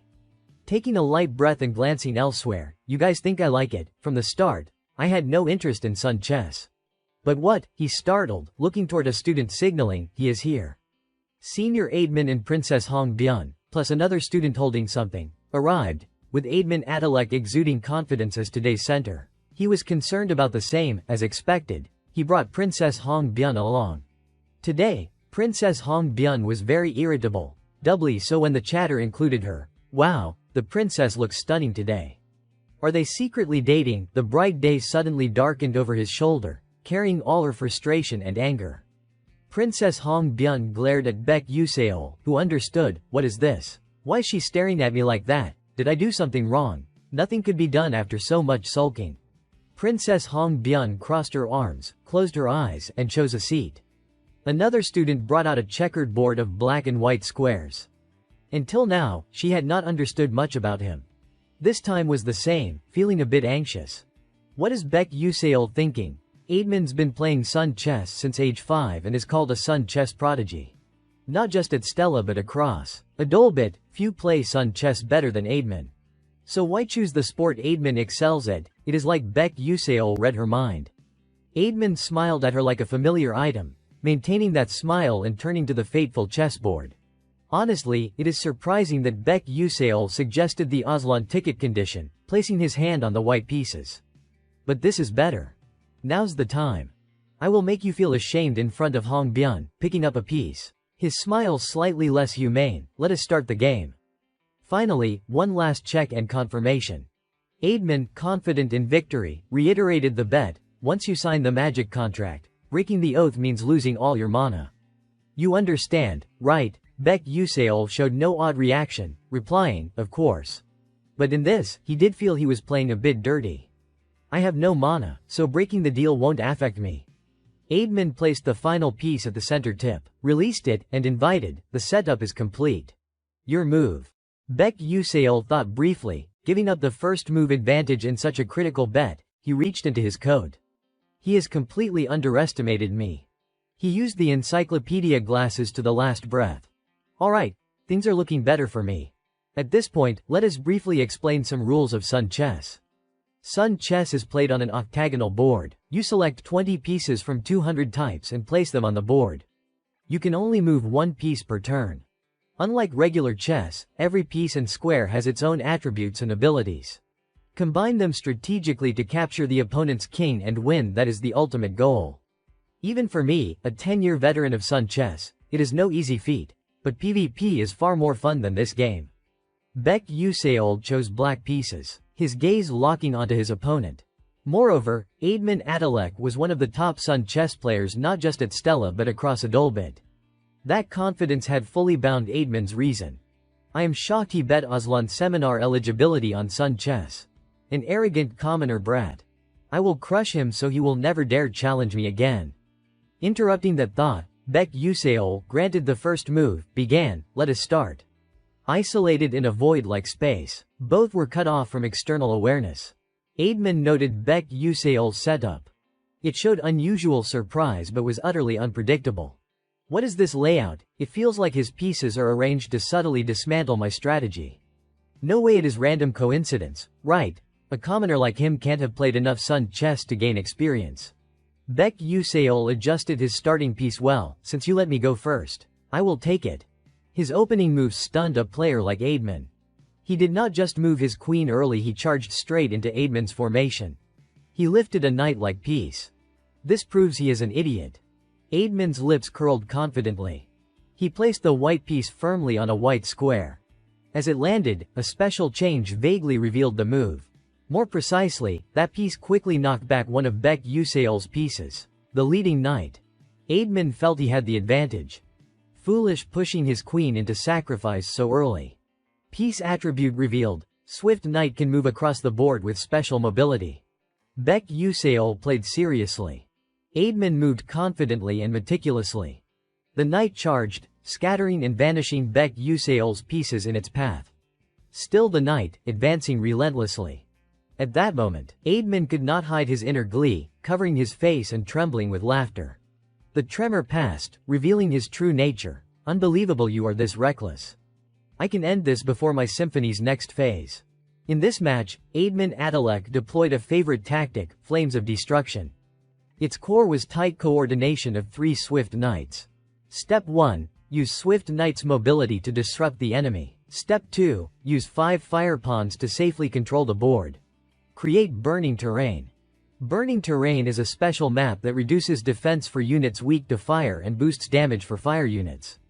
If reached, Baek Yuseol would have no chance. Though planned, when Baek Yuseol moved his arm for a new step, Aidman sensed a mistake. It should have been like that. In a white square on the black side, a piece suddenly appeared without warning. Aidman knew the error, an invisible pawn. It had its own info. Iron Chain Trap creates a prison in a designated range. Trapped units can't move for 5 turns.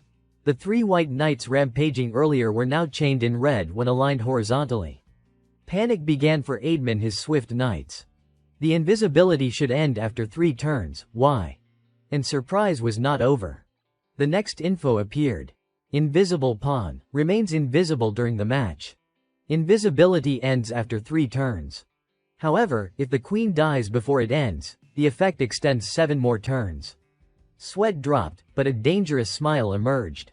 The bastard sacrificed his queen early to trigger this. Aidman's hands froze. No problem, the effect only lasts 5 more turns. Plus, this turn I will activate Burning Terrain. The white piece landed on a black square. Flames erupted across the board. Burning Terrain reduces defense of all non-fire units by 30%. Fire units gain 200% damage. An environment weakening fire-weak opponents and boosting the owner's fire attacks. Completing it was extremely hard, requiring control of 5 specific points. Once done, dominance tipped one way. Aidman stared at Baek Yuseol. How's that? Baek Yuseol, terrain activated next turn. You're done. Baek Yuseol remained unnaturally calm, then moved his hand again, unease flooding Aidman's thoughts. Aidman watched intently for more tricks, another invisible pawn, cunning bastard. But no matter what he placed, after this turn Aidman missed Baek Yuseol's move. When it landed, Aidman froze, thinking, huh. Aidman had not noticed the ordinary pawn somehow controlling a specific point. A black piece manifested in a white square, seizing terrain reversal. Occupying while the opponent's terrain is active grants reversal effect. In other words, the blazing land instantly became frozen land. Frozen terrain activated. Flames vanished. Ice pillars rose. Aidman gradually lost control. With reversal, ice elemental damage increased 200%. Hidden reversal condition met. Gain an extra attack turn. 2 moves, 2 simple pieces, 3 knights and a terrain neutralized. Aidman tried self-reassurance with earlier arrogance. What the hell? He saw through my entire tactic. He glanced up at Baek Yuseol. No, impossible, just coincidence. Adjusting his glasses, Aidman saw Baek Yuseol had him in his palm, a true chess monster. His face paled. His mouth gaped uncontrollably. Coincidence, right, 1 white knight remains free. Wake up, he can't have you in his palm. Aidman pitifully gripped his pants. Another sweat drop. He pressed his lips. I have faced countless opponents. Just survive the next turn, I will reverse it. Hold on and I win. Swallowing, his face hardened. That is it. The once bright confidence sank into darkness. I can win. Instead of confidence, despair isolated Aidman. Can I really beat him? Will my turn come? Baek Yuseol's piece moved without hesitation.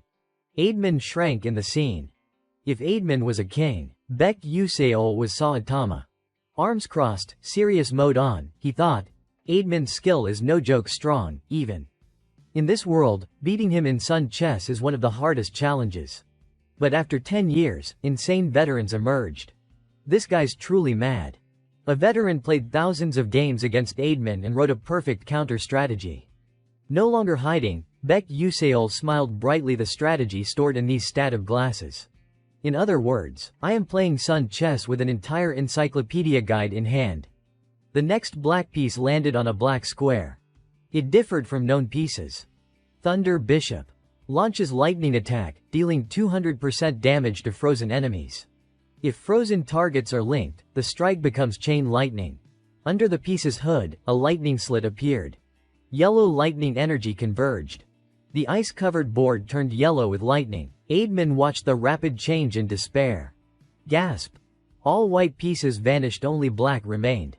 Ha ha ha. His earlier coldness turned to bitter acceptance. I lost, Baek Yuseol. The voice concluded with a statement, yes, thank you for this match. Absolute silence. On the chessboard now lay only black pieces in darkness. Even turning off the lights could not help Aidman anymore. Very quickly afterward, gasps of astonishment erupted one after another from the students. One of them mustered the courage to speak directly. Wait, the first group of 3 turned to each other in commotion. Are you crazy? Did you just see that? Senior Amon actually lost. How did that happen? Was it a tactic or a joke? His strategy was that insane. Amon sat motionless, ignoring the disruptive noises. For the first time facing an opponent who moved pieces coldly and with flawless logic.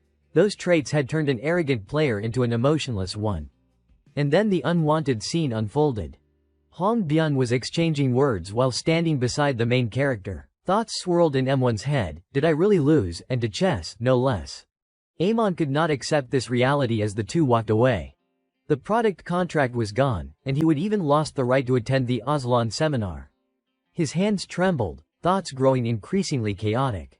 What do I do now? If my father finds out, will my life end right here? The student in charge of the board, while resetting the pieces, noticed the change in Senior Aidman. With a decisive motion, the table remained intact despite the dangerous punch Aidman slammed onto it. Pent-up anger exploded instantly. Damn it all. Because of this action, a few students outside did not dare intervene further. They could only leave before things worsened. Very quickly, the silent space held only Amon covering his face and trembling. What should I do? Just when it seemed he would fall into despair, a familiar voice broke the uncomfortable knot. The senior looked up. Amon was not mistaken. It was indeed Hong Byun. Noticing him, Hong Byun adjusted and spoke in the calmest tone. I will try to persuade that commoner on your behalf. We will secure the rights to the product. I will ask him to retract the statement he made about the Adalek ducal family. Amon, stunned as if disbelieving his ears, felt a surge of excitement that loosened his next words. Really, is that true? Thank you, Hong Byun, thank you so much. How can I ever repay this help? The princess's gentle voice cut in slightly. Repay, I was born destined to be queen. After one final emotional loop, Amon returned to the feeling he had right after losing to Baek Yuseol. It had been a long time since Hong Byun revealed danger in her expression. Thus, caring for someone who will become my vassal is only natural. Hong Byun turned and left coldly. Next, I will meet Baek Yuseol. M1's voice suddenly dropped unusually low. I have not served yet, Hong Byun. Just after she would walked a short distance, M1's heart-wrenching screams shattered the final silence. Yes, initially their relationship was like king and vassal. Aidman had used his power to manipulate it, trying to change the dynamic. But now, with the balance of power broken, they reverted to original positions and roles. Hong Byun's confident smile dispelled all the tension she would carried for so long. The story's direction shifted back to the main character, Baek Yuseol. Stella Academy actually had a phone booth. Baek Yuseol was currently speaking with the owner of a phone on the other end. Hello. Yes, please suspend all transactions with merchants in Adelavet for the next month. We plan to distribute only through royal channels for now. Would that work? A quick response came from the other side. Of course I will. Anything you want. Thank you, assistant sister. Having finished his planned task, he disconnected, stretched multiple times to breathe in the fresh, comfortable air. Finally done. Good that everything ended safely. But the Aslan entry ticket is not really that useful, is it? So what should I do now? Anyway, the protagonist will automatically be placed among the 12 rising stars. While he sank deep into those thoughts, someone interrupted. Commoner. Who else could call him so bluntly besides Hong Byun, who was still here, though he said that. Hong Byun hoped he would stay nearby. Approaching Baek Yuseol, he reached inside his coat for something. Ah, perfect timing. A sheet of paper was held out. Here's a new contract. Hong Byun's eyes widened in confusion. He openly stated his intentions. The Altarisha school will be distributed exclusively through the Adelavet royal family for 1 month. How you use it is up to you. Hong Byun carefully examined the new contract's details, then gripped the paper tightly when he suddenly said something harsh. Well then, goodbye. Not wanting him to leave so quickly, the princess mustered her courage and spoke. This time I owe you. Her cheeks flushed, her voice softening. Thank you. Noticing the clear change in her behavior, Baek Yuseol looked back, slightly flustered, and replied briefly, sure. A thought interrupted. Lucky I got a thank you from her. Knowing she was not good at controlling emotions, Hong Byun spoke more cautiously, though shyly. Hey, you said earlier there'd be a price for helping me. If you tell me what it is, I will pay it right away. On this, Baek Yuseol apparently had not thought ahead. He touched one cheek and looked away. Ah, the price. Well, actually the price Baek Yuseol wanted was quite simple. He stared at Hong Byun. It was too obvious. Hong Byun would not be tainted by evil. Instead, she would choose good things and, together with him, build the best possible happy ending. This time it was Hong Byun's turn to avoid eye contact. Seeing the princess like that, he did not dare say it aloud but kept it inside. I hope you become a good person. Thus, based on 29 years of life experience, he gave the most appropriate and exemplary response for the situation. So then, Hong Byun, come back expecting results. The two chatted cutely, buy me a meal. What? Touching his stomach, he smiled innocently. Just treat me to a meal I want to eat until I am full from a meal bought by the princess. Hong Byun was surprised and had not expected such a strange price. She froze for a long moment, then a small smile replaced it, her cheeks flushing once more. Alright, then follow me. Baek Yuseol's steps changed, and he arrived at a new place. Certainly, he had come here with the princess via the car parked nearby. He stared at the car, sweat pouring before he could wipe it. In the 10 years he would played this game, cash items appeared everywhere. The cars in E were luxurious. He could not let Baek Yuseol keep staring at the car and riding in it. Hong Byun turned back to remind him, her confident smile sparkling like stars.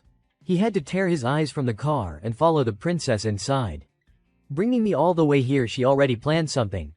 With the princess's current funds, I should pick at least the 5 best dishes in E. Right. But reality seemed about to slap him hard.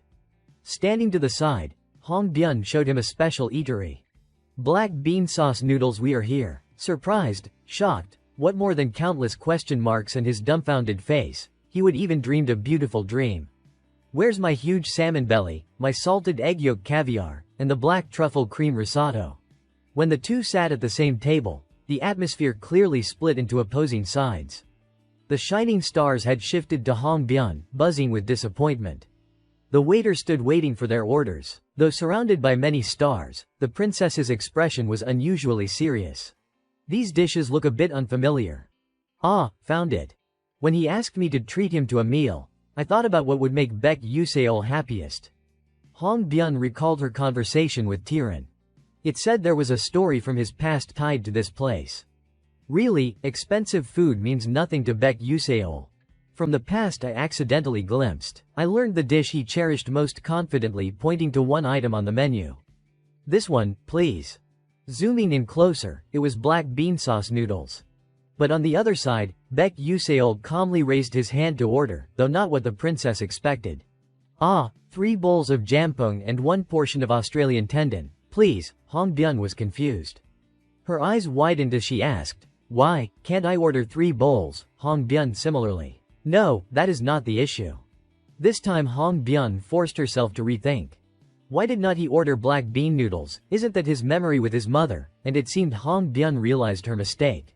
Impossible, right? Why would a commoner write about his mother and black bean noodles in a school assignment? He has not overcome the past. He still regrets those things. Because he could not repay his mother's kindness that he did not understand as a child. The waiter brought the requested dishes. The food had arrived. Thank you. Hong Byun lowered her face, gradually feeling ashamed for bringing him here. To him, black bean noodles were not nostalgia. They were a symbol of regret. And she had not even realized it. Though she noticed a bit late, the princess chose to speak to him right away. Sorry for treating you to a meal in a place like this. Baek Yuseol, unaware of what the princess was thinking, opened his mouth slightly. It is fine. His hand shot up, eyes widening again. Life sometimes has moments when your wallet is not working well. But since she is a princess, adding more food is okay, right? He spoke. Sir, we need more fried dumplings. Meanwhile, the Sun chess match between Admin Atalek and Baek Yuseol had been widely spread by the students present at the scene. A massive rumor quickly swept through the academy, growing uncontrollably. What? Senior Admin actually lost to Baek Yuseol. Naturally, the question of why was raised. The reason was revealed by numerous students who had eavesdropped on the conversation at the cafe. The truth was even more shocking than the rumor itself. I heard this from Arkan, a retainer from the Atalek family. In fact, it seems Senior Admin did it because Baek Yuseol is the co-developer of the Delta Augmentation Alchemy technique. Just the rumor that Admin Atalek had apologized to a first-year student. The fact that Baek Yuseol was a co-author of the Delta Augmentation technique sent shockwaves through Stella Academy. His name not only spread to Arcanium but even reached the Dark Mages. At the first tower, in the Deputy Principal's office of Tower 1, Akai Hen stood with arms crossed, his face cold and expressionless. That guy is really quite annoying. Just a commoner, and did not he interfere with Mason Tyrann's plan? The mysterious figure, fully concealed, asked. Should we handle this quietly? Akai Hen's face hardened as he dismissed the idea. HMPH, nonsense. If a Stella student disappears without reason, everything will be turned upside down. Handing the Aslan seminar participation right to someone like him displeases me. But taking it from him would be easier than taking it from the Adalek family. We need to keep an eye on Beck Useol from now on. For the time being, monitor him. A new exchange replaced the previous one, more important than Mason's condition. The mysterious figure replied succinctly. She is suppressing her dark mana with the cult leader's control magic, but it could erupt at any moment. Akai Hen was forced to reassess everything. It is not the right time yet. The Familia contract signing ceremony is about to take place. If she truly goes berserk and causes trouble with the Spirit King, the consequences will only become more complicated. Raiden, monitor Mason's condition. That way, we can use it to divert Elwin's attention when necessary. Professor Raiden nodded seriously, understood. With Akai Hen's final instructions, Professor Raiden left the principal's office and headed toward the department building. An area almost devoid of people, with the lights off, formed a dimly lit laboratory. Broken glass tubes lay scattered, experimental tools including the microscope were dismantled in a pitiful state, though a few sheets of paper remained usable. Professor Raiden clenched his fists in the room, staring at something on the floor emitting dark energy, groaning in anger. Since this was a mission, priorities needed to be addressed. Right before him was the transformed state of Professor Mason Tyrann, who could no longer stand steady amid everything happening. Professor Raiden thought, this is quite serious. Mason, with bloodshot eyes, asked in a hoarse voice, did you come here to tell me to wait longer? If I endure and wait, can I return to my original position? Outwardly calm, Raiden inwardly revealed great contempt. How laughable. After a lifetime of stealing what belonged to others, does she still dream of reclaiming a position that was truly hers? Nevertheless, Raiden decided to show mercy. Your usefulness is over. Once the plagiarism investigation begins, you will be stripped of all positions and expelled from the academy. Mason Tyrann panicked, regaining her senses and speaking with arrogant tone. Then why did Akai Hen leave me here? Raiden replied coldly and decisively, you have been completely corrupted. For another purpose, you can certainly fulfill that role. That is why you were left here. Mason Tyrann trembled, gradually losing control of herself. Are you trying to drive me insane and out of control, you damn bastard? As Mason bared her fangs, ready to erupt in rage, Raiden interrupted once more, then leave here. Mason, stunned as if disbelieving her ears. What? A deep green orb rolled across the long carpet toward the west. To the Garden of Fallen, Raiden turned his back. Our comrades are hiding there. If you survive until you find them, break this crystal. It will release the magic suppressing your corruption. As Raiden reached the stairs, Mason's voice stopped him. Why are you letting me live? Raiden did not turn around. I just do not want to see our own die so pathetically. Once Raiden had completely left, Professor Mason stood up and took steps toward the crystal. Without hesitation, she picked up the orb and continued walking in an undetermined direction, stopping beside a table containing the annual plan, observing it longer. More precisely, the notes she herself had left. But upon focusing deeper on one item, uncontrolled dark magic surged outward, pent-up resentment building. Mason gradually unleashed dark claws, her domineering nature emerging. How dare you? You really think I will leave after turning me into this without doing anything? I will tear everything to shreds. What Mason had just torn was the Familia contract signing ceremony. Time passed quickly. Today was the day Stella Academy students had their first field trip to the cradle of the Celestial Spirit Tree to participate in the Familia contract signing ceremony. Massive airships began departing on a new journey. In one room, Azel and a few other classmates were enjoying a meal. Across from Azel, two classmates exchanged glances, speaking of which, about Beck Useol. He was scolded and criticized by seniors for a long time, but now no one dares touch him anymore. I heard about that too. I also heard he is really the co-developer of the alchemy magic technique, right? After the rumor spread, some seniors even personally apologized to him. The classmates looked at Azel and asked softly, Azel, do you know about this? Azel held a pastry and answered naturally, no. The classmates continued. Anyway, is it really related to Beck Useol? Taking a small bite of the pastry. Azel was lost in thought, pondering a bit about him. Is it my mood? For some reason, I feel like I am growing further apart from Baek Yuseol. It gives me a sense of loneliness. But the other classmates thought differently. A smile appeared. To be honest, I thought Baek Yuseol and Azel were dating. Just as she bit into the pastry without chewing, Azel spat everything out. Seeing Azel's strange reaction, the classmates grew concerned. Azel, are you okay? Here's some water. Thank you. He seems really close with Princess Hongbyun lately, does not he? Hey, no way the princess would be seduced by a commoner, right? Someone drinking water continued listening. But lately, the way the princess looks at Baek Yuseol is not normal. This time, Azel coughed repeatedly. Azel, drink slowly. Nearby, Flame noticed, it is Azel. Azel was currently being cared for by her classmates. Flame paused, thinking something more, but decided to continue on his way, though concern could not escape. Azel seems to get along well with her friends. Normally, she would be here alone, arguing with Hongbyun by now. Has something changed in a place I do not know? Are all these things influenced by Baek Yuseol? Speaking of, you showed up, I have been looking for you. Hey, can you do me a favor? Flame jumped at his sudden presence. You scared me, who'd expect you to appear like that? In the midst of his mood, Flame asked, what is it? Something was pulled out, and confusion took over. Pick a flower for me here. Han Baram flower. The One Direction wind flower. Flame paused to confirm. Han Baram, the flower that always faces one direction. Do you think I am a flower vending machine? Though he said and thought that, his hand reached for the soil box held out. Moments later, Flame's magic activated, emerald light illuminating a spot. Very quickly, a beautiful, shimmering 5-petaled white flower grew in the box. Baek Yuseol's eyes squinted in a wide smile upon getting what he wanted. Thanks. Flame crossed his arms, knowing something was off. What exactly are you planning to use this for? As soon as he asked, Flame vaguely realized something. A direct question replaced it. Hey, do not tell me you are going to the 4th floor. Baek Yuseol was surprised Flame figured it out. Of course I am, why else would I need it? Flame involuntarily added a few more words, cautioning himself. But this time it was abruptly cut off. He showed a question mark, not understanding. Flame, knowing he would slip, quickly looked away, and no, nothing. However, he was slightly startled when Baek Yuseol proactively asked, what about you? Are you okay? Confusion took over, asking if I am okay. What do you mean? He stored the flower in his bag, smiling. Just that you seemed down after the Persona Gate practice.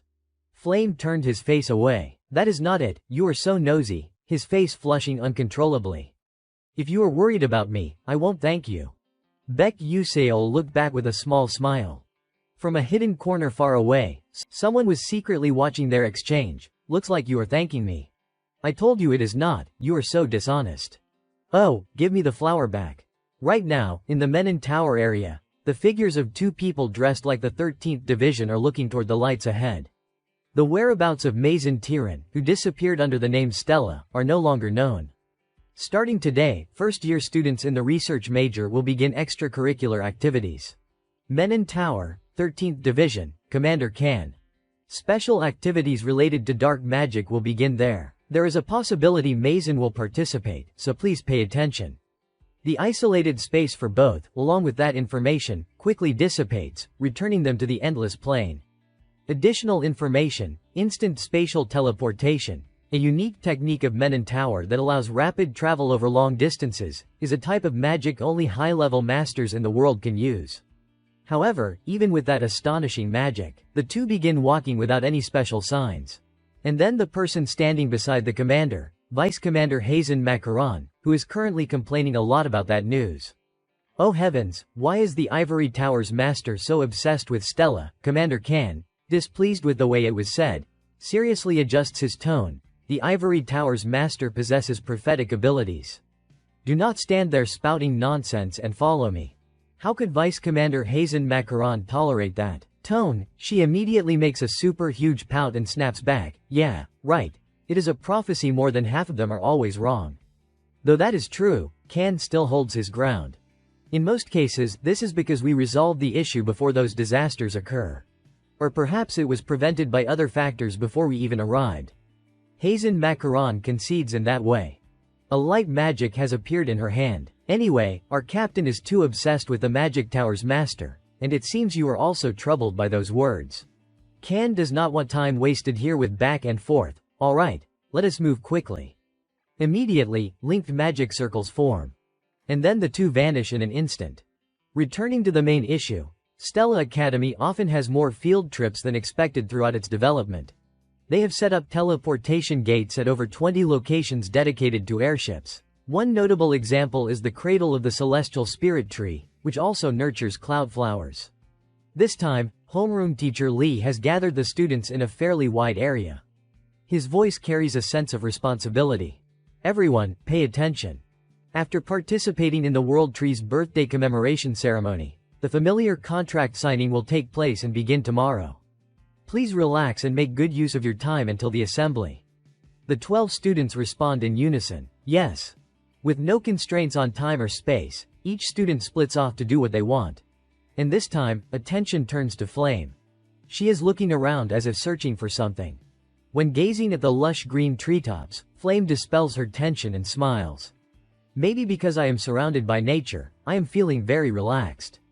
But then Flame's target appears as she shifts her gaze elsewhere, and the one she is aiming for is none other than Baek Yuseol. Flame notices Baek Yuseol, but Baek Yuseol is completely unaware of it. Flame feels disappointed by that, but she has no intention of approaching and watches his back as he walks farther away. Is he wandering alone, lost in thought? Flame completely fails to notice another person. Jeremy Scanvan smiles and radiates brilliance. Hello, Flame. Immediately, Flame's face starts to scrunch up. Of course, she is very annoyed.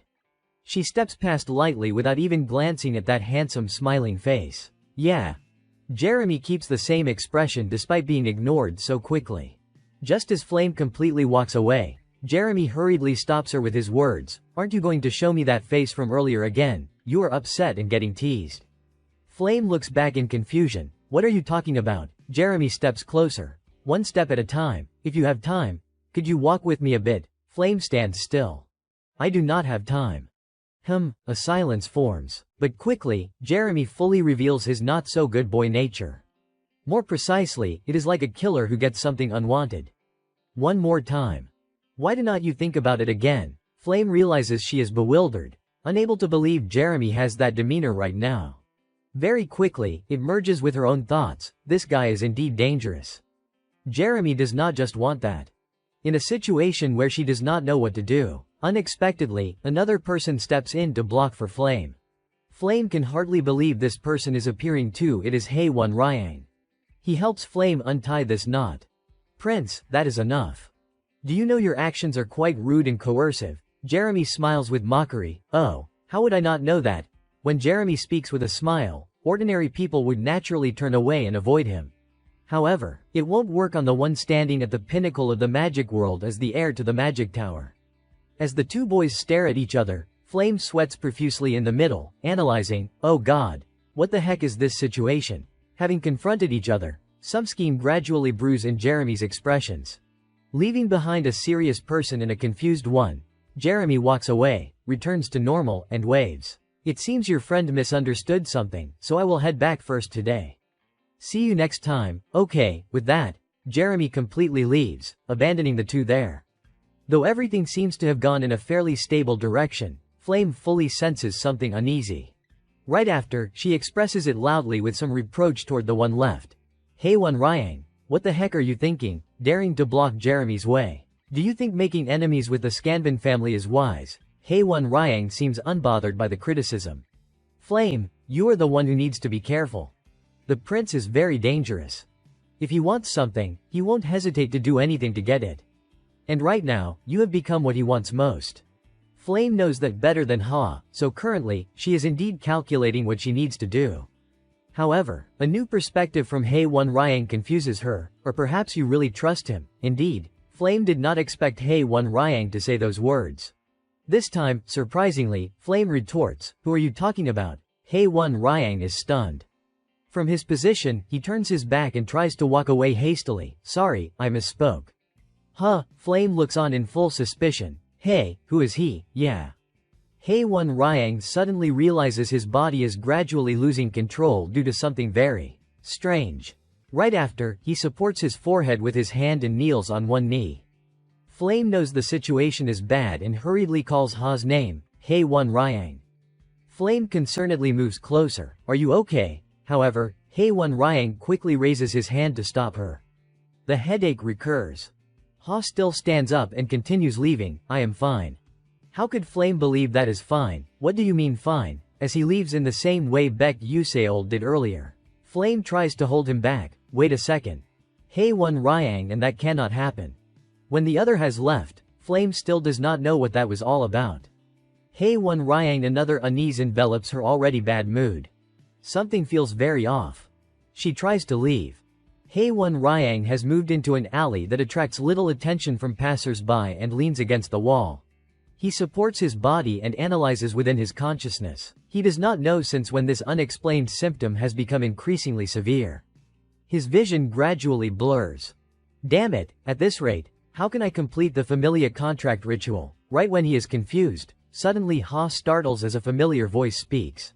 Oh, who do we have here? Though Ha has only heard that voice a few times during their encounters, as Ha slowly turns his head, he confirms it is Professor Mason. Half his face obscured by a black cloak, his appearance seems hidden in darkness. Professor Mason steps closer, full of surprise for himself. I was wondering where my seed had gone. Turns out there is a seed right here.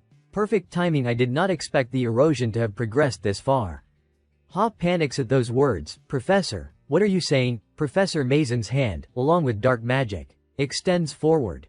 The danger escalates to a high level. Come on, do not resist, because from now on, you will become my limbs. Ha understands the predicament he has fallen into. No, he tries to push himself to awaken. Don't come closer. Ha's consciousness gradually darkens. Fragments of memories standing and talking with Flame appear. They keep filling that memory, but gradually lessen and merge into the darkness, leaving finally the image of Flame waving goodbye to Flame. Moving to the colossal twin towers belonging to the Elf Kingdom, a long-eared member of the winged race stood before a certain gate. He was the aide to the Elf King Orana. Raising his hand, he knocked on the door and said, Your Majesty, if you do not appear at this birthday ceremony, the Council of Elders will make things difficult for you. Their intention was to strip away the authority to manage the gate leading to the Sacred Trees Garden. Inside, the Spirit King Seorin was cradling something wrapped in green cloth against her chest.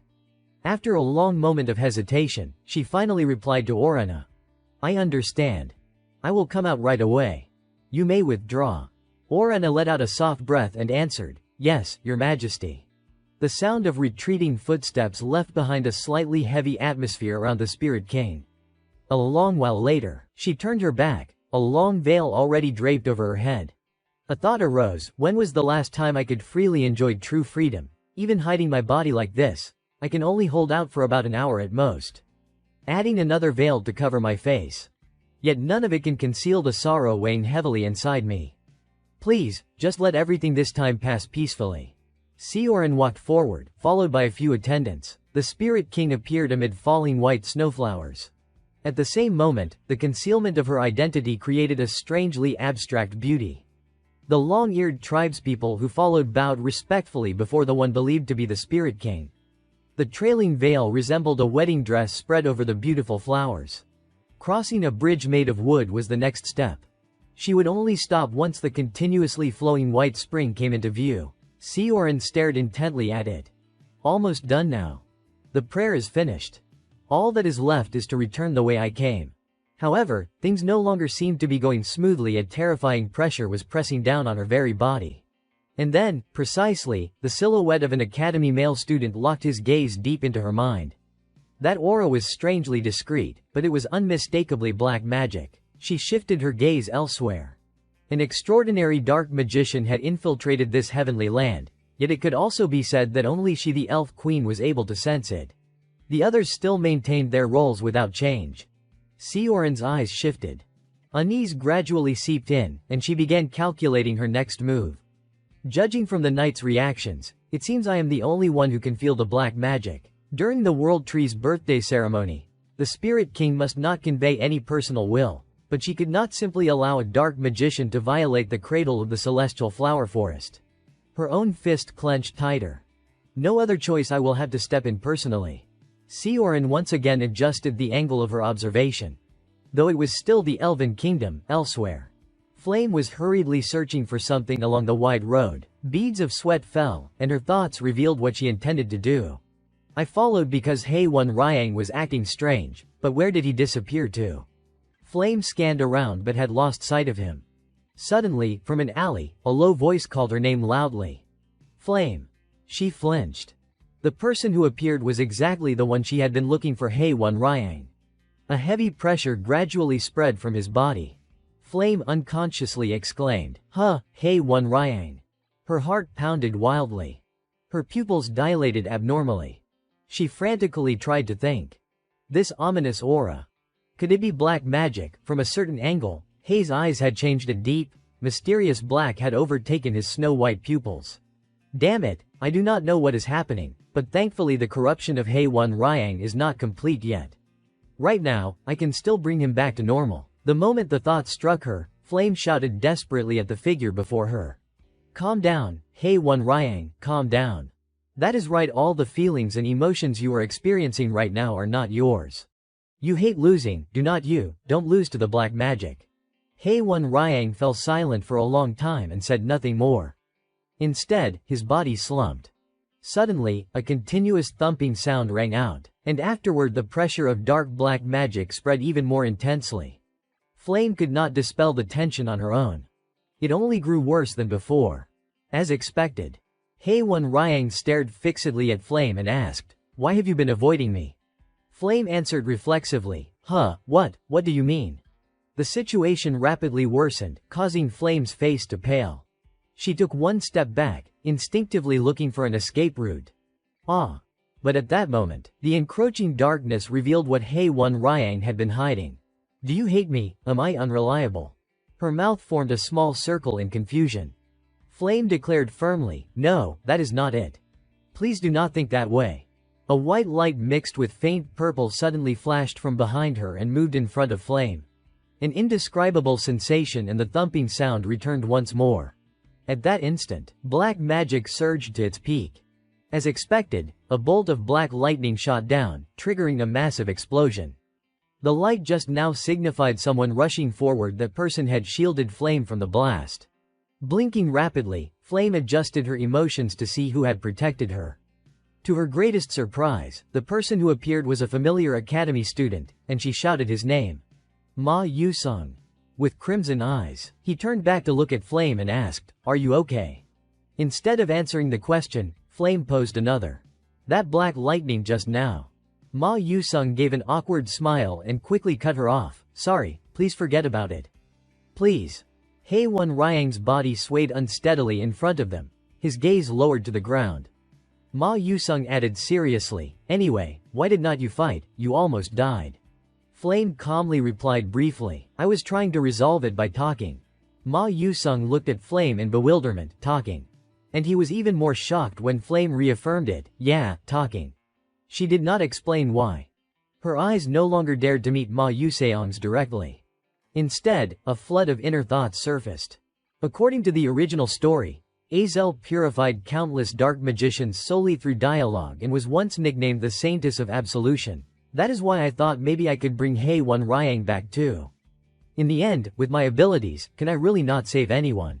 Ma Yusung noticed she had no intention of continuing, so he shifted his gaze to the person on the verge of becoming a full dark magician right in front of them.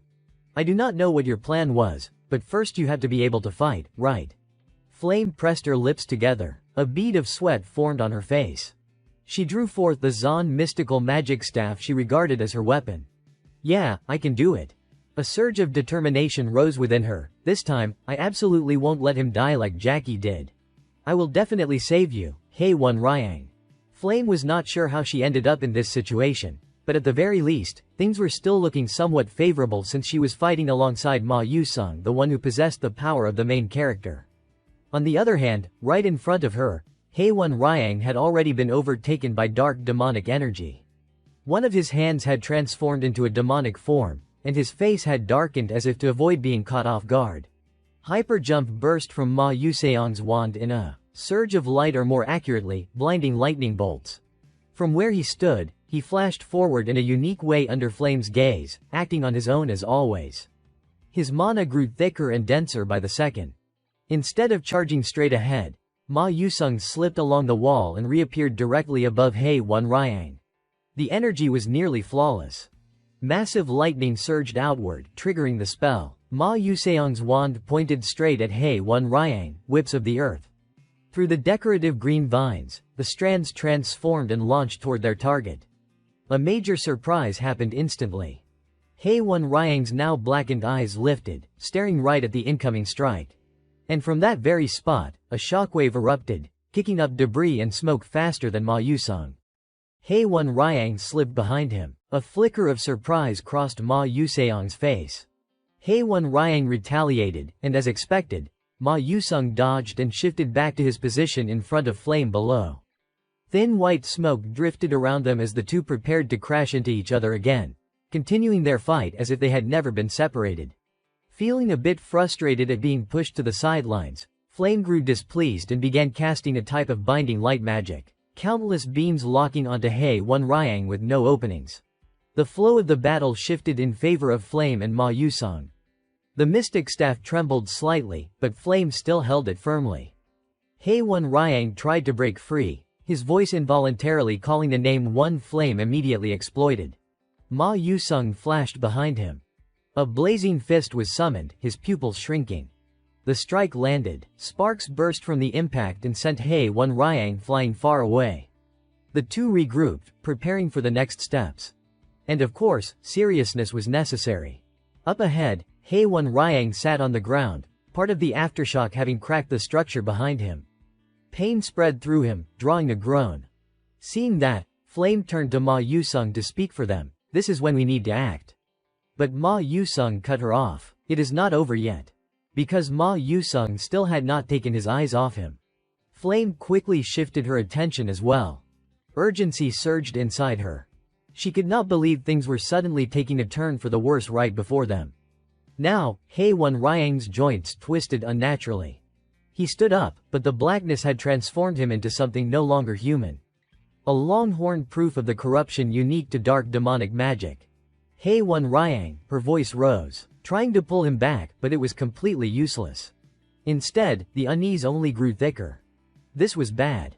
The corruption had already spread so far. She blurted out a warning, Ma Yusung, that is dangerous. Get away quickly.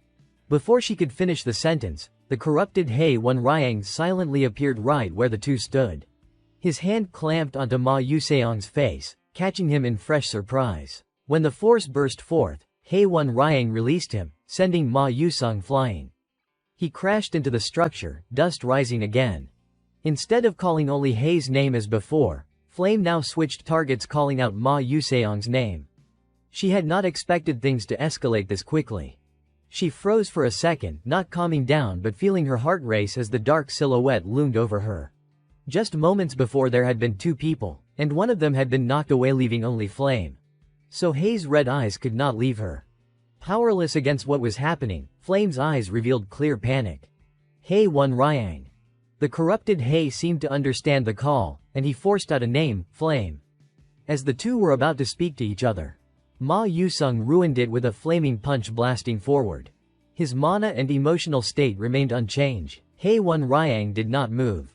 He simply stood there and took the hit, the explosion erupting directly on his body. Flame was stunned speechless, he seriously attacked him head-on. Ma Yusung locked his gaze, but a bead of anxious sweat escaped him. His fist was still pressed against Hei Wan Ryang's face but nothing had happened. Then, Hei's red eyes opened again. The difference in power was no longer surprising. In a natural, effortless motion, the corrupted hand shot up and grabbed Ma Yuseong's neck too fast for either of them to perceive, his grip firm and unshakable. Hei Wan Ryang slowly lifted him up. Aside from casting binding magic earlier, Flame could now only speak, she could not do anything. Ma Yusung bit his lip lightly, his anxiety doubling. If things continued like this, Hei Wan Ryang might really kill him. But with his current power, there was nothing he could do to stop him. What am I supposed to do now? Hei maintained his corrupted stance, but his hazy consciousness still recognized the person he was holding up. Suddenly, Hei Wan Ryang's grip tightened. Ma Yusung started to lose air, his emotions distorting, but a voice nearly reached Hei Wan Ryang again. I can win. I can beat Ma Yusung. In the end Ma Yusung. A faint smile curled at his lips, and Ma Yusung abruptly cut him off with a strange line. Something's not right. At those words, Hei Wan Ryang paused in confusion, his pitch-black face resembling some character from another story. He muttered, huh, observing from the side. Flame also noticed Hei's expression shift. There is a moment of silence from Hei Wan Ryang, is not there. A determined resolve formed as she prepared to act. If it is now, then. But sensing the changes in both Ma Yusung and Flame, Hei raised one hand straight toward her. Flame's movement halted on instinct. Ma Yuseong's expression turned cold, his pupils contracting again. I thought you were the only one living in a world like mine, but is this really all you have got? How disappointing. A sudden surge of killing intent burst from Hei Wan Ryang. The blackened Hei was not afraid, far from it, yet his expression twisted even more strangely than before. Ah. Ma Yusung must win. Time flowed backward into the past first year of middle school, spring. At that time, Hei Wan Ryang was only 14 years old. A trace of innocence still showed on his face. He was standing before Ma Yusung, who was also 14, whose expression was even more bewildered and childish. Irritated by that expression, Hei Wan Ryang frowned, his voice turning slightly cold. Fight me.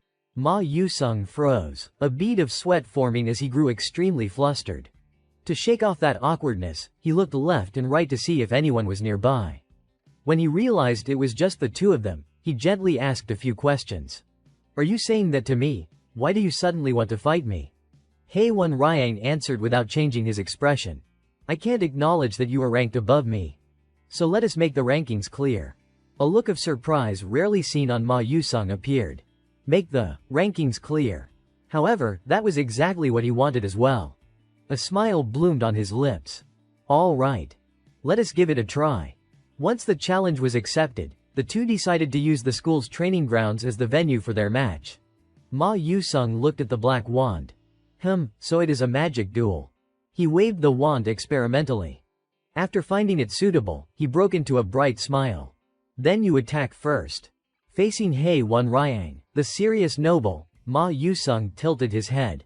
What kind of stance is that? Hei Wan Ryang narrowed his eyes slightly. Is he a genius? From the moment he was born as the heir to the Full Moon Tower and began learning letters, I had studied magic. I trained relentlessly every day to become the greatest magic warrior. And yet, on the freshman rankings, Ma Yusung was first, and I, Hei Wan Ryang, was second. The existence of the genius Ma Yusung struck my inner world like a bolt of lightning. My attention shifted when a classmate called out to someone. Yusung, let us go together. Sure, let us go, Ma Yusung replied cheerfully. So that is Ma Yusung. But the more I observed him, the more disappointed I became with his behavior, reading strange books unrelated to his studies, wasting time every day without making any apparent effort. I could not accept it. And yet he is better than me. Then I need to prove something that my efforts were not meaningless. However, the result was utterly bleak. The wand fell to the ground. Hei Wan Ryang stood there dazed, disbelief and doubt crashing over him at once. I can't believe it. Did I really lose to him? Not a single scratch. Not a speck of dust.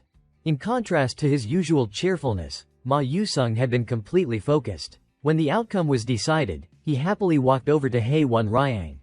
Oh, I won, by the way, that magic duel was really fun. He placed a hand on Hei Wan Ryang's shoulder, standing beside him with narrowed eyes and a smile. Thanks to you, this was a fun outing. Let us do it again next time. And just like that, he left without waiting for Hei Wan Ryang to say a single word. The fist that remained clenched tightly.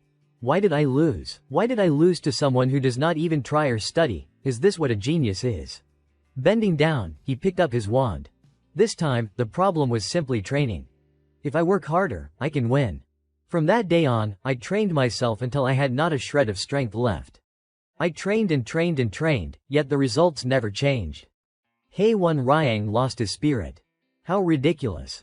It was a duel I requested after fully understanding and analyzing all of Ma Yuseong's magic. I can't believe it. The gap between me and him is really that wide. At that moment, Ma Yusung extended his hand toward Hei Wan Ryang, laughing as he spoke. This one was even more fun than last time. Right, do better next time. Hei Wan Ryang listened to those words in silence. He paused for a moment, sinking into deeper thought. Changing his decision, the two shook hands, exchanging a brief promise. Next time, I will definitely win. Ha ha, I am really looking forward to it. I was forced to admit that Ma Yusung was a genius. Even so, I would never give up. I would prove that the time I spent striving was not meaningless. Someday, I would defeat Ma Yusung. And now, Ma Yusung lay within my grasp. That memory dragged Hei Wan Ryang, now darkened, back into the present. This time, I can win. That is what I thought, isn't that right? Ma Yusung broke into a bright smile, one whose meaning was unmistakable. So you have already drowned in the power of the dark demon and lost yourself, how disappointing. Hei Wan Ryang, I trained hard too to fight you. The darkened Hei blinked in confusion. You trained. Digging through old memories, Ma Yusung continued. Do you remember, during our training inside the dungeon, we fought evenly matched? I was shocked then, too. Turns out I am more competitive than I thought. After that, for the first time, I began training seriously and I have always been waiting for a rematch with you. Hei Wan Ryang grew deeply flustered. I have never beaten you even once. This is my chance now. But things were about to go further when a cold, indifferent voice came from Ma Yusung. Then kill me, use that power to pierce my heart and enjoy the victory you desire. And then regret it because this will be the last battle between us. With the repeated provocations and the inevitable consequences, Hei Wan Ryang regained the light in his eyes. Flame, standing outside the battle, waited for the most critical moment. Ma Yusung, too, narrowed his eyes as he waited. The mark on Ma's neck became visible. That showed that the darkened Hei had released him. Hei Wan Ryang regained his reason, his expression weary as he spoke. I won't kill you to win against you in this state. That would be no different from denying my own efforts. Outside, Flame rejoiced at those words. Thank goodness Hei Wan Ryang's emotions have returned to a human state. Now we can save him. But once again, everything changed. A wave of magical pressure crashed down upon the spot where the three of them stood. Darkened Hei let out an uncomfortable grunt. Ma Yusung was not in much better shape. KH. He raised his head, narrowing his eyes as he realized something. This power is. He turned his gaze when someone spoke. Oh my. Footsteps approached a girl dressed in black, wearing a golden ring earring, her hair a reddish brown. The vice commander, holding a magic staff, calmly spoke. Isn't this Mazen Tiran? Hazen Macaron gently held the magic wand and stood there, inadvertently creating immense pressure that forced Flame to kneel, unable to move. Slightly annoyed, Flame, with eyes half closed, vaguely yet accurately recognized who the opponent was. I have seen that character in the original novel Hazen Macaron, vice captain of the 13th Black Star team. Just then, the sound of another person's footsteps approached. Hazen turned around and complained with her signature air of ditziness. So the prophecy was completely off, was not it? The team captain, clenching his fist, walked forward coldly, his expression unchanged, only his words shifting. Can spoke up, stop talking nonsense. Hazen scrutinized that face. Added her own analysis of this character. Indeed, that man has arrived too. Can, captain of the 13th Black Star team. The two now stood side by side. Looking toward the target, the blackened Hei Wan Ryang and Ma Yusung, who had just been fighting though he said nothing more, Can quietly activated a detection charm to sense the peculiar dark fluctuations. Hazen's gravity magic was perfect. Just that alone had trapped their movements. Can commented on the target, the fluctuations are so faint, it is surprising they could unleash such power. Hazen confirmed, exactly, so what do we do? Can nodded, opened a spatial rift to retrieve his wand, and said coldly, the target has been confirmed. Execute on-site disposal. The target Can aimed at the newly blackened entity that had just regained a sliver of consciousness left Hei, Ma Yusung, and Flame in an awkward predicament. More accurately, they were taken aback by such decisiveness. However, Hazen still felt something was slightly off and turned to seek clarification. Kill them right away, it is still the early stages. Maybe we should observe a bit more. But Can completely cut her off. He maintained his earlier stance, if they can unleash such power at this level, Once they revolt later, the consequences would truly be catastrophic. Eliminating them now is the right move. Kan's approach was not wrong. Once individuals tainted by dark magic are corrupted once, they become prone to a second or third corruption.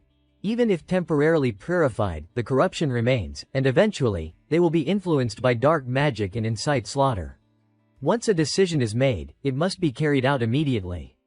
But coincidentally, one among them refused to accept it. Stop. Hazen took note of those words. Oh my, while they were conversing, Ma Yusung mustered his remaining strength to stand up. Genuinely surprising Vice Captain Hazen, a first-year student enduring this much. You are Ma Yusung from Stella. As expected of the top freshman, truly impressive. But Hazen's expression darkened, her gaze turning unpleasant. Crack. Ma Yusung felt an even greater pressure gradually bearing down on his body. Just as he struggled to lift himself, Hazen snapped her fingers, forcing him to collapse once more. Showing no pity, stay down a little longer. Okay, interfering with my work is not allowed. Gasp. In truth, the power disparity was absolute. Ma Yusung was now on the verge of collapsing flat. Though Flame was in a slightly better state, not overlapped by gravity, she could not feel any more at ease. Gritting her teeth, she deduced another truth: this won't do Ma Yuseong's condition. Though recent events had diverged significantly from the novel she knew, Ma Yuseong's earlier magic was undoubtedly dark magic. If this continued, once Ma Yusung exhausted his blue mana, his dark mana would be exposed before them. Then, along with Hei Wan Ryang. Resist Flame forced herself to act, gripping her own staff tightly. I can't lose both of them here, please. Please, just move. Please. Guilt surged in her heart because they were individuals with promising futures. And then Kan pointed his wand directly at Hei Wan Ryang's head. It ends now. Hei seemed resigned to his fate, but Flame still hoped for a miracle. Squeezing her eyes shut, please, save them. The mana surging from Kan's wand showed no hesitation. Perish, dark magic spawn. Hold on, one more time. Kan halted his action due to a somewhat familiar voice. He turned to confirm the direction of the sound. You. Only one could change the situation. Baek Yuseol, a side character from the novel, Kan vaguely recalled him, his face unmistakable. You are. Rewind to 10 minutes earlier. Baek Yuseol was patting the head of a young elf. But his main goal was buying food. The head patting was just because of the cuteness. Before leaving, he offered a friendly smile. Wishing you prosperous business, madam. The middle-aged woman happily accepted the blessing. Thank you, dear. Just as the student walked a short distance away, the familiar ding of the system echoed in his mind. 2 consecutive reports appeared. Variables had emerged in episode 8. The plotline of Hei Wan Ryang's dark corruption had begun. Baek Yuseol abruptly turned around, exclaiming loudly. What? Doubt gradually eroded his understanding. What is going on? Wasn't the dark corruption arc supposed to end after completing Jackie's dark corruption plotline?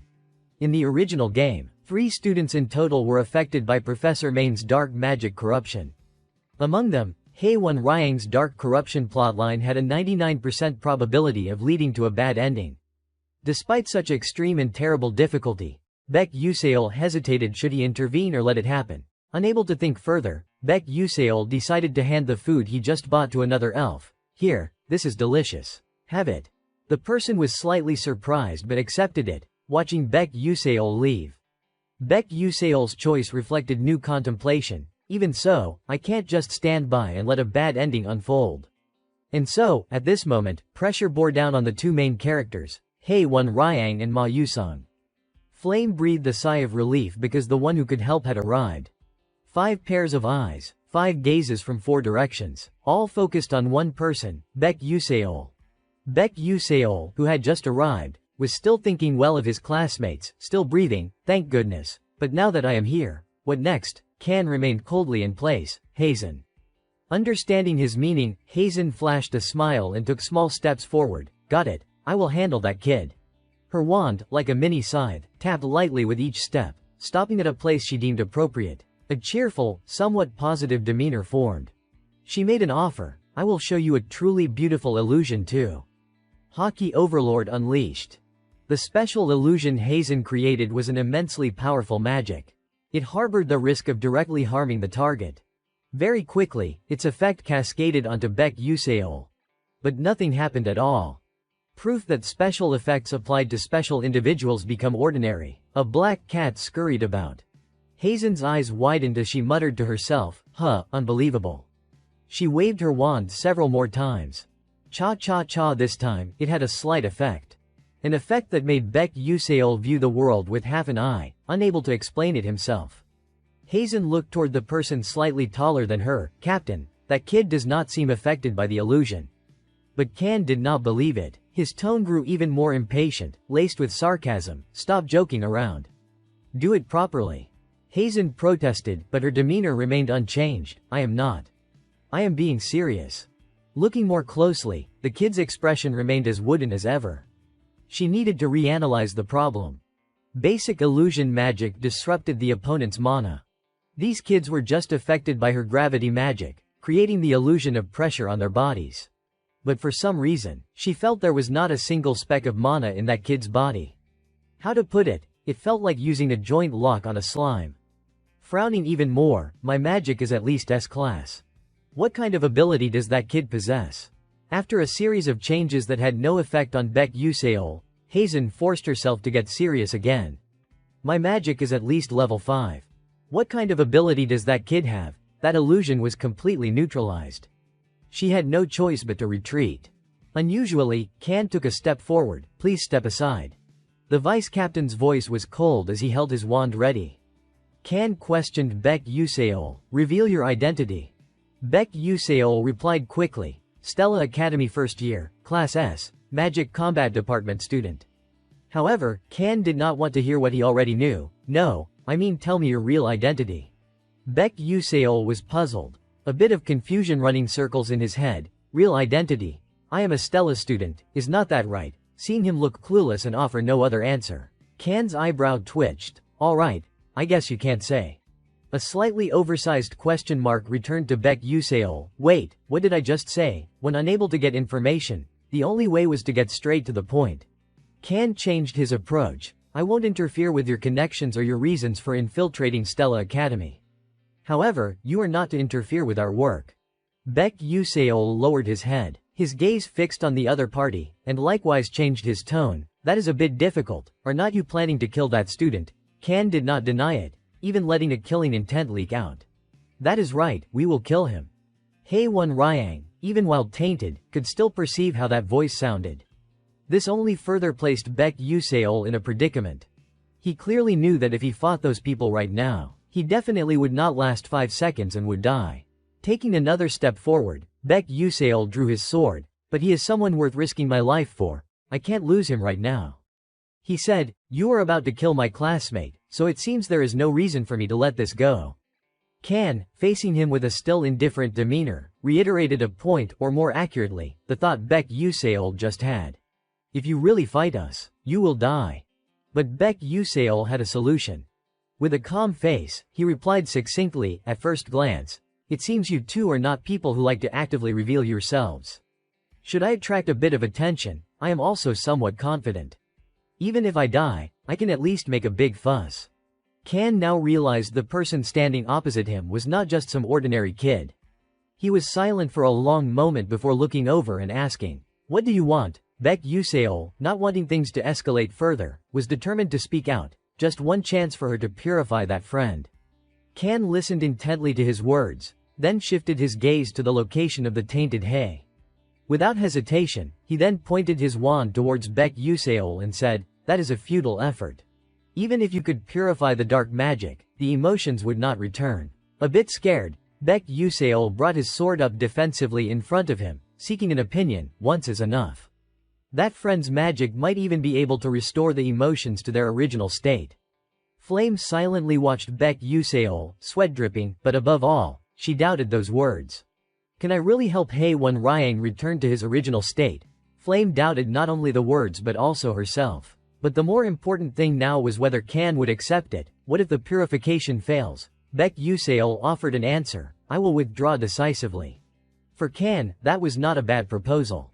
At least the two of them would not need to cause trouble with someone who could overcome Hazen's illusion magic, avoiding attracting attention while letting the other party leave on their own. So, it seemed that taking a step back at this moment was the wisest course. He said, fine. If you break your promise, I will give you the most painful death possible. Regardless of whether it causes a big commotion or not. Hazen beside him could not believe her captain could say those words, Captain. But Can did not care and immediately gave the order, Hazen, dispel the illusion. Before following the captain's order to dispel it, Hazen still asked for permission to ask one question. Can we trust his words? The answer was still coldly indifferent. If it is a lie, then it is not too late to kill that kid. Letting her staff clash heavily with the ground, me too, if the captain says so, there is nothing more I can do. Shaking her staff, Hazen withdrew the illusion. Both Ma and Hei were able to regain their freedom and gasped for breath. Flame, though under less pressure, still found it a strain to resist it. With eyes half open, half closed, Flame next realized someone was standing in front of her. More accurately, Baek Yuseol had approached and sat down facing her. You know what state Haewon Ryang is in, right? If it is you, you can bring him back to normal. But Flame had no confidence at all. She hung her head low, sorry, I do not have that kind of ability. But Baek Yuseol dug deeper into Flame's pain. Are you planning to repeat Jackie's incident again? Flame wavered for a moment. She said what she truly wanted, number. Baek Yuseol looked at that change. And then a smile dispelled the tension. Help Haewon Ryang, you can do it. If someone else said it, Flame might not believe it, but coming from Baek Yuseol, it was a different story. Regaining her determination along with a familiar feeling, Flame picked up her staff. If Baek Yuseol says I can do it. Slowly stepping forward and standing in front of Hei for a moment, as if Baek Yuseol's affirmation meant she truly possessed that ability.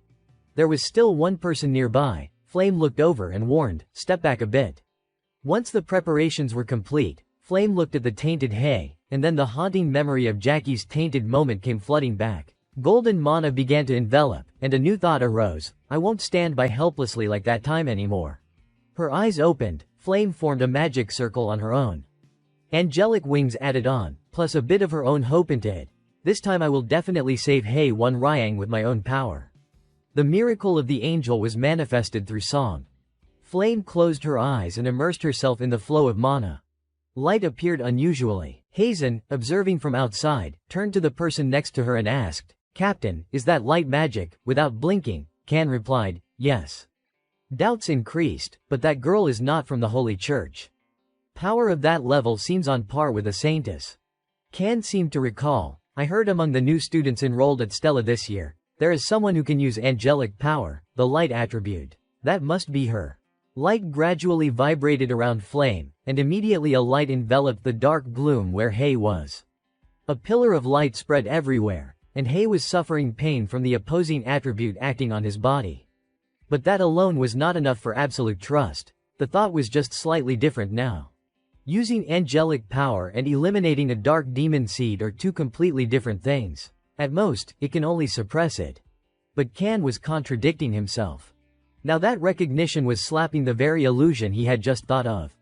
Ahem, a cough came from Haewon Ryang. And now the black covering was gone, consciousness had returned.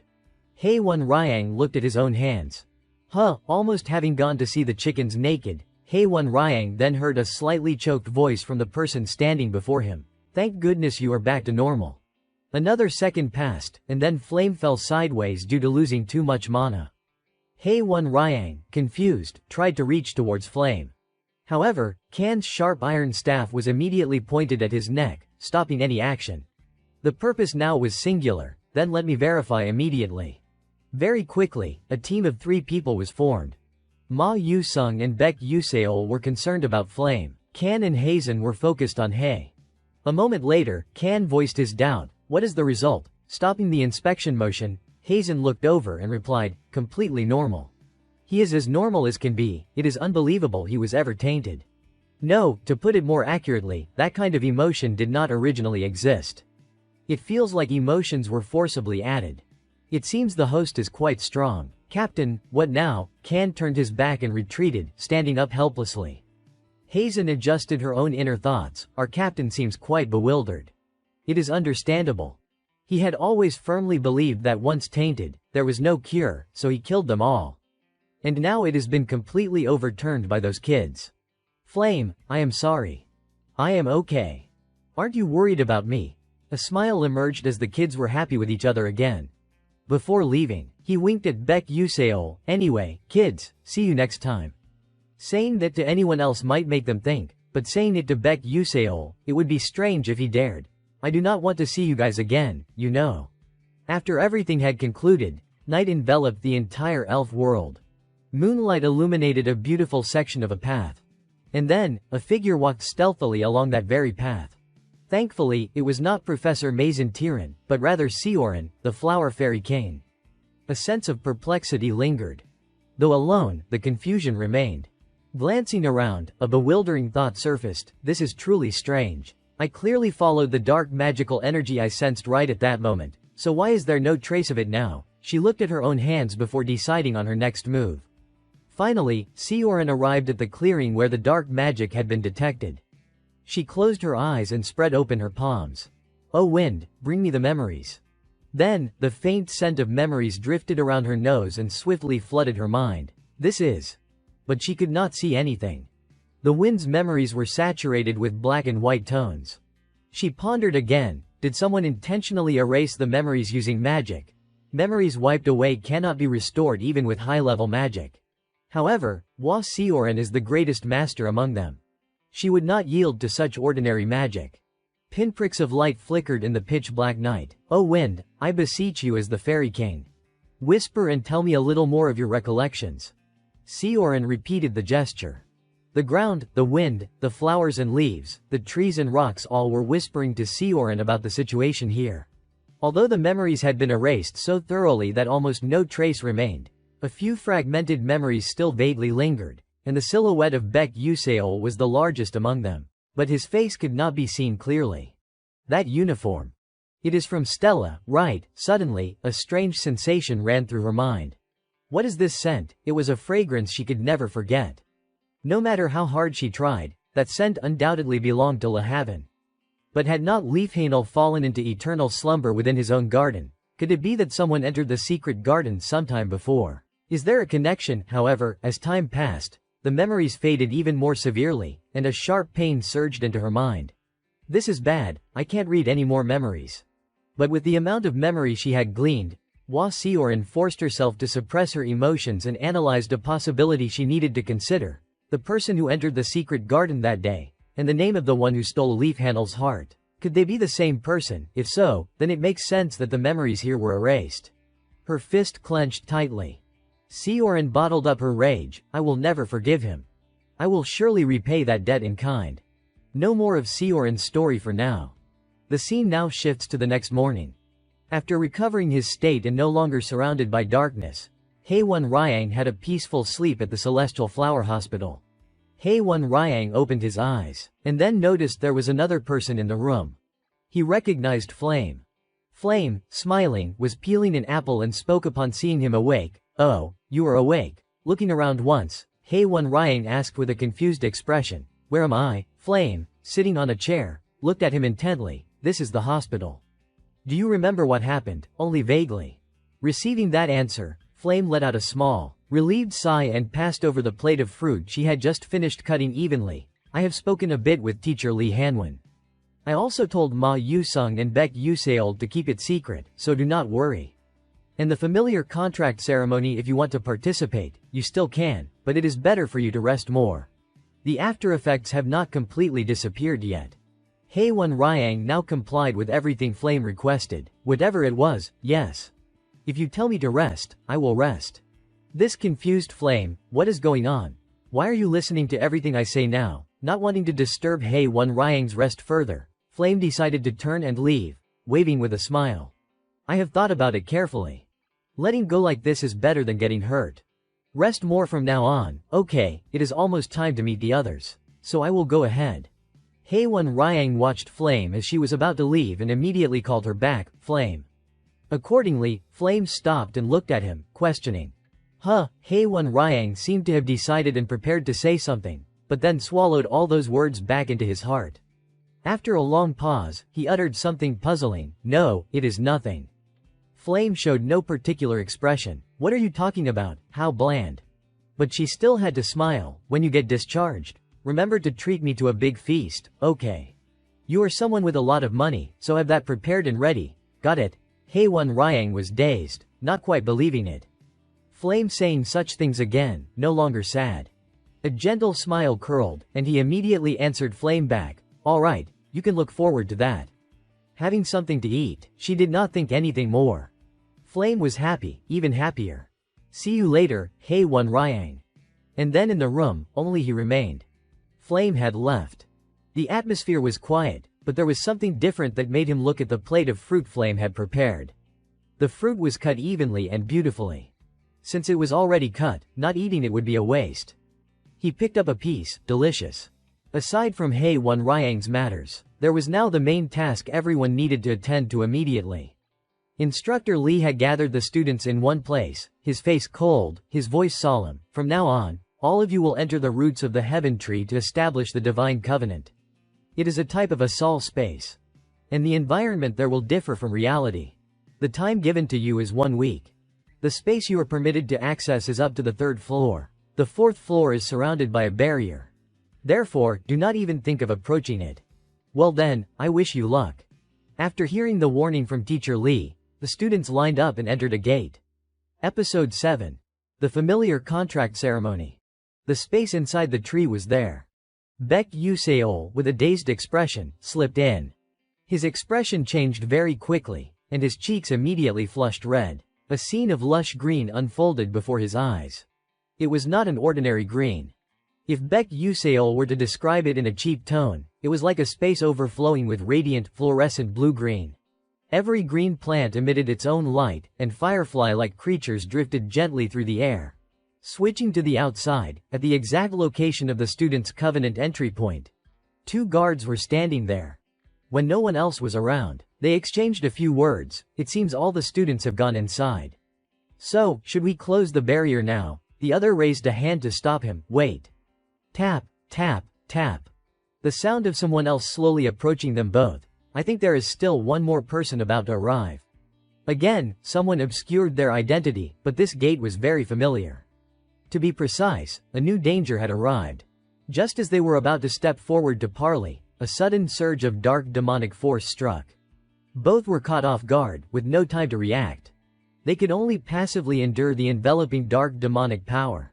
One collapsed instantly, while the other was grabbed by the neck. This unknown entity had completely seized control of the situation outside. Soon, the gatekeeper knelt down. Is there still a life? Main Tyran, the assailant flashed an intrigued smile and proceeded into the area where the familiar contract signing ritual was taking place. Princess Hong Byun led her familiar group of classmates in one direction. Glancing around, the princess appeared somewhat indifferent to everything. Just as the books described, the 1st floor truly held nothing special. Turning to look at the others, Princess Hong Byun immediately voiced her plan to head to the 2nd floor right away. One classmate cheerfully replied, However, another classmate at the back was not looking too well. Arshuang was a fire attribute prodigy, similar to Hong Byun.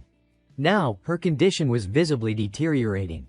She raised a hand to her forehead, pondering to herself, why is my body suddenly like this? My stomach feels queasy and churning, my vision keeps blurring. And then she collapsed right on the spot. Hearing the commotion, her classmates turned to look. Princess Hong Byun also turned back upon hearing another classmate call out Arshuang's name loudly. The princess knew Arshuang trained regularly and had great stamina, yet now she showed such bad signs. The princess approached and posed a question, what is wrong? You look so pale. Her classmates began analyzing what had just happened. Arshuang's condition is not good. She was fine just a moment ago. Another judgment was offered. I have heard that if one's sensitivity to divine beasts is poor, even a trace of their aura can weaken the body. Could it be that Arshuang is the same? Princess Hong Byun did not need to think much and immediately proposed an initial solution. For now, rest here. Conserve your rations and recover here.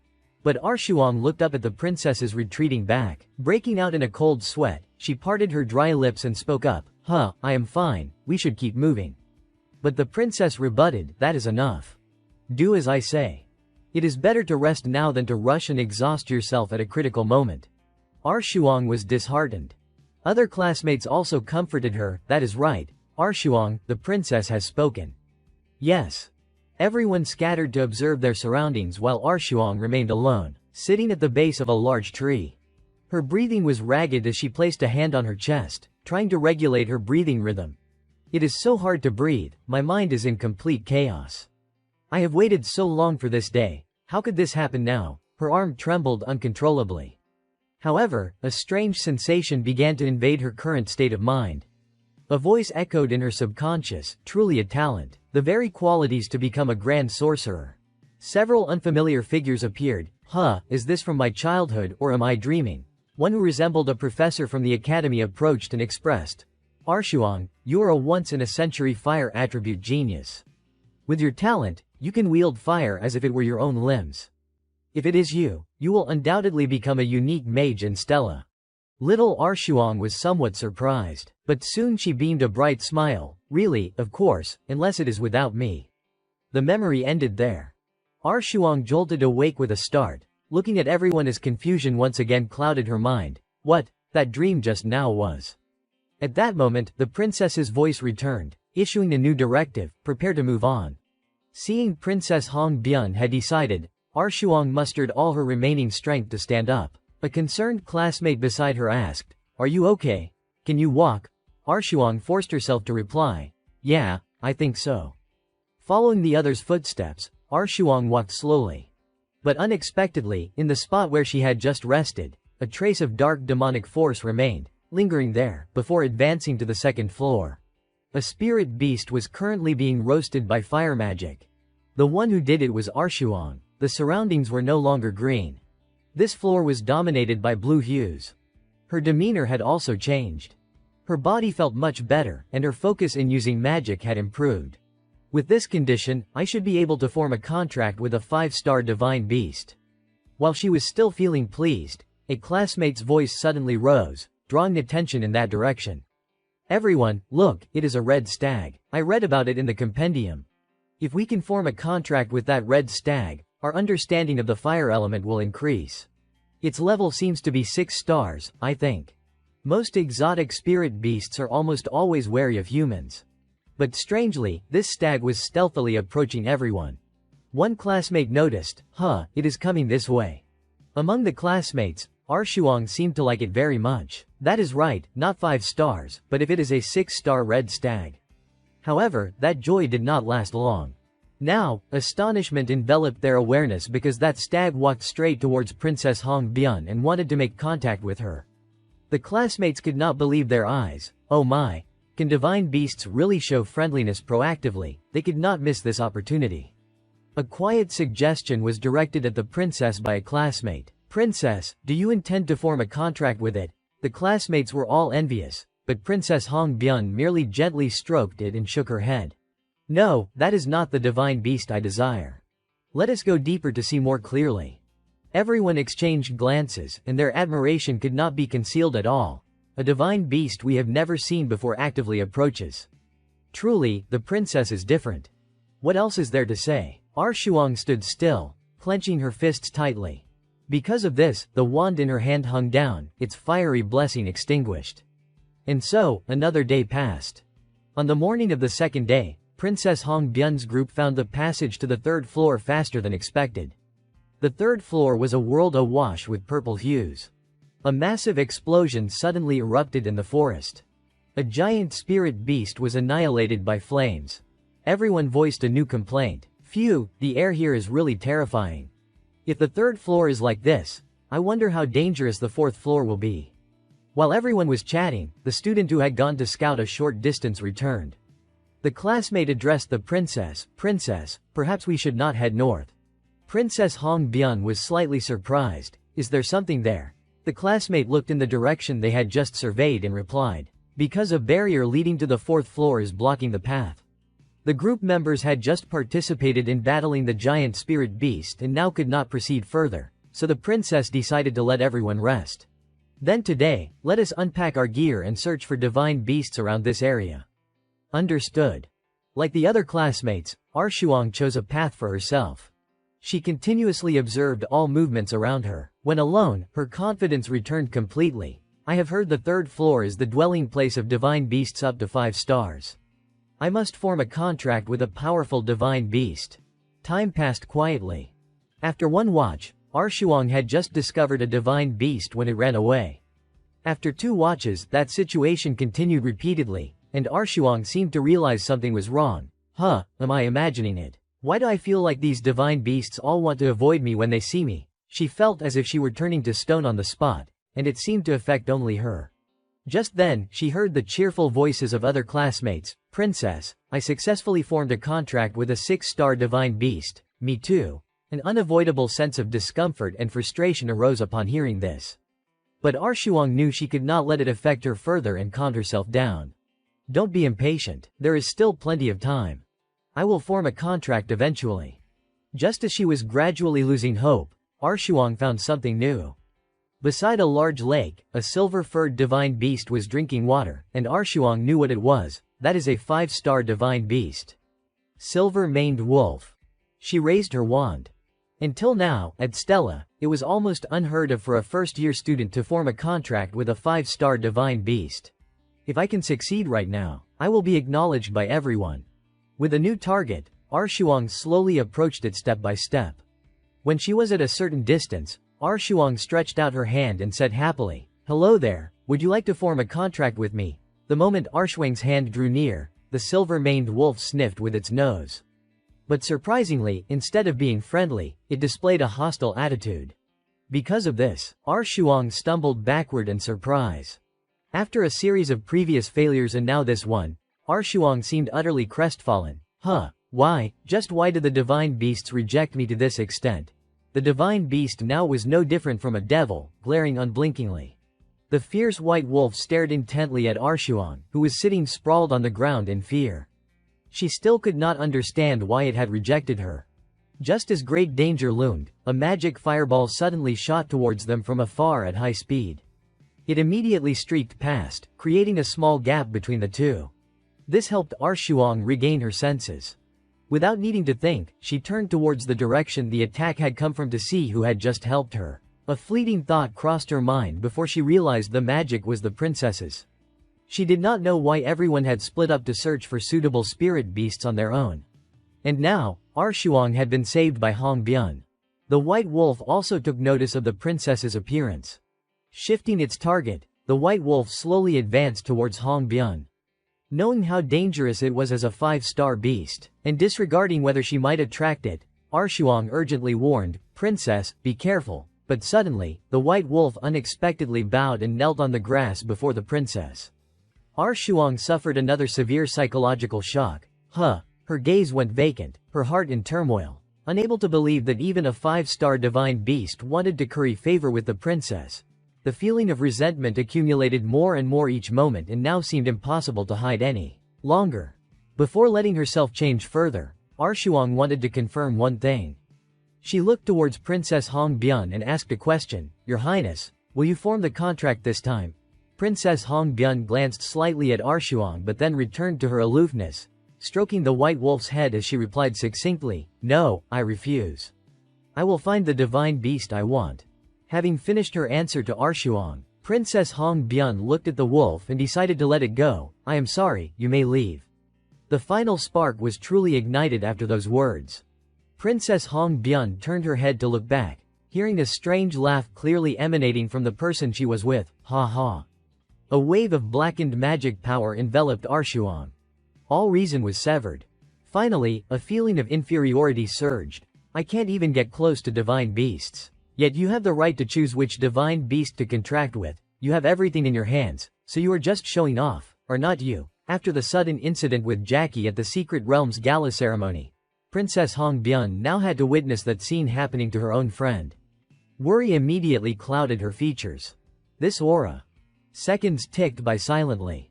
Now, with everything turning to sinister black, only one thought could be locked in: so unfair, it is too unfair, this is just too unfair. Arshuang's pupils contracted, the dark magic power taking hold of her. "I have worked so hard, do not make a fool of me." Hatred erupted. Arshuang gritted her teeth and spat out each word. All were aimed at Princess Hong Byun. Added to that was a massive wave of magic power attacking. To counter, Hong Byun erected a protective spherical barrier around herself. However, upon contact between the opposing attributes, a warning light flashed, and Princess Hong Byun bit her lip before boom. A huge explosion blasted out to the surroundings, its light visible even from afar. Flames spread in all directions, scorching everything around. The forest caught fire, the ground caved in. And within those fires, a small ember unexpectedly landed right on Hong Byun's shoulder. It was not difficult for the princess to brush it off with her hand, making the flame disappear and leaving a small smudge. But Hong Byun knew that was nothing compared to the danger she currently faced. Calm and coldness were inherent to her. To choose the best course of action, Princess Hong Byun conducted a series of in-depth analyses and focused her gaze. The dark magic invasion is happening. There is a way to stop the invasion by knocking the host unconscious. But here is too close to the fourth floor barrier. If a real fight breaks out, it might hit the barrier behind.